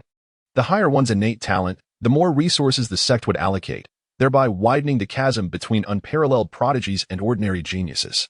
The few jars of nine-fruit brew that Luo Qi-chan had just tasted proved to be equivalent to the effects of the elixirs she received monthly from the Yin-Yang Dao Sect. It is important to note that this is a sacred ground, where resources must be meticulously accounted for. If this wine were to fall into the hands of smaller sects, only the most exceptional geniuses would be deemed worthy of such a treasure. Since my junior sister has expressed this, it appears that my technique has indeed succeeded. Ning Yi revealed a smile, her expression filled with joy. The initial brewing method, known as the Azure Dragon's Dew, possesses remarkable healing properties. The second brewing technique, the Vermilion Bird's Heart, enhances one's spiritual prowess. However, these two grand methods are currently effective only for those of lower realms. The Azure Dragon's Dew can solely mend physical injuries, while the Vermilion Bird's Heart is effective only below the third level of comprehension. Yet, as one's realm ascends and mastery of more techniques is attained, the effects will undoubtedly intensify. At this moment, Luo Qi-chan suddenly extended the ancient zither she was holding towards Ning Yi. "What is the meaning of this, junior sister Luo?" Ning Yi was somewhat taken aback. "Senior brother, I present this guqin to you, and I hope you do not look down upon it." This was the instrument she had bravely procured from her grandmother. Chapter 37, The Reclusive Master, Senior Brother Ning. Ning Yi gazed in astonishment at Luo Qi-chan, observing the young lady approaching with an ancient zither cradled in her hands.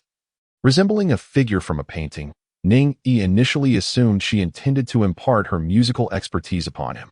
To his surprise, the young woman was actually here to present the zither as a gift. Ning Yi did not accept the offer but instead posed a question in return. "Why would junior sister Luo wish to gift me a zither?" Luo Qi-chan's delicate eyes fell slightly, casting a glance at the ancient instrument that Ning Yi had placed upon the azure rock. Her voice, devoid of significant emotional fluctuation, articulated, "Though it is unwise to attribute the mastery of a musician solely to the quality of their instrument, I must say that your zither, crafted by an unskilled artisan, is rather rudimentary. Its tones are discordant, and many are irreparable. Should you learn with this instrument, it would only lead to misconceptions regarding musical harmony and the essence of the zither, rendering it unsuitable for your practice." Ning Yi suddenly realized the truth of the matter. Upon further reflection, it made sense. If the notes produced by the instrument were flawed from the outset, one would inevitably develop a habit of playing incorrectly. When the time came to elevate one's skills, this erroneous foundation could lead to confusion. I have learned a valuable lesson. As my junior sister said, this instrument was casually purchased from a shop in Yang City for merely 1 or 2 silver coins. It is no wonder the proprietor was so eager to sell it. Evidently, it was unwanted by others. Ning Yi chuckled softly, realizing that it was quite normal for someone unversed in the art of music to be misled and taken advantage of. Luo Qi-chan pressed her lips together, seemingly revealing a faint smile. It turned out that even Brother Ning could fall victim to deception. This is what they call learning from one's mistakes. Brother Ning certainly knew how to make excuses for himself. As Ning Yi spent more time with Luo Qi-chan, he discovered that this girl was not truly taciturn. Rather, she was burdened with countless thoughts and reluctant to engage with others. At this moment, Ning Yi gazed at the guqin held delicately by Luo Qi-chan. This exquisite instrument was crafted from an unknown type of wood, its strings as translucent as gossamer, delicate like the silk of a cicada. The wood bore natural veins, exuding a subtle allure, and under the sun's rays, it resembled the ethereal wings of a jade cicada, seemingly permeated by light. However, This guqin was something I could not accept. It was evident that it was no ordinary item. Ning Yi politely declined Luo Qingchan's kind offer. Even if he lacked understanding of the instrument, he could discern its extraordinary nature. It might very well be a treasured artifact from the imperial palace. Luo Qingchan continued to hold the guqin with both hands, presenting it before Ning Yi with a serene gaze, as if she would stand there indefinitely until he acquiesced. Just as Ning Yi felt a headache coming on, Luo Qingchan spoke calmly. Then let us consider this as me temporarily entrusting the guqin to my senior brother for safekeeping. The rules of Tongtian Peak were stringent. If others were to witness this, they might think poorly of Qingchan's dedication. If you hand that guqin to me, are you not concerned about the gossip regarding my lack of diligence? Ning Yi teased her. Luo Qingchan's expression faltered for a moment as she quickly replied. That is not my intention. She was anxious that Ning Yi might misconstrue her words as mockery. In the eyes of the disciples of the Yinyang Dao Sect, Ning Yi was perceived as an exceptionally fortunate individual taken under the wing of the esteemed master. There was a prevalent lack of respect for him. How could anyone uphold reverence for someone with such meager talent who had ascended to a high status purely through luck? Ning Yi chuckled softly, interrupting Luo Qingchan. Junior sister Luo, there is no need for explanations. I understand your intent. With that, he graciously accepted the responsibility of safeguarding her guqin. Luo Qingchan exhaled lightly, her earnest hands cradling the instrument as she presented it to him. Unbeknownst to her, she was quite concerned about Ning Yi's perception of her. Fearing that she might inadvertently provoke his displeasure and incite distaste, Ning Yi delicately accepted the qin, gently caressing its strings. He inquired, does this instrument have a name? Cicada wing. Cicada wing? Indeed, the name is quite fitting, vividly descriptive, reminiscent of the lion's eye strings suspend due beneath the starry sky. Delicate wings tapped the ancient Polonia. Luo Qingchan's eyes sparkled with realization, recognizing that this verse was a description of the ancient qin named Cicada wing. She softly remarked, Brother Ning, your literary talent is truly remarkable. Ning Yi waved his hand dismissively, saying, it is merely a playful verse. Sister Luo, please do not praise me, for I might become conceited. In this realm where poetry and prose are regarded as trivial pursuits, and the world pays little heed, even the casual verse spoken by Ning Yi is considered to possess a certain literary charm. Meanwhile, his timeless couplets evoke a longing among the scholars of Yingtian Academy, who would readily wish to become his disciples. Luo Qingchan gazed at Ning Yi's retreating figure towards Qingyan, a flicker of curiosity passing through her graceful and elegant eyes.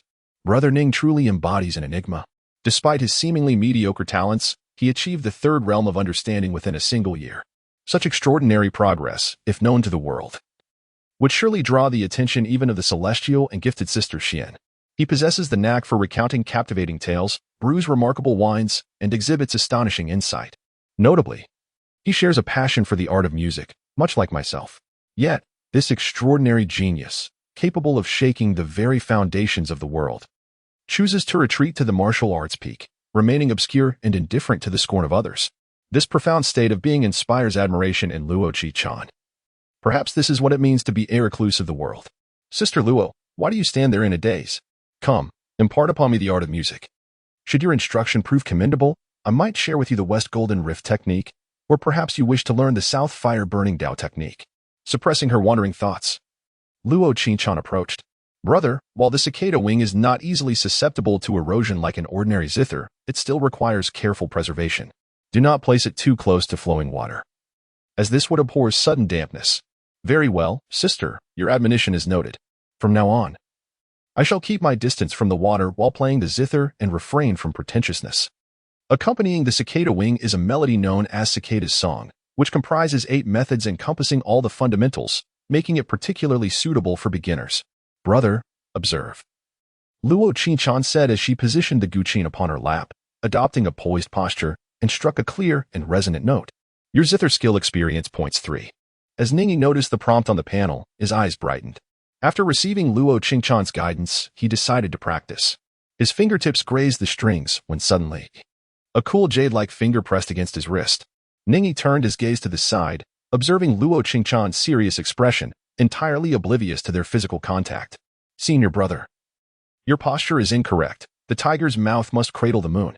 The maiden's exquisite beauty was mere inches away, and the refreshing fragrance akin to bamboo lingered in the air, stirring gentle ripples within Ning Yi's heart. What are you thinking about, senior brother? Hurry and continue playing. No, your index finger should resemble a crane. Your current posture is inadequate. Your proficiency in the zither has increased by 10. Witnessing the rise in experience points, Ning Yi began to concentrate intently. Unlike self-taught endeavors, which often led to misguided paths, having a renowned master to guide him allowed Ning Yi's zither skills to flourish rapidly. Although the system provided him with foundational knowledge, transforming that knowledge into skill required Ning Yi's active engagement. Struggling alone often resulted in mistakes, but with a master's instruction, progress was swift. Senior brother, your playing is far too forceful. If the palace musicians performed like this, they would surely face reprimand. Your proficiency in the zither has increased by 2.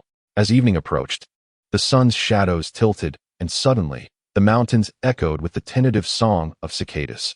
Ning Yi delicately plucked the strings of his instrument. And out of the corner of his eye, he caught sight of Luo Qingqian standing beneath an ancient pine tree.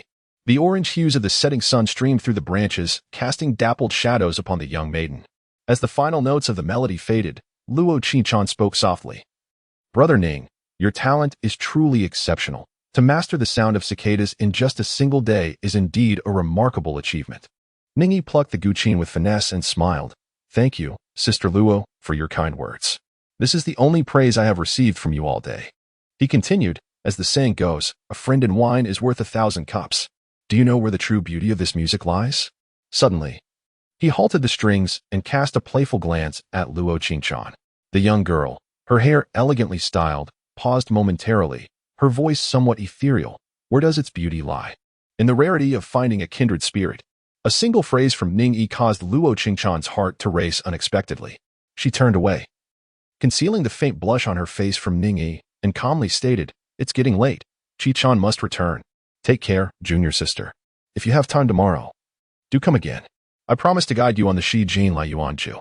A soft sound escaped her lips as the young woman stepped away, her graceful form quickly disappearing from sight.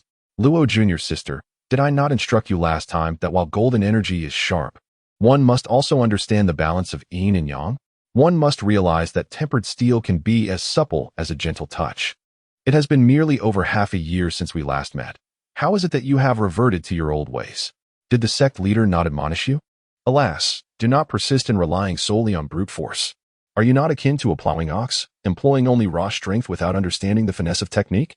Perhaps I should provide you with a hoe so you can till a couple of acres, thus conserving your energy. Ning Yi, with a sharp tongue and a penchant for caustic remarks, spared no effort in instructing Luo Qingqian. My proficiency in music may not rival yours. But could my martial cultivation possibly be inferior? With such modest capabilities, after a touch of enhancement, even the esteemed sect leader Su Yu Dao would need to sit down and humbly absorb my teachings on the Shijin Lu Yuan Ju of the Ninth Heaven. Teaching a young girl like you is more than sufficient. The two engaged in daily practices of both music and martial arts, witnessing rapid progress in their respective skills. Each time Ning Yi mentored Luo Qingqian, his relentless tongue nearly brought her to tears on one occasion. Conversely, during her music sessions, Luo Qingqian also adopted a strict approach. However, her words lacked the biting sharpness of Ning Yi's, and even her sternness could not pierce his thick skin, allowing him to laugh it off without a care. 3 months later, name, Ning Yi artistry, third realm skills, storytelling level 2, 193,200, wine level 3, 386,400, music level 3, 312,400, cultivation techniques, Yin Yang 5 Desires 6 Dust Sutra, innate great Yin Yang 5 Elements True Sutra, 5 Directions 5 Elements Cycle Method, and the 5 Desires Shroud the Heavens Method, among others.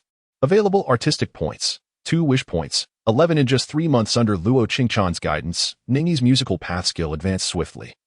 Nearly catching up to his wine path, however, his storytelling skill continued to progress at a languid pace. Every day, Ning Yi dedicates time to narrate stories to Luo Qingqian. Yet she is the sole listener, resulting in a somewhat meager increase in experience points.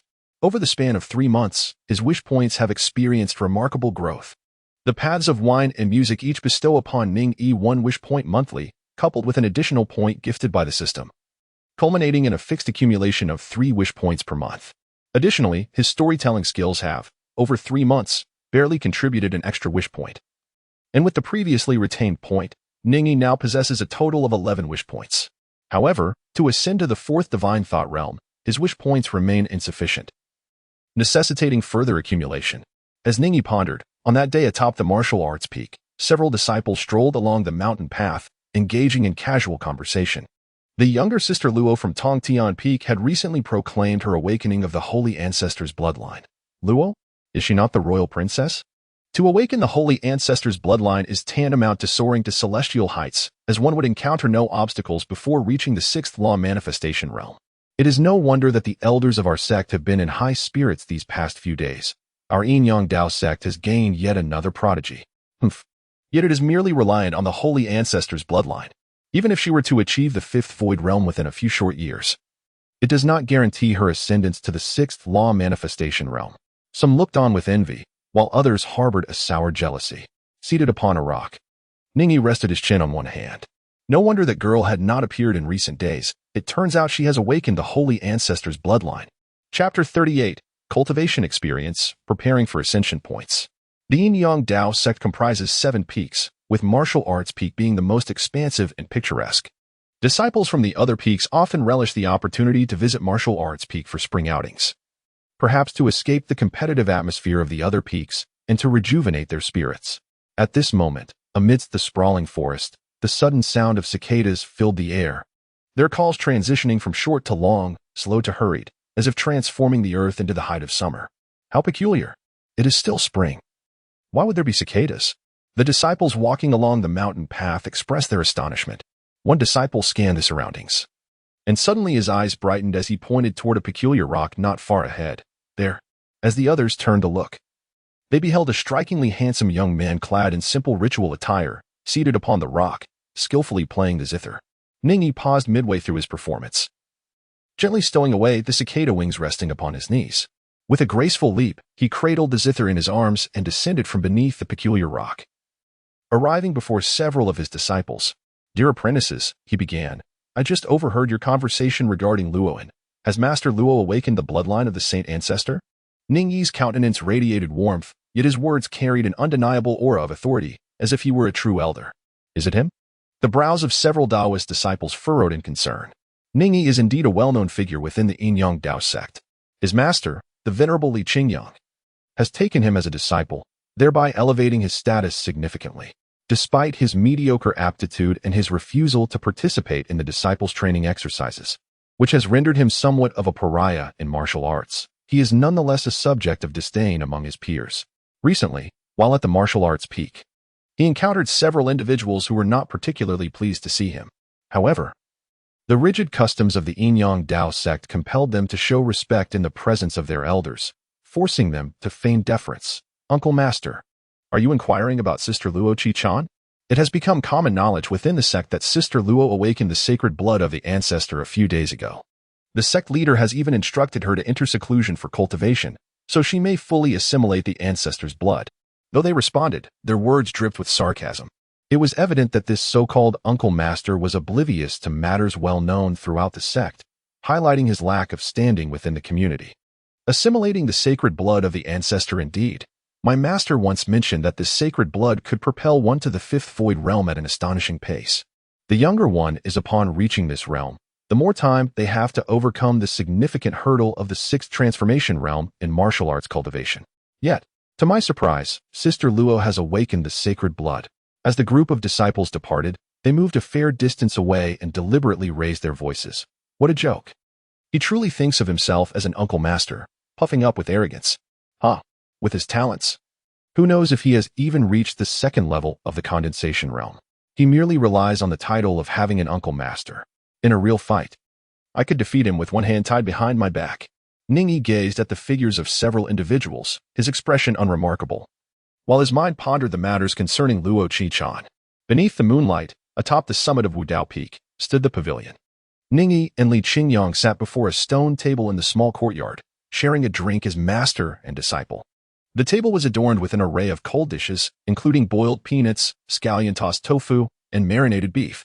These delicacies had been procured by Li Qingyang from the largest city, Yangcheng, near the Yin-Yang Dao Sect. With his celestial cultivation at the 8th return to one realm, he traversed the 100-mile distance in an instant. Naturally, a fine drink calls for delectable accompaniments. "Young one," he remarked, "I have noticed your recent demeanor is rather melancholic. What is it?"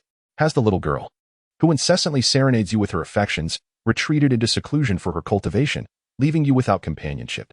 Ning Yi regained his composure and noticed Li Qingyang skillfully wielding his chopsticks, deftly seizing the beef with sauce that he cherished most.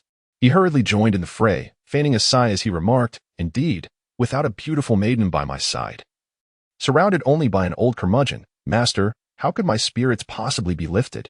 Ning Yi's mood is rather dismal, and this is indeed related to Luo Qingchan's seclusion. However, it is not due to the absence of charming companions. Rather, it is because, in Luo Qingchan's absence, Ning Yi's progress in his musical artistry has significantly slowed down. If one were to assess according to the system's hierarchy, Luo Qingchan possesses an exceptionally high level of musical skill. Under her direct tutelage, Ning Yi experienced rapid advancements in his abilities. Ah, that girl has awakened the bloodline of the saint ancestor, and at merely 15 years of age, she is in a crucial developmental stage. Engaging in seclusion for cultivation at this time is most advantageous, as there is a substantial possibility she could attain the 5th realm before turning 20. If you neglect your own cultivation, that is one matter. However, do not hinder her progress. Li Qingyang remarked with a hint of mockery. Ning Yi and Li Qingyang, this master-disciple pair, have always shared a casual rapport. As Ning Yi savored the beef in his mouth and swallowed it, he remarked, "I certainly would not hinder junior sister Luo's cultivation." Li Qingyang, probing his ear with a finger and resting one foot atop the chair, quipped, "Being an old man, my ears are too sensitive. It's tiresome to hear you both incessantly calling senior brother and junior sister. My ears are growing numb. You might as well tolerate spending your days with this old fellow." Ning Yi, with a cheerful smile, remarked, "You are certainly not an old curmudgeon. Wine, being the essence of grain, rejuvenates with each sip. Master, I raise this glass in your honor. I am deeply grateful to you for accepting me as your disciple, allowing me to bask in your illustrious presence. Once more, I toast to you. May this cup bring you blessings as boundless as the flowing waters of the Yangtze River and a physique as steadfast as this martial arts peak. I have finished my drink. Now, please enjoy your tea." Ning Yi consumed several large cups of wine in succession. "You little rascal, where did you learn all this nonsense?" Li Qingyang chided with a laugh. "Where did I learn it? From the banquet table in my past life, of course." As Ning Yi continued to regale with various witty remarks while toasting, each exquisite drink vanished into his belly. Li Qingyang grew anxious. "These are all fine wines crafted by your master, and yet you little brat, have drunk them all. Your wine skill experience points 2. Your wine skill experience points 1. Ning Yi gazed at the rising experience points on the panel, a smirk escaping his lips. "Don't just indulge in your drink, come. Let us toast." The master and disciple clinked their cups, savoring the delectable dishes on the table while relishing the exquisite wine brewed by Li Qingyang, a moment of sheer delight. Li Qingyang felt a profound satisfaction within. Who would have thought that after a lifetime of aimless wandering, he would find a devoted disciple to share a drink with in his twilight years? At this juncture in life, what more could one desire? Bah. I am but a little over 100 years old. I am not yet old. After several rounds of drinks, the stone table lay in disarray. With a grand gesture, Li Qingyang waved his hand, and the greasy plates transformed into a state of pristine clarity, as if by some mystical art. This was a subtle manifestation of his mastery over the North Water Covering Dry technique. However, should anyone realize that Li Qingyang employed the divine abilities of the sacred land's Yin-Yang Dao Sect to wash dishes, they would likely be driven to despair. Under the night sky, the master and disciple sat casually on the precipice, gazing at the crescent moon hanging in the distant heavens. Li Qingyang held a wine gourd in his hand, leaning against a rock, his attire disheveled and his eyes glazed with inebriation. "Young man, I reckon you have stabilized your realm in the 3rd comprehension. It is now time for me, your old master, to impart the methods of cultivating the 4th divine thought realm, along with some invaluable insights into the practice." Li Qingyang's words enveloped Ning Yi, who listened intently. His mind immersed in thought. He had already grasped the cultivation methods of the 4th divine thought realm, having intuitively comprehended them while observing the heavenly transformation yang pivot. Yet, the cultivation experience of a celestial being was an irreplaceable treasure beyond measure. Ning Yi has concluded that the closer one is to the truth and the more logical one's approach, the fewer wish points are required to fulfill one's desires. Therefore, if one could acquire the invaluable experiences of a master, one could achieve a higher realm with fewer wish points when making their aspirations. Chapter 39. System. I wish to make a wish. In the realm of martial arts, people often aim too high, neglecting the significance of a solid foundation while fervently seeking to elevate their realms. the first three realms of martial arts, namely, the condensation of cavities realm, the mastery of chi realm, and the comprehension of intent realm, are of utmost importance. The solidity of these three realms determines both the limits of an individual's cultivation and the strength they possess. In these three realms, practitioners focus on the three vital essences of the human body: essence, chi, and spirit, engaging in the refinement of essence into chi, chi into spirit, and spirit into void. The condensation of cavities involves the solidification of energy into chi. The more cavities one opens, the more profound one's true power becomes. Mastery of chi entails harnessing true chi and condensing one's thoughts. The more thoughts one can condense, the better one can bridge the gap between heaven and earth, preparing oneself for the dissemination of divine consciousness. Li Qingyang's words prompted Ning Yi to nod in agreement. How had he become invincible within his realm? It was primarily due to the opening of 88 cavities and the condensation of 320 thoughts. This number of open cavities and thoughts far surpassed those of other disciples from sacred lands. Even Huangani, ranked 68th on the Earth ranking, could not withstand Ning Yi's fist despite leveraging the power of the demon abyss. Of course, apart from his exceptional foundational cultivation, Ning Yi's mastery of divine abilities was exceedingly high. The combination of both allowed him to completely overpower the top talents on the Earth ranking. The comprehension of intent realm requires one to open their divine meridians, connecting them to the universe, thereby generating divine consciousness. The human body comprises 12 primary divine meridians, divided into the 7 foundational meridians of yin and yang, metal, wood, water, fire, and earth, along with 5 special divine meridians: Tai, Taichu, Taishu, Taisu, and Taiji. A cultivation method capable of fully opening the 7 foundational meridians is deemed earth level, while one that can unlock a single special meridian is classified as heaven level. The techniques of our Yin-Yang Dao Sect can open 2 meridians, placing them among the top-tier methods. The technique that can open the most meridians in the world is the foremost of the sacred lands, the Taisu Xian Men, which can unlock up to 3 special meridians. Li Qingyang took a hearty sip from the wine jug and wiped the corner of his mouth. Ning Yi listened intently, gaining a deeper understanding of the Taisu Xian Men. Truly, it deserves its reputation as the foremost sacred place in the world. Its techniques for unlocking the divine consciousness surpass even those of the Yin-Yang Dao Sect.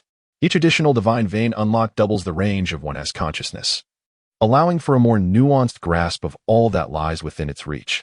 If one's consciousness is sufficiently potent, it can even suppress that of an adversary, effectively forcing them down a realm, akin to a formidable reduction in their capabilities. In this regard, our Yin-Yang Dao Sect cannot compete with Taisu Xian Men, as their methods excel in cultivating divine consciousness. In essence, is divine consciousness comparable to radar? If my radar possesses double the range of yours, and is capable of detecting with greater detail while also suppressing your radar's efficacy, the resulting disparity is indeed unfathomable. Given that Taisu Xian Men specializes in the cultivation of divine consciousness, what then does our Dao Sect excel in? There are numerous sacred places in the world, and Ning Yi did not fully comprehend them all, seizing the opportunity to inquire of Li Qingyang. Li Qingyang chuckled heartily. The methods of our Dao Sect do not specialize in any singular aspect, yet we excel in the cultivation of essence, chi, and spirit, with no significant shortcomings. To put it more favorably, the techniques of the Yin-Yang Dao Sect resemble that of a hexagonal warrior, conversely. If one does not embody the full hexagon, they may appear rather mediocre. Thus, it becomes apparent that the techniques of the Yin-Yang Dao Sect are profoundly reliant on talent. Should one possess great talent, they will excel in all areas, conversely. A lackluster talent results in weakness across the board. The first 3 realms are of paramount importance. Even if progress seems slow at first, establishing a solid foundation is essential. Unfortunately, the world is often ignorant, failing to comprehend that even the mightiest dragon may experience regret. To condense the energy points, it can only be achieved at the first condensation realm. Once you ascend to the second chi mastery realm, it becomes impossible to condense again, unless one possesses extraordinary fortune or encounters significant opportunities. The subsequent realms following the third understanding realm are essentially advancements of the first 3. The comparison of strength hinges on the solidity of the foundation laid in those initial realms. Hence, my young disciple, there is no need to rush in your cultivation. Solidifying your foundation is of utmost importance.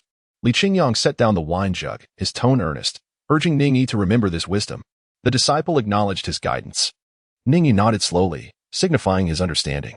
Only by possessing great fortune can one condense their acupoints anew. gather their thoughts, or unlock their divine meridians after an elevation in realm. With the system at my disposal, I possess the greatest fortune. The system enables me to eliminate redundant content upon mastering new techniques, allowing Ning Yi to seamlessly perform these three actions. At this moment, Li Qingyang hesitated for a brief moment before stating, "It is widely acknowledged that the founding emperor of the great Zhou opened 99 acupoints. However, his true strength lies in the condensation of 360 thoughts. While I am uncertain about the great Buddha at Shikong Temple, the old Taoist from the Tai Su Xianmen has unlocked all 12 divine meridians. These individuals are all endowed with immense fortune, which allows them to perfect one aspect of their essence, energy, and spirit. We, the old fellows of the 8th realm, suspect that to ascend to the 9th absolute saint realm, one must fully cultivate one of these aspects. I share this with you not to encourage lofty aspirations, but to impress upon you the importance of foundational mastery." The disciples understood well. Ning Yi sat cross-legged, slightly nodding in affirmation. It became evident that these absolute saints had perfected one aspect of essence, energy, and spirit.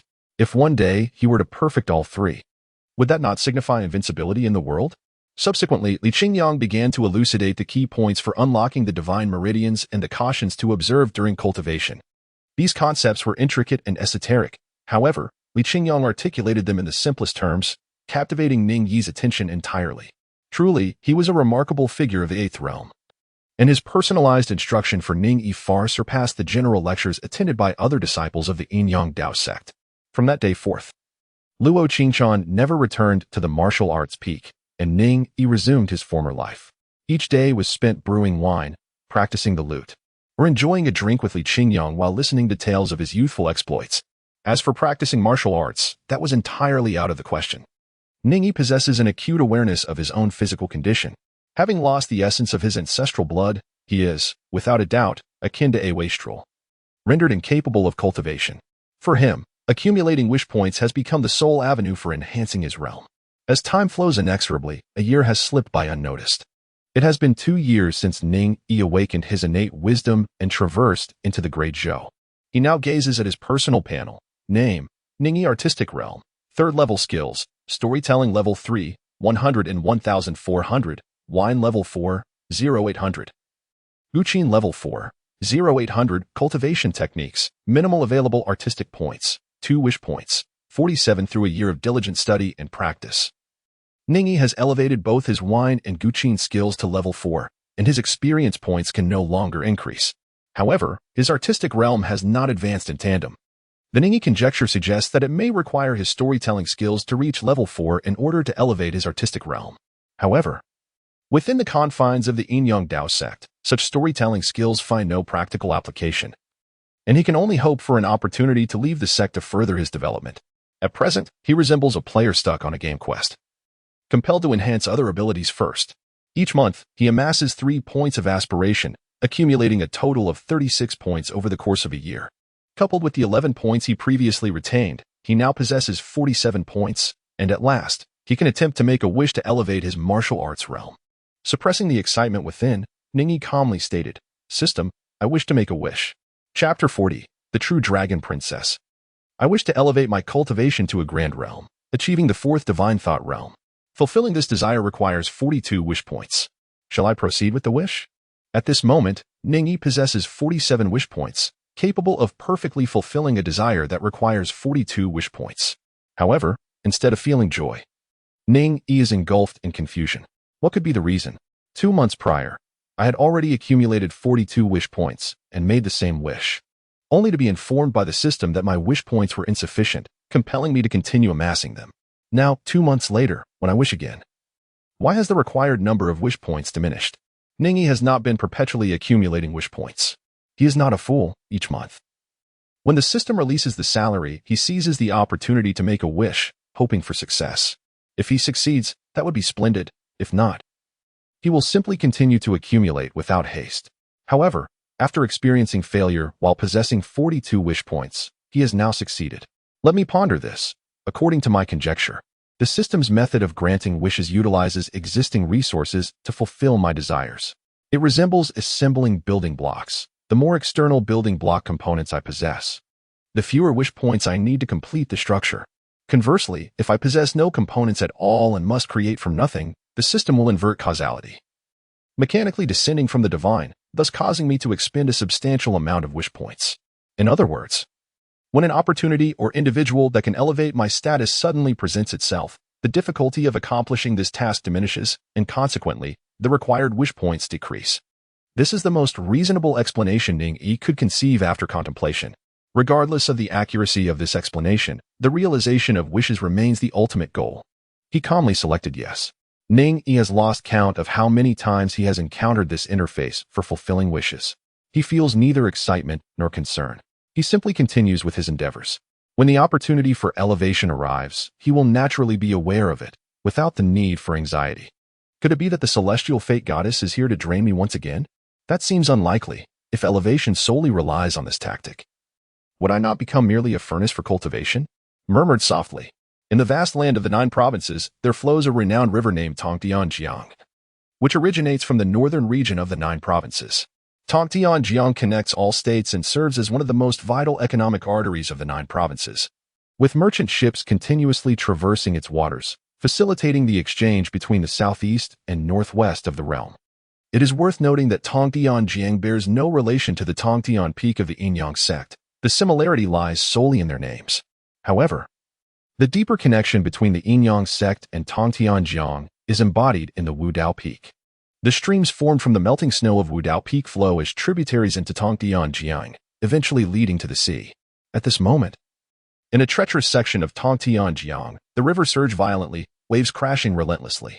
A dragon-like creature stirred beneath the surface, its foul-smelling body conjuring up formidable waves and letting out a fierce roar. Suddenly, the river calmed, and the creature leapt from the water, its dark scales glinting in the light. The dragon transformed into a rugged man upon the cliffs flanking the river, clad in long garments. His expression was fierce as he raged at the waters. That damned dragon maiden has escaped.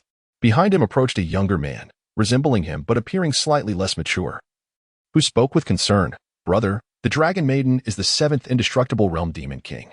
Even if she is severely injured and fleeing, it would be difficult for us to slay her.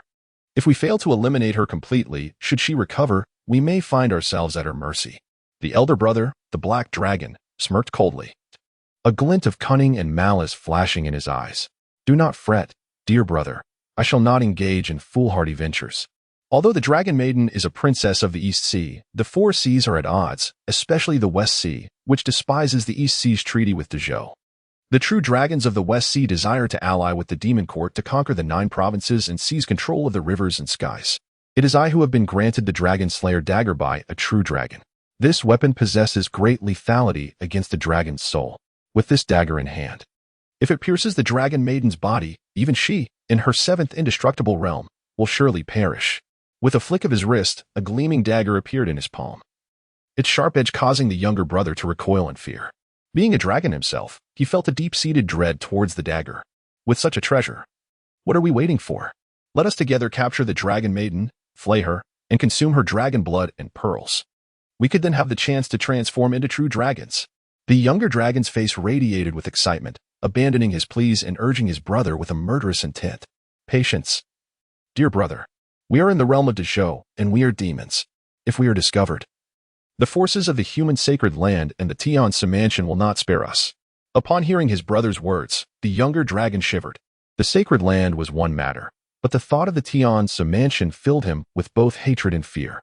The Tian Mansion guarded the 9 provinces, having battled with demonkind for millennia, resulting in countless demon deaths at their hands.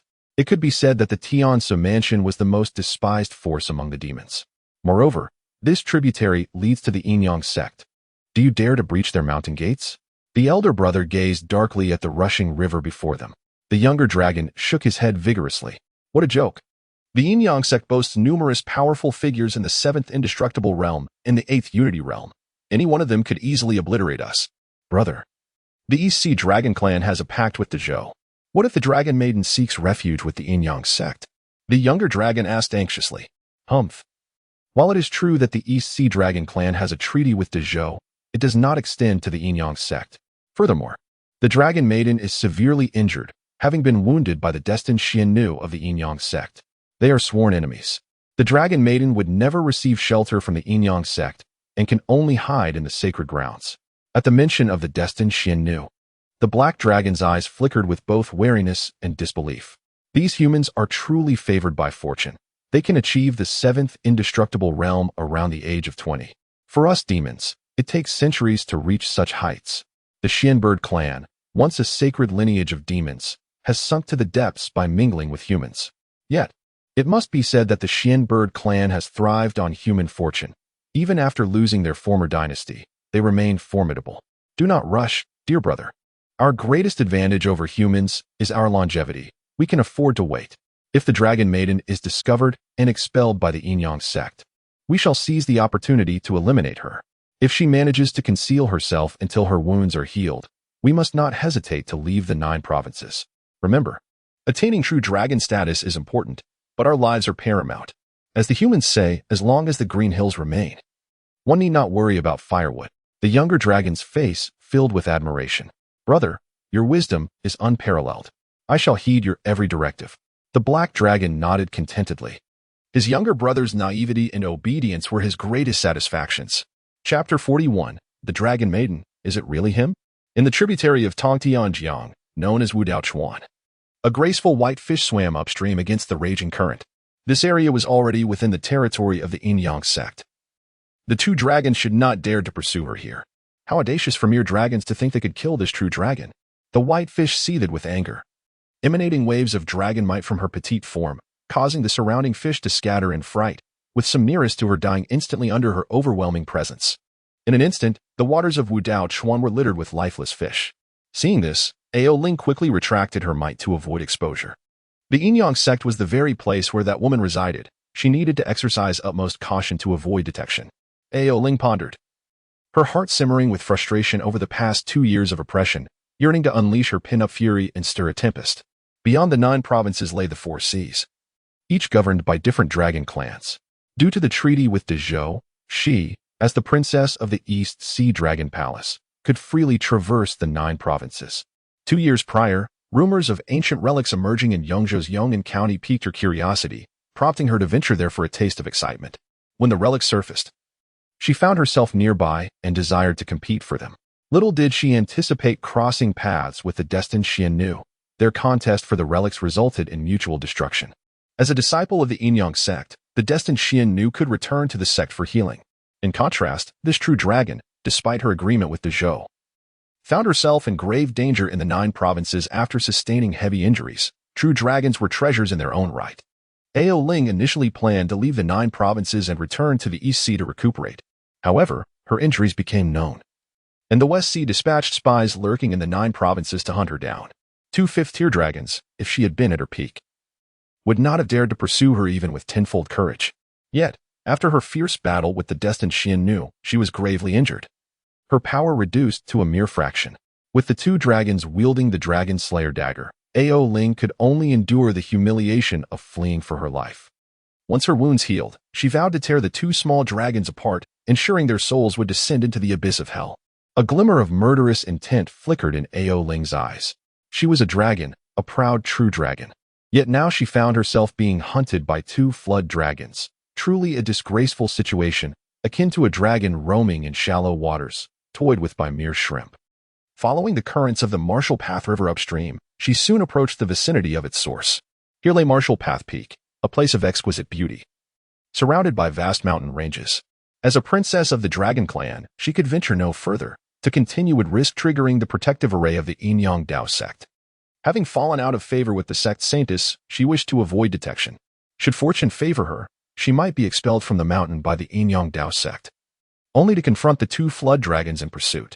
Conversely, if her luck faltered, the sect could fabricate a pretext to suppress her, perhaps compelling her to serve as a guardian spirit for their domain.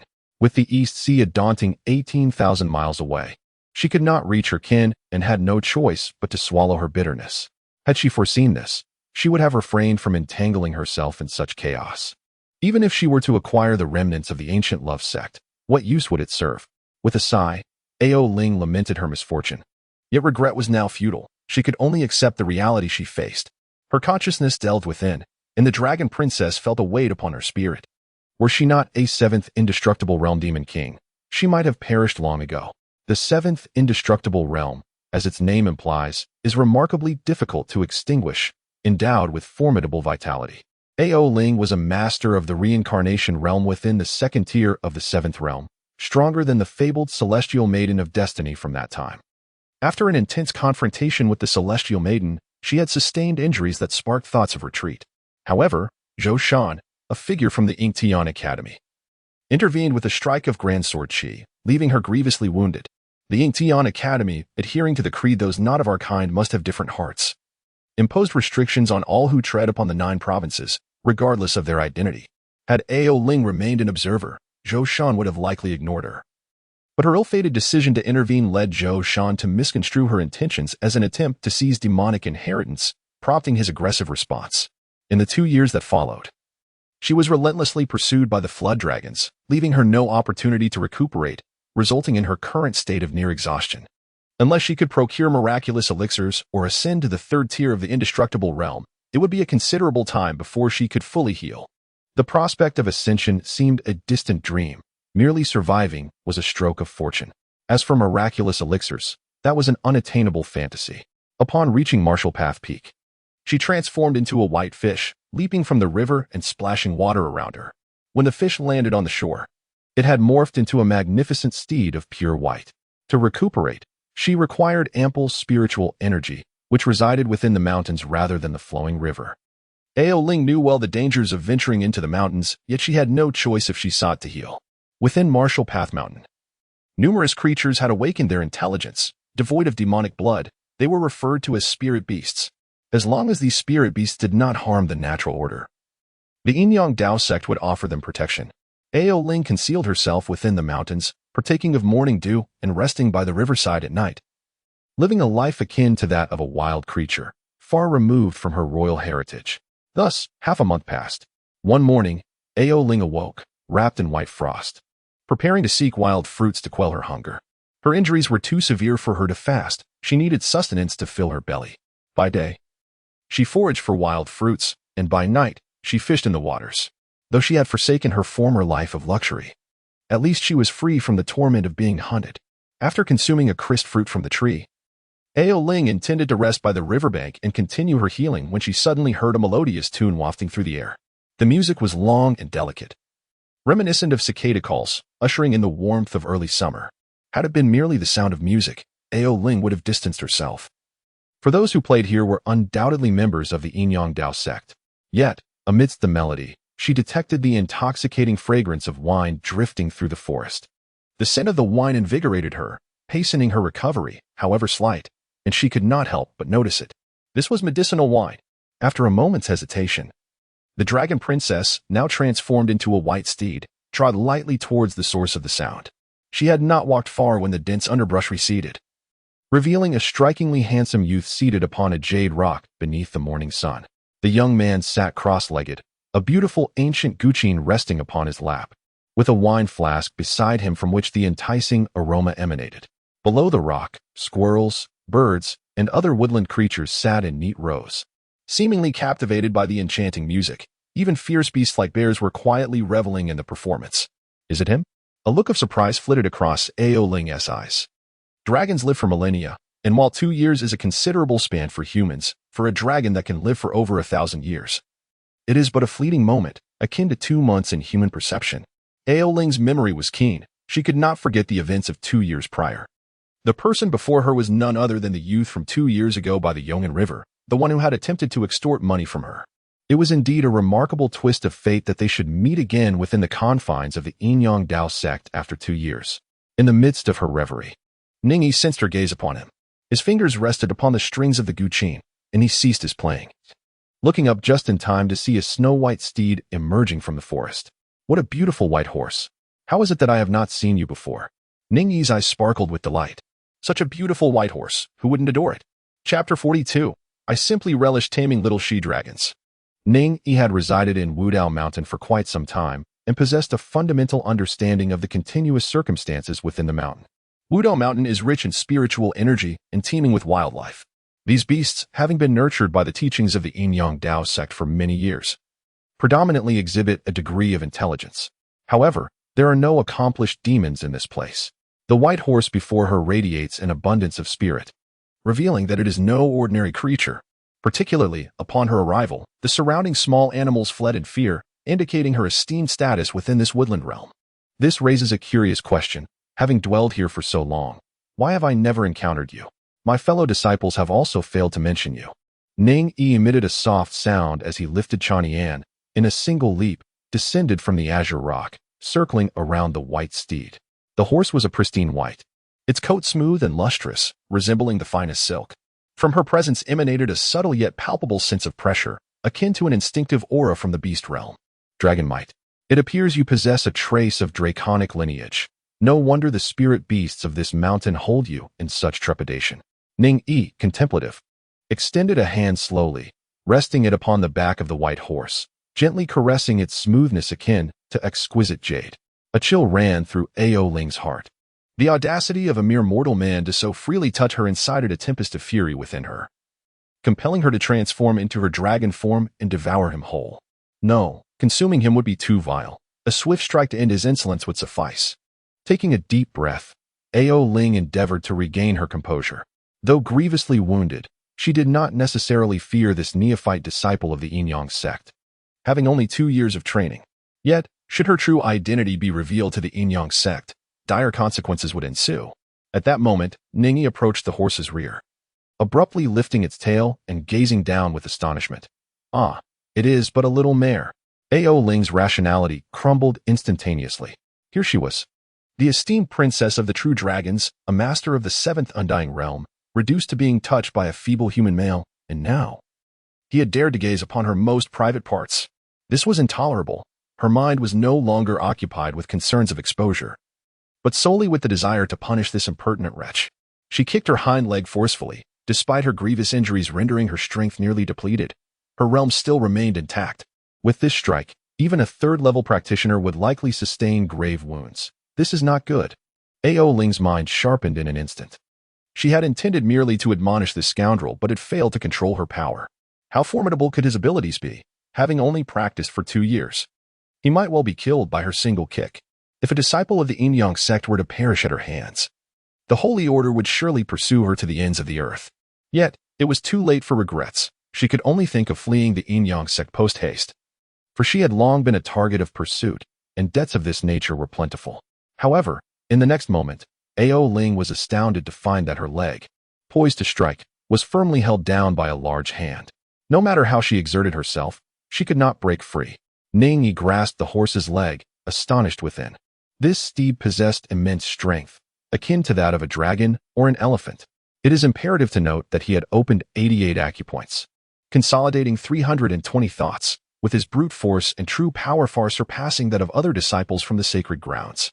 Yet, despite this, when the white horse kicked, he felt an unsettling sense of instability in his grip. This horse harbored secrets. She possessed cultivation.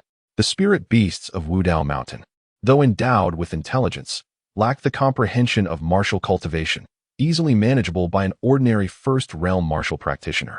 However, the power of this white horse could not be attributed to mere bloodline. It was cultivated through her own efforts. Could she be a spy from the demon clan? A thought suddenly emerged in Ning Yi's mind. Maintaining a faade of calm, he lowered his horse's legs and laughed heartily. What a spirited steed.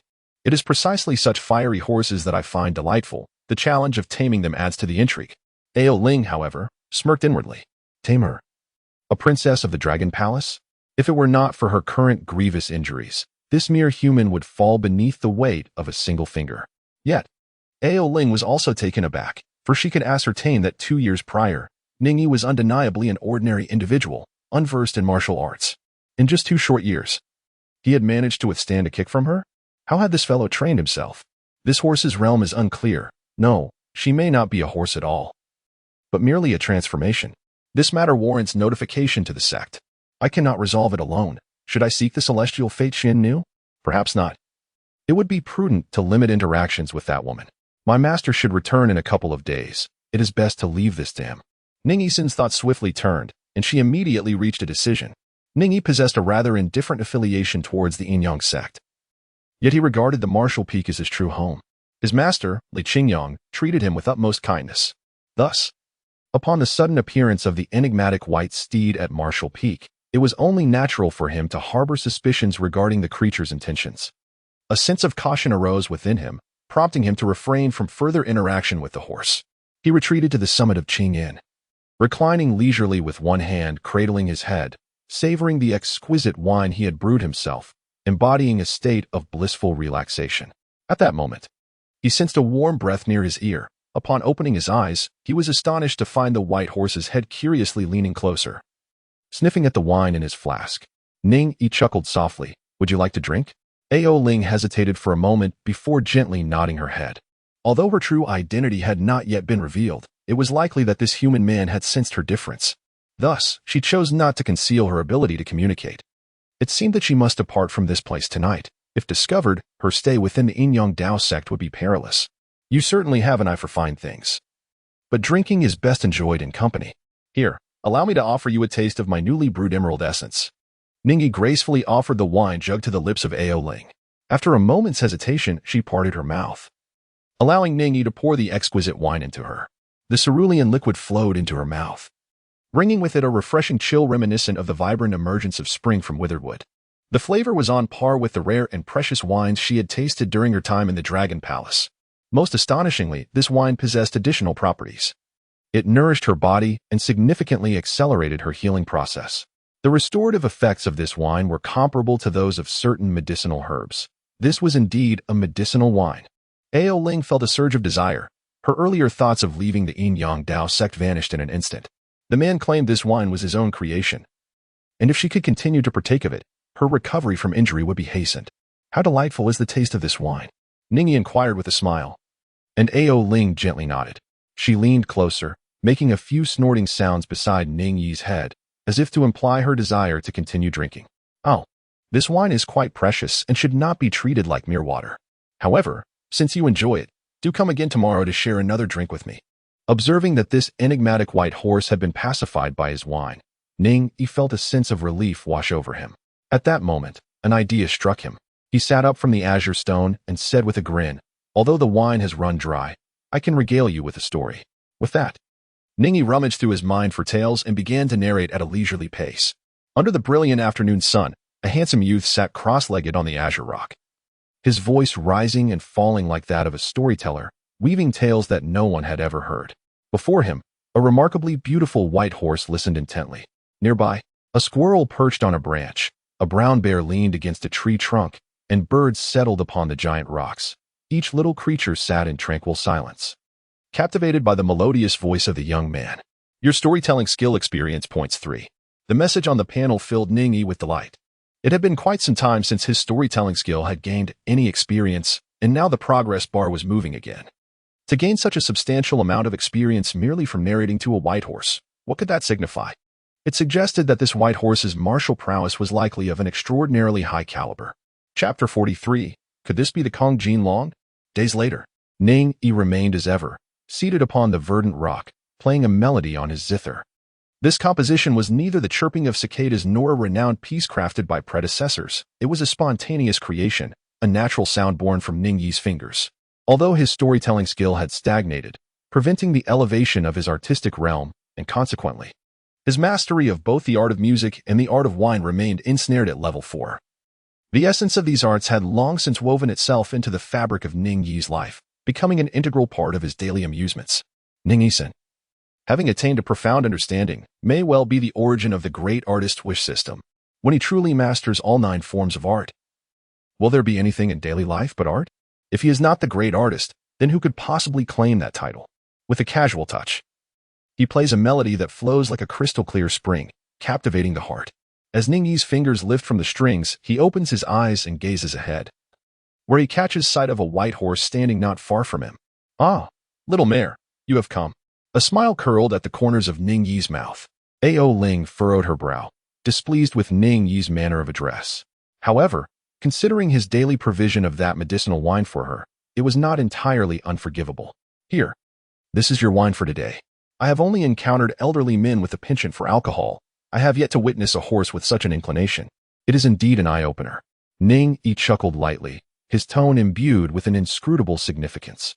Ao Ling, oblivious to the peculiarity in Ning Yi's words, scoffed inwardly. If it weren't for the need to heal, who would indulge in daily bouts of inebriation. She disregarded Ning Yi's remarks and leaned into the bowl of wine, consuming it voraciously, as if a whale devouring its catch. This pace of recovery was still far too sluggish. Although this individual possessed the rare ability to concoct medicinal wine, the brew he produced was insufficiently potent for someone of her caliber in the seventh indestructible realm. Her vitality, energy, and spirit were all compromised. And Ning Yi's medicinal wine only offered specific benefits for physical injuries. Its effectiveness on her energy and spirit was rather mediocre. Ao Ling found herself lamenting Ning Yi's lack of skill. Once the white horse finished its drink, Ning Yi gently set aside the guqin resting on his knees, as if afraid to cause it harm.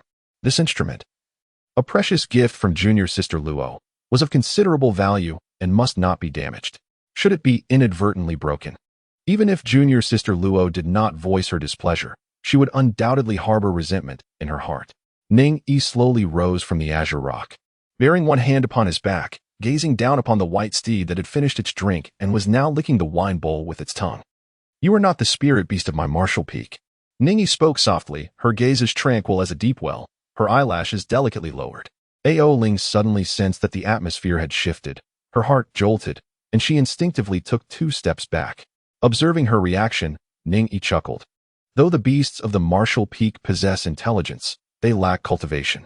From the very first day I saw you, I discerned your innate prowess and recognized your uniqueness. You must have sensed this as well. To put it simply, you are merely deceiving yourself, pretending to be oblivious. Ning Yi spoke with an air of indifference, stating, with your cultivation, you must be a beast, and the only term that comes to mind is demon. This place is the Dao Sect, one of the sanctuaries for martial arts cultivation among humanity.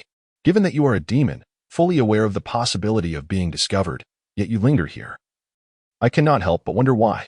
It seems you have sustained considerable injuries and are too fearful to depart. You are here to recuperate, are you not?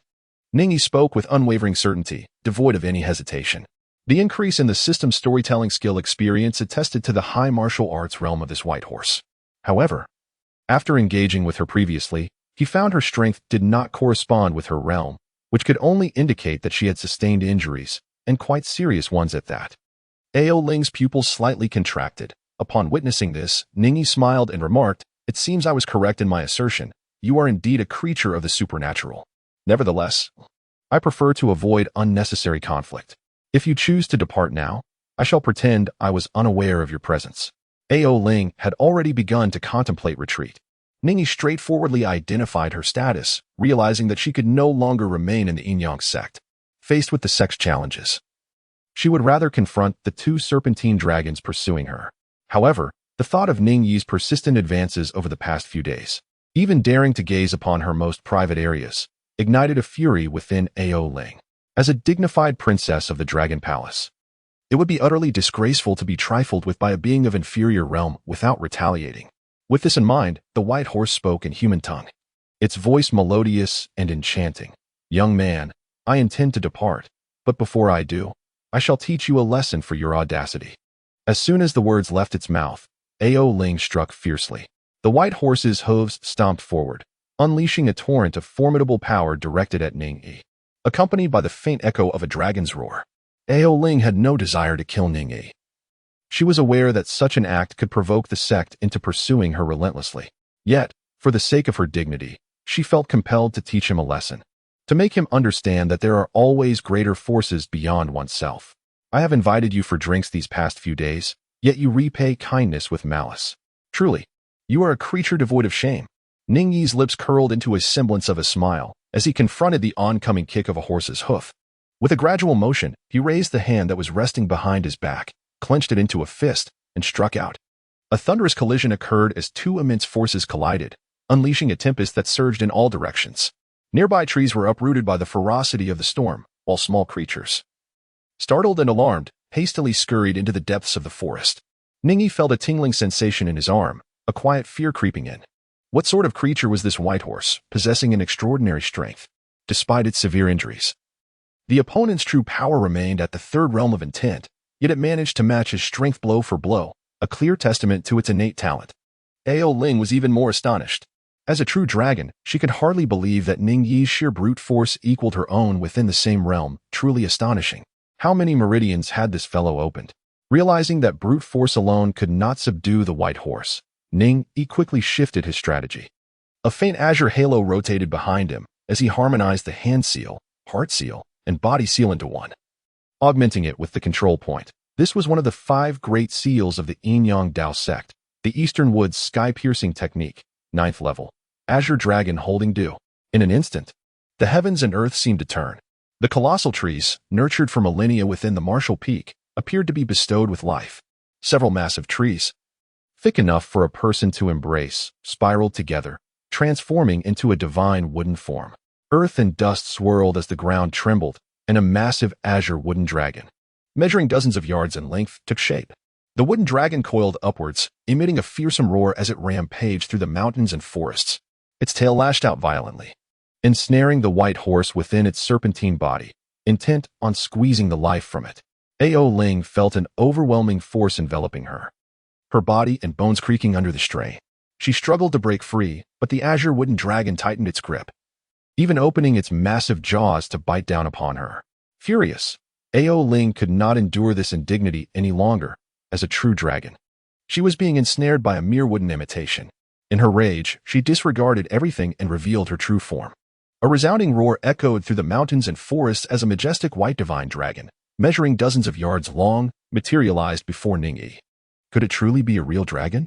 Ning Yi was taken aback, for he could scarcely believe that the white horse before him was, in fact, a dragon, a rare and noble true dragon.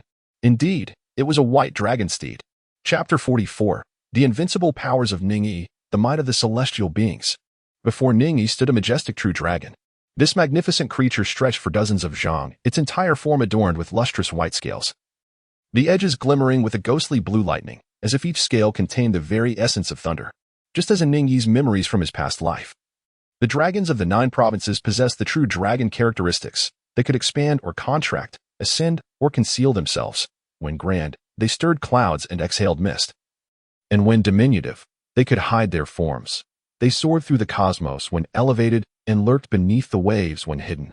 Though the true dragon before him measured several dozen zhang, it was likely not its full manifestation. The white dragon held its head high, with sharp, blade-like horns gleaming with electric brilliance, as if capable of rending the heavens asunder. Its eyes blazed like torches, golden red pupils revealing a fusion of divinity and otherworldliness, exuding an overwhelming dominance. Beneath the scales of her dragon head, a delicate pink luminescence glimmered, bestowing upon her an exquisite beauty and suggesting that she was, indeed, a dragon maiden. Her appearance bore a striking resemblance to that of the Kong Jin Long from the black mythology he had encountered in his previous life. Why does this dragon seem so familiar? Ning Yi possesses an exceptional memory. If he has encountered something before, it is impossible for him to forget it. He swiftly recalled the image in his mind, a look of realization dawning upon him.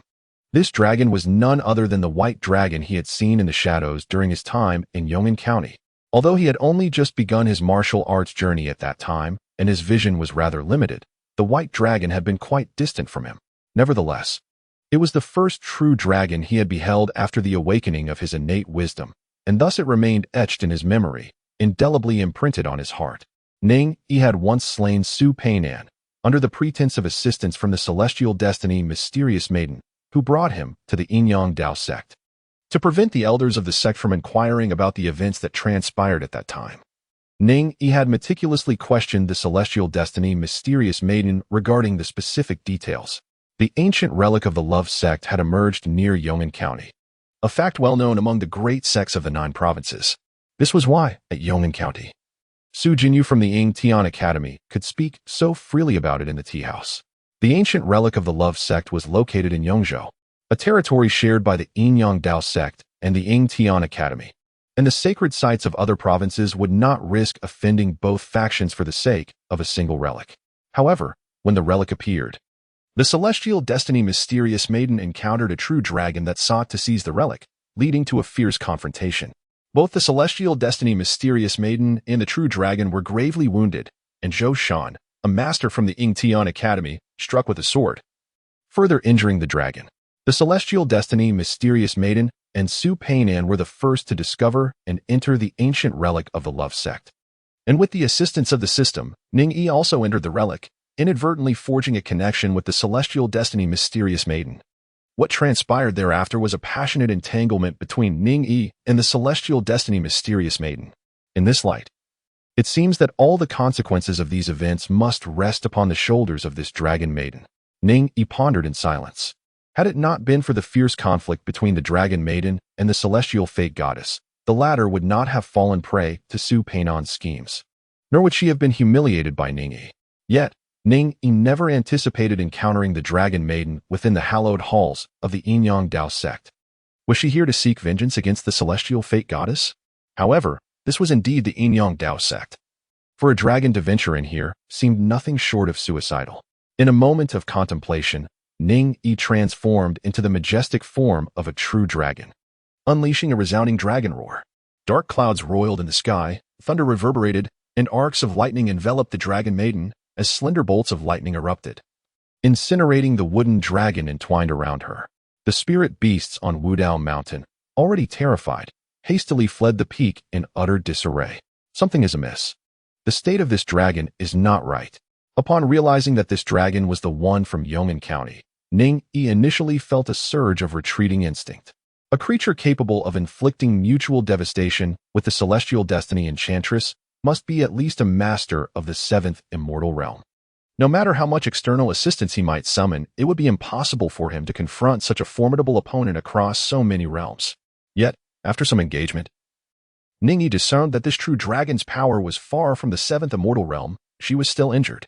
It had been nearly 2 years since the incident at the Yong'an County ruins, and this true dragon had yet to recover? Or perhaps her injuries had been too grievous for her to heal in such a long span. The dragon ascended like clouds. The wind echoed with the might of a tiger. The white dragon soared into the heavens, spiraling amidst the sky, adorned with billowing clouds. Thunder cracked and lightning roared. Celestial thunder trembled, exuding an awe-inspiring might. Observing the dragon's ability to fly, Ning Yi no longer wished to engage in battle, regardless of the severity of her injuries. She was still a being of the seventh immortal realm, undoubtedly possessing hidden, ultimate techniques. He had no desire to recklessly confront such a dragon. At that moment, Ning Yi's ears twitched as a sound reached him. A smile graced his face, and his heart found solace. Ao Ling, consumed by rage, could hardly believe that a mere human of the third transcendence realm dared to challenge her. Yet, she was also astonished. She vividly remembered their first encounter 2 years prior when he was just an ordinary person, unacquainted with martial arts. In the span of 2 years, he had remarkably attained the third transcendence realm. Such talent was nothing short of monstrous. Nevertheless, regardless of his extraordinary gifts, daring to strike at her would ensure he faced unimaginable suffering. With her dragon claws unfurled, arcs of electricity coalesced into razor-sharp edges, seemingly capable of rending mountains apart. As they descended from the heavens to strike the earth below, the dragon maiden still held a reserve of power. Ning Yi possesses such exceptional talent. He must undoubtedly be the meticulously nurtured holy son of the Dao Sect. If I were to inadvertently harm him, I would surely become the target of a relentless pursuit by the entire sect. Despite her arrogance, she would never dare to confront the wrath of a sacred land. However, it did not take long for Ao Ling to regret her decision to hold back. What a fortunate turn of events! It is evident that as the dragon claw struck, a spark of brilliance ignited within him, prompting a hearty laugh. At this moment, Ning Yi found himself devoid of any concerns. His powers were unparalleled. Yet his experience in combat was rather scant. Now, with the dragon maiden by his side, it was the perfect opportunity to hone his mastery of the 5 divine arts. White dragon, prepare to receive my blade. Ning Yi's aura surged dramatically, his strength escalating exponentially. The elusive essence of metal, cultivated over millennia within the martial arts mountain, flowed forth from the depths of the earth, enveloping Ning Yi and transforming him into a majestic white tiger with wings.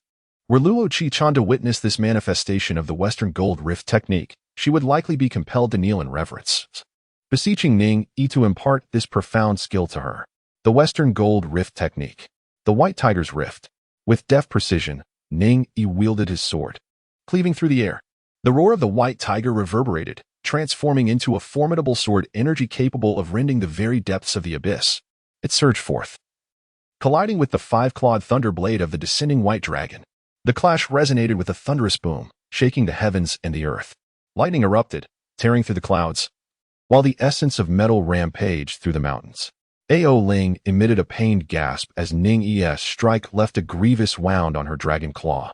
deep enough to expose bone, with dragon blood cascading down. The Dragon Maiden was struck with disbelief. She was of the 7th immortal realm, possessing an indestructible body. Even if severely injured, it was unfathomable for someone of the 3rd realm to inflict such harm. This individual's powers were truly extraordinary.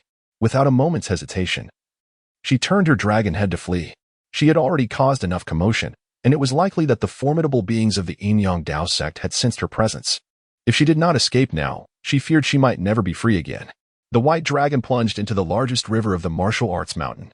A true dragon entering the sea, even if it were merely a river, would be nearly impossible to pursue.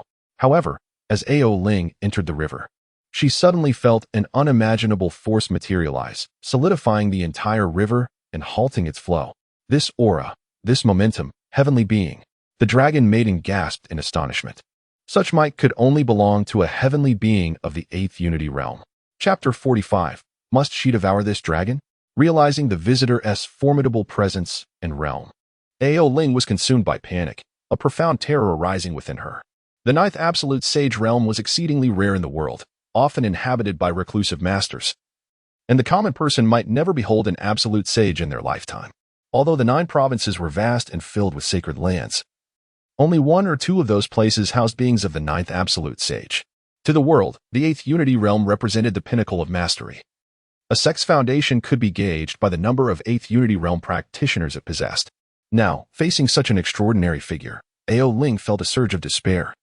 Her will to resist dwindling. No, I cannot simply concede. If I surrender here, I may never know freedom again. Having intruded upon the Yin-Yang Dao Sect, she had already breached a significant taboo. If this heavenly being captured her, she could be treated as a guardian spirit for the sect, imprisoned for a century. A millennium, her future extinguished. Even if her father arrived, he would be left powerless, forced to swallow this bitter pill, for she was at fault. Even if she regained her freedom, it would likely demand a tremendous cost from the Dragon Palace. The East Sea was not harmonious either. True dragons harbored their own grievances. If her uncle opposed her father, fiercely obstructing her, she might not even have the chance to be exchanged. Contemplating this, Ao Ling's will to survive surged. Transformed into a white fish, she revealed her true form once more, a colossal white dragon, thrashing in the flowing river. Her tail striking the surface as if she were a fish gasping for air. What a true dragon, still daring to struggle. On the riverbank sat Li Qingyong, cross-legged. His cheeks flushed from the wine he had consumed. He took another swig from his flask, tousling his unruly hair. As the white dragon flailed in the river, he burst into laughter, extending his hand to grasp at the flowing waters. In that moment, the mighty river stilled, the waters frozen in time, enveloping the world in an absolute silence. Ao Ling felt as if her dragon form were encased in concrete. The river that once obeyed her command turned to solid ice, compressing her like an insect trapped in amber. A loud dragon's roar echoed as thunder crashed, countless bolts of lightning striking the river's surface. As if seeking to shatter the solidified waters, the river rippled in response, and upon witnessing this scene, Ao Ling's expression brightened, her resolve rekindled. Li Qingyong smirked, flicking his wrist, and the river transformed into a massive hand, reaching for the white dragon once more. This hand, wrought from water, possessed unfathomable strength. Seizing the dragon as if it were a mere mudfish, the force tore at her scales, some emitting a sound akin to silk being ripped, while her blood flowed, staining the river crimson. Gradually, the white dragon's struggling form trembled, her strength waning, unable to move any longer. Finally ceasing to resist? Li Qingyong chuckled, shaking his empty wine flask. Then, with a wave of his hand, the entire river surged toward the opening of his flask as if drawn by a great whale. A spectacle of celestial artistry.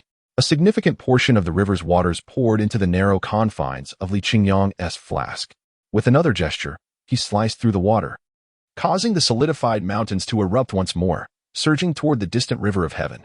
Ning Yi stood behind Li Qingyong, his expression one of astonishment. The master's mastery of the North Water covering heaven technique had indeed reached an extraordinary realm. Li Qingyong's wine flask appeared to be an ordinary vessel, devoid of any magical qualities. Yet, through his immense power, he had forcefully compressed a massive volume of water, compelling it into the flask. Such extraordinary skill, while achievable by Ning Yi with his 9 heavens realm, was beyond his current capabilities due to his insufficient cultivation and depth of power, preventing him from effortlessly transforming a mountain of water into a mere flask as his master did. The dragon could vary in size, And it was precisely because of this characteristic that Li Qingyang managed to contain this true dragon within the flask. With a playful spirit, he vigorously shook the flask with his left hand, causing the dragon Ao Ling inside to thrash about violently as if tossed in a tempest. Even though she was a dragon, the turbulence overwhelmed her, leaving her weak and nauseated. After a prolonged shaking, Li Qingyang tilted the flask forward, unleashing a torrent of water that surged over the land and poured into the martial Dao River. Within that deluge, a majestic white dragon, spanning several dozen feet, lay upon the ground, its pearlescent scales shimmering with a hint of pink, exuding an air of elegance. Its delicate head rested on the earth, gasping for breath. Truly, a dragoness vitality is remarkable. Despite Li Qingyang's tumultuous handling, it had not perished, merely rendered incapable of resistance. Li Qingyang leaped atop a large boulder, propping one leg up, and gazed fiercely at the white dragon before him, demanding, "Tell me, where did you come from, little dragon? Do you intend to bring harm to my disciple?"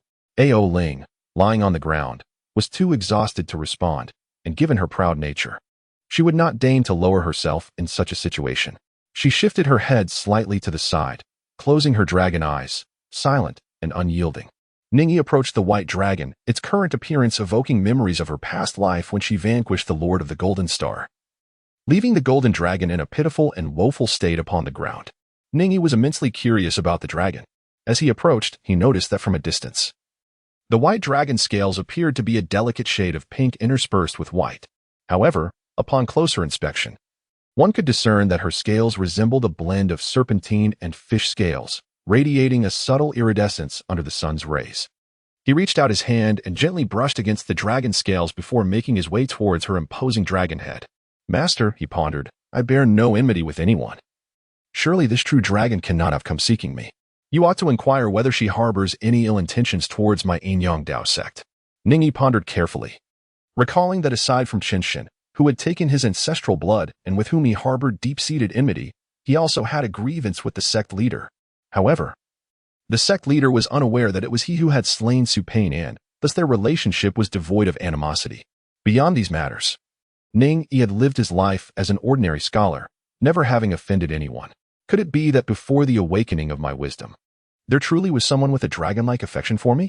Is this true dragon seeking vengeance upon me, the unfaithful? Contemplating more deeply, Ning Yi nodded vigorously. He truly did not recognize this dragon. Li Qingyang let out a cold laugh. This little dragon is merely at the 7th indestructible realm, while it may be considered a formidable figure in the outside world. With such meager strength, it dares not scheme against the Dao Sect. Master, please refrain from making rash statements. The 7th indestructible realm is no trivial matter. Though it may seem insignificant before you, it undoubtedly commands respect in the outside realm. Now, tell me, little dragon, why have you transformed into a white horse to approach my disciple? Li Qingyang's urgency was palpable. He had painstakingly found such an exceptionally talented disciple, one who shared his interests. How could anyone dare to harbor ill intentions towards his apprentice? The true dragon, lying on the ground, spoke with a human tongue. Despite its weakness, it retained an air of nobility. "Since you have captured me, you may do as you please, kill or maim. I am at your mercy." Hearing the voice of the dragon maiden, Ning Yi recalled that she had spoken before, yet he had paid little heed at the time. Now, upon listening again, he felt an uncanny sense of familiarity. Li Qingyang chuckled with amusement, saying, "Ah, I see, you choose not to speak, do you? My young friend, have you ever tasted dragon meat? Today, fortune smiles upon us, for we shall stew this very dragon as a delightful accompaniment to our drinks. This genuine dragon is a treasure trove. Consuming her flesh and drinking her blood will surely lend you the strength needed to ascend to the 4th divine consciousness realm." Ning Yi was taken aback. Impossible. Could this truly be the method to fulfill a wish? To consume this dragon? Is there not an alternative way to consume it? Chapter 46. Forcing the Reluctant, the Dragon Maiden's First Time? The white dragon lay on the ground, its eyes still tightly shut, indifferent to Li Qingyang's words. Li Qingyang, half amused and half exasperated, remarked, "Very well, if you remain obstinate, do not blame me. Boy, bring me my blade." Ning Yi blinked his eyes. "No, master, where is your knife? I am unaware of such a thing. I only know where you keep your wine, but I have no knowledge of the location of your knife." Upon seeing Ning Yi's lack of response, Li Qingyang paused momentarily, his expression revealing a hint of embarrassment. "Ah, right, I do not use a knife." With a thick skin, Li Qingyang's demeanor turned icy, and he pointed his fingers like a sword. A formidable gleam of golden sword energy erupted from his fingertips, a manifestation of one of the Yin-Yang Dao Sect's divine abilities. The sharp sword light approached the body of the white dragon. Ning Yi hesitated, contemplating his words, but ultimately chose silence. His master's words rang true. This white dragon was indeed at the seventh undying realm, even if she were gravely injured. What fortuitous chance had brought her to his side? His master was concerned for his safety, and he could not afford to harbor any feelings of pity. While it was possible that this was the system's intention, based on Ning Yi's understanding of the system, even if the white dragon were influenced, there must be a reason for her presence before him. The wish I made was to ascend to a higher realm. My master mentioned that this dragon is a treasure in itself. Consuming her could lead to my advancement. Perhaps this truly is the means by which my wish shall be fulfilled. He had never tasted dragon meat before, and now was a perfect opportunity to sample its flavor. Although he felt a slight reluctance, he reassured himself, I shall consider it akin to tasting dog meat. With that thought, Ning Yi fell silent, observing Li Qingyang's actions, patiently awaiting the opportunity for promotion. The golden sword energy, capable of cleaving gold and jade and severing mountains, drew near to the white dragon's body. Even the scales of a true dragon, before the might of Li Qingyang, a master of the eighth unification realm, were as easily sliced as tofu. A wound opened upon the white dragon's body, but in comparison to her massive form, it appeared merely as a small cut akin to a finger's nick. Ao Ling felt the golden sword energy surging through her body, tearing at her flesh and blood, the pain causing her to writhe in anguish. The primal instinct for survival ultimately overcame her pride, and Ao Ling's dragon mouth parted slightly as she implored, Senior, please hold. Oh, this little dragon has finally come to her senses? Then let us converse. Why did you dare to approach the Yin-Yang Dao Sect and come near my disciple? Li Qingyang's sword light hovered over Ao Ling's form, as if to say that any falsehood would result in her being cleaved in two. This esteemed senior, I am Ao Ling, princess of the East Sea Dragon Palace, my father being the lord of the Dragon Palace. The East Sea Dragon clan has signed a treaty with the great Zhou Dynasty, permitting us to enter the lands of the 9 provinces. Ao Ling hoped to leverage her status, believing this celestial being might spare her life. What significance does your treaty hold? It allows your clan to enter the lands of the 9 provinces, but it does not grant you permission to enter my Yin-Yang Dao Sect. Do you dare to intrude upon the great Zhou Imperial Palace? That palace lies within the 9 provinces as well. There was no need for her to intimidate him with her identity. He was, after all, a master of the 8th unification realm, one of the esteemed elders of the Yin-Yang Dao Sect. If your father is displeased, let him come to my Yin-Yang Dao Sect, and I would be more than willing to discuss matters with him. Li Qingyang waved his sleeve dismissively, letting out a cold snort. Which celestial being has cultivated to the 8th unification realm without facing fear? Aside from those at the 9th absolute saint realm, there is nothing in this world that can intimidate me. You little dragon, I will give you one last chance.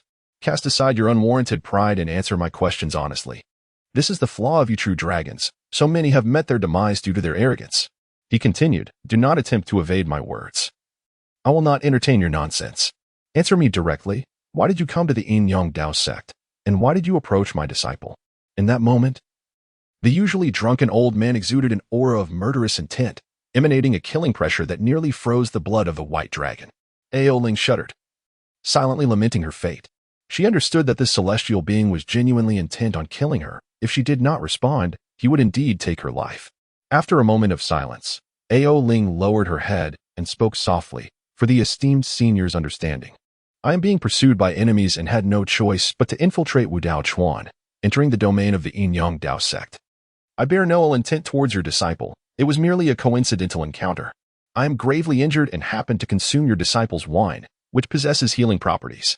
I wish to hasten my recovery, hence my reluctance to leave. Li Qingyang scoffed, do not call me senior. You may very well be older than I. Ao Ling felt a surge of indignation rising within her. You are human, and I am a dragon. How can we be compared? In terms of actual age, perhaps I am older, but among dragons, I am still a youthful maiden in my prime. Master, is what she says true? Ning Yi inquired.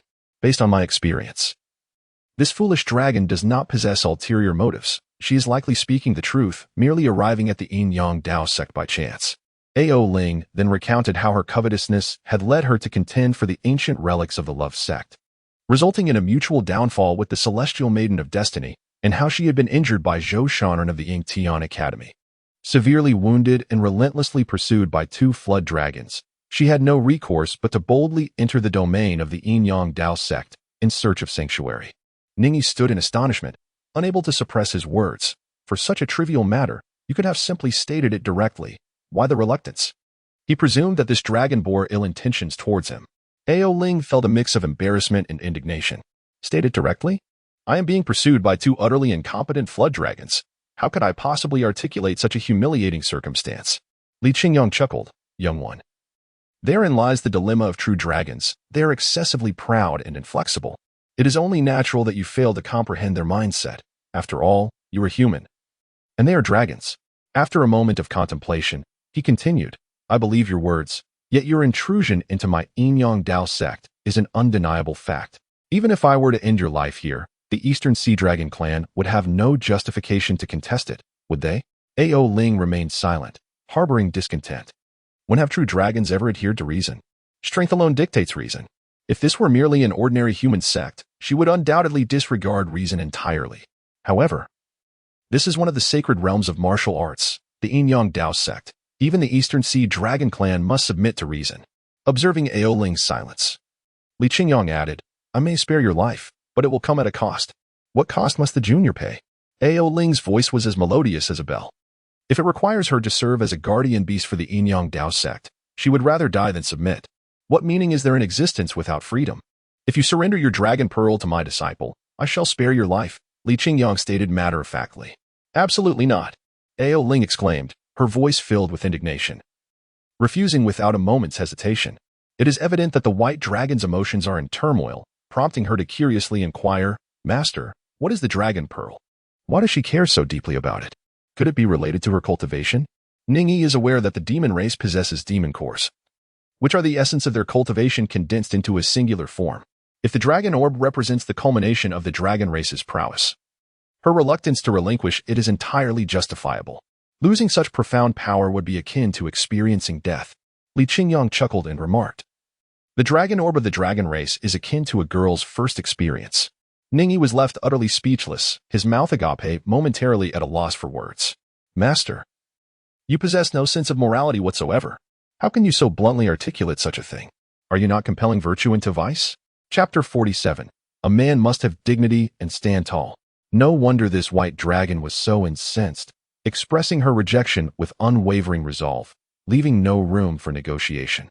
Master, your audacious demand for a young woman to surrender her innocence, with such brazen confidence, it is indeed surprising that anyone would acquiesce.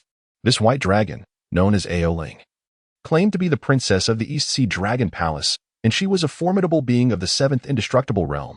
How could she possibly endure such an affront? Ning Yi concealed his face with his sleeve, feeling embarrassed to associate with Li Qingyang. Master, I implore you to exercise a bit more discretion next time. Could we not be more tactful and leave some dignity for others? Such an approach might encourage their compliance. You impudent rascal, what are you thinking? Upon witnessing Ning Yi's expression, Li Qingyang jestingly reprimanded. The true dragon clan possesses its own customs. The dragon pearl is intricately linked to these traditions, contrary to your assumptions. I assure you, Master, I have harbored no such thoughts, Ning Yi replied. Please refrain from making unfounded accusations. Ning Yi, with a demeanor of righteous justice and a voice resonating with strength, inquired further, Master, what customs are associated with the true dragons? What exactly is this dragon pearl? The true dragon lineage is inherently gifted with dragon pearls, which encapsulate the essence of dragon energy accumulated from their youth to maturity. Li Qingyang elaborated for Ning Yi, the dragon pearl does not equate to a demon's core. It holds little significance for these true dragons. Even the loss of a dragon pearl does not diminish their powers, nor does it inflict harm upon their bodies. The primary purpose of the dragon pearl is to serve the customs of the true dragons. During marriage ceremonies, both parties exchange dragon pearls, which are then refined by the other, becoming a part of their very being. This is akin to the human tradition of bowing to heaven and earth and sharing a cup of wine during weddings. After a brief pause, Li Qingyang continued, the dragon pearl is somewhat analogous to human purity. Should a true dragon lose their dragon pearl prior to marriage, it signifies a loss of virtue before the union. Indeed, this is now clear. So it turns out that the true dragon possesses two layers of purity. One layer is the dragon pearl, while the other, akin to that of the human race, is a membrane. Ning Yi felt a tinge of disappointment. as he had imagined that the dragon pearl would be hidden in the most secretive place of the woman, requiring him to retrieve it himself. However, master, your actions are tantamount to coercing virtue into vice. What, you mischievous lad? Are you feeling disheartened? Do you perhaps harbor an infatuation for this dragon, wishing to bind your fates together? Li Qingyang took a sip from his jug, once again transforming into that tipsy old man. Devoid of the imposing presence he had displayed the day he subdued the Dragon Maiden. He playfully tapped Ning Yi on the head and chuckled. Ning Yi chuckled, Master, you jest. Although the true dragon can transform into human form, what if it turns out to be an unsightly creature? The master replied, that is where your understanding falters.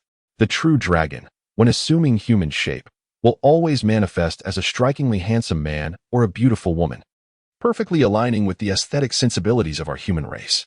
Oh, is it possible for this dragon to take on human form so that I may behold its appearance? Although Ning Yi was unaware of the true purpose of the Dragon Balls, witnessing his master's relentless insistence made him realize their immense significance. Thus, he decided to comply, thinking, perhaps my wish lies within these Dragon Balls. Ning Yi, having gained some insight, observed Ao Ling and the shameless master-disciple duo standing atop her metaphorical grave, exchanging banter and laughter. Infuriated, she exclaimed, shameless pair, why must you humiliate me in such a manner? Even in death, I shall never surrender the Dragon Pearl. You may as well strike me down. The elder, a being of the 8th realm, appeared devoid of any celestial demeanor, a fact that only added to her ire. Li Qingyang chuckled and replied, Face? What purpose does it serve? I, an old man, possess no other merit but this thick skin that has allowed me to endure until now. Ning Yi has gained a newfound understanding of his master's shamelessness.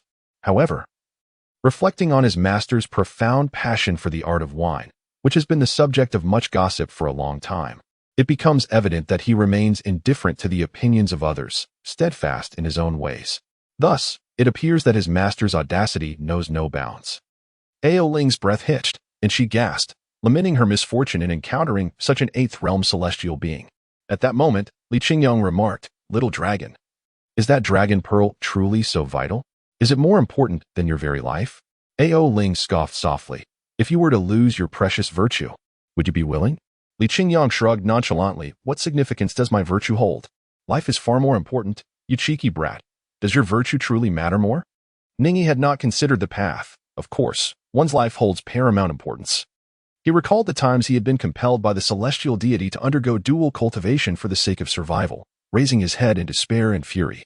Yet, as long as life endured, the lost dignity could undoubtedly be reclaimed. Next time, he would ascend to a higher position. You see, both my disciple and I believe that life is the most crucial aspect. Li Qingyang's drunken and languid words incited a tempest of rage within Ao Ling. She shut her dragon eyes, turning her dragon head aside, choosing to disregard the shameless master and disciple. I am a maiden of tender years. How can I be compared to you, an old man and a shameless individual? Suddenly, Li Qingyang's demeanor shifted to one of seriousness, his tone becoming grave. You, little dragon, truly fear not death? But should you perish, and in doing so, cause great harm to the Eastern Sea Dragon clan, that would indeed be your transgression. Is a mere dragon pearl truly worth such a price? Unable to contain herself, Ao Ling turned her head, opening her dragon jaws to retort coldly. Senior, you are indeed a celestial being of the 8th realm, possessing formidable strength. However, the Eastern Sea Dragon clan is not to be trifled with. Do you truly intend to threaten my kin? Even you, esteemed senior, would find it difficult to escape the Dragon Palace should you enter. Li Qingyang, unperturbed, chuckled. This old man possesses enough self-awareness. I would not be foolish enough to oppose your entire true dragon lineage. Do you think I would wish to see you suffer? Quite the contrary, my intention is to deliver you to the pursuing flood dragon. In my youth, I traversed the 9 provinces, visited the Eastern Sea, and even forged ties with some of your true dragons. I have heard your name. You are the cherished jewel of the Eastern Sea's ruler. Should you fall to the hands of the flood dragon, your father would undoubtedly seek vengeance, potentially igniting chaos across the 4 seas. Ah, do you not comprehend? Those who pursue you do so to incite turmoil, for only amidst chaos can their ambitions be realized. Li Qingyang's words caused Ao Ling's golden dragon eyes to narrow sharply, her dragon form trembling with agitation. Ning Yi gazed at Li Qingyang in astonishment. He had not realized that his master was so eloquent, striking directly at the heart of the Dragon Maiden with a single phrase, prompting her to waver. So, I shall ask you once more, What holds greater significance for you? Your dragon pearl, your chastity, or the stability of the four seas? Your demise could very well incite chaos across the seas. Who knows if the outer demon court will intervene, or if our esteemed emperor of the great Zhou might harbor his own ambitions. Viewed from this perspective, your demise might actually serve a greater purpose. Owling's heart was in turmoil. She recognized that this was Li Qingyang's threat, aimed at coercing her into relinquishing her dragon pearl. Yet, his argument was both reasonable and compelling. Should she perish, it would indeed have ramifications for the other seas. Given her father's temperament, he would likely erupt in wrath, igniting a war. Even if her father managed to suppress his fury for the sake of the greater good, her uncle might still stoke the flames of dissent. Should I allow the shameless scholar to tarnish my honor? At this moment, Owling no longer wished for death. It was not fear of death that gripped her, but rather the realization brought forth by Li Qingyang's words. This assassination was far more complex than it appeared. While it was true that other true dragons sought her demise, the death of a seventh Undying Realm true dragon would be a significant loss for the East Sea. Yet their true intention was to incite a war among the four seas through her death. If her father were to learn of her assassination and remain silent, others would perceive him as weak and easily bullied, emboldening them further. Her uncle might even spread rumors of her father's cowardice, seeking to usurp his throne. Conversely, if her father sought vengeance and committed the full might of the East Sea to do so, it would play directly into the hands of her enemies, leading to the very chaos they desired. This was a grand and unsolvable scheme. Her death would inevitably entrap her father in a precarious position. The only way to thwart this plot was for her to survive. She must live on. The expression on the white dragon's face shifted, her emotions turbulent and barely contained. Li Qingyang observed this with a slight smile, signaling Ning Yi to remain calm, then enticingly continued, "Two mudloaches are pursuing you. Yet they are weaker and of a lower realm than you. Can you truly accept this?"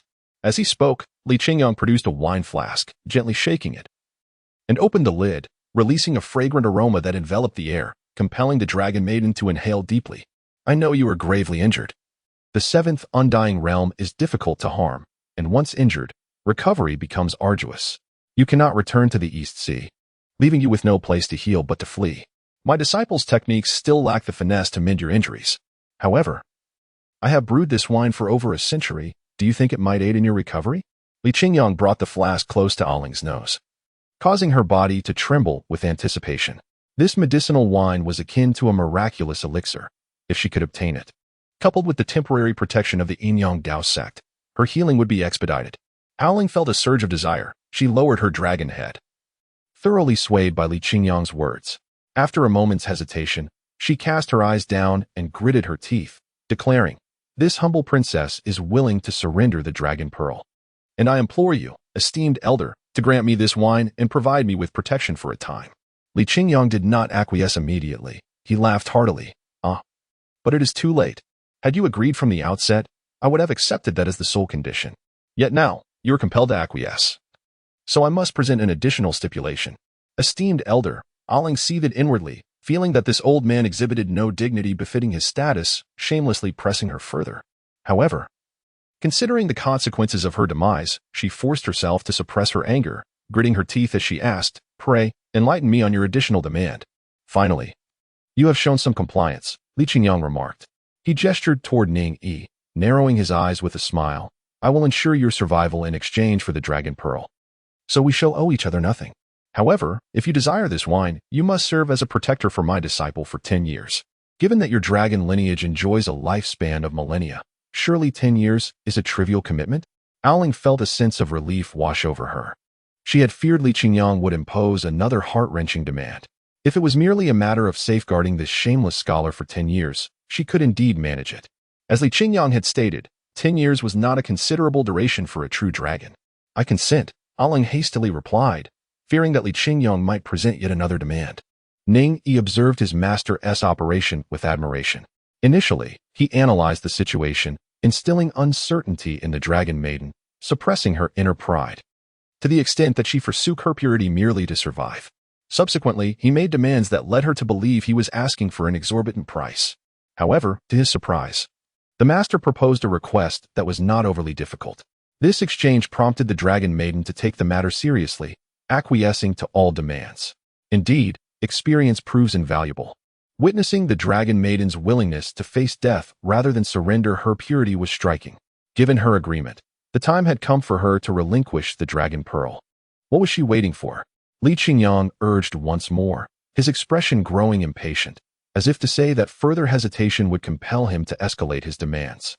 Ao Ling hesitated for a moment, then resolutely inhaled deeply and opened her dragon mouth. In that instant, Ning Yi beheld the abdomen of the white dragon quivering, as though something were being expelled from her body. The mouth of the true dragon did not exude the foulness typical of beasts. Rather, it emanated a delicate fragrance.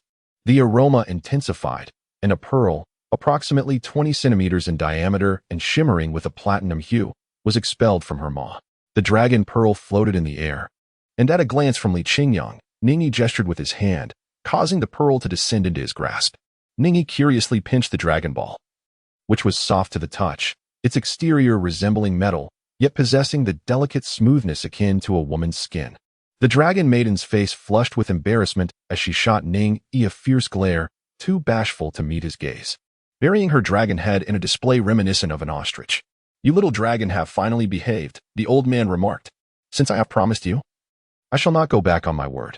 You are gravely injured now, so it is best for you to take refuge in my wine jar."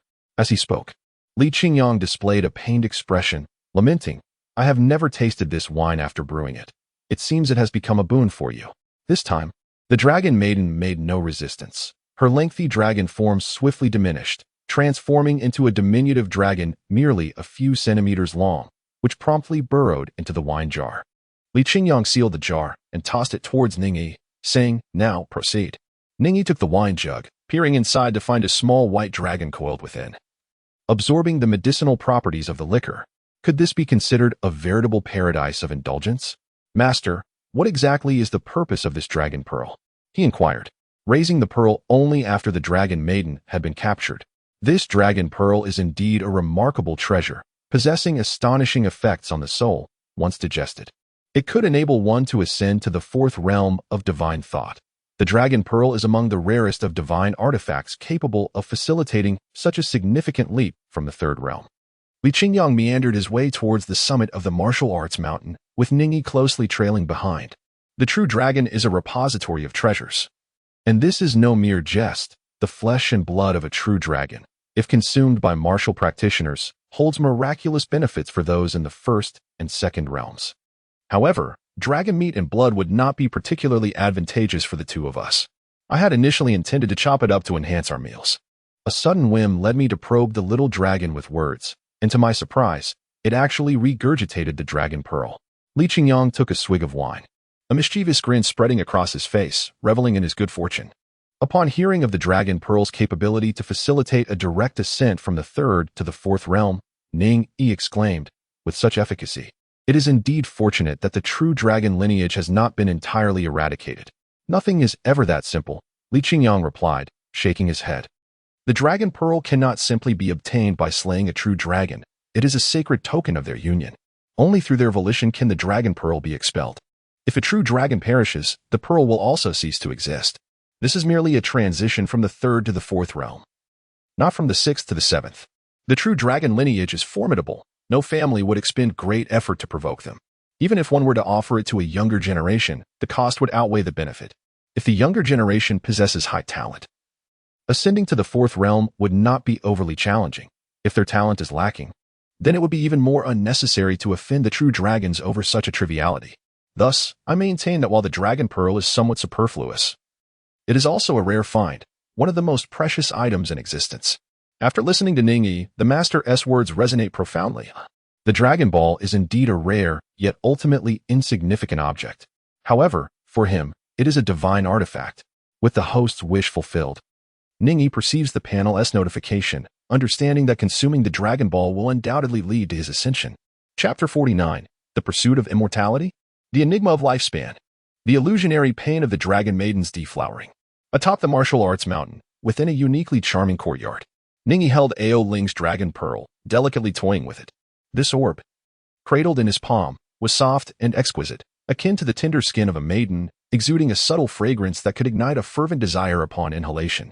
This dragon pearl, I fear, may have been used by a true dragon on the night of its wedding to heighten the pleasures of the occasion. Ning Yi, drawing upon the characteristics of Dragon Ball, undertook a profound analysis. He cultivated the ancient sect's foundational technique, a practice that possesses remarkable restraint over one's own desires. It is indeed astonishing that a sect aimed at inciting the desires of others simultaneously bestows the ability to suppress one's own cravings, leaving Ning Yi in a state of wonder. Only by mastering one's own desires can one avoid falling into depravity. To harm oneself before striking at the enemy would be nothing short of a farce. As he pondered, he raised his head to gaze upwards. Li Qingyang was seated upon a stone chair in the courtyard, casually propping one leg up. Completely devoid of the celestial demeanor he had displayed not long ago when he subdued the true dragon. Master, how should this dragon pearl be utilized? Ning Yi pondered for a moment before inquiring. Given his lack of understanding regarding many aspects of cultivation, it was prudent to seek clarity, lest he unwittingly complicate matters. How is it to be used? He asked. You simply consume it, Li Qingyang replied, his eyes slightly widening as he spoke languidly. However, refrain from eating it just yet. Allow me to procure a bottle of my treasured wine, which, when taken alongside the dragon pearl, will maximize its effects. While a typical dragon pearl merely assists one in breaking through to the fourth divine consciousness realm, this particular pearl, belonging to one of the seventh immortal realm, possesses even greater potency. With my wine's aid, I estimate that not only will you transcend to the fourth divine consciousness realm, but you may also advance further, drawing closer to the fifth ethereal realm. The fifth realm is intricately linked to the fourth, both pertaining to divine consciousness, and thus, it is relatively easier to break through. This dragon pearl is a precious treasure for cultivating divine consciousness, capable of guiding you along a more direct path. Ning Yi grasped the dragon pearl, hesitating slightly, and inquired, Master, will relying on external forces for a breakthrough adversely affect my future? In his previous life, Ning Yi had perused numerous novels wherein characters who depended solely on external objects for advancement inevitably fell into the path of darkness. Their initial progress was swift, yet they subsequently encountered myriad complications. It is said that the system fulfills wishes, indeed assisting in completion, with methods unrestricted. Haha, were it an ordinary individual, I would not recommend employing such external forces for transcendence. It is far better to solidify one's foundation, to grasp the essence of cultivation through practice, and to refine one's understanding. However, you are different. Your exceptional perception makes you well suited for this method of hastening growth. You may expedite your preliminary accumulation of cultivation. For when you reach the fifth realm and strive for the sixth, you shall encounter your own tribulations. Li Qingyang paused momentarily and continued. The true significance of this dragon pearl lies not merely in its capacity to facilitate breakthroughs. It embodies the quintessence of a genuine dragoness existence. And given the dragoness longevity, consuming this pearl can extend one's lifespan. Lifespan? Ning Yi queried, how much can this dragon pearl enhance my longevity? This particular dragon pearl can approximately extend your life by a decade. Ning Yi, with a pouting expression, remarked, just 10 years? I thought it had been much longer. Li Qingyang chuckled and playfully chided, Ah, you young lad, still unaware of the significance of lifespan. The youth often perceive themselves as far removed from the finality of life, paying little heed to such matters. As you age and draw nearer to the end, your fear of death intensifies, prompting you to seek ways to extend your years. Do you suppose that countless emperors, who were once diligent and sagacious in their youth, become foolish and tyrannical in their twilight years, even pursuing immortality at great expense to their people? Li Qingyang shook his head, feeling both exasperated and amused by Ning Yi's ignorance of the gravity of lifespan.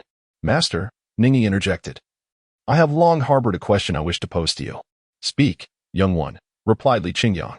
Master, what is the true purpose of our cultivation? You audacious rascal. You have posed a question that even I, your master, find difficult to answer. What do you believe is the purpose of cultivation? Suddenly, Li Qingyang straightened his posture, his expression turning serious, as he seemed taken aback by Ning Yi's inquiry. Ning Yi pondered for a moment before slowly articulating. Some pursue cultivation for the sake of fame and fortune, while others engage in it so that our human race may forge a radiant path across this vast land of the 9 provinces. Yet, in my view, none of this holds significance. What one should truly seek in cultivation is immortality. Before the notion of immortality, everything else is but a fleeting illusion. A human life is but a brief flicker. How can it possibly compare to the brilliance of the sun and moon in harmony? A flicker of bewilderment crossed Li Qingyang's eyes, and he chuckled softly, fortunately. You were not born into royalty, nor did you ascend to the throne. Otherwise, you would undoubtedly be a foolish monarch, driven by the desire for eternal life, leading to the ruin of your nation and family. Pausing for a moment, he continued in a murmurous tone. According to legend, though the origins of such tales remain shrouded in mystery, and I merely relay what I have heard, in an era long past. Preceding even the rise of the Zhou Dynasty, the martial cultivators of that time, even those who merely entered the first realm, possessed lifespans far exceeding that of ordinary mortals. Yet, what transpired remains unknown. As the tides of time have ebbed and flowed, the realms of martial arts have ascended to heights unparalleled. Yet the lives of men have paradoxically grown ever shorter. However, this is merely a rumor, lacking substantial evidence. Consider it nothing more than a jest. Ning Yi remained silent. An unusual occurrence since his awakening of innate wisdom. In the realm of martial cultivation, one commences from the first stage, condensing energy and cultivating true qi, progressing to the refinement of thoughts and the gathering of divine intent, ultimately achieving the later stages where one can converge the law's manifestation and attain physical immortality. Such astonishing capabilities, however, do not prevent martial practitioners from leading fleeting lives, with the majority failing to surpass a century. Conversely, the myriad of creatures known as demons can endure for hundreds, even thousands of years, a discrepancy that seems fundamentally unjust. The indigenous inhabitants of this world have lived thus for millennia, never perceiving their lifespan as problematic. Yet, as a sojourner from another realm, Ning Yi discerned a significant issue within this paradigm. This conundrum is not one I must ponder at present, as my master advised. I need not concern myself with the matter of longevity at this moment. If I can attain the 8th stage before my demise, I shall possess 300 years to contemplate this dilemma. Should I reach the 9th stage, a millennium shall afford me ample time to seek the answers I desire. Ning Yi settled his thoughts. My young friend, he said, shortly, I shall have that little dragon sign a contract with you, ensuring her protection for a decade.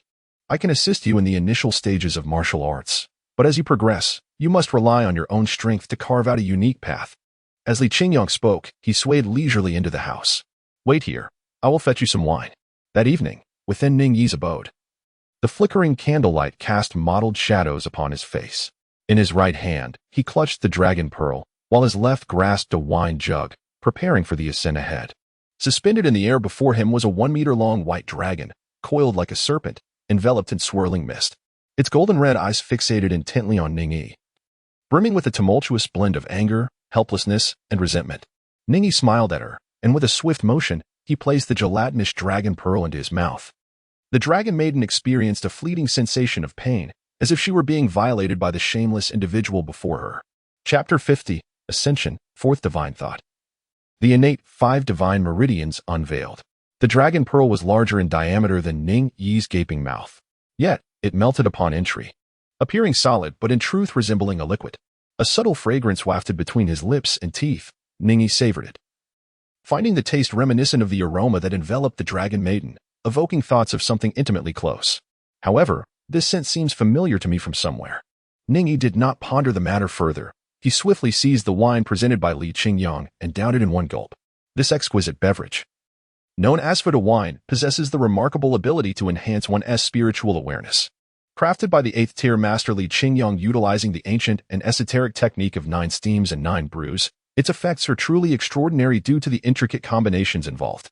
The brewing process is exceedingly laborious, and even in Li Qingyong's lifetime, he has produced but a handful of such elixirs, rendering it a genuine treasure. As the fine wine coursed through him, Ning Yi experienced an initial surge of warmth in his abdomen. His body momentarily surpassed normal human temperature, akin to being enveloped in a sauna. A radiant glow emerged upon his skin, as sweat poured forth from every pore.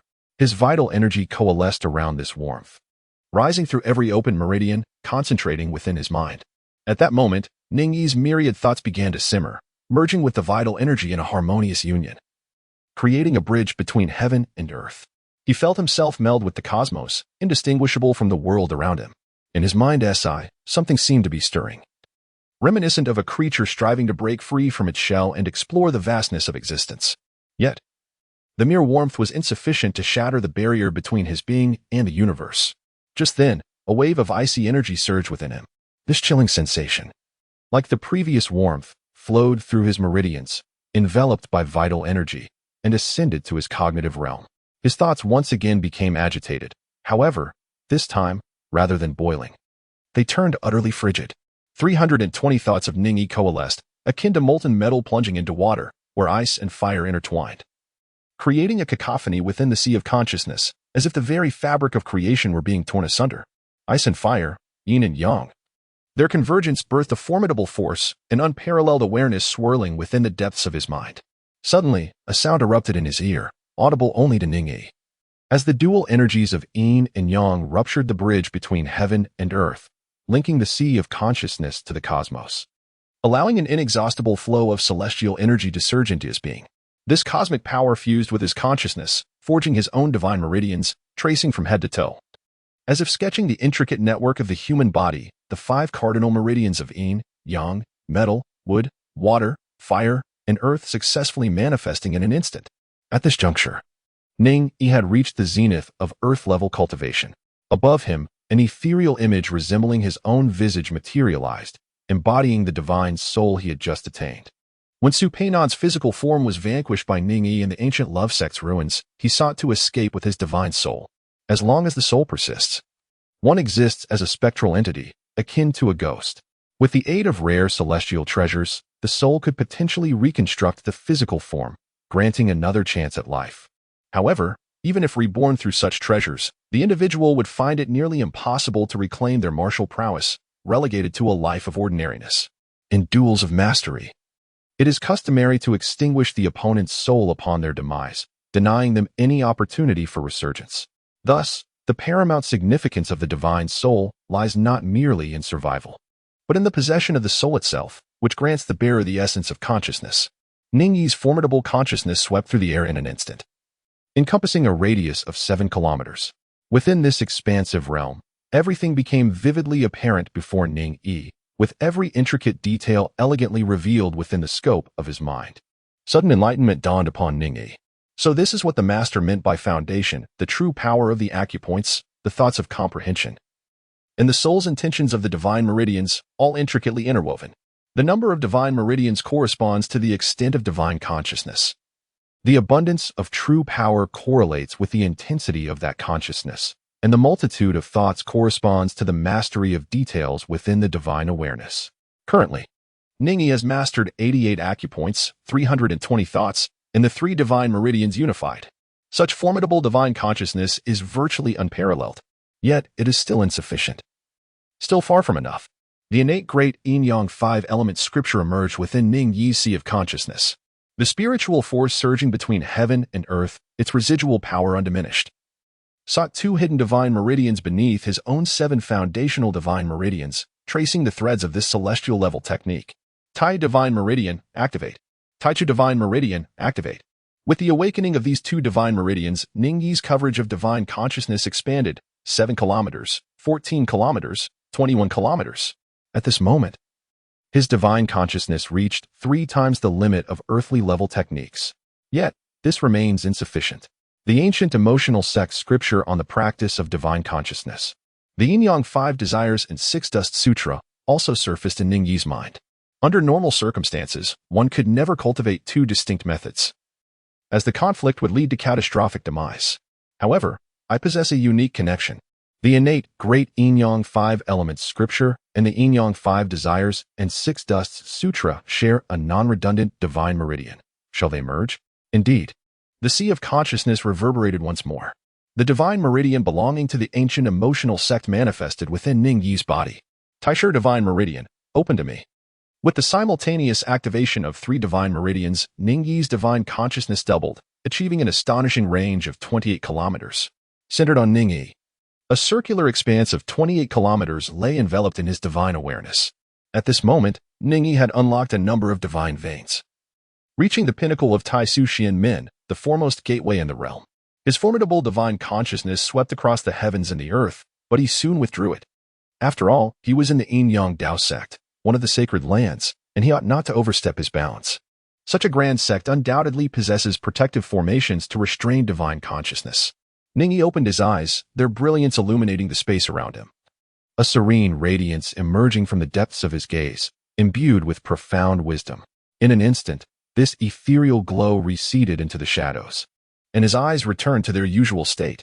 A few meters ahead, Ao Ling sat gracefully suspended in midair, her dragon head adorned with an expression of astonishment. Though severely injured, her level of cultivation remained intact, allowing her to perceive the unparalleled essence of Ning Yi's spirit. This formidable essence transcended her understanding of the yin-yang Taoist cultivation methods. She pondered how this audacious scholar had achieved such mastery, recalling their previous battle, where he had displayed astonishing supernatural powers. She questioned the nature of his martial prowess. Even the fated celestial maiden would pale in comparison before him. I have succeeded. Ning Yi rose from his cloud bed, his mind clear and his vision unclouded. The shadows that once lingered in his consciousness dissipated entirely, and the world around him now appeared to be imbued with a new hue. No, this was not merely a perception through his eyes, but rather an awareness felt through his spiritual essence.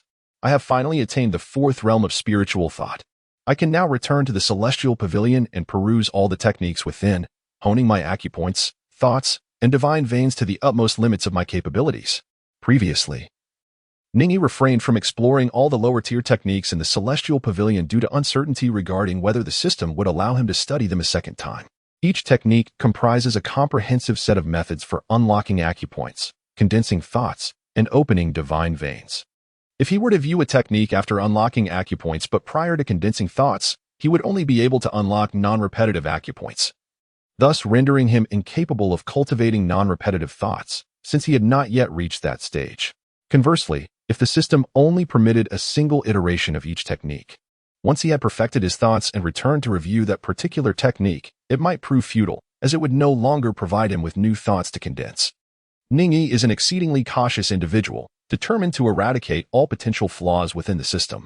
Thus, he resolutely endures, awaiting the moment he achieves the fourth divine thought realm, at which point he will comprehensively review all the fundamental techniques, thereby circumventing possible issues. At this juncture, Ning Yi perceives a transformation within his bone marrow. Under the influence of the dragon pearl, an unprecedented type of blood emerges from his marrow. Is this the sacred ancestor's essence? Chapter 51. The sacred ancestor opens his eyes. System, integrate everything for me. The blood seeping from the marrow is a faint golden hue, and this enigmatic blood merges with Ning Yi's own, yielding an extraordinary and mysterious effect. At this moment, Ning Yi had attained the fourth realm of divine thought, granting him not only the ability to survey the heavens and the earth with his consciousness but also to observe himself in full. Under the gaze of his divine awareness, he began to perceive transformations within his very bones, muscles, and nerves, extending even to the cellular level. This mysterious, pale golden blood was fervently enhancing Ning Yi's innate qualities. The blood permeated his acupoints, causing a loosening sensation throughout his entire being. It nourished his thoughts, rendering them as harmonious as one. It coursed through his spiritual meridians, solidifying his divine consciousness even further. Ning Yi finally comprehended why those possessing the blood of the saint ancestor experienced such astonishingly rapid cultivation in the first 5 realms. This sacred blood indeed has the extraordinary capability to fully unlock the human body, shattering all barriers encountered in the early stages of martial arts advancement. With the blood of the saint ancestor, one can effortlessly transcend the first 5 levels of cultivation. However, upon reaching the 6th law manifestation realm, the need to comprehend one's own path, which demands greater insight and no longer relies solely on physical prowess, causes the pace of progress to decelerate. Qinshan and Yingzhu drained my saint ancestor blood, and without it, I would certainly have perished. Yet, at that very moment, my innate wisdom awakened, possibly due to the system's enhancement or some other reason, allowing me to survive. Although the blood has vanished, my bone structure remains intact, and now, stimulated by the dragon pearl, the blood of the saint ancestor has been reborn. At present, Ning Yi can confidently assert that even without the system as an external aid, his inherent talents alone have ascended to the level of unparalleled prodigies, albeit still confined within the first 5 realms. Surely, the dragon pearl possessed by the dragon maiden is far more potent than the primordial yin of the celestial fate mysterious maiden? Ning Yi pondered. No, one cannot conclude thus. At that time, I was but a waste incapable of cultivating martial arts.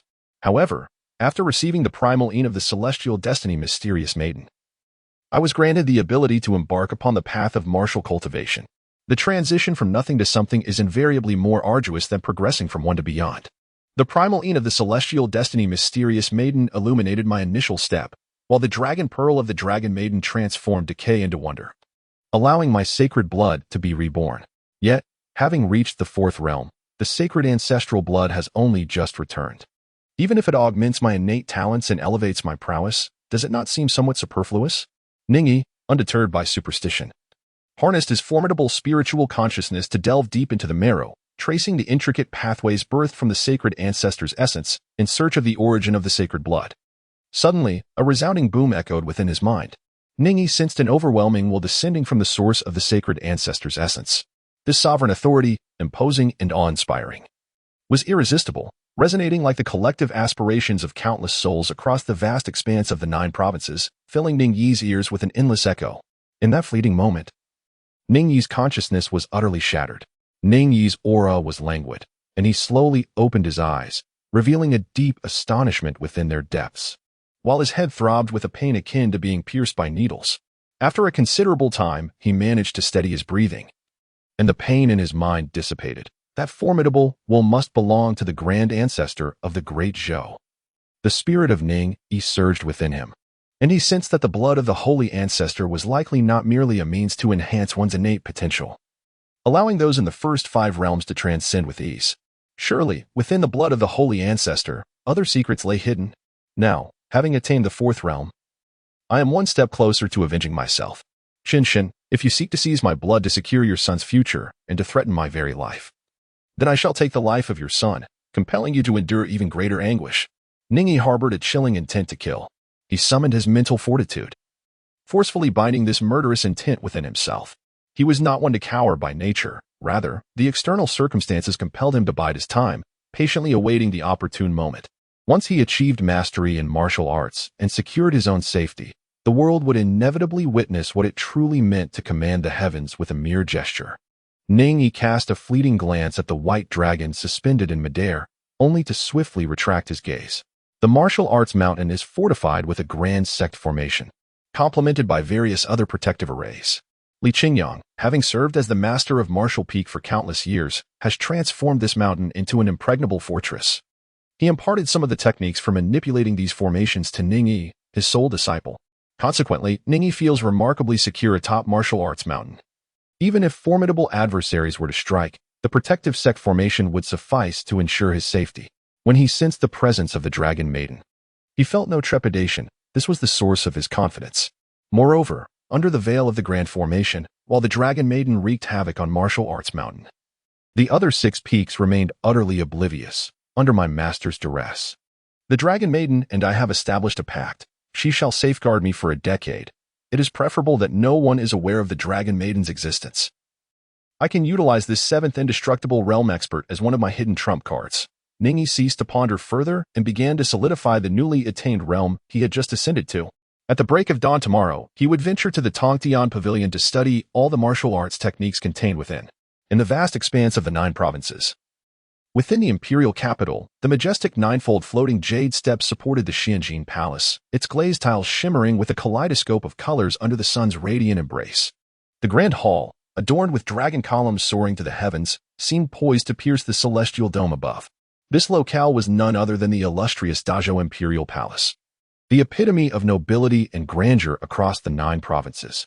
As Ning Yi delved into the essence of the sacred ancestor's bloodline, seeking to glimpse the will of the sacred ancestor, a figure appeared atop the dragon column, high above the 9th heaven, seemingly awakening a divine eye to survey the lands of the 9 provinces.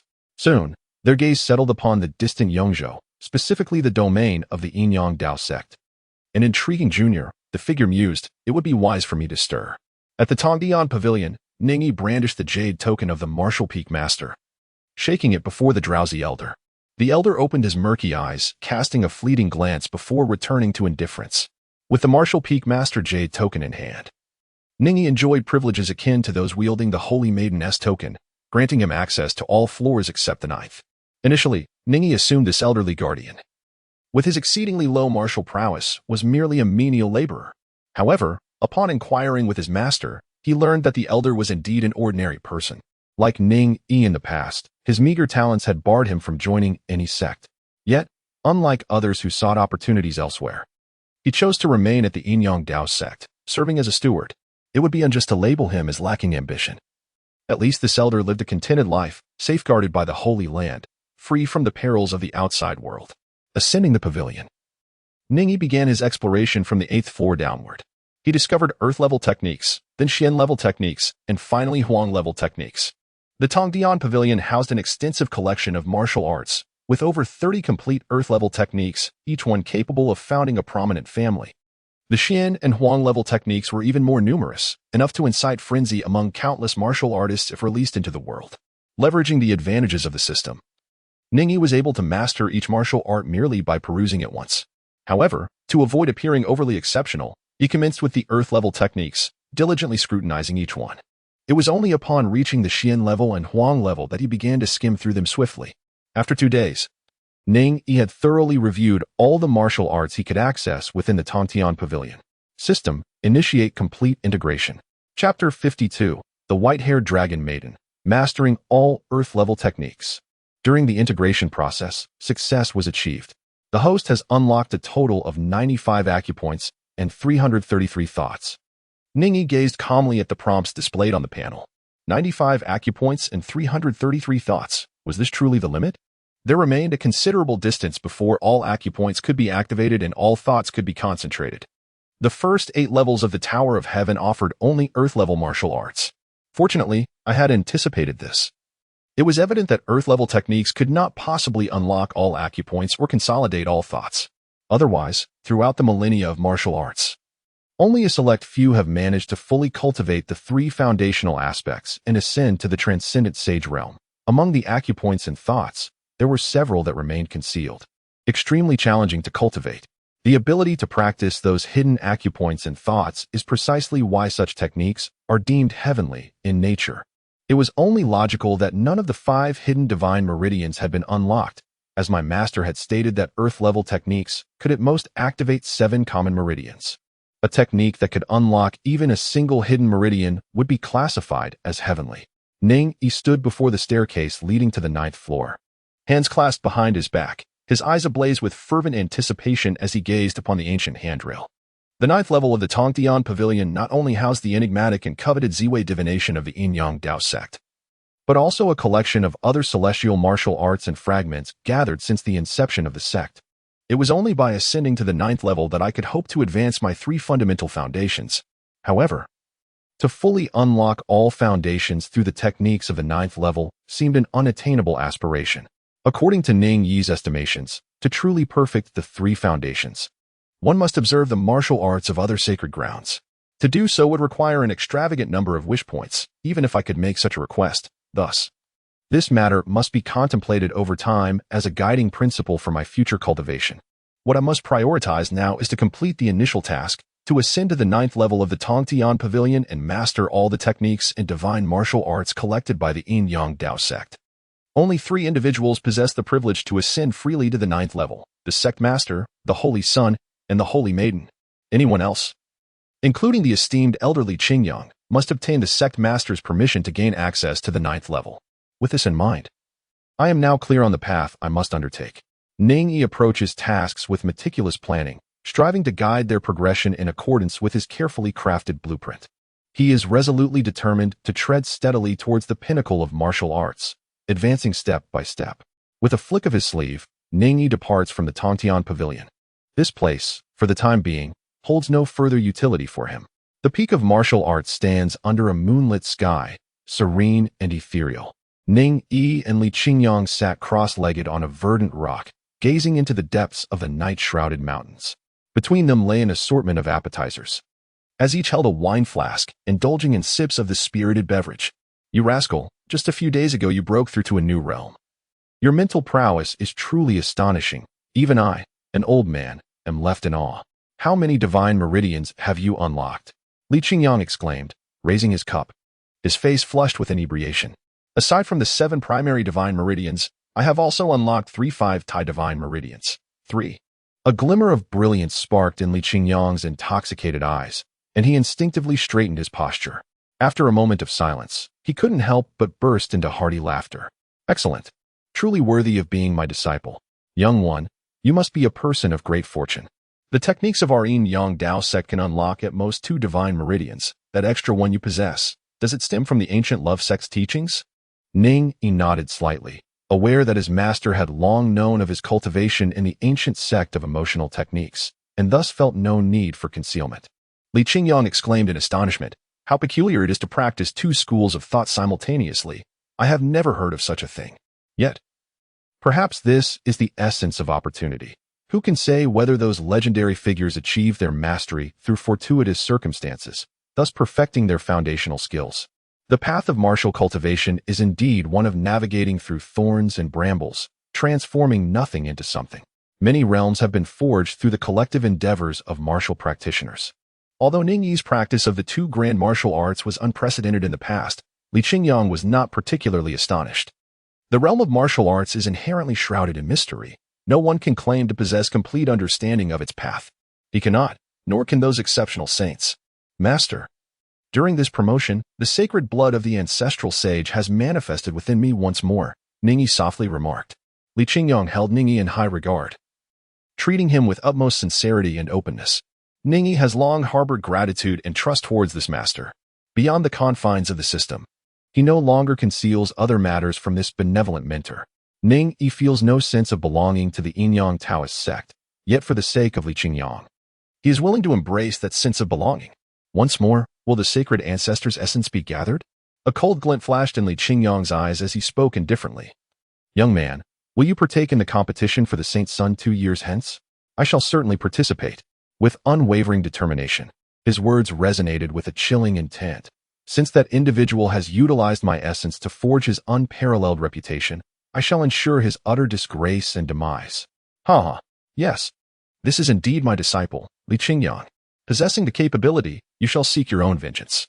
Young one, pursue your desires as you see fit. After all, your master is a revered elder, a celestial being of the 8th returning unity realm. Even if you were to collapse the heavens of the Yinyang Dao Sect, I will stand as your shield. Li Qingyang's laughter echoed magnificently, reverberating through the mountains like a thunderous roar. Ning Yi remained silent. Yet within his heart blossomed a subtle admiration for Li Qingyang. He was an exceptional master, a rarity among mentors. It was indeed a stroke of fortune for Ning Yi to have Li Qingyang as his teacher. Li Qingyang was no fool. Upon hearing that Ning Yi's ancestral blood had been taken, he had already surmised the identity of the perpetrator. In recent years, within the Yinyang Dao Sect, only that rascal Chen Mo Yuan had suddenly transformed from a gifted prodigy into an unparalleled genius, achieving the 5th realm before the age of 20. While others deemed this a case of late bloomers, Li Qingyang had discerned the true application of Ning Yi's ancestral blood. Let all these grievances be resolved during the Sacred Sun ceremony. Young man, since you wish to partake in the Sacred Sun ceremony, dedicate yourself to diligent practice in the time to come. Do not tarnish your master's reputation. Master, your disciple is indeed of the same mind. In the days ahead, I shall fortify my foundations resolutely. Ning Yi, brimming with vigor, lifted the wine jug to his lips, allowing the liquid to stain his garments. With the blood of the holy ancestor coursing through him, he could now cultivate martial arts in the conventional manner. Not only would he elevate his realm through the system, but he also aspired to forge his own path, to crystallize his journey in martial arts and attain his unique road. Even in the absence of the system, he was determined to become an unparalleled prodigy. The chilly morning breeze rattled the gauzy window, while a gentle drizzle fell, permeating the dense mountain mist. It was indeed frigid in the mountains. Without the cultivation of martial arts, an ordinary person would have succumbed to the cold long ago, having just awakened. Ning Yi donned his attire and pushed open the creaking wooden door to step outside. As his thoughts stirred, his gaze lifted slightly, and he beheld a white-haired woman standing gracefully in the rain, poised atop the mountain, her presence exuding an indescribable nobility as she gazed into the distance. Who was this woman? I have never seen her before. Could she be the Dragon Maiden? Ning Yi contemplated this, and with purposeful strides, he made his way forward. Chapter 53. I simply adore white hair. Rustle, rustle, rustle. As Ning Yi's shoes tread upon the soft earth, they evoke the delicate sounds of cicadas heralding a summer dawn. A gentle drizzle descends from the distant clouds, weaving its way like the silken threads spun by spring silkworms, creating a veil of gossamer. Ao Ling's ears, resembling luminous pearls, flutter like butterfly wings, subtly vibrating as the sound of footsteps reaches her.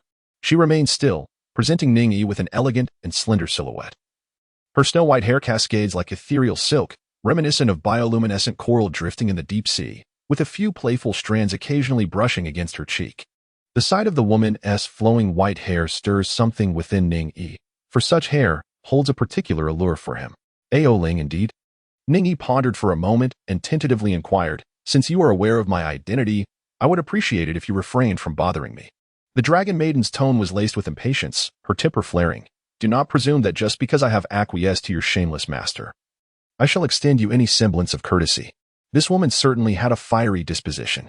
If one were to consider the situation from her perspective, understanding her sentiments would not be difficult. The princess of the East Sea Dragon Palace, a master of the seventh undying realm, has now become a protector of a mere weak human, having had her purity, symbolized by the dragon pearl, taken from her. Were I to find myself in Ao Ling's position, I too would likely struggle to maintain my composure. The Dragon Maiden embodies a proud spirit, distinct from the lofty arrogance of the celestial Fate Maiden, who stands in solitary grandeur, gazing down upon the mortal realm. In contrast, the Dragon Maiden before me, though equally proud, exhibits a more youthful and capricious demeanor, which renders her more vibrant and relatable. The voice of Miss Ao Ling seems familiar to me. I feel as though I have encountered it before. Ning Yi slowly began to speak. He had always felt that Ao Ling's voice was remarkably familiar, yet he could not recollect where he had heard it before. I have perused numerous works penned by your human scholars, Ao Ling suddenly remarked. Ning Yi looked perplexed and inquired, so what? In those books? The lecherous suitor often employs the line, have we met somewhere before? As an opening gambit, audaciously embellishing his own role and shamelessly proclaiming that they are fated to meet. Ao Ling, with her graceful figure, exuded unparalleled charm as she suddenly turned around. Ning Yi was finally graced with the visage of the Dragon Maiden. His master had not deceived him. The true dragon lineage, transformed into human form, was indeed extraordinarily enchanting. The Dragon Maiden donned a floor-length gown woven from silk, delicate as if it were the very essence of moonlight condensed. Amidst the gentle rain, her ethereal silhouette resembled a fleeting dream. Her skin glimmered like freshly fallen snow, radiating a soft glow even under the overcast skies, while her crimson gold eyes held a mysterious depth, her stature exuding unparalleled nobility.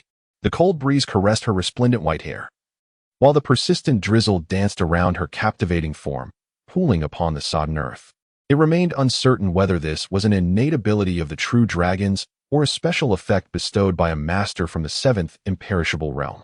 What captivated Ning Yi the most were the pair of dragon horns adorning her forehead, reminiscent of vibrant corals from the deep sea, or perhaps crystalline ice emerging from the depths of the earth. As for Miss Ao Ling, her laughter echoed. It was not that I was at a loss for words, but rather that your voice struck a familiar chord within me. Ning Yi's smile was gentle, and his voice was soft. He Long Nu let out a cold laugh, turning her back to him, leaving Ning Yi with an elegant silhouette. In a tone of lofty superiority, she remarked, this palace has encountered you in Yong'an County. Yong'an County? An encounter? Ning Yi paused momentarily, and with the reminder of that statement, he immediately recollected. Was it you who was in the carriage at that time? Ao Ling pressed her lips together in silence, tacitly acknowledging the truth. Indeed. This Dragon Maiden had sustained injuries while pursuing the ancient relics of the Dao Sect in Yong'an County. It was certain that she spent that period within the confines of Yong'an. Reflecting upon it now, the woman in the carriage had spoken of Yong'an County being unsafe, alluding to matters concerning the ancient Dao Sect relics. However, given the Dragon Maiden's character, she would have likely restrained her headstrong maid out of fear of exposure. Otherwise, with her temperament, she would never have deigned to apologize to me at that time. Contemplating this, Ning Yi felt a stir in his heart and inquired, what of your willful and headstrong maid? Ao Ling suddenly grew agitated. Why do you have so many questions? It is not my obligation to answer you. Her words concealed a faint trace of sorrow. It seemed that the once willful and headstrong maid had already met her demise. Ning Yi harbored no sense of schadenfreude. Her mind remained tranquil. This palace truly feels regret. Regret for what? Regret for not having eliminated you in Yong'an County. Ao Ling did not shy away from her thoughts. Initially, in order to conceal myself, I spared the life of this petty trickster and even bestowed upon you 100 taels of silver. It seems that in your heart, I was indeed the one engaging in deceitful tricks. It appears I did not misjudge the system. It was through such trickery that fortune unexpectedly descended upon me. Ning Yi patted his body and produced a few pieces of silver, boldly stating, I shall return your silver, principal and interest, a total of 200 taels. Ao Ling caught a glimpse of the meager silver in Ning Yi's hand and nearly laughed in exasperation. Is that truly 200 taels? I currently possess no money. But fret not, I will soon gather the 200 taels for you. Ning Yi spoke with utmost certainty, while Ao Ling, for once, found herself genuinely amused. Do you think I am in need of your meager silver? At her level of martial cultivation, such trifles hold no significance. The Dragon Palace is overflowing with countless rare and exquisite treasures. This scholar is merely engaging in self-deception, attempting to fool himself with such words. The Dragon Maiden, feeling somewhat disenchanted, flicked her sleeves like flowing clouds and, enveloped in a gentle rain, walked away into the distance. As her long skirt swayed, Ning Yi caught sight of a pair of snowy feet adorning crystal-like high heels beneath her hem. The Dragon Palace possesses such items? I propose we promote these throughout the 9 provinces, so that all women might wear them. Indeed, the celestial fate mystical maiden also dons silk-like socks. Although the 9 provinces resemble ancient times, their aesthetic standards surely prevail. Ao Ling, dear maiden, you should be the last to venture to Yong'an County in search of the ancient Love Sect's relics. The Dragon Maiden paused, letting out a soft sigh, and surprisingly, she found herself in agreement with Ning Yi's words. Yet, since the matter had transpired, she bore no resentment towards fate, maintaining her proud demeanor as she declared, "Little ghost, I warn you, do not disclose my presence here to the celestial fate mystical maiden. If that woman learns I am here, I shall be forced to break my word and cannot guarantee your safety for a decade." I am well aware of that, Ning Yi nodded, watching as the Dragon Maiden's silhouette vanished into the mountain mist. I can only hope that the celestial fate mystical maiden does not suddenly decide to come and engage in dual cultivation with me, for at that moment, it would be nearly impossible to conceal the truth. Ning Yi pondered to himself as he strolled to the spot where Ao Ling had stood moments before, hands clasped behind his back, gazing at the mist-shrouded distant mountains. With less than 2 years remaining until the sacred sun ceremony, he felt a surge of youthful ambition within him. On that day, I shall take vengeance and fulfill my aspirations. On that day, my name shall resound through the world. His spirited voice echoed through the valleys. No one supports my lofty ambitions. I shall tread through the snow to the mountain's peak. Yet, he mused, that is not quite right. The celestial lady of fate had indeed guided him well, and the entrance she had indicated was remarkably precise. This line does not resonate. Like the great rock soaring with the winds, I shall ascend to the heavens, reaching 90,000 miles. Ning Yi let out a hearty laugh. Indeed, this line of poetry is quite fitting. In the distance, the Dragon Maiden stamped her foot and suddenly turned her head. This little empress cites poetry rather beautifully. Chapter 54. One should be unrivaled in the same realm, suppressing all. Life, amidst the heavens and the earth, is fleeting like a white horse passing through a gap. It is but a fleeting moment. In the blink of an eye, a year and a half has elapsed. Ning Yi, having awakened to wisdom, has traversed this world for nearly 4 years, evolving from a youthful 16 into a near 20-year-old man. Amidst the Martial Mountains, upon the towering azure cliffs, sits a strikingly handsome young man, his visage akin to jade, gracefully cross-legged upon the rock. Atop his knees rests a precious ancient gu chain, while a tilted wine flask lies to his left, devoid of contents save for a faint aroma of wine. Before him, a gathering of ethereal beasts convenes. Rabbits and eagles sit side by side. Brown bears and wild boars lean against one another, all ears perked in attentive harmony. Particularly captivating is the magnificent white dragon, several meters in length, coiling gracefully in the air before the spirit beasts, enveloped in swirling mist, exhaling clouds with an air of noble grandeur. Observing this scene, a bodhisattva approaches, delicately removing a luminous pearl from beneath the dragon's chin, dipping a willow branch into the nectar of immortality, and with a gentle sweep, bestows upon it a breath of celestial energy, uttering the command, transform. In an instant, the dragon morphs into a splendid white steed. The bodhisattva then imparts words of wisdom. You must diligently atone for your karmic burdens. Upon achieving your purpose, you shall transcend the mortal realm and be rewarded with a golden body of truth.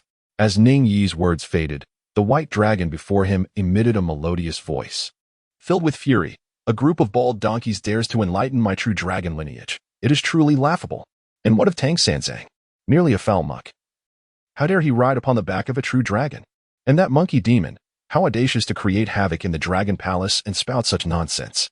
There are countless monkey demons beyond the 9 provinces. Let any of them dare to boast before me, and I shall rend them to pieces. If I do not compel them to kneel and beg for mercy, I shall write my name backward. The Dragon Maiden was seething with rage, her dragon might radiating through the air, causing the nearby spirit beasts to tremble in fear. These sentient creatures knelt down, bowing their heads in submission. Observing this, Ao Ling raised her dragon head proudly, her golden red eyes glinting with defiance as she gazed at Ning Yi. It was as if she proclaimed, "Behold, these demons bow low before me, a true dragon, do they not?" Ning Yi, feeling a wave of helplessness, shook his head and chuckled. I was merely narrating a tale. Did you truly take it to heart? I harbor doubts about your intentions, as it seems you are deliberately insulting the true dragon lineage. Are you truly a member of the Dao Sect? Why do you portray those monks in such an exalted manner in your story? I can't help but question whether you resemble a shaven-headed monk yourself. Ao Ling let out a cold laugh, rendering Ning Yi speechless. In Journey to the West, the monks are indeed depicted with considerable prowess. Yet, in the vast expanse of the 9 provinces, it appears unwise to recount too many tales from that saga. As a member of the Dao Sect, sharing such stories may lead to misunderstandings about one's character. What should one tell if not tales from Journey to the West?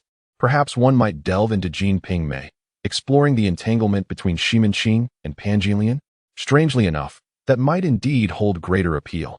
After all, salacious content is often deemed the primary driving force of production. Nonetheless, the specifics of the narrative matter little. What truly counts is the experience gained therein. Ning Yi gazed at the panel suspended in the void. Name: Ning Yi.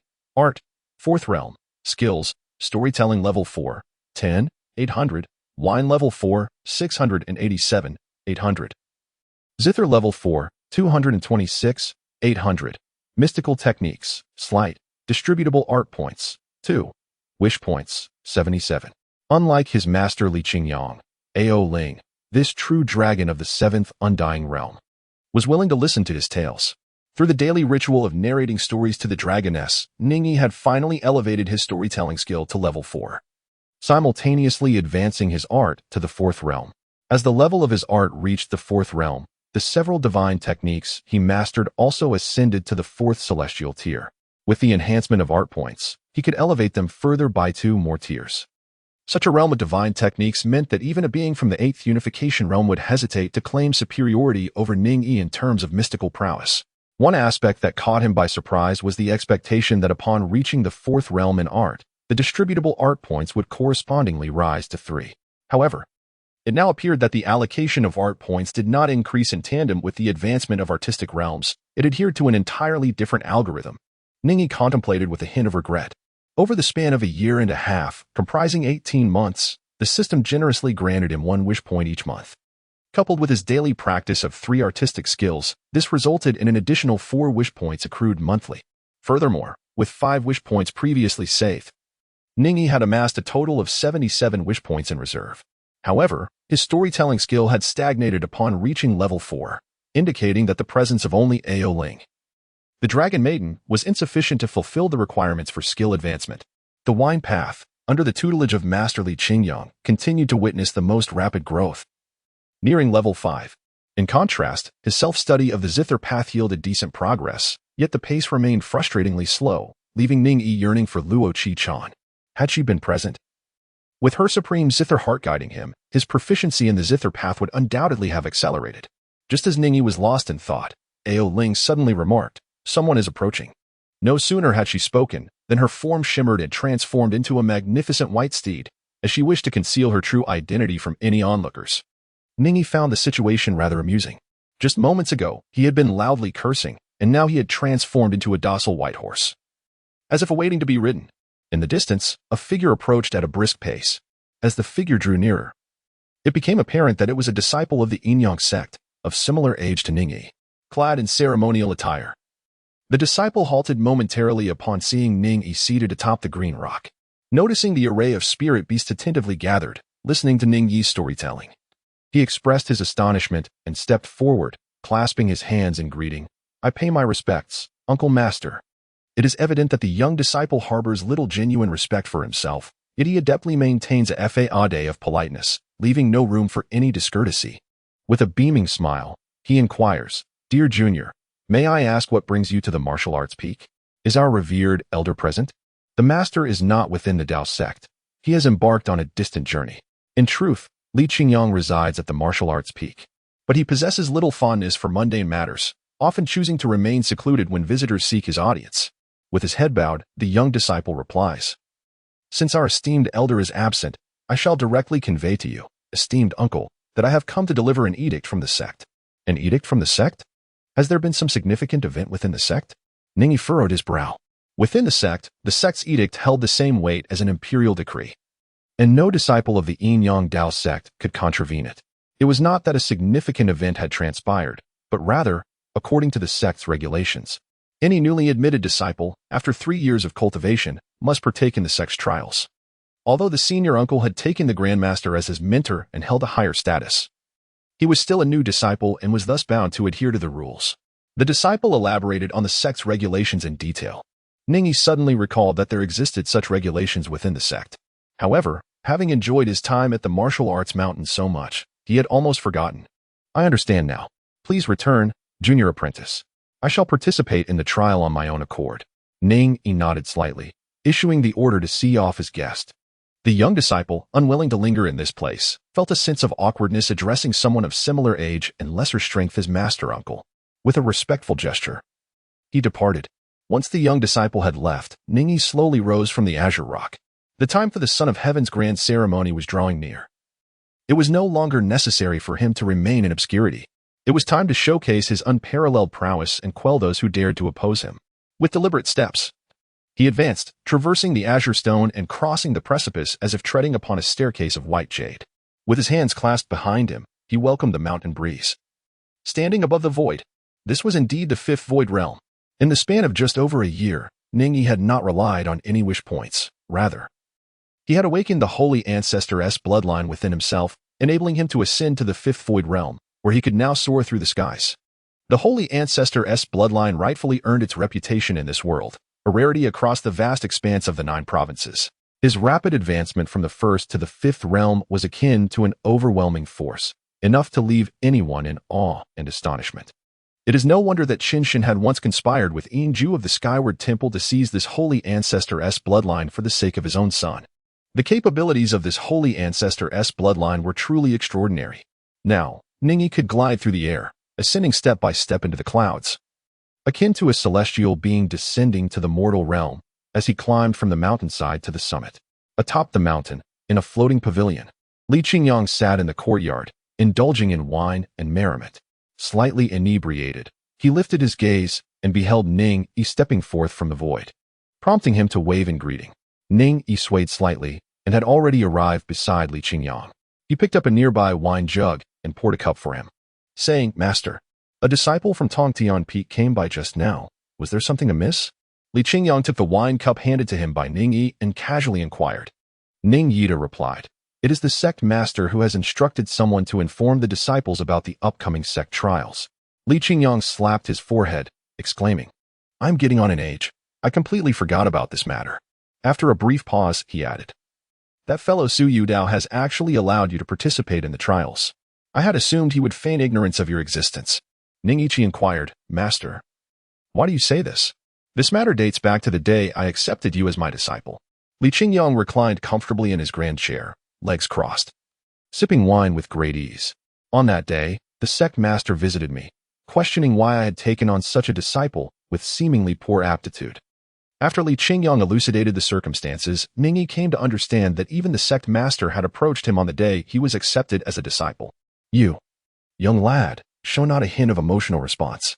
Observing Ning Yi's calm demeanor, Li Qingyang expressed his astonishment. "I expected you to be furious and seek to confront Su Yudao." Ning Yi shook his head, acknowledging that the sect leader's concerns were not unfounded. "At that time, my innate abilities were lacking. Yet, due to my master's fondness, I was granted entry into the prestigious Dao Sect. This was indeed unfair to those of greater talent than I. The sect leader fears that such favoritism may become a customary practice, where disciples are chosen solely based on personal preference rather than merit. If this trend were to persist, the esteemed Yinyang Dao Sect would ultimately become a mere fade. Since the leader's words bear wisdom, I must concede to their validity. Should I then cry out, 'Do not underestimate the youth and poverty'? Such an exclamation would be wholly unnecessary. Su Yudao is a competent leader, wholly devoted to the advancement of our sect. In his capacity as the sect leader, Ning Yi found no fault in him. However, the animosity stemming from the past between himself and Su Yudao is unavoidable, and it remains uncertain when this discord might erupt. Su Yudao, being a celestial of the 8th return to one realm, demands that I remain vigilant and pursue my cultivation with diligence. Only by strengthening my prowess can I face all challenges without fear. You impudent boy, how dare you lay blame upon me? When I disregarded sect regulations and forcibly took you as my disciple, you were the one who benefited." Li Qingyang chuckled and chided, "Su Yudao, in my memory, you possess a high rank yet low strength, yet he still permitted you to partake in the trials. At this moment, He seems unperturbed by the prospect of you bringing shame to the sect. That old fellow can be infuriatingly stubborn, never willing to bend the rules of the sect. Ning Yi chuckled. How could I possibly complain about my master? I am grateful to him beyond measure. As he spoke, he poured another glass of wine for Li Qingyang. Relishing Ning Yi's filial piety, Li Qingyang swirled his cup and suddenly inquired, Are you prepared? Or do you wish to continue biding your time in obscurity? If you are reluctant to participate in the trial, I can certainly assist you in opting out. Ning Yi, poised with the wine jug in hand, paused momentarily and replied with a light-hearted smile, Master, a young man should be spirited and ambitious. If I remain hidden away, I fear I shall lose my fervor and become a timid turtle. Since the moment has arrived and opportunities abound, I shall seize them and make my name known to the world. At that time, I intend to partake in the Saint's Son ceremony and reveal to all the world the despicable nature of Qinshan and Qinemo Yuan. Li Qingyang could not help but burst into hearty laughter. Indeed, you are correct. A young person in their prime should seize the moment to establish their name. If not now, then when? This occasion will certainly allow the Daoist sect and the entire land of Jiuzhou to recognize you as my disciple. His eyes sparkled with excitement. At that time, the rankings on the Earth list will surely undergo a significant transformation. The Earth list, known as the Hidden Dragon list, ranks individuals based on their potential. Only those under the age of 30 are eligible for this list. Once one surpasses 30, they are automatically removed. Achieving the 7th unyielding realm before turning 30 would undoubtedly secure a top position. However, very few can reach the 7th realm at such a tender age, marking them as true paragons of excellence. Attaining the 6th law phase realm before 30 already places one among the higher ranks of the Earth list. Since the Earth list emphasizes potential, it is not uncommon for individuals with greater actual strength to find themselves ranked lower. For instance, the celestial destiny mystic maiden and the foremost disciple of a Daoist master. In terms of genuine strength, that disciple surpasses the celestial destiny mystic maiden. Yet, due to her youth and superior potential, she occupies the top position on the Earth list. Ning Yi, not yet 20 years of age, has ascended to the 5th void realm, a remarkable pace of cultivation that, while not unheard of in the great sanctuaries, is nonetheless exceptional. What sets Ning Yi apart is that he commenced his cultivation journey at the age of 16, achieving this lofty realm in less than 4 years, a testament to his boundless potential. When he ascends to the Earth ranking, he shall undoubtedly be the foremost among those in the 5th realm.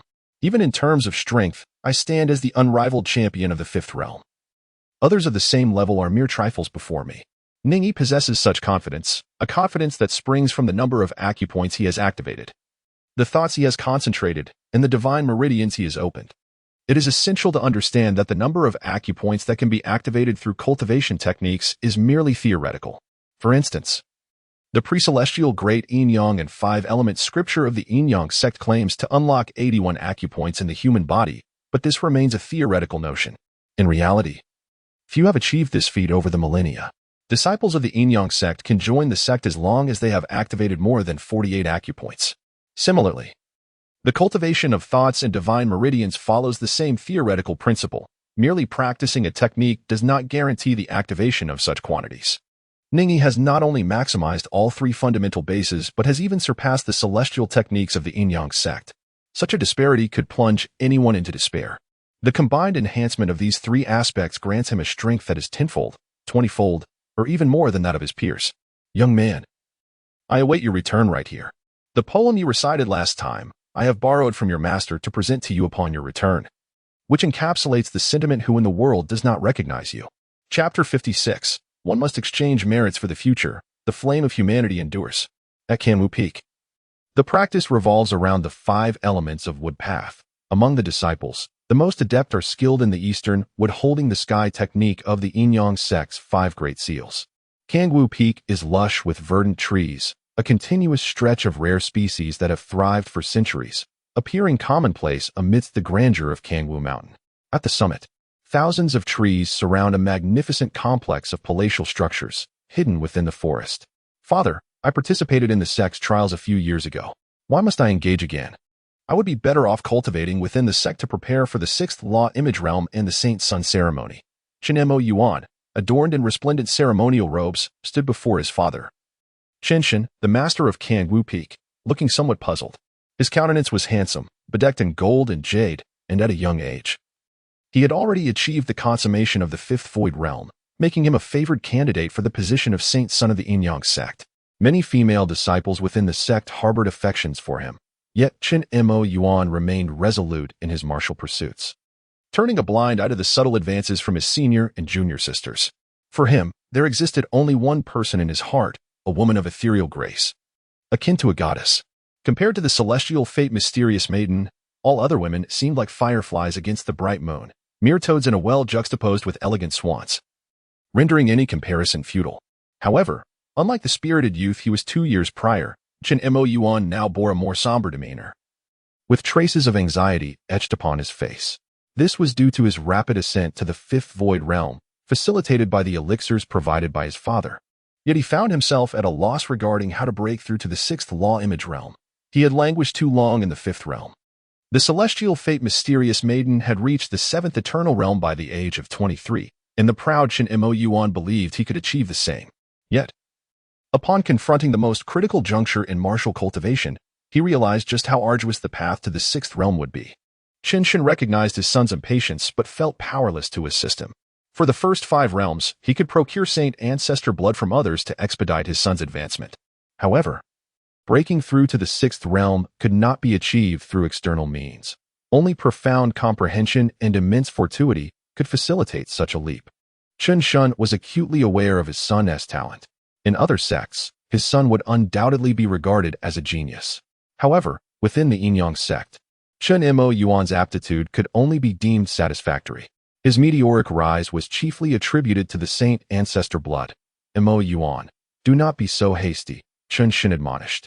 Chen Mo Yuan immediately ceased his complaints and stood respectfully before his father. This was the aspect Chen valued most in his son, his willingness to heed his father's counsel and his commitment to the life path laid out for him. Your first participation in the sex trials occurred when your realm was too low. You barely managed to complete it and did not gain any benefits. This time, I will request Master Sect Leader to allow you to participate as team leader, guiding a group of younger disciples while providing them protection. Do you know that not only our Dao Sect but also other sacred sects have similar trial missions? Do you know why? Chen Mo Yuan shook his head, respectfully replying, I hope my father will enlighten me. Mo Yuan, do you understand why our sect is regarded as a holy land and has flourished for millennia? It is because our sect possesses celestial techniques and unparalleled divine powers. Chen Mo Yuan spoke with pride, feeling honored to be a disciple of the Dao Sect. And what else?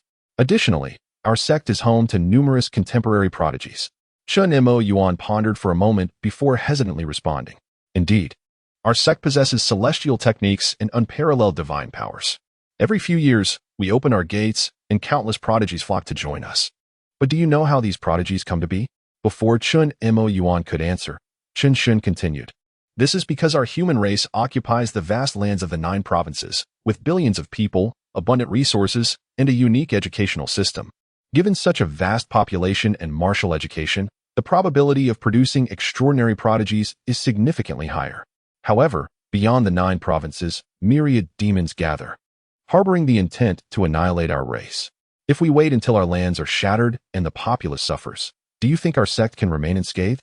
Under the same roof, how can there be unbroken eggs? Both our sect and other sacred lands understand this principle, which is why we have established trial regulations, sending disciples every few years to areas bordering the demon tribes to engage in opposition under the guidance of the Heavenly Strategy Bureau. This serves the dual purpose of protecting the flame of humanity and training our disciples. Otherwise, if one solely engages in arduous cultivation without ever experiencing true combat, what kind of martial path is that? Chen Mo Yuan had not anticipated that this seemingly simple trial for the disciples of the sacred land held such profound significance. Yet, he remained perplexed. Father, how does this relate to my trial? I have fought against demons before. Chen shot him a glare. You are simply impatient. Allow me to finish. The Heavenly Strategy Bureau is directly affiliated with the royal family of the Great Zhou, regardless of the dynasty. The royal family prioritizes the defense against demons as their foremost duty. If you can achieve merit in the struggle against the demons, you will receive rewards. And in this regard, the Great Zhou is exceedingly generous. The Heavenly Strategy Bureau, with the support of the Great Zhou, has collected numerous cultivation techniques from ancient to modern times, along with records of insights from esteemed predecessors. The stones from other hills can be used to polish jade, If you can achieve merit and gain rewards, the insights from others' techniques will greatly aid your ascent to the sixth law image realm. Moreover, this merit will also assist you in becoming a true saint's son. Only then did Chen Mo Yuan grasp the essence of it all.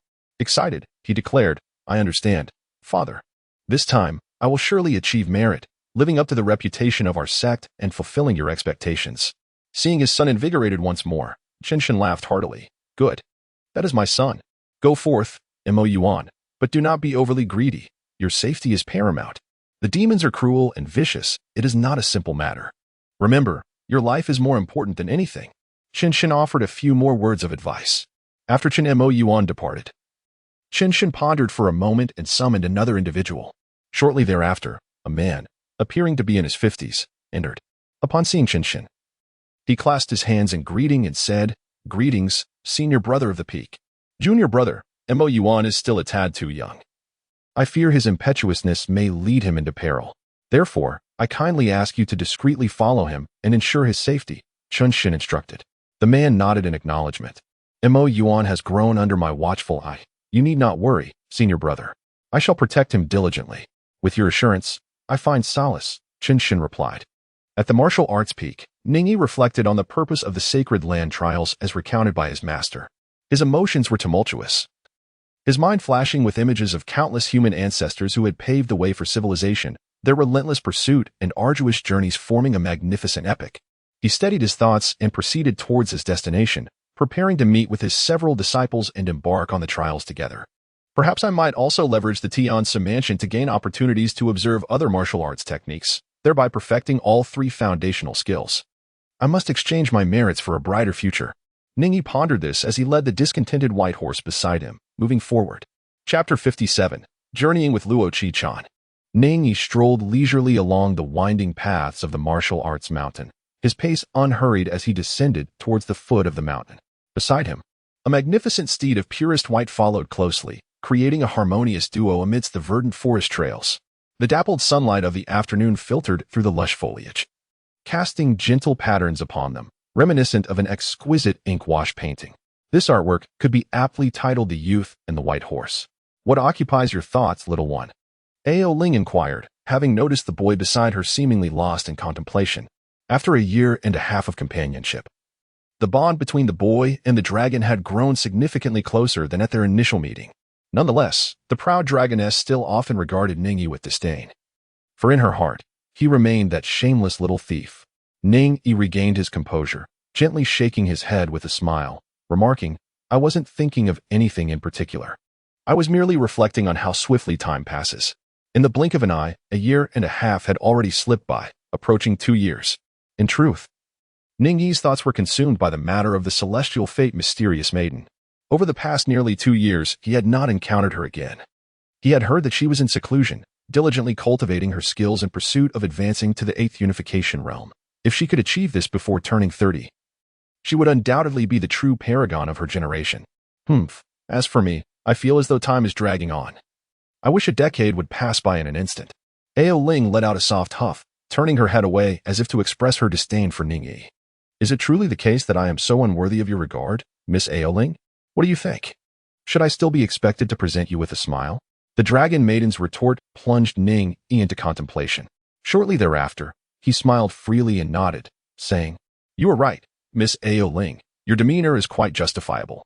After all, I did seize your purity, so it is only natural for you to regard me with disfavor. At least you possess some awareness. As the exchange between the man and the dragon unfolded, they had already arrived at the foot of the martial arts mountain. The companions of Ning Yi have mostly gathered here, awaiting his arrival. Upon closer inspection, they are all familiar faces. The very roommates with whom he shared life when he first entered the sect. There is Wang Wenhua from the Wang family of Yongzhou, the brothers Feng from Wuwei City, and Brother Du from Qianwu Peak, who should now be addressed as Disciple Du. It seems that the sect, perhaps concerned about the potential for unfamiliarity and ensuing difficulties during the trials, has thoughtfully assembled a group of acquaintances together. Ning Yi and these individuals, fortunate beyond measure, all successfully entered the sect, escaping elimination, thus presenting a harmonious assembly. The disciples of the Dao Sect typically pursue their individual paths, and it is rare for the students from various peaks to congregate. After 2 years of separation, The excitement among the few is palpable as they reminisce and share their experiences in martial arts cultivation. At that moment, a young man clad in ceremonial garments approached, leading a white horse and carrying an object reminiscent of a sword sheath upon his back. Additionally, a package hung from the side of the saddle, and the sight of the boy and his steed inexplicably instilled a sense of tranquility. The group ceased their conversations, their gazes drawn involuntarily towards Ning Yi. Upon noticing him, Du Chunfeng stepped forward, respectfully clasping his hands in greeting, and said, "Greetings, Master Uncle." Ning Yi did not say much, merely acknowledging his identity as a disciple by smiling and nodding at Du Chunfeng. Du Shizi. Wang Wenhua curled his lips in disdain, muttering softly, "What is there to be proud of? It's just that he has found a good master. Humph. I estimate he has barely reached the second level of qi manipulation. And even then, he is not practicing the Taoist techniques." In Wang Wenhua's opinion, the pursuit of celestial-grade techniques demanded exceptionally high qualifications. He firmly believed that Ning Yi could never attain such mastery. He simply lacked the capability. Although Wang Wenhua's voice was low, with Ning Yi's keen hearing, he could not have missed the words. Glancing over, Ning Yi's expression remained tranquil and indifferent, yet Wang Wenhua inexplicably felt a shiver run down his spine. Reluctantly, he joined the Feng brothers in approaching Ning Yi, bowing, "Greetings, Shu." The internal regulations of the Daoist sect were stringent, especially since Su Yuao had assumed the role of sect leader, enforcing strict discipline among the disciples. Regardless of Ning Yi's cultivation level, his status commanded respect, and none dared to show any disregard. "You may dispense with formalities, my dear disciples." In this instance of pretentiousness, while Du Chifeng and the Feng brothers could acquiesce, Wang Wenhua found it somewhat intolerable, yet he dared only to murmur his discontent in private, refraining from expressing it aloud. "Master Uncle, it has indeed been a long time since we last met. Both Feng Zhe and I have been yearning for the tales you used to share." Feng Sheng, the elder brother of the Feng clan, remained ever the same, his effervescent personality shining through as he approached Ning Yi with a grin, exchanging playful banter. 2 years had passed, yet Feng Sheng still resembled a slender reed. In contrast, his cousin Feng Zhe had developed a robust physique, albeit his demeanor remained shy. Upon catching Ning Yi's gaze, he simply offered a hearty smile and scratched his head in awkwardness. These individuals have hardly changed at all. Ning Yi mused as he cast a penetrating glance, instantly discerning the cultivation levels of the group. Wang Wenhua and the Feng brothers had recently ascended to the third realm of understanding, their foundations still somewhat unsteady. Achieving such a level of cultivation in merely 3 years would mark them as prodigies in any other sect, deserving of abundant resources from their entire clan. However, within the hallowed grounds of the Yinyang Dao Sect, this pace of advancement was merely average. As for Du Chifeng, at the age of 27 or 28, he was only at the mid-stage of the fourth realm of divine thought, still a considerable distance from reaching the fifth realm of illusory ascendance. Nevertheless, these individuals would undoubtedly be regarded as paragons of admiration in the outside world, such as the renown of a sacred land. Yet, they remained significantly distant from those ranked at the top of the earth list. Previously, Ning Yi had slain Huang Ani of the heart-seizing sect within the demon abyss. He was of a similar age to those present but had achieved perfection in the third realm 2 years prior and was on the brink of ascending to the fourth realm.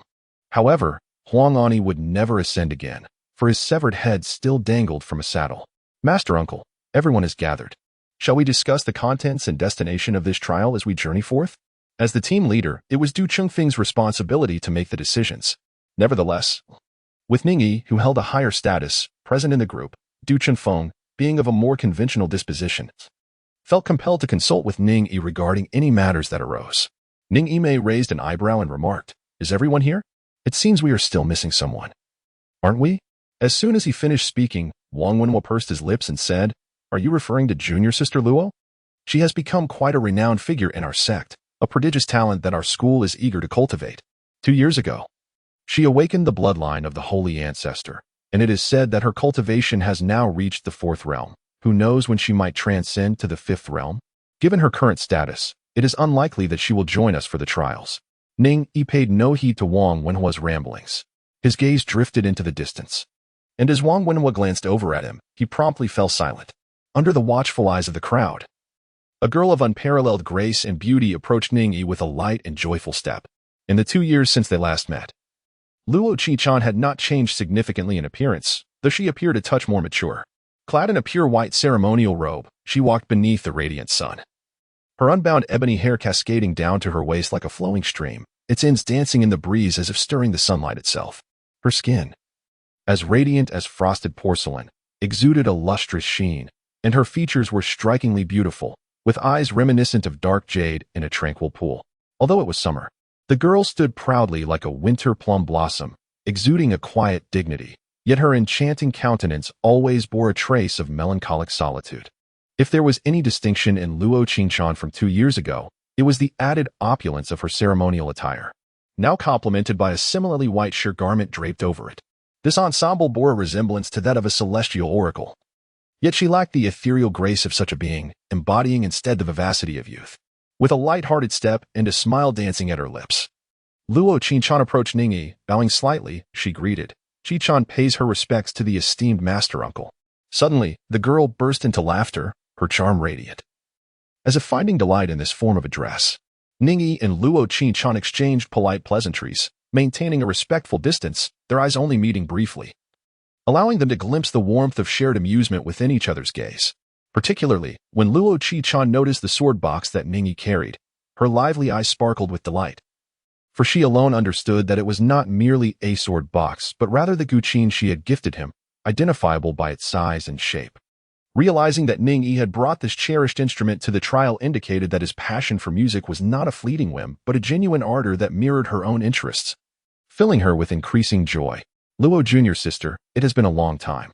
I must congratulate you on entering the 4th divine consciousness realm. With your innate talent, it is likely you will ascend to the 5th void realm before turning 20. Few within the Dao Sect can rival your prowess, Wang Wenhua remarked, stepping forward to greet Luo Qingchuan. His words dripped with flattery, a stark contrast to the way he pursued her 2 years prior. Though Wang Wenhua possessed a disdainful nature, he was self-aware, recognizing that 2 years ago, while Luo Qingchuan held the title of princess within the Yinyang Dao Sect, they were merely peers, indistinct in rank. Now, however, with her divine blood awakened, she had become a prodigious talent of the sect, elevating her status drastically above that of Wang Wenhua and his contemporaries. Wang Wenhua, aware of this shift, approached the illustrious Luo Qingchuan with a mindset of seeking her favor rather than pursuing her romantically. Others followed suit, greeting Luo Qingchuan with a newfound respect that starkly contrasted their previous demeanor, including Du Chenfeng, who also showed deference. In the realm of martial arts, all else was trivial. One's rank and strength dictated everything. Luo Qingchuan, after acknowledging everyone, smiled gently. There is no need for such formalities, dear brothers. I merely consider myself fortunate to have awakened the divine blood. With diligent practice, it will only be a matter of time before you catch up to me. Her humility, however, was not taken seriously by her peers, who understood that mere casual training could not bridge the gap. It was an impossibility. Even Du Chenfeng, nearing 30, remained stuck at the 4th realm, unable to ascend. Though I too have only been a disciple for 3 years and must participate in the trial, I have grown familiar with you all and requested my master's permission to join you, Luo Qingchuan added, casting a discreet glance at Ning Yi. She had learned of his participation in the sect's trial alongside his former peers, prompting her request to Su Yu Dao. Otherwise, she had little desire to accompany those she barely knew. At this juncture, Fengxing interjected excitedly. With Luo Jr. sister at the 4th divine consciousness realm and brother due at the same level, our small team is significantly safer than others. Wang Wenhua and Feng Zhe nodded in agreement, their spirits lifted. The pursuit of martial arts was fraught with peril, not only due to the challenges of ascending realms, but also from the dangers posed by adversaries in battle, where life and death hung in the balance. The sect's trials were not without risk, as many disciples had perished in clashes with demonic entities. Dear brothers and sisters, our destination lies at the intersection between Yuzhou and the territory of the demon race. Yuzhou is not a frontline battleground, yet any border with the demon race is steeped in conflict. Upon arrival, we shall engage in minor skirmishes, allowing you all to acclimate to battling against them, Du Chenfeng, as the team leader, outlined the objectives of their expedition.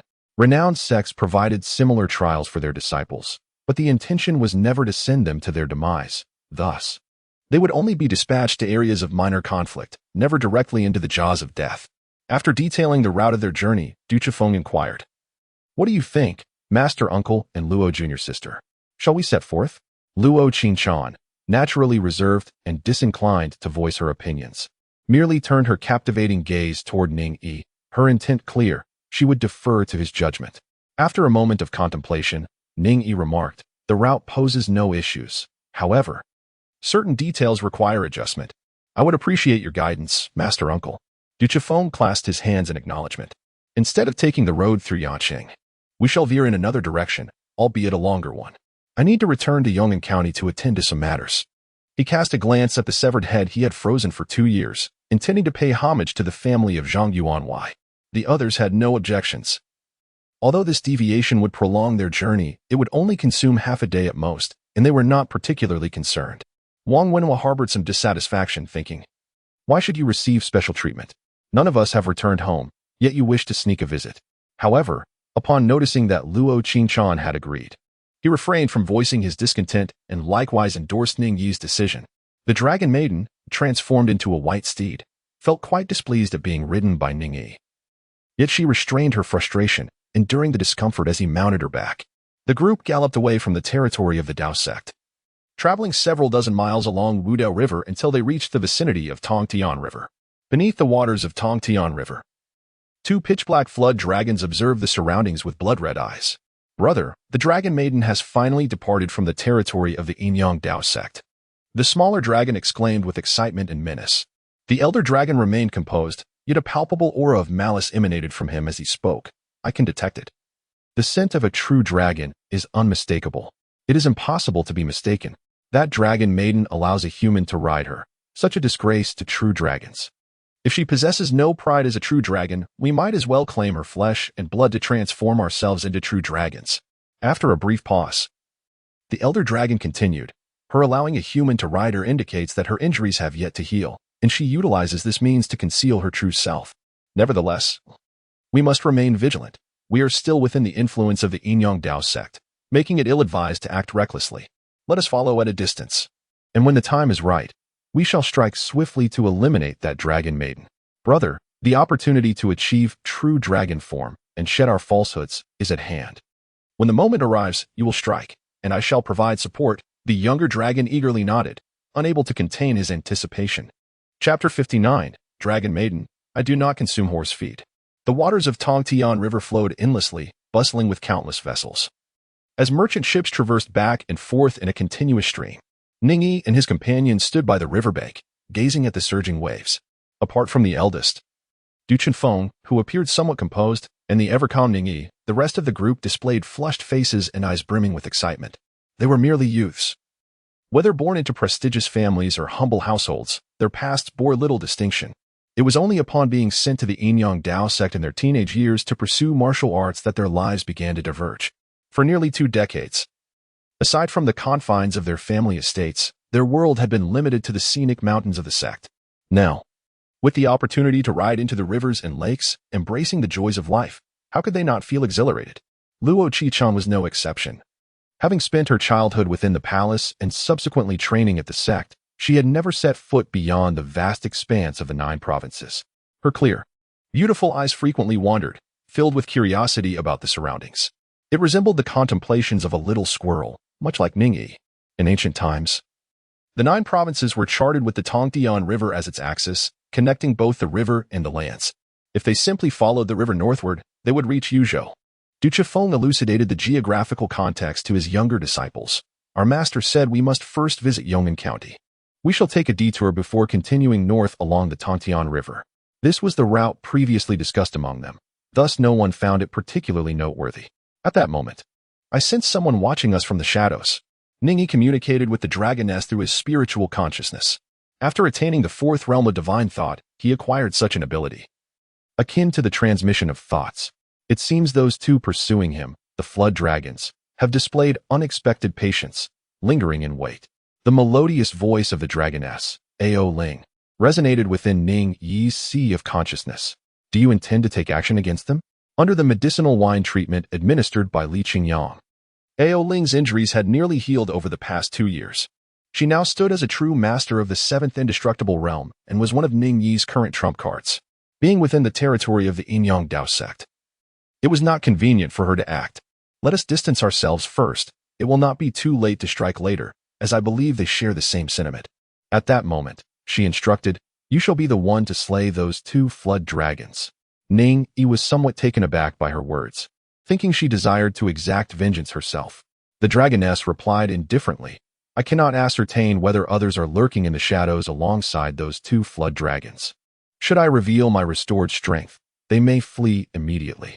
I must feign continued injury to lure any potential observers into revealing themselves. To Ning Yi's astonishment, the proud dragon maiden displayed a facade of weakness, demonstrating her strategic prowess. What is that expression? Do you believe this palace to be reckless and ignorant of such intricacies? The dragon maiden exclaimed in anger. Ning Yi retorted, No, Miss Ao Ling, you are mistaken. As the group journeyed towards Yong'an County, boredom crept in while riding their steeds. Feng Sheng lamented, Why must we ride horses? Could we not simply board a flying shuttle and arrive in an instant? Luo Qichan replied with a hint of indifference, Those flying shuttles are prohibitively expensive and seldom employed. Moreover, while their speed is remarkable, it pales in comparison to that of a skilled practitioner. Such contrivances are more for the embellishment of sects rather than practical utility. Being among the foremost disciples of Tog Tian Peak, Luo Qichan possessed a broader perspective, effectively quelling the group's discontent. At that moment, Wang Wenhua glanced at the rare white steed beneath Ning Yi and could not restrain himself, asking, Master Uncle, where did you acquire this extraordinary horse? Would you consider selling it?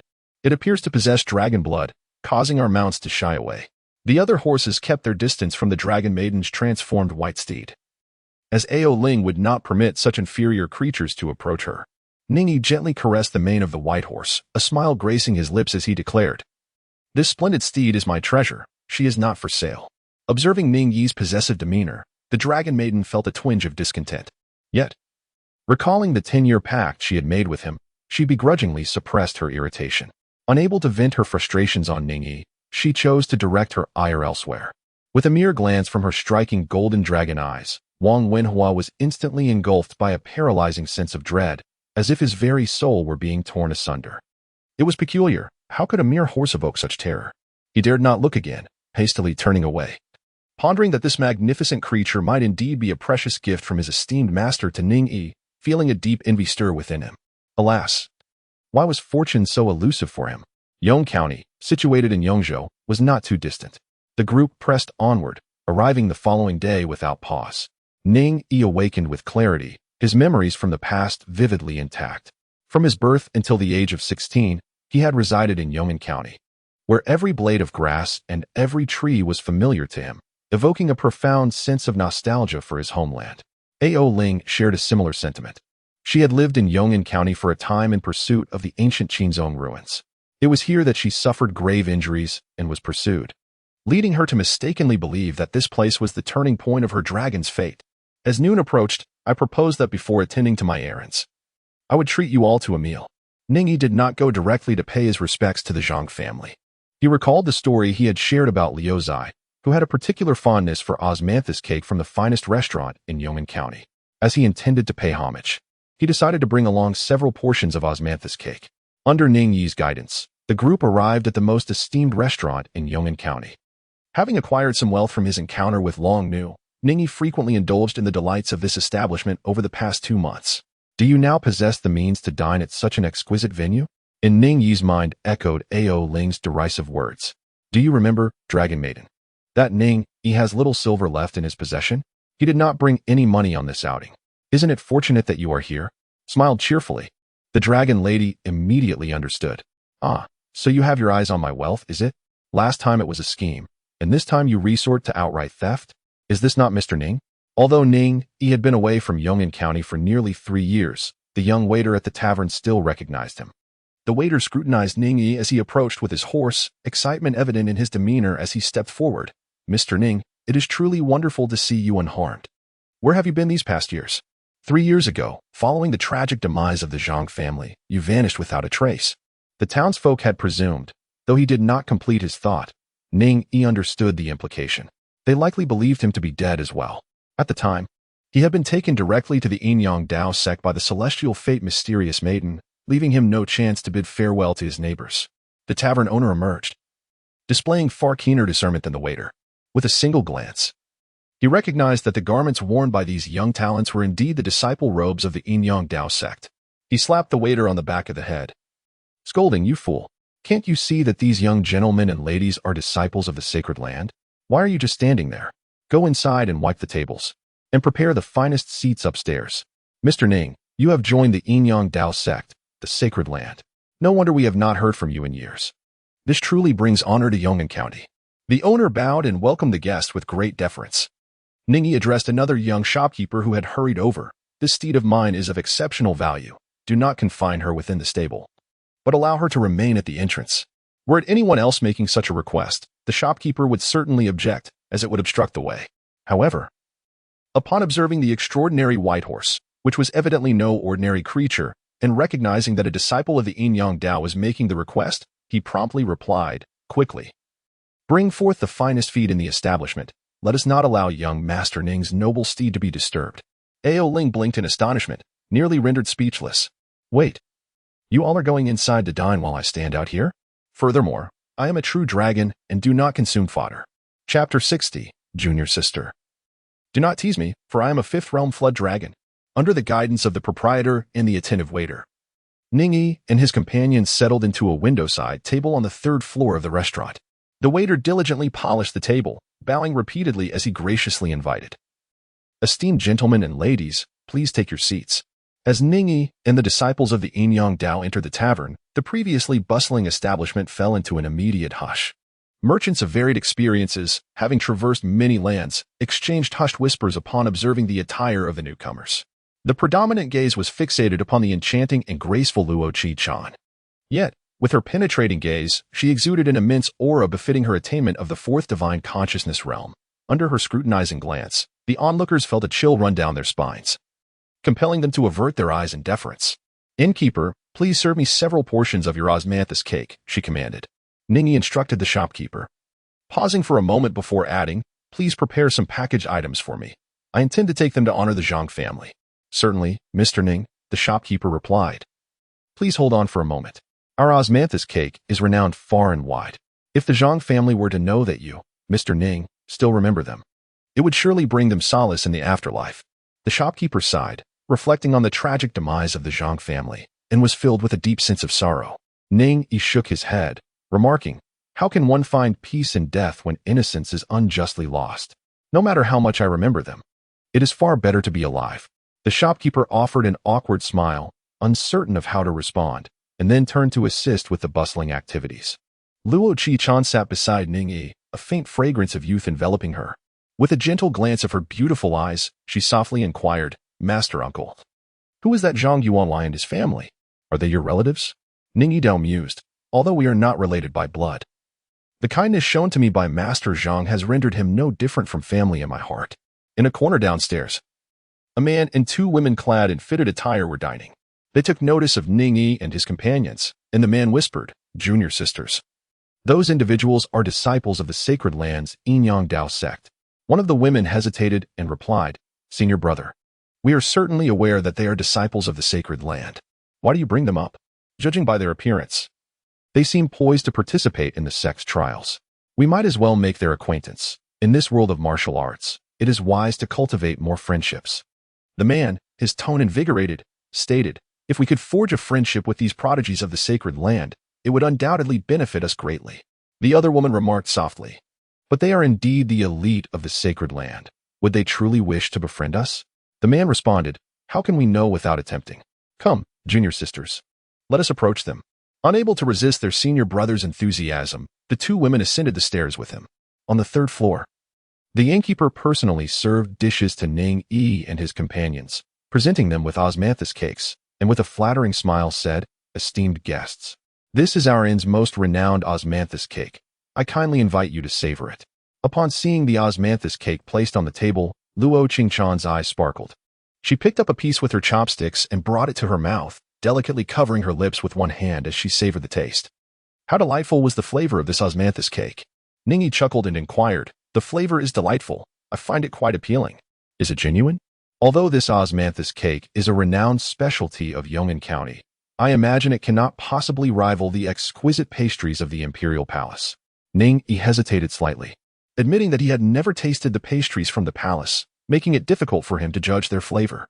At that moment, the innkeeper, overhearing their conversation, stumbled and nearly fell. This extraordinarily beautiful woman was not only a disciple of the sacred land but also belonged to the palace. The innkeeper, possessing a modicum of insight, recognized that those sent from the palace to the sacred land were typically royal daughters. Thus, this woman could very well be a princess. With this realization, the innkeeper became even more cautious, fearful of being disrespectful. Luo Qichan swallowed the pastry in her mouth, a hint of amusement dancing in her exquisite eyes as she gently remarked, "This is a pastry favored by my master uncle, naturally. It surpasses the pastries of the palace in taste." Ning Yi turned his head away. "Miss, let us refrain from such flirtations at this moment. It is pertinent to remember that we currently share the relationship of master and disciple." Just then, a man accompanied by two women ascended the stairs and overheard Luo Qingchan's words. The young man, seemingly not much older than Ning Yi, regarded him with astonishment. Could this youthful figure truly be their master? It was indeed peculiar. He hesitated momentarily but steeled himself, stepping forward to introduce himself. "Esteemed friends, I am Lu Yun of the Tianluo sect, and these are my junior sisters, Chai Xian and Chaoing. I perceive that you are all disciples of the Holy Land. Might you be here for the sect trial?" In response to the arrival of strangers, the disciples of the Yin-Yang Dao Sect remained taciturn, gazing skyward with an air of superiority. In the vast expanse of the 9 provinces, one cannot attain immortality through martial cultivation if eternal life is unattainable. Then what purpose does our pursuit serve? It is, undoubtedly, for fame and fortune. Wang Wenhua and the Feng brothers shared this sentiment, striving with all their might to enter the Holy Land, all for the sake of showcasing their prowess before others. If not now, then when would they flaunt their abilities? Even the typically composed Du Chifeng wore an expression of pride. While he may be seen as a genial figure within the sect, outside, he was a disciple of the Holy Land, deserving of respect from all martial practitioners. Lu Yun, observing the arrogance of these individuals, found no issue with it. It was only fitting for disciples of the Holy Land to exhibit such demeanor. With a single sweep of his divine perception, Ning Yi discerned the cultivation levels of a few individuals. 3 of them were at the second chi manipulation realm, with the male exhibiting even greater prowess. The 2 women were of similar age, while Lu Yun was somewhat older, being in her 20s. He nodded gently and remarked, "We are participating in the sex trials. Such matters need not be concealed. Anyone with discernment may easily comprehend." Lu Yun's expression brightened, and he clasped his hands in greeting. This esteemed brother, however. Before he could finish, Wang Wenhua slammed the table, his face resolute. "He is our esteemed uncle, not merely your brother." Though Wang Wenhua internally held disdain for Ning Yi, he understood the necessity of maintaining the sanctity of their sect in public, thus presenting a united front. Lu Yun and his 2 junior sisters hastily offered their apologies. It was then that Wang Wenhua noticed the 2 women, Chai Xian and Chaoing, possessed considerable beauty, which improved his demeanor significantly. "Esteemed senior, might I inquire as to your destination?" "Yuzhou," came the reply. Lu Yun's face lit up with joy. "Esteemed senior, we are also bound for Yuzhou. Might we travel together? To be frank, my junior sisters and I intend to journey to the borders of Jiuzhou and the Demon Court. Our aims are twofold, to hone our martial skills and to seek opportunities for merit in hopes of receiving rewards from the Tiankai mansion." Lu Yun's junior sisters exchanged glances, their expressions somewhat puzzled. They had yet to finalize their destination. How could their senior assert they were heading to Yuzhou? Nevertheless, their senior was always eloquent, so they entrusted him with such negotiations. The rationale behind Lu Yun and his companions was not particularly unusual. The disciples of the Dao Sect, known as Ning Yi, are able to cultivate heavenly-level martial arts. However, such esteemed techniques remain elusive for other practitioners of martial arts. Many martial artists, driven by desperation, venture into the borderlands to confront foes, seeking the rewards offered by the Tian mansion. Should fortune smile upon them, and they achieve great feats, they may be bestowed with earth-level martial arts, enabling them to establish their own sections. Even the mere acquisition of resources for martial cultivation draws eager crowds. The Great Zhou employs these rewards to summon warriors from across the realm to vanquish the demon race and safeguard the 9 provinces. Before Ning Yi could utter a word, Wang Wenhua spoke up, saying, "Master uncle, perhaps we should allow them to accompany us.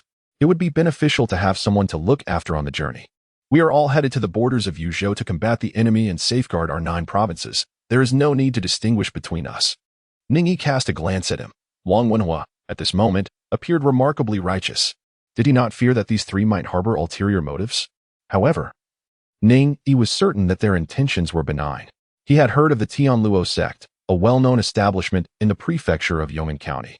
Noticing the way Wang Wenhua gazed at his junior sister, Ning Yi discerned his thoughts, but chose not to refute them. He merely replied with a nonchalant, "As you wish." This implied his consent. Lu Yun's expression brightened with joy. "Senior, might I treat you to this meal?" Ning Yi shook his head, stating that they did not lack money and had no need for his invitation, although the cost of a meal was not exorbitant. The obligation of gratitude was the most challenging to repay, and Ning Yi had no desire to incur any debts of favor. Lu Yun chuckled awkwardly, feeling somewhat embarrassed that his intentions had been perceived, and hastily replied that he and his junior sister would wait downstairs for their esteemed seniors. After exchanging polite farewells with Ning Yi and his companions, they proceeded to the dining area below. The meal concluded swiftly, and Luo Qi-chan, ahead of Wang Wenhua, took out her purse and retrieved a silver note, volunteering to settle the bill. Noticing that Ning Yi and the others were about to depart, Lu Yun and his companions, who had already finished their meal, promptly followed suit. At that moment, Lu Yun's two junior sisters began to comprehend why their senior brother had been so audacious in seeking connections with the disciples of the sacred land. Their journey to the borderlands for martial training was fraught with peril, where life could be in jeopardy at any moment. However, if they could forge relationships with the disciples of the sacred land, they might be fortunate enough to receive aid in critical times. In comparison to their lives, a little pride seemed trivial. As the group exited the tavern, Ning Yi was about to approach Long Nu when suddenly, a foul wind swept through, fierce and unrelenting. Pedestrians on the street staggered and stumbled, some knocked over baskets of produce, while others fell to the ground, and a few, detecting the scent of blood in the air, could not suppress their urge to vomit. Concurrently, a powerful aura loomed over them, and at the far end of the street, a tall figure with a grotesque visage approached with deliberate steps. Du Qingfeng and the others recognized the distinct scent of the demon race and murmured in alarm, "Demon race?" Luo Qingchan's expression turned grave as she pressed her lips together, remarking on the formidable aura, "This demon is likely of the fifth void realm." As her words fell, the countenance of everyone, save for Ning Yi, shifted dramatically. Ning Yi gazed at the robust figure, silently murmuring, "Here it comes." Chapter 61. What realm is Ning Yi in? The five desires obscure the heavens, a sword soaring to immortality. The words of Luo Qingchan startled both Wang Wenhua and the Feng brothers. Lu Yun and his two junior sisters were so astonished they nearly leaped from their spots. They were merely fledgling practitioners of the second Qi manipulation realm, and had never encountered a monster of the fifth realm in their lives. In the Tiansa mansion, a fifth realm entity could easily serve as the commander of a city's garrison, capable of defending a border town. At that moment, Lu Yun inwardly lamented. This monster evidently targeted these disciples of the sacred grounds, not him. Had he known, he would have refrained from engaging with them. He completely overlooked that while the disciples of the sacred grounds were indeed spirited and lofty, they simultaneously became prime targets for such fiendish beings. What shall we do now? Senior brother and junior sisters? Wang Wenhua swallowed hard. Though his expression betrayed fear, he did not speak recklessly. 2 years prior, he had participated in the trials of the demon abyss, confronting life and death. He was no mere weakling. Presently, the most formidable among them were Du Qifeng and Luo Qi-chan, both at the fourth realm, hence he sought their guidance. The Feng brothers chimed in unison, "Senior brother." "Luo junior sister, we shall heed your commands." Luo Qi-chan, catching a glimpse of Ning Yi from the corner of her eye, noticed his calm demeanor and felt her own tension dissipate. Du Qifeng, casting a glance at Luo Qi-chan, pondered her relative youth and potential inexperience, and thus spoke, "Fellow junior brothers and sisters, there is no need for fear. Although this fiend belongs to the fifth realm, their cultivation is driven purely by instinct. Even if they possess some rudimentary techniques, they are far from sophisticated. If we adhere to the teachings of our sect and form a formation to fight, even with a disparity of one realm, we can ensure our safety. We are on the land of Jiuzhou, not far from our sect. If we endure for a while, we will surely receive aid." Du Qingfeng's words greatly bolstered the confidence of Wang Wenhua and the Feng brothers. Indeed, they were not mere ordinary warriors of the martial world. They were disciples of the sacred sect, practicing celestial-level techniques and wielding martial arts prowess. How could they fear a single monster? Ning Yi subtly nodded, appreciating Du Qingfeng's reassuring words meant to bolster their spirits. As Du had articulated, the demon race primarily relied on instinctual cultivation, resulting in rudimentary prowess. Over the years of gradual ascension, the vast majority of demons, when compared to the disciples of the sacred grounds, would stand little chance against them. However, exceptions existed. For those demons with inherited legacies, the scenario would be entirely different. The burly man, Witnessing that the group not only refused to flee, but also seemed intent on battling him, bellowed, "You, dragon, truly disgrace the true dragon lineage by relying on mere humans for protection. Since you bring such shame upon yourself, why not voluntarily surrender your flesh and dragon pearl? This would spare you some agony, allowing us to ascend as true dragons and command the elements at will." Ha ha ha. Ao Ling, proud and quick-tempered, felt a surge of anger at the words uttered by this transformed serpent. Yet she managed to quell her fury, reminding herself to remain composed. Two serpents alone posed little threat. However, she was uncertain if there were further ambushes lurking nearby. It was prudent to feign weakness, pretending her injuries were not yet healed, thereby luring any potential adversaries into the open. Du Chengfeng, Luo Qingchan, and the others appeared bewildered, unable to comprehend the demon's ramblings. What was a true dragon? What did he mean by deceiving them? Surely, this demon must have mistaken them for someone else. If that were the case, engaging in battle with this demon would indeed be a grave miscalculation. Nevertheless, exterminating demons was a responsibility of the sacred grounds, and they had no intention of reasoning with such creatures. After all, one could not engage in rational discourse with monsters. Du Chengfeng positioned himself at the forefront, subtly shielding his disciples, as well as his uncle who, in his recollection, possessed only modest strength. At this moment, Ning Yi pushed through the crowd before him and advanced forward. "Master Uncle, what are you doing? Don't go!" Du Chengfeng exclaimed in surprise, attempting to stop Ning Yi. He grasped Ning Yi's shoulder, only to realize, to his dismay, that with his own strength, he could not hold onto Ning Yi's shoulder. "What's this, lad? Are you eager to meet your demise?" The burly man recognized the approaching youth as the one who had ridden upon the back of the true dragon, indicating an intimate familiarity with it. His spiritual sense swept over, and he discovered he could not ascertain the youth's strength. However, as a member of the demon race, he possessed a unique ability to discern the age of others at a glance. This young rascal is merely 19 years old. How formidable could a mere 19-year-old human be? With this thought, the burly man let out a sinister laugh, a tempest of foul wind swirling around him as he extended his palm, reminiscent of a large fan. "To seize Ning Yi. Then let me first twist off your head and savor the taste of your flesh and blood. Be careful, Master Uncle." Du Chengfeng raised his sword in a bid to assist. Luo Qingchan's expression also turned cold as she grasped the long sword at her waist, her spiritual sense sweeping across, ready to come to his aid. Yet, in the next moment, both of them found their steps frozen, rooted in place. The dragon, transformed into human form, lunged forward, but he merely cast a fleeting glance at his opponent. Those were eyes imbued with youthful clarity, yet tempered by a profound calmness. As the dragon met his gaze, he felt a momentary daze. In that instant, he envisioned himself seizing Ning Yi, devouring him completely, and swiftly dispatching all the disciples of the sacred land. The dragoness, reverting to her true form, lay prostrate, pleading for mercy, yet he paid her no heed, flaying her and feasting upon her flesh and blood. Having acquired the essence of the true dragon, he transformed into a genuine dragon himself, slaying his elder brother and consuming his flesh and blood. He reveled in the sustenance of human blood, flowing downstream from the river of heaven into the sea, leaving the entire dragon clan of the four seas in tears of despair. Ha! What is a true dragon but mere fodder for my appetite? Keep weeping, continue your lamentations. Standing in the grand hall of the dragon palace, beneath him lay dozens of true dragons, begging for their lives, and he laughed heartily, relishing the moment. Suddenly, the flesh of those true dragons withered away, transforming into desiccated bones, their bodies contorted. The wine in his cup echoed with the cries of infants. And the opulent dragon palace vanished into thin air, plunging the creature into an abyss of solitude and darkness. Within the body of the dragon, countless ants seemed to gnaw at him. The dragon's expression turned frantic as he shouted, "What is this? Do not consume me, do not eat me." He witnessed maggots springing forth within him, devouring his flesh and blood, consuming his organs and siphoning his essence. That elongated illusion, to the outside world, appeared as but a fleeting moment.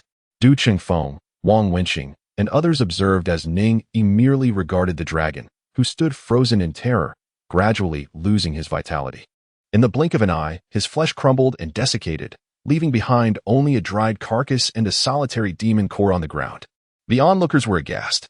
What manner of divine power is this, surpassing even the darkest of sorcery? The ancient love sect has long been extinguished. In this world for a millennium, I have never witnessed the 5 desires shrouding the heavens. Ning Yi, with his unparalleled divine consciousness sweeping across the heavens and the earth, unlocked 3 innate 5-tide divine veins, extending his mental range to an astonishing 28 kilometers. Such a formidable reach could nearly encompass an entire international metropolis in the modern era. The concealed dragon, lurking in the shadows, was effortlessly located by Ning Yi. Glancing back, he noticed Lu Yun with a mundane iron sword hanging at his waist and remarked with a smile, "I shall borrow your sword for a moment." With a mere gesture towards the sword sheathed within its casing, a melodious chime resonated forth. In an instant, this ordinary longsword transformed into a divine weapon, soaring like a radiant rainbow, and became a streak of golden light, cleaving toward the hidden dragon 20 kilometers away. Ning Yi took a step forward, the gentle breeze caressing his face, and he vanished from the sight of the crowd. Lu Yun's mouth fell agape, his expression one of astonishment. What realm is the senior in? And what kind of divine power is at play? Chapter 62. Is he the saint's son of the Dao Sect? Wang Wenhua's mouth also dropped open. Upon witnessing Lu Yun's eyes filled with admiration and shock directed at him, he felt utterly bewildered. What realm? What divine power? How am I to know? Isn't Ning Yi merely a martial arts underachiever? Wang Wenhua vividly recalled that several years ago, during the sect assessment, Ning Yi had only activated a mere handful of meridians. Had it not been for the elder's benevolence in accepting him as a disciple, he would not have qualified to remain in the Dao Sect. Yet, what could this mean? Could it be that Ning Yi is, in fact, a prodigious talent, only recognized by the elder for his hidden potential, thus admitted as a disciple against all odds? Wang Wenhua fell into silence, while Feng Sheng nearly leapt from his seat, exclaiming in disbelief, "No way. Brother Ning. How on earth did Master accomplish that?" Just a single glance from him had caused that monstrous creature to be completely devoured. Does our sect truly possess such extraordinary powers? Feng Zhe, with his earnest demeanor, nodded vigorously, his excitement palpable. Just now, with a mere stare, Master had effortlessly dispatched a 5th-tier monster. Such a creature, from the 5th realm, could not withstand a single gaze. Our sect has such formidable abilities. I must inquire with the Master upon returning and endeavor to learn. Du Chengfeng stood frozen, his throat dry, swallowing hard as he murmured, "Sister, that vanishing ability Master demonstrated earlier, could it possibly be the 5th void realm?" As someone at the 4th level, he was utterly unable to discern Ning Yi's true caliber. Du Chengfeng understood that the 4th realm of spiritual awareness allowed one to cultivate their consciousness. Upon reaching the 5th realm, one could not only traverse the void but also achieve the long-sought dream of flight. Possessing a miraculous ability to traverse vast distances instantaneously within the coverage of their spiritual awareness. The stronger the coverage, the swifter the movement, truly capable of spanning dozens of miles in the blink of an eye. Yet just moments ago, under the scrutiny of his own spiritual search, he had been unable to locate Ning Yi, indicating that the disparity in their levels of spiritual strength was vast indeed. Luo Qichan nodded slightly, her calm demeanor contrasting with the astonishment of others. She had long been aware that Ning Yi was far from ordinary. He had previously guided her in cultivating her powers and had saved numerous disciples' lives within the abyss of demons. However, she had always been perplexed as to why someone with such seemingly mediocre talent could progress so rapidly. It now appeared that Brother Ning was indeed a true genius, and his potential could not be gauged by superficial assessments. In merely 3 years, he had transformed from a novice in martial arts to achieving the 5th void realm, his speed of advancement nothing short of astonishing. Any pride she had felt from reaching the 4th realm dissipated instantly. In comparison to her brother, she realized how far she still had to go. Luo Qingchan pressed her lips together, glancing at the demon core on the ground before summoning it to her hand. She mounted her horse and galloped in a chosen direction. She had been the only one to catch a glimpse of the path Ning Yi had taken. "Sister, wait." The others hastily called, mounting their horses to follow. Wang Wenhua's heart raced as he ruminated on whether he had inadvertently offended Ning Yi. I merely spoke a bit harshly. I didn't truly do anything. Lord Ning, with his vast knowledge and experience, surely would not stoop to my level of understanding, would he? Senior brother? At that moment, the 2 junior sisters of the Tianluo sect gazed at their elder brother, Lu Yun, with excitement in their eyes. Lu Yun promptly exclaimed, "Let us follow as well." He felt immense relief that he had not fled in fear when the 5th-tier monster had appeared. Now, confronted with such a formidable ally, he realized there was no better time to cling to this opportunity. Once the crowd had dispersed, the vendors who had been hiding nearby cautiously emerged from their concealed spots. "Was that not Mr. Ning from Yong'an County?" One murmured. Indeed, it was Mr. Ning. He merely cast a glance at a living person, and in an instant, turned them into a lifeless corpse. How terrifying. It was rumored that Mr. Ning had joined the Dao Sect and become a disciple. Ah, so Mr. Ning is now a disciple of the sacred land. No wonder he is so formidable. I recall there was an elder from the Ingtian Academy who sought to take him as a student, but Mr. Ning declined. What an extraordinary legacy the Ning family possesses. Meanwhile, several kilometers away in the Tongtian River, a black dragon's expression shifted dramatically. This is bad. This black dragon was the elder brother among the two pursuing dragons that had been hunting Aoling. He had manipulated his younger brother into testing the Dragon Maiden's strength, hoping to devise a long-term strategy. However, he did not anticipate that instead of gauging her power, his younger brother would be slain. Though he was stronger, he was not significantly more powerful than his sibling. Now, witnessing the terrifying force pursuing him, he did not hesitate to plunge into the river to escape. Yet, where could he flee? A chilling voice echoed through the air, and even swifter than the sound was a golden streak, transforming into a rainbow as it descended from the heavens. The golden light pierced through the tumultuous waters, shattering the surface and puncturing the scales of the dragon, creating a gaping wound.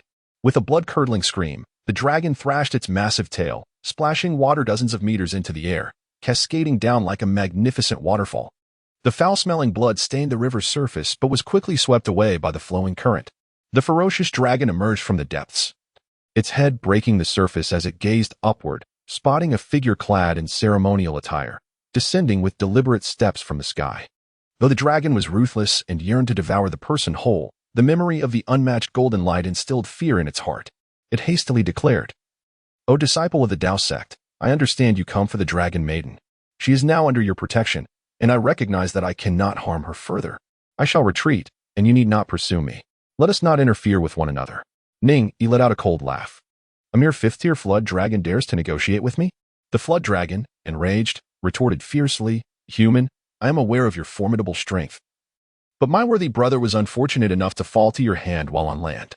I, the flood dragon, excel in aquatic warfare. And now that I am within the depths of the Tongtian River, no matter how great your abilities, you shall find yourself at my mercy. Let us show each other some respect and part ways. Should you insist on a confrontation, beware of being drowned in these waters." Ning Yi could not help but chuckle. "You, O dragon, appear to be frightened. If you were to relinquish the demon core, I might spare your life." Seeking death, the dragon roared, unable to contain its fury. The loss of the demon core meant a complete forfeiture of its powers, rendering its existence equivalent to death. With a massive tail, the dragon summoned torrents of water from the river, propelling them skyward. Mastery over water was its forte, and shielded by this deluge, it doubted that Ning Yi's sword light could inflict any harm upon it. As the colossal tail, laden with the raging river, came crashing down, Ning Yi neither dodged nor evaded. Instead, he suddenly formed a divine seal with his hands. In the face of the dragon's astonishment, its water manipulation technique was abruptly shattered. Despite the dragon's innate abilities, it was as fragile as a mere clay bird before Ning Yi's ninth layer of heaven, northern water overturning technique, crumbling at the slightest touch. The sword light flickered, a brilliant golden radiance erupted, and the dragon felt a sharp pain in its tail, astonishingly. Ning Yi severed its entire tail with an ordinary mortal sword. Putrid blood erupted like a fountain, and the excruciating agony compelled the dragon to wail in anguish. Suddenly, its eyes were pierced with pain, and in horror, it beheld the figure suspended in the air, where the golden light multiplied from 1 to 2. Then from 2 to 4, and subsequently to an infinite multitude, as thousands upon thousands of golden sword beams arrayed in the sky. With a deft flick of his fingers, he invoked the sword technique known as the Easy Hand, directing it towards the flood dragon. The moment his intention took form, a myriad of swords surged forth, poised to cleave the creature into a sanguine mist.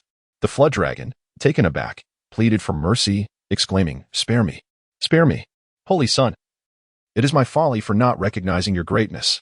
This disciple of the sect, barely in his 20s, wielded such extraordinary power. Who but the Holy Son of the Dao Sect could possess such prowess? Chapter 63. Spare the Holy Son. Spare the Holy Son. Spare the Holy Son. The black flood dragon floated upon the surface of the celestial river, repeatedly bowing in desperation, his voice trembling with fear. He silently rejoiced at his wise brother's lack of wit, for he had cunningly chosen to test the waters first, inadvertently uncovering the peril. Had he and his wise brother ventured ashore together, they would likely have met their demise at the hands of the Holy Son before them, leaving no remnants of their essence behind. The black flood dragon dared not abandon the celestial river, fully aware that it was his sole sanctuary for survival. The Dragon Maiden's companionship with the Holy Sun could not be mere coincidence. Could it be that she had forged an alliance with the Dao Sect? If that were indeed the case, his ambitions would be rendered futile. For now, his priority was to devise a means of preserving his life. Ning Yi hovered in the air, adorned with myriad golden rays. One hand rested behind him, while the other was poised in a pointed gesture resembling a sword. I inquired. And he responded, should there be even the slightest hesitation, the same day next year shall mark your day of reckoning. Ning Yi spoke with a measured cadence, his gaze calm as he fixed his eyes upon the dark river below. In the distance, numerous merchant vessels traversed the Tongtian River, and upon witnessing the scene, they hastily brought their ships to a halt. It is a Jiao dragon. Quickly, stop the ship, cried the crew at the bow, their voices hoarse with urgency. How could there be a Jiao dragon in this stretch of the Tongtian River? Everyone, exercise caution. It is said that Jiao dragons are ferocious and will ambush passing vessels. Those wild Jiao dragons might even conjure raging waves that could engulf cities. Are there any monsters devoid of savagery? Who is that person in the sky? The golden radiance is blinding. My eyes feel as though they may be scorched. To float in midair, what martial arts master could this be? Everyone, take care, and let this esteemed individual vanquish the malevolent Jiao first. The voices from the ship reached both Ning Yi and the Jiao dragon, yet neither paid them any heed. The Jiao dragon, with a tone of flattery, inquired, Holy Sun, may I ask, I am at your service. Who sent you to pursue Miss Ao Ling? In response, the Holy Sun, I was dispatched by the true dragon clan of the West Sea to hunt the princess of the East Sea Dragon Palace. The Black Jiao, fearing that his words might lack sufficient detail, quickly added, my brother and I were secretly cultivating in the land of Jiuzhou, having committed no heinous acts. One day, a demon from the West Sea approached us, presenting this dragon slayer dagger, claiming that a true dragon had been grievously injured and instructing us to slay it. With all spoils belonging to us, my brother and I, blinded by greed, sought to transform from Jiao to dragon, thus pursuing the princess. Had we known of the close ties between the Holy Sun and the princess, even with the courage of a true dragon, we would not have dared. His words flowed without hesitation, for they were the unembellished truth, requiring no contemplation. Ning Yi inquired, apart from you, are there others pursuing Ao Ling? Have the Western Sea Dragon Clan dispatched any additional experts? The Black Flood Dragon hesitated momentarily, feeling Ning Yi's piercing gaze upon him, and quickly responded, I truly do not know. In retrospect, we have merely been pawns of the Western Sea Dragon Clan, sent to probe the princess. The Black Flood Dragon, astute as he was, had long suspected that the Western Sea Dragon Clan harbored ulterior motives, using them as cannon fodder. Yet, the allure of potential rewards was too great for a creature of his kind, known for their insatiable desires and greed, even aware of the peril to his life. He remained willing to proceed. Moreover, the Black Flood Dragon considered that, as the vanguard for the Western Sea Dragon Clan, he could cleverly persuade his younger brother to take the initial risk, significantly reducing the danger he himself faced. This Black Flood Dragon does not belong to the Western Sea Dragon Palace. He likely possesses very limited knowledge. As Ning Yi pondered, he realized that ignorance rendered his thoughts futile. Meanwhile, the Black Dragon was filled with elation. An opportunity had presented itself. Without a moment's hesitation, it plunged directly into the depths of the Tongtian River. The dragon was well aware that Ning Yi would not let it escape. Just as it would show no mercy if it captured a human, regardless of their pleas for mercy, it sought to lower Ning Yi's guard with its feigned honesty, hoping to find a chance to flee. Activating its innate powers, the dragon summoned towering waves that surged toward Ning Yi. Its intention was not to eliminate Ning Yi with this maneuver, but rather to create a momentary distraction, granting itself a chance to escape. As long as it could dive deeper into the Tongtian River, slipping away into the depths, eluding capture would become increasingly difficult. I hope the esteemed figure behind this Holy Sun, belonging to the Dao Sect, observes that there is no imminent danger to his life and refrains from intervening. The Black Dragon had lived in the land of Jiuzhou for an extended period, possessing ample knowledge of the Holy Lands. It understood that prodigies like Ning Yi invariably had formidable protectors shadowing them during their journeys outside the sect. The Holy Lands were not naive. They understood the risks of dispatching their unparalleled talents into the world. Knowing that the demon clans might not adhere to the rules of engagement and could easily send experts to ambush and assassinate them. As such, both the demon and human prodigies were subject to unspoken rules. These powerful figures typically refrained from direct involvement unless absolutely necessary. However, if a chance arose, they would certainly seize the opportunity to eliminate the opposing prodigy. Yet, in pursuit of cultivating their skills, these formidable individuals would mostly observe from the sidelines, intervening only when absolutely warranted. It was reminiscent of the ancient legacy of the Emotion Sect, where Su Peinan, the candidate Holy Son, had a protector in the form of the destined Shin Nu. But who could have foreseen that Su Peinan, blinded by desire, would offend his protector and ultimately meet his demise? It is evident that the dragon intends to flee. He chuckles softly, sweeping his left hand across his sleeve. Part, he commands, his mouth containing the essence of the heavens. To the astonishment of merchants and fishermen in the distance, the vast river, spanning dozens of miles and renowned as the mightiest river of the 9 provinces, abruptly ceases its flow, parting to reveal the riverbed beneath. The torrents of water on either side surge forth like the Milky Way descending from the heavens, forming cascades that envelop the earth. This is the formidable power of the 9th heaven's divine ability. The dragon feels a sudden alleviation of pressure surrounding him, and to his bewilderment, he finds himself suspended in midair, detached from the river. Just as he momentarily pauses in shock, countless strands of golden sword energy descend from the sky, falling like a delicate rain, incessantly pouring down, akin to meteors from beyond the cosmos, arriving in an instant. A cry of anguish escapes the black dragon as countless beams of golden light pierce through his elongated form, riddling his body with an array of holes.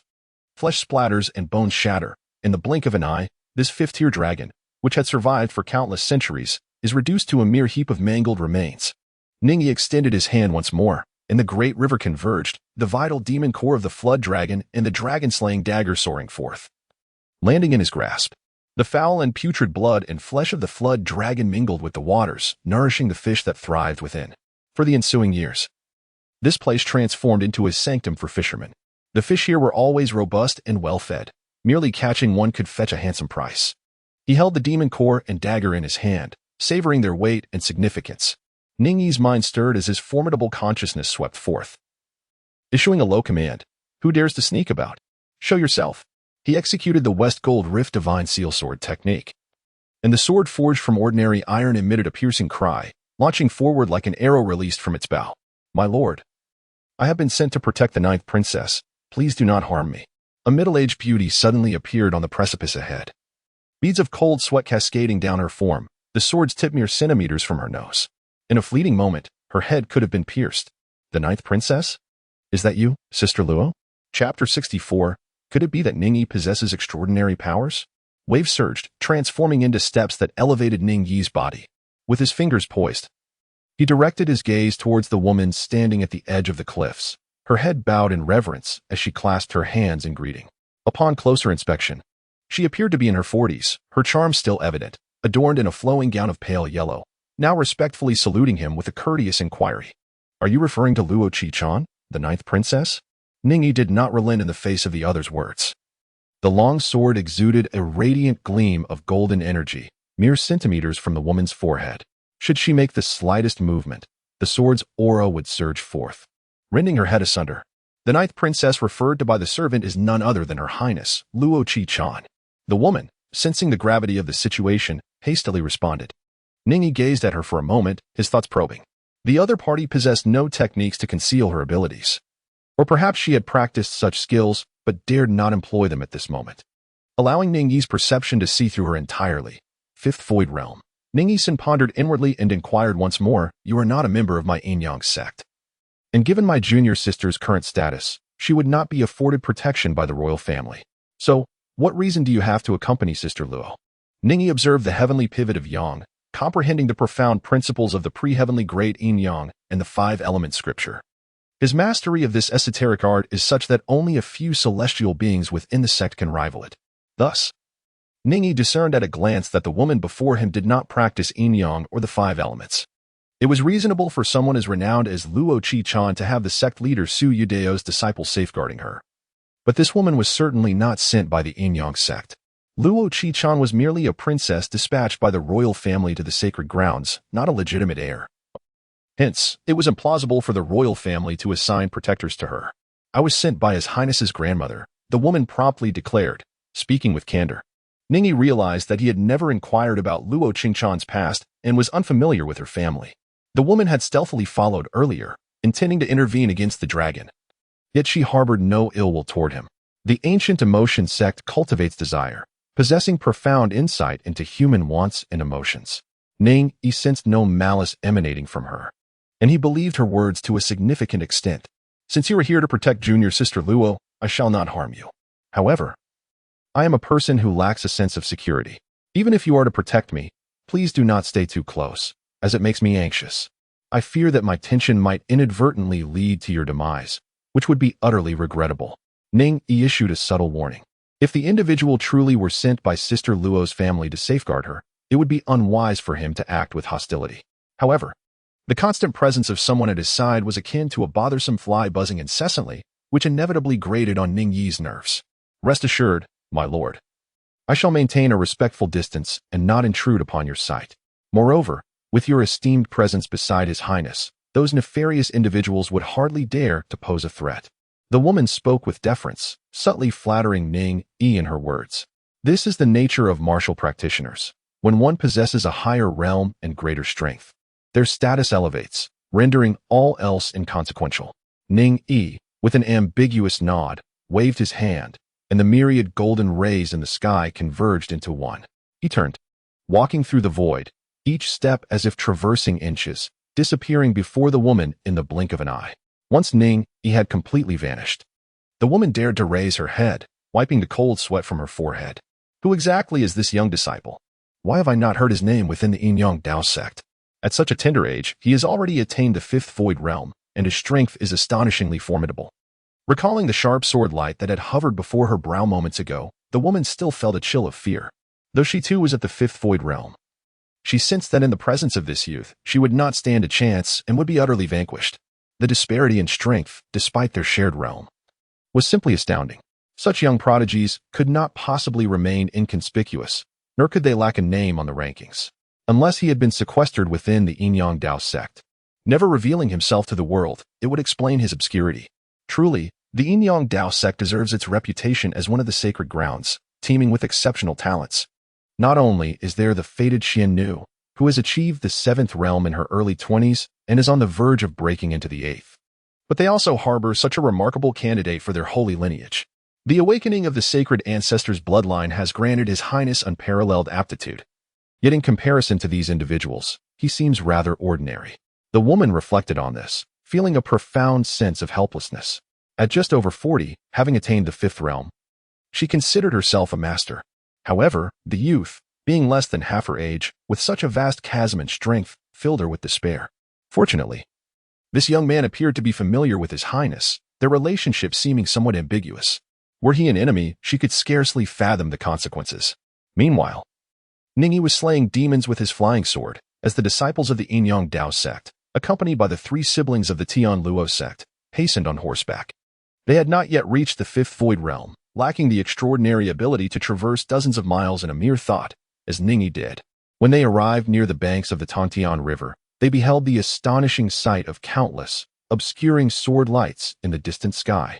An uncountable number of sword rays stretched across the heavens, akin to a great sun casting its brilliance upon the earth, with the aura of metal permeating the atmosphere. Even from a distance, they felt a chill run through them, and their horses stubbornly refused to advance. That must be our master uncle, Feng Xing exclaimed. Spotting a figure standing in the void high above, his cousin, Feng Zhe, nodded vigorously, his expression brimming with excitement. Wang Wenhua swallowed hard, astonished. Is that the Shijin split abyss technique? Indeed, it is the Shijin split abyss technique, Luo Qingchan replied, rarely engaging in conversation. Her enchanting eyes gazed upon the boundless sword light in the sky, shimmering with unspoken thoughts. What layer of the Shijin split abyss technique is this? Senior brother and junior sister? Wang Wenhua asked, his voice trembling. Luo Qingchan hesitated for a moment before shaking her head. Though she specialized in the Shijin split abyss technique and had reached a considerable level, the divine power of myriad swords converging before her remained inscrutable. Du Chengfeng also shook his head in confusion, murmuring, in any case, this realm is undoubtedly above the seventh layer. Above the seventh layer? The Feng brothers and Wang Wenhua gasped in astonishment. Ning Yi's rapid advancement in martial arts is somewhat understandable. Yet the astonishing swiftness of his mastery over divine abilities raises profound questions. What extraordinary insight and relentless dedication must he possess to achieve such remarkable feats in merely 3 years? Luo Qi-chan pondered further. Back in the demon abyss, Ning Yi had demonstrated the formidable southern fire burning path technique, indicative of his substantial prowess. A peculiar thought crossed her mind. Could it be that senior brother Ning had attained the supreme divine ability of the Yin-Yang Dao Sect, mastering the 5-element cycle? No. That is utterly implausible. Luo Qi-chan shook her head, dismissing her own musings. Such divine abilities are seldom mastered, even within the sect, including the sect leader. Since the inception of the Dao Sect, the number of individuals capable of such mastery is limited. No matter how exceptional her senior brother might be, it is inconceivable that he could learn the most lethal divine ability of the Yin-Yang Dao Sect at the 5th realm. As the group was engulfed in their speculative thoughts, a radiant glow flickered before them, and Ning Yi appeared. Chapter 65, The Establishment of the Ancestral Shrine, a name to be remembered forever. Dressed in an elegant azure robe that flowed gracefully, the handsome youth carried an ancient zither on his back, emerging amidst the ethereal glow before them. Master Uncle, Du Feng, Wang Wenhua, and the Feng brothers hurriedly approached to pay their respects. Previously, they had addressed him as Master Uncle due to the generational hierarchy, albeit with a hint of awkwardness. However, this time, their reverence was sincere and heartfelt. In the realm of martial arts, regardless of seniority, strength ultimately dictates respect. When faced with a formidable opponent, one cannot rely solely on age. After all, the youth can be merciless and overpowering. They refrained from inquiring why Ning Yi had concealed his prowess, responding instead with respectful demeanor. Du Feng gazed at Ning Yi with a complex mixture of emotions, reflecting on his own past misconceptions. His gentle nature had prevented him from looking down upon Ning Yi despite the latter's previously perceived lack of talent. Now, it became evident that he had underestimated Ning Yi's extraordinary potential, which only the likes of his master uncle could truly recognize and nurture. At just 19, Ning Yi had reached the 5th void realm, a feat that within the Yin-Yang Dao Sect could only be rivaled by Chun Mo Yuan, who also resided on Kangwu Peak. However, the divine techniques exhibited by Ning Yi surpassed even those of Chun Mo Yuan in Du Feng's mind. The upcoming Saint Sun ceremony promised to be intriguing. Amidst his contemplations, Du Feng's resolve to adhere to his guiding principle of kindness to others solidified. Master Uncle, is this truly the 5th void realm you have attained? Feng Sheng exclaimed, bursting forth with excitement, scratching his head in disbelief. His cousin, Feng Zhe, wore a simple, foolish grin, echoing the sentiment. Ning Yi slightly nodded, offering no denial. To deny would hold no significance. He had already showcased his prowess before the crowd. To refute it now would only appear hypocritical. Feng Sheng exclaimed with enthusiasm, "How splendid! With our esteemed uncle, a master of the 5th realm, accompanying us, alongside senior brother Du and junior sister Luo, both of the 4th realm, our safety during this sect trial is significantly enhanced. If we encounter danger in Yuzhou, we hope our uncle might lend us a hand. The human race has endured years of warfare against the demon clan, resulting in countless martial practitioners perishing annually, even among the disciples of the sacred grounds. Having skilled experts by their side instills a sense of calm and confidence, especially considering their trial would take place in a small border town of Yuzhou, where the city's defense general is merely of the 5th realm.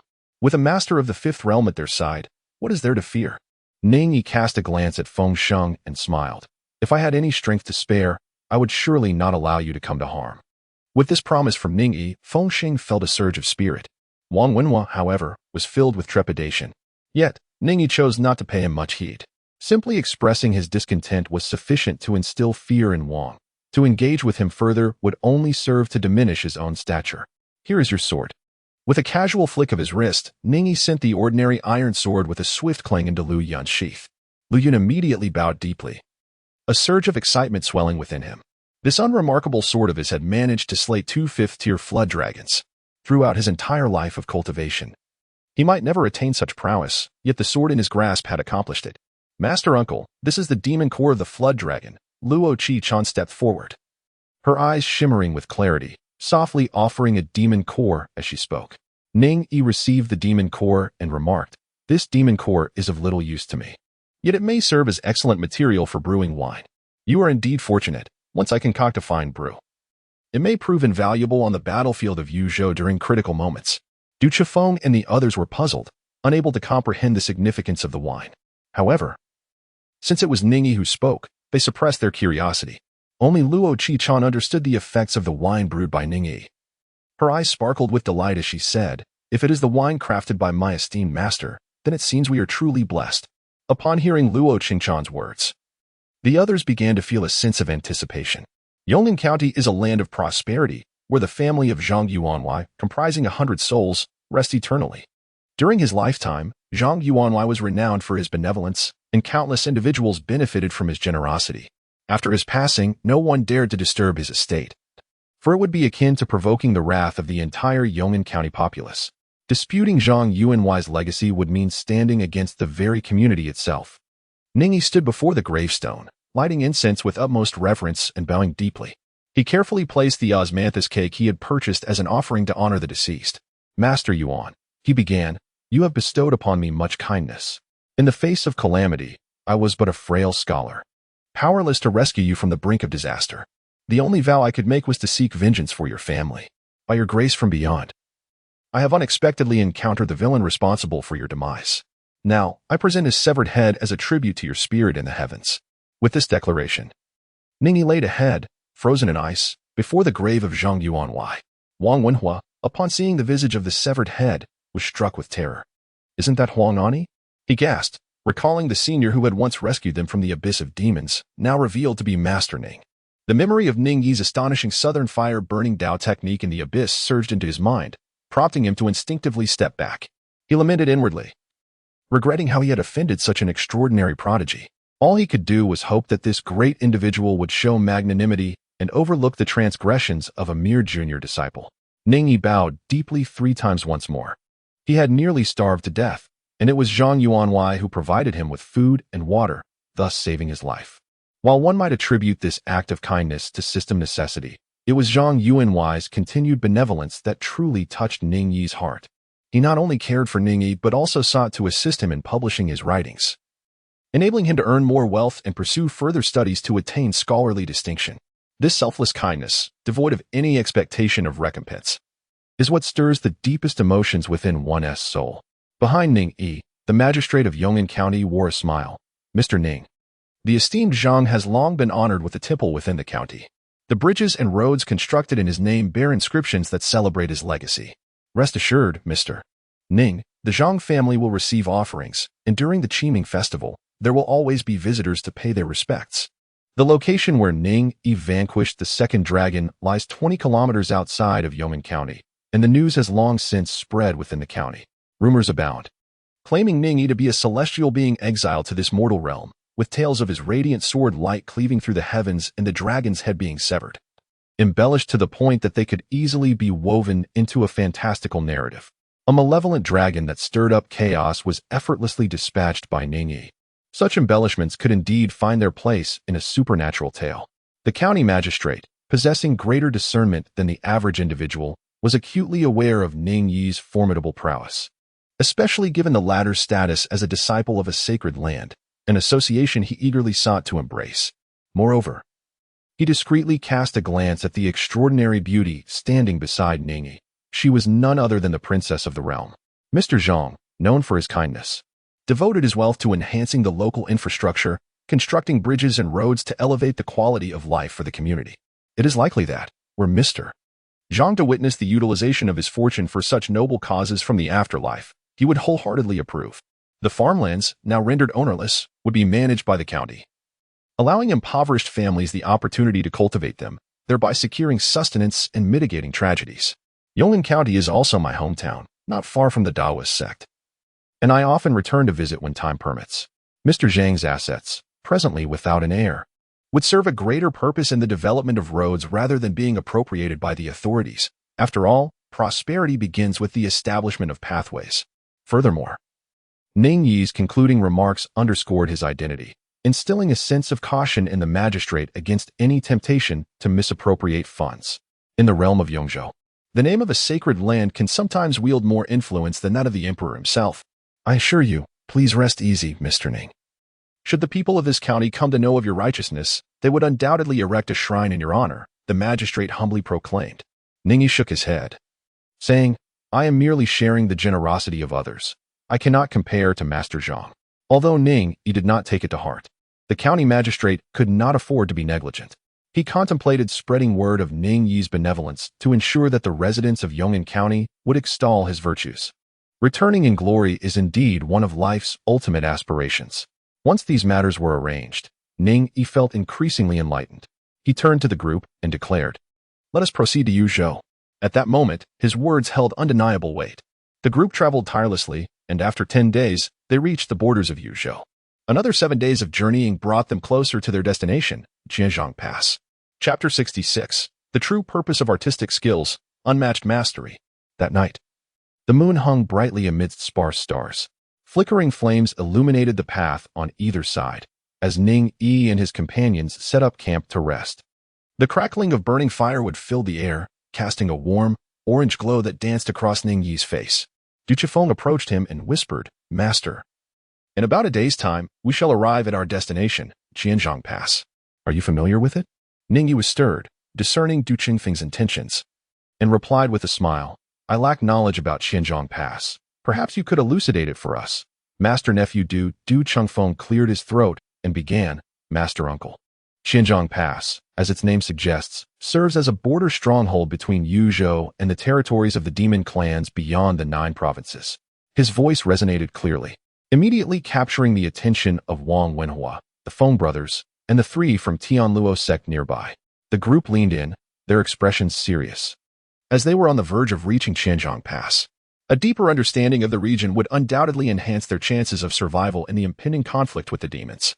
The landscape here is characterized by a series of rugged mountains and intricate terrain. Our Great Zhou and the Demon Court occupy numerous obstacles, making the area perilous and impassable for large armies.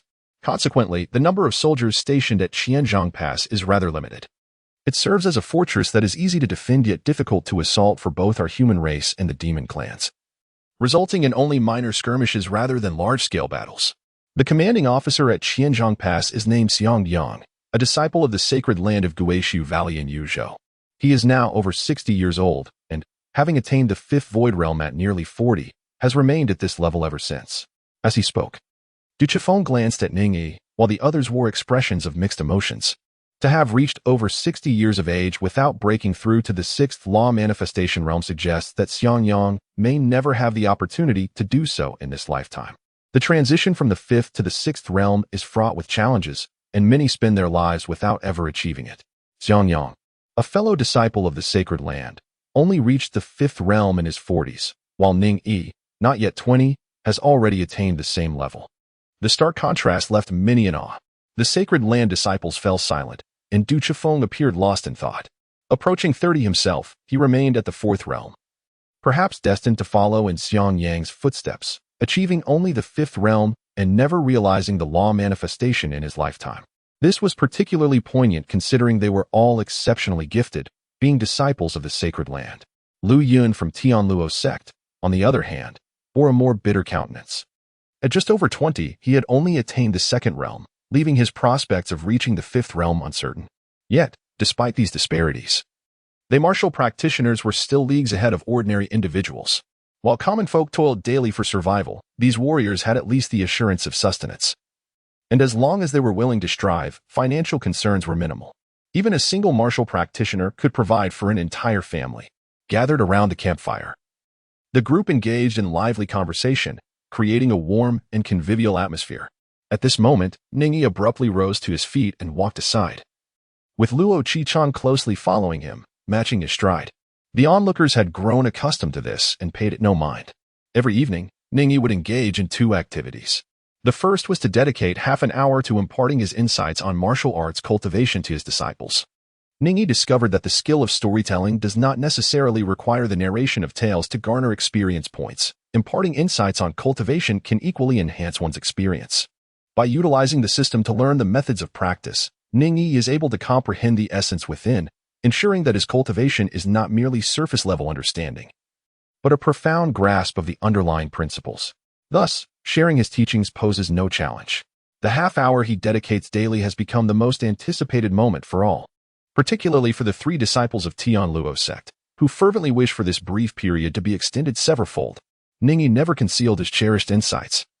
He would not shy away from sharing his cultivation experiences with the trio. Apart from withholding the secrets of the Yin Yang Dao Sect's techniques and divine abilities. He willingly addressed the inquiries posed by Lu Yun and his companions. Opportunities to receive guidance from a venerable figure of the Holy Land were rare, and thus the three were enraptured. Beyond imparting wisdom, Ning Yi devoted an additional half an hour each evening to practicing the Guqin. This time, it was not Ning Yi teaching others, but rather Luo Qingchan who instructed him, with Luo Qingchan, who possessed the heart of the supreme sage, personally guiding him. Ning Yi's proficiency in the art of the Guqin began to ascend rapidly. His eagerness to practice daily intensified, striving to elevate this skill to level 5. The melodies flowed through the night like a babbling brook, and the murmurs of conversation around the campfire unconsciously softened as everyone leaned in to listen. The sisters Chai Xin and Chao Ying from the Tian Luo sect frequently cast furtive glances towards Ning Yi, their eyes betraying admiration. They had come to realize that this youth, referred to as Shu by the disciples of the Holy Land, was merely 19 years of age. With his handsome visage, amiable demeanor, formidable martial prowess, and mastery of the Guqin, he epitomized the dream lover for countless women. Yet, both sisters concealed their emotions, ensuring that no one else noticed their infatuation. They were acutely aware that in Ning Yi's presence, they were mere ugly ducklings, unlikely to capture his attention. Moreover, a white swan always accompanied Ning Yi. Luo Qingchan, like a protective mother, subtly prevented Chai Xin and Chao Ying from engaging with him, exchanging knowing glances. The sisters acknowledged each other's thoughts and redirected their focus to Wang Wenhua, who was vying for their attention. Compared to the distant allure of Ning Yi, this disciple of the Holy Land was certainly more approachable. "Brother, you should really stop clutching that wine jug all day. No one is going to steal it," Feng Sheng remarked, casting a disapproving look at his cousin Feng Zhe, who was seated by the fire with the jug in hand. Feng Zhe grinned sheepishly, scratching his head. "Brother, the wine brewed by Shu is simply exquisite. Even if it's delicious, you shouldn't indulge in it secretly. That wine is a life-saving elixir." Feng Sheng admonished his younger cousin. I know. I want to drink it without permission," Feng Zhe replied, a hint of innocence in his tone. This wine was crafted by Ning Yi using the demon cores of 2 dragon serpents, combined with the Azure Dragon Estu technique. It was a genuine healing elixir, capable of mending physical and spiritual wounds for those below the 5th realm, as long as they still drew breath. However, this elixir held no benefit for Ning Yi himself. Once brewed, he distributed it among everyone as a means of survival. In essence, Ning Yi had bestowed upon them a chance at life, and all were profoundly grateful, astounded by his remarkable abilities. As Ning Yi's artistic skills flourished, he sensed a deeper, enigmatic function within these talents. For instance, the wine he brewed was far superior to that made by Li Qingyang, becoming a coveted panacea that left Li Qingyang astounded. Similarly, during his lectures, Ning Yi observed that those who listened to him grasped martial concepts at an accelerated pace, leading him to speculate that with further mastery of his storytelling skills, he could impart wisdom akin to an enlightening epiphany. This method was indeed the finest way to cultivate disciples, with sufficient skill in storytelling. He could become the most formidable teacher in existence. After concluding his Guqin practice, Ning Yi gazed at his 77 wish points and contemplated, System. I wish to make a wish. Chapter 67. Another wish, the manifestation of blood essence. I wish to advance to the 6th law manifestation realm. The host's wish points are insufficient. This wish cannot be fulfilled. I wish to attain the minor realm of manifestation of blood essence. This wish requires 48 wish points. Do you wish to proceed? Upon receiving the notification, Ning Yi felt a jolt of surprise. Indeed, since leaving the sect, he had encountered opportunities to fulfill his wishes. While within the sect, he had continuously made wishes but had never succeeded. Transitioning from the 4th to the 5th realm required over 40 wish points. Now, ascending from the 5th to the 6th realm, an essential juncture in martial arts, would undoubtedly demand a significant amount of wish points. This was the very reason Ning Yi had chosen to leave the sect, to embark on a journey of exploration and trial. Hoping to experiment with his wish-making abilities in various locations and perhaps engage with pivotal events that could facilitate his advancement. The transition from the 5th to the 6th realm no longer adhered to the previous 9 levels, but was instead delineated by 2 minor realms: manifestation of blood essence and understanding of the Tao. The name itself suggested that to ascend to the 6th law manifestation realm, profound understanding was paramount. The former minor realm, manifestation of blood essence, was considerably easier to achieve. After some reflection, Ning Yi refrained from making his wish immediately and declared, I wish for the conspiracy of Qinshan and Qin Moyer to be exposed. leading to their disgrace. Simply eliminating the father and son duo would not suffice to quell Ning Yi's resentment. He desired their utter ruin. To reveal to the world that Qin Moyer was no prodigy, but a mere waste who relied on usurping the blood essence of the sacred ancestors to maintain his position. Previously, Ning Yi had contemplated making this wish. However, at that time, he lacked sufficient wish points and was too weak to enact it, even if he made the wish. What would it matter?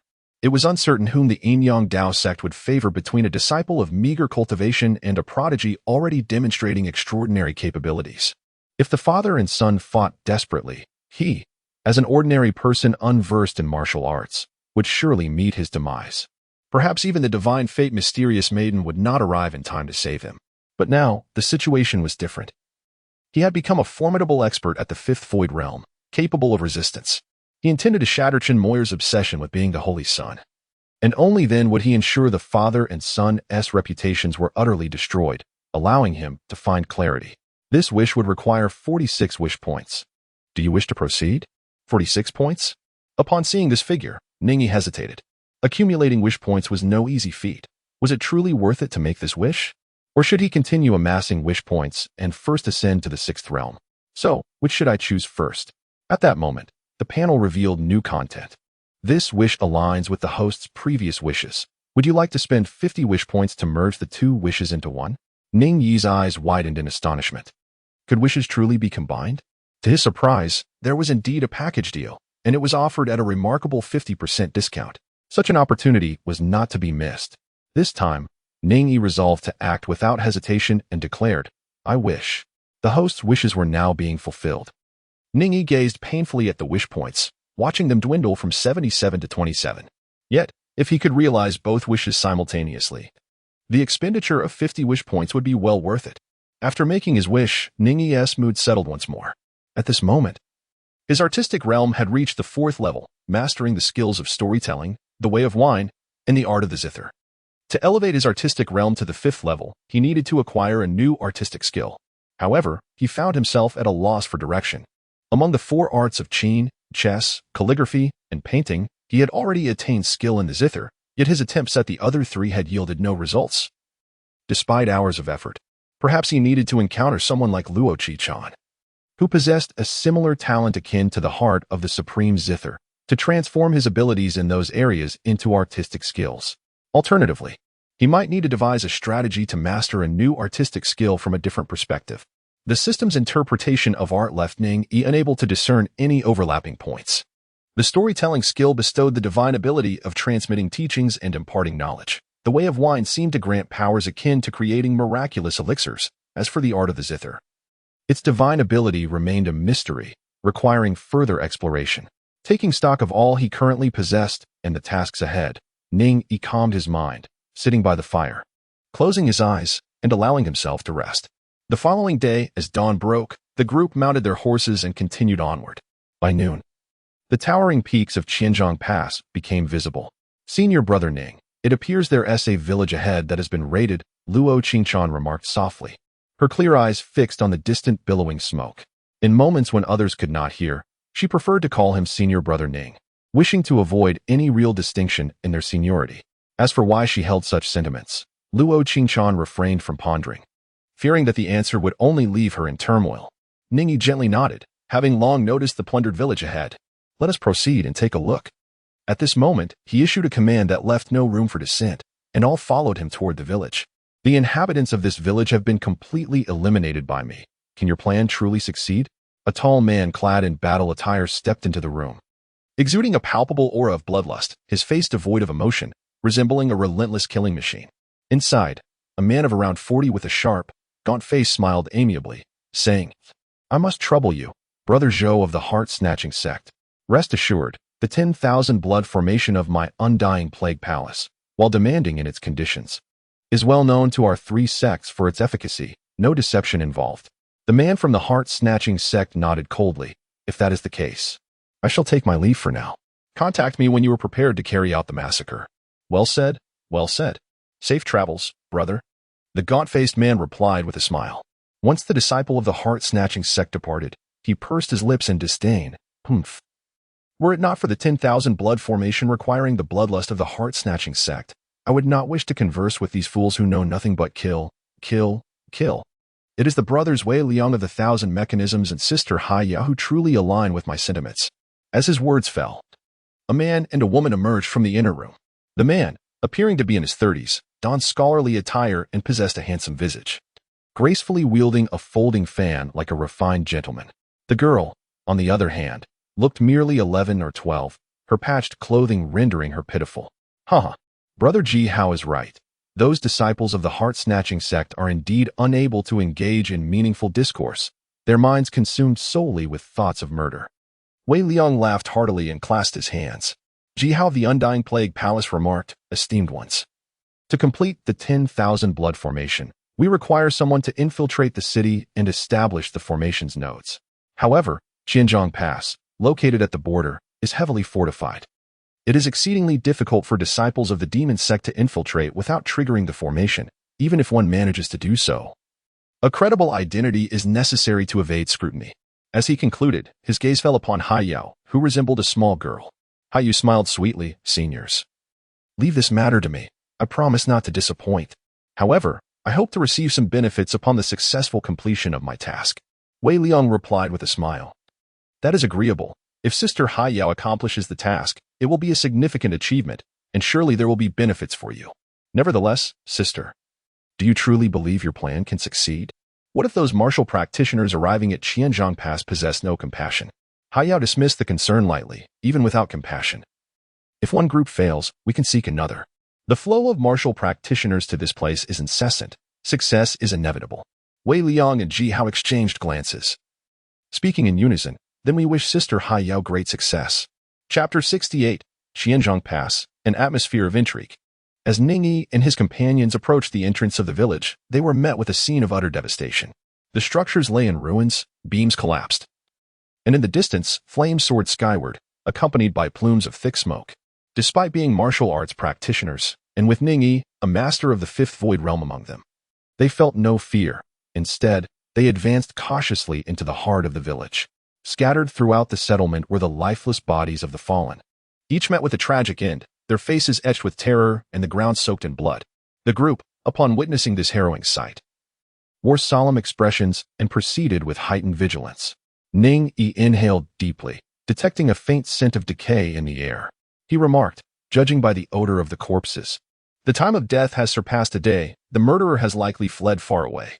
Feng Sheng gritted his teeth in fury, exclaiming, who could have slaughtered every single villager? They had just circled the village, discovering over 300 bodies, which indicated that the entire populace had been exterminated. Luo Qingshan, donned in ceremonial attire, remained unfazed by the stench of death and pools of blood surrounding her. She meticulously examined each corpse and stated softly, the wounds suggest that this is not the work of a monster, but rather of a human. Ning Yi nodded in agreement with Luo Qingshan's words. At that moment, Ning Yi, Luo Qingshan, and Du Chifeng exchanged glances. All three possessed cultivation levels above the fourth divine mind realm and had sensed the presence of living souls within the village through their spiritual awareness. Without needing Ning Yi's assistance, Du Changfeng stepped forward, sweeping aside debris and rubble with a mere wave of his arm. Do not harm Yaoer, do not harm Yaoer, she has been good. Her parents always praised her for being well-behaved. From the crevices of the ruins, the plaintive cries of a little girl emerged. As they focused their attention, they beheld a small girl, clad in tattered rags, her face soot-stained, hair dry and brittle, and her frail form curled up in fear. She widened her innocent eyes, and upon spotting Ning Yi and the others, she burst into tears, trembling with terror. The pitiful sight of the girl stirred maternal instincts in Chai Xine and Xiaoying from Tianluo sect, prompting them to approach and console her. Little sister, do not be afraid, we are not villains. With their gentle reassurances, the terrified girl gradually quieted, still curled up and gazing at them with trepidation, sniffling softly. Little sister, could you tell us what transpired here? Chai Xine and Xiaoying inquired. The girl wept once more, my father and mother are gone. They were killed by bad people. Through her fragmented account, the group learned of the tragic events that had unfolded here a day prior. The girl's name was Hai Yao, a child from a farming family in the village. Despite the villagers' arduous existence, they managed to survive until a band of robbers descended upon them, burning, killing, and pillaging, leaving no one alive. By sheer luck, Hai Yao had hidden away and escaped the marauders' notice, thus evading disaster. As the girl recounted her tale, indignation swelled among the group. Yet Ning Yi's brow furrowed slightly in contemplation. Luo Qi-chan, seemingly indifferent to the plight of the little girl and the village's tragedy, remained focused on Ning Yi. Noticing his furrowed brow, she promptly communicated through their spiritual connection, "Senior brother Ning, is there something amiss here?" Luo junior sister, did you observe the wounds on the bodies we encountered earlier? Ning Yi replied similarly through their mental exchange.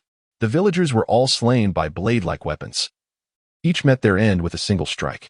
Luo Qing-chan responded softly, her heart heavy with sorrow upon witnessing the devastation in the village. However, having grown up in the palace, she had learned to conceal her emotions, appearing cold and devoid of sympathy to others. Ning Yi Dao, this is the crux of the matter. The wounds inflicted by the blade were all fatal strikes, a feat not within the capability of an ordinary bandit. Moreover, upon closer inspection of the footprints here, one would discern that the number of assailants is indeed limited, perhaps no more than a few, rather than the multitude described by the young girl. Furthermore, Sister Luo, are you aware of the considerable distance that remains from here to Qianzhong Pass? Hearing Ning Yi's words, Luo Qingchan's expression turned stern. She remarked, yesterday, Senior brother Du mentioned that the journey from here to Qianzhong Pass would take no more than 1 or 2 hours. Ning Yi nodded lightly, as you can see. This place is in such close proximity to the Qianzhong Pass, which is guarded by the Tiansim Mansion. It would not be surprising if demon clans stealthily infiltrated the Great Zhou territory and slaughtered the villagers. However, the commander stationed at Qianzhong Pass, General Xiang Yang, is a seasoned veteran. How could he possibly allow nearby bandits to go unchecked, permitting them to pillage and wreak havoc? Luo Qi-chan gasped in shock. Are you suggesting, Senior brother, that this young girl is deceiving us? Ning Yi furrowed her brows and spoke. She is deceiving us, yet the reason behind her deception remains unclear.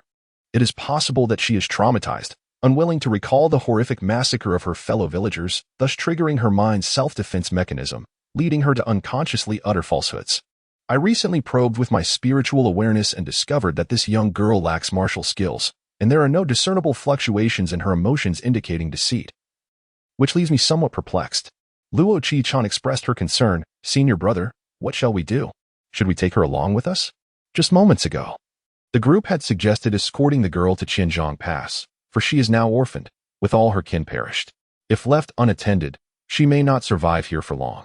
However, the others hesitated to make a unilateral decision and turned their gazes towards Ning Yi, awaiting his judgment. Ning Yi cast a deep glance at the little girl, named Haiyao. The pitiful child curled up, voraciously devouring the rations provided by Du Qingfeng. Her insatiable manner of eating evoked a sense of compassion. Du Qingfeng gently reassured her not to rush and choke, reminding her that there was plenty of food available. In every aspect, emotion, expression, and behavior, she epitomized an ordinary child who had just endured the harrowing tragedy of a massacre that annihilated her village and kin. After a moment of contemplation, Ning Yi said, "We are not far from Qianzhong Pass. Let us take her with us. Once we arrive at the pass, we can find a suitable place for her." The others, seeing that Ning Yi could not bear to abandon the poor young girl, felt a sense of relief. "Thank you, elder brother and sister," the little girl said timidly, having possibly sensed that the group meant her no harm, her head bowed in shyness. Luo Qin-chan looked at Ning Yi with confusion, pondering why he chose to bring the girl along despite his concerns regarding her circumstances. Ning Yi elucidated. "If my conjecture proves erroneous and we abandon this little girl here, she shall undoubtedly meet an innocent and tragic demise. Conversely, should she indeed harbor issues, it is directed towards us. Rather than allowing the enemy to remain concealed, it would be prudent to keep her close, in the light of day. Luo Shimi, I implore you not to disclose this matter to others, lest we inadvertently expose ourselves and arouse the suspicions of potential adversaries. However, I surmise that Brother Du has likely sensed the anomaly as well. His temperament is composed, and his experience vast. He is probably also engaged in a performance of sorts." Luo Qi-chan then understood, nodding gently. Qi-chan comprehends. With matters settled here, the group swiftly arrived at Qianzhong Pass. As disciples of the Yinyang Dao Sect, one of the sacred places, they bore the Taoist tokens, and the commanding officer, Xiang Yang, personally received them. He was a robust elder, well past his 60th year, his face marred by scars that spoke of countless battles. Xiang Yang, embodying the demeanor of a soldier, addressed Ning Yi and his companions without preamble. "I shall dispense with superfluous words. Every few years, the major sacred places send individuals to Qianzhong Pass for training. You must be weary from your journey. Rest for 2 days, and I shall assign you tasks to fulfill. Should you perform commendably, I will personally draft a letter for you to present upon your return. With that, he excused them under the pretext of pressing military duties, directing them to a nearby inn for respite. As a general of the Tiansong Prefecture and a disciple of the sacred Guishu Valley, coupled with his esteemed lineage and mastery in the Fifth Void Realm, Xiong Yang treated the disciples of the sacred places with remarkable ease. In terms of status, he held the highest position within Qianzhong Pass. Seeing Ning Yi remain silent, Du Chifeng stepped forward to inform Xiong Yang of the massacre in the village. Xiong Yang furrowed his brow and replied, I am aware of the situation, and I shall send someone to investigate. You may take the little girl with you for now. I will arrange for her accommodation when I have the opportunity. Observing his demeanor, the others felt no cause for concern and took their leave. Ning Yi felt increasingly uneasy, as if he were ensnared in a tightening web. This situation was profoundly troubling, alarmingly so.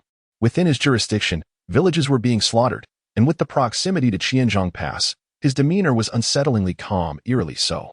Chapter 69, A Solitary Man and a Woman, together in one room. Qianzhong Pass was a modest town on the border. Lacking the grandeur of Yang City near the Yin-Yang Dao Sect, and certainly not matching the charm of his hometown, the Jiangnan Watertown in Yong'an County. The entire town bore a rugged architectural style, with towering walls that clearly marked it as a military stronghold. Quickly, you lot, load the supplies onto the cart. Be swift, lest the food grows cold, commanded a robust man directing a group of laborers who were unloading a donkey cart brimming with provisions for the military camp. Are you delivering meals to the army? The man was startled by a voice that emerged from behind him, anger flaring within him momentarily. Who dares to speak so suddenly? How could one approach without a sound? Yet, as he turned around, his irritation dissipated like mist. There stood a remarkably handsome young man, whose attire, while not extravagant, exuded an air of distinction that set him apart from the ordinary. Beside him was a woman of breathtaking beauty, captivating and ethereal. Akin to a celestial being in the eyes of the burly man, such loveliness was a rarity he had never encountered in his life. Feeling unworthy to gaze upon her, he lowered his head and smiled ingratiatingly. Esteemed sir, the army possesses its own provisions. It is not our place to supply their rations. We are merely a few affluent households who, upon deliberation, provide additional support for the disabled soldiers and martial practitioners who come here to vanquish demons. Ning Yi inquired, Oh, what is the reason for this? The Heavenly Strategy Bureau maintains strict military discipline, providing compensation for all soldiers injured or killed in battle. Why then, do you require assistance? Is it possible that someone has embezzled the compensation funds? The robust man quickly shook his head. My lord, please do not speak so lightly. Who would dare to misappropriate the resources of the Heavenly Strategy Bureau? What you may not know is that the tax revenue in this border war zone is exceedingly low, and there is much wasteland. Many who cannot survive elsewhere arrive here and are allocated land to cultivate. Not only can they sustain their families without issue, but they also have surplus grain, allowing them to amass some wealth, often living more comfortably than in more prosperous regions. However, given the nature of the border, conflicts are frequent, and incursions by the demon race are common. The soldiers of the Heavenly Strategy Bureau, along with the martial practitioners from the 9 provinces, regardless of their motivations for slaying demons here, are safeguarding our safety. We lack the ability to combat demons ourselves, and feeling anxious, we thought to contribute in any way we could, standing alongside the soldiers to preserve the tranquility of this border. Ning Yi nodded slightly, sensing the unpretentious thoughts of the common folk. Young master, I must take my leave as I have goods to deliver. May I inquire which esteemed sect you belong to? Surely, you have come here to vanquish the demons, have you not? The people near Qianzhong Pass are grateful for your noble intentions. Those demonic creatures are exceedingly vicious. So please take care of your own safety. The robust man clasped his hands together in gratitude before calling out to others to resume their work. Indeed, the hearts of the villagers here were filled with kindness. Luo Qinchan stood beside Ning Yi, speaking softly and gently. Ning Yi remarked, The soldiers and the common people share a common enemy, united in their animosity. As that individual mentioned, the demon clan is ferocious, and the populace reciprocates the true heartedness of those warriors who protect them. While there are indeed traitors among the human race, they are few and far between. This is primarily due to the demon clan's lack of human empathy. Most demons are grotesquely brutal, viewing humans merely as sustenance, devoid of any interest in governance. Consequently, In the face of such an alien adversary, surrender is utterly futile. One can only fight to the death, confronted with an enemy that is neither kin nor kind. Where it is a matter of either your demise or mine, humanity stands resolute, united against the demon horde. However, this solidarity is also a reflection of the current prosperity of the great Zhou Dynasty. Should we reach the twilight of the dynasty, with internal strife among humans and the demon clan seizing the opportunity, then we would witness true desolation. A landscape littered with the starving and a vast expanse devoid of life. Let us return. This Qianzhong Pass is not particularly large, and we have merely circled around. It offers no more than any other border city to explore. Brother, I must disagree. There are indeed sights to behold at Qianzhong Pass. Luo Qingchan pressed her lips together, her gaze elegant and composed. Oh, I observe that the local customs are rather coarse, the architecture unrefined, devoid of any distinctive scenery, and the acrid scent of blood lingers in the air. You genuinely believe there is something worth exploring here? Ning Yi found it somewhat peculiar. Could it be that Luo Qingchan harbored an unusual aesthetic? Luo Qingchan's glistening eyes shifted towards Ning Yi, filled with a shy timidity, as she boldly remarked. It is because senior brother Ning accompanies me. Wherever we go, it is a beautiful sight. Ning Yi was utterly astonished. In his recollection, Luo Qingchan had always been a taciturn girl, enveloped in her own thoughts and exuding an air of solitude. He never anticipated that her true nature was so audacious. Could it be that this young lady was secretly bold? The dragon maiden, transformed into a white horse, cast a disdainful glance at the two. Oh, what a pair of shameless individuals! As evening fell, laughter and merriment filled the inn. Ha Yao, having cleansed herself and donned a fresh outfit, appeared as a charming and endearing young girl, eliciting much affection. Du Chengfeng knocked gently on Ning Yi's door. Master uncle, it's me. Come in. Ning Yi replied. Upon entering, Du Chengfeng found Ning Yi and Luo Qingchan closely huddled together, as they often did while discussing the art of music. Startled by Du Chengfeng's arrival, Luo Qingchan quickly distanced herself from Ning Yi. An awkward silence enveloped the room. Have I come at an inopportune moment? I hope Master Uncle does not harbor any resentment towards me, he pondered anxiously. Du Shiji, what brings you here? Ning Yi inquired. Du Chengfeng straightened his expression, closing the door tightly. Master Uncle, I have been contemplating, and I sense something amiss regarding the child we rescued. There seems to be an issue. His voice was barely above a whisper, wary of being overheard. Luo Qingchan spoke softly, her voice melodious. Du Shixiang, your concerns have not gone unnoticed. Ning Shixiang has already discerned them. She relayed the conversation she had shared with Ning Yi a couple of days prior.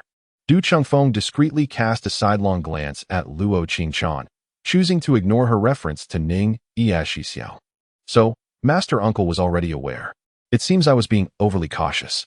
He sighed in relief, having feared that Ning Yi, being young and inexperienced, might exhibit arrogance due to his formidable abilities. It appeared he had underestimated this remarkable Master Uncle, the once junior Ning. A truly extraordinary talent, indeed, not just a mere reputation. Master Uncle, what shall we do next? Tomorrow we must journey closer to the front lines, and it is unfeasible to bring the little girl along. Yet, if we leave her here, we risk potential complications. Du Chengfeng expressed his concerns. However, it is also not advisable to inform the local commander or the general. If the girl truly poses a threat, that would be one thing, but should she prove innocent, we would squander military resources and suffer ridicule from the people of Guizhou Valley. Smiled and said, There is no need for you to worry. My dear disciple, do I have everything well arranged? Upon hearing this, Du Chengfeng felt reassured and decided not to trouble his esteemed master further, bidding farewell instead. Little did he know that the intimate setting of a solitary room with a woman might lead to unforeseen circumstances. It was best for him to discreetly withdraw. Senior brother Qichan has also returned to her room to rest, remarked Luo Qichan, gently caressing the strings of her zither. Indeed, the days ahead may not be easy. I hope you take good care of yourself, he replied. Their relationship remained delicately balanced between affection and propriety, with neither daring to shatter the veil of subtle tension that lingered between them. The following day, a military order arrived from Xianyang, instructing the disciples of the Yinyang Dao Sect to proceed to the third pass of Qianzhong Pass. The group, having just recovered from their rest, promptly set out. That night, in a moment of restlessness, Ao Ling suddenly opened her eyes. She had chosen not to accompany Ning Yi. With her formidable strength, she could swiftly return to his side. She noticed a girl named Hayao stealthily slip out of the guest room, vanishing mysteriously into the night. How intriguing, she mused. Even I was unaware that the little girl possessed martial prowess. What kind of secret arts does she wield? Nevertheless, as a master of the seventh immortal realm, the girl's movements were as clear to her as a guiding light. This girl, Haiyao, had made her way to the residence of the commander of Qianzhong Pass, Xiangyang, entering as if it were a prearranged meeting. It seems that little rascal has indeed guessed correctly. Interesting, indeed. It appears that significant events are poised to unfold at Qianzhong Pass. Though she thought this, Ao Ling remained unfazed. With her true strength fully restored, she had no cause for concern unless confronted by a being of the eighth unification realm, should trouble arise. She would simply escort Ning Yi away. Her primary duty was to ensure his safety. Everything else was of no concern to her. Chapter 70. My master uncle slays the flood dragon with one sword. At the residence of the commander of Qianzhong Pass, Xiangyang had shed his military attire, donning a simple home outfit as he stood within his abode. Tall and robust, his rugged features exuded an aura of lethality, even in the mundane moments of daily life. He resembled a sharp sword, instilling fear in those who beheld him. Now in his 60s, his hair was completely white, and the flickering candlelight cast an orange glow, elongating his shadow on the wall, rendering him even more imposing.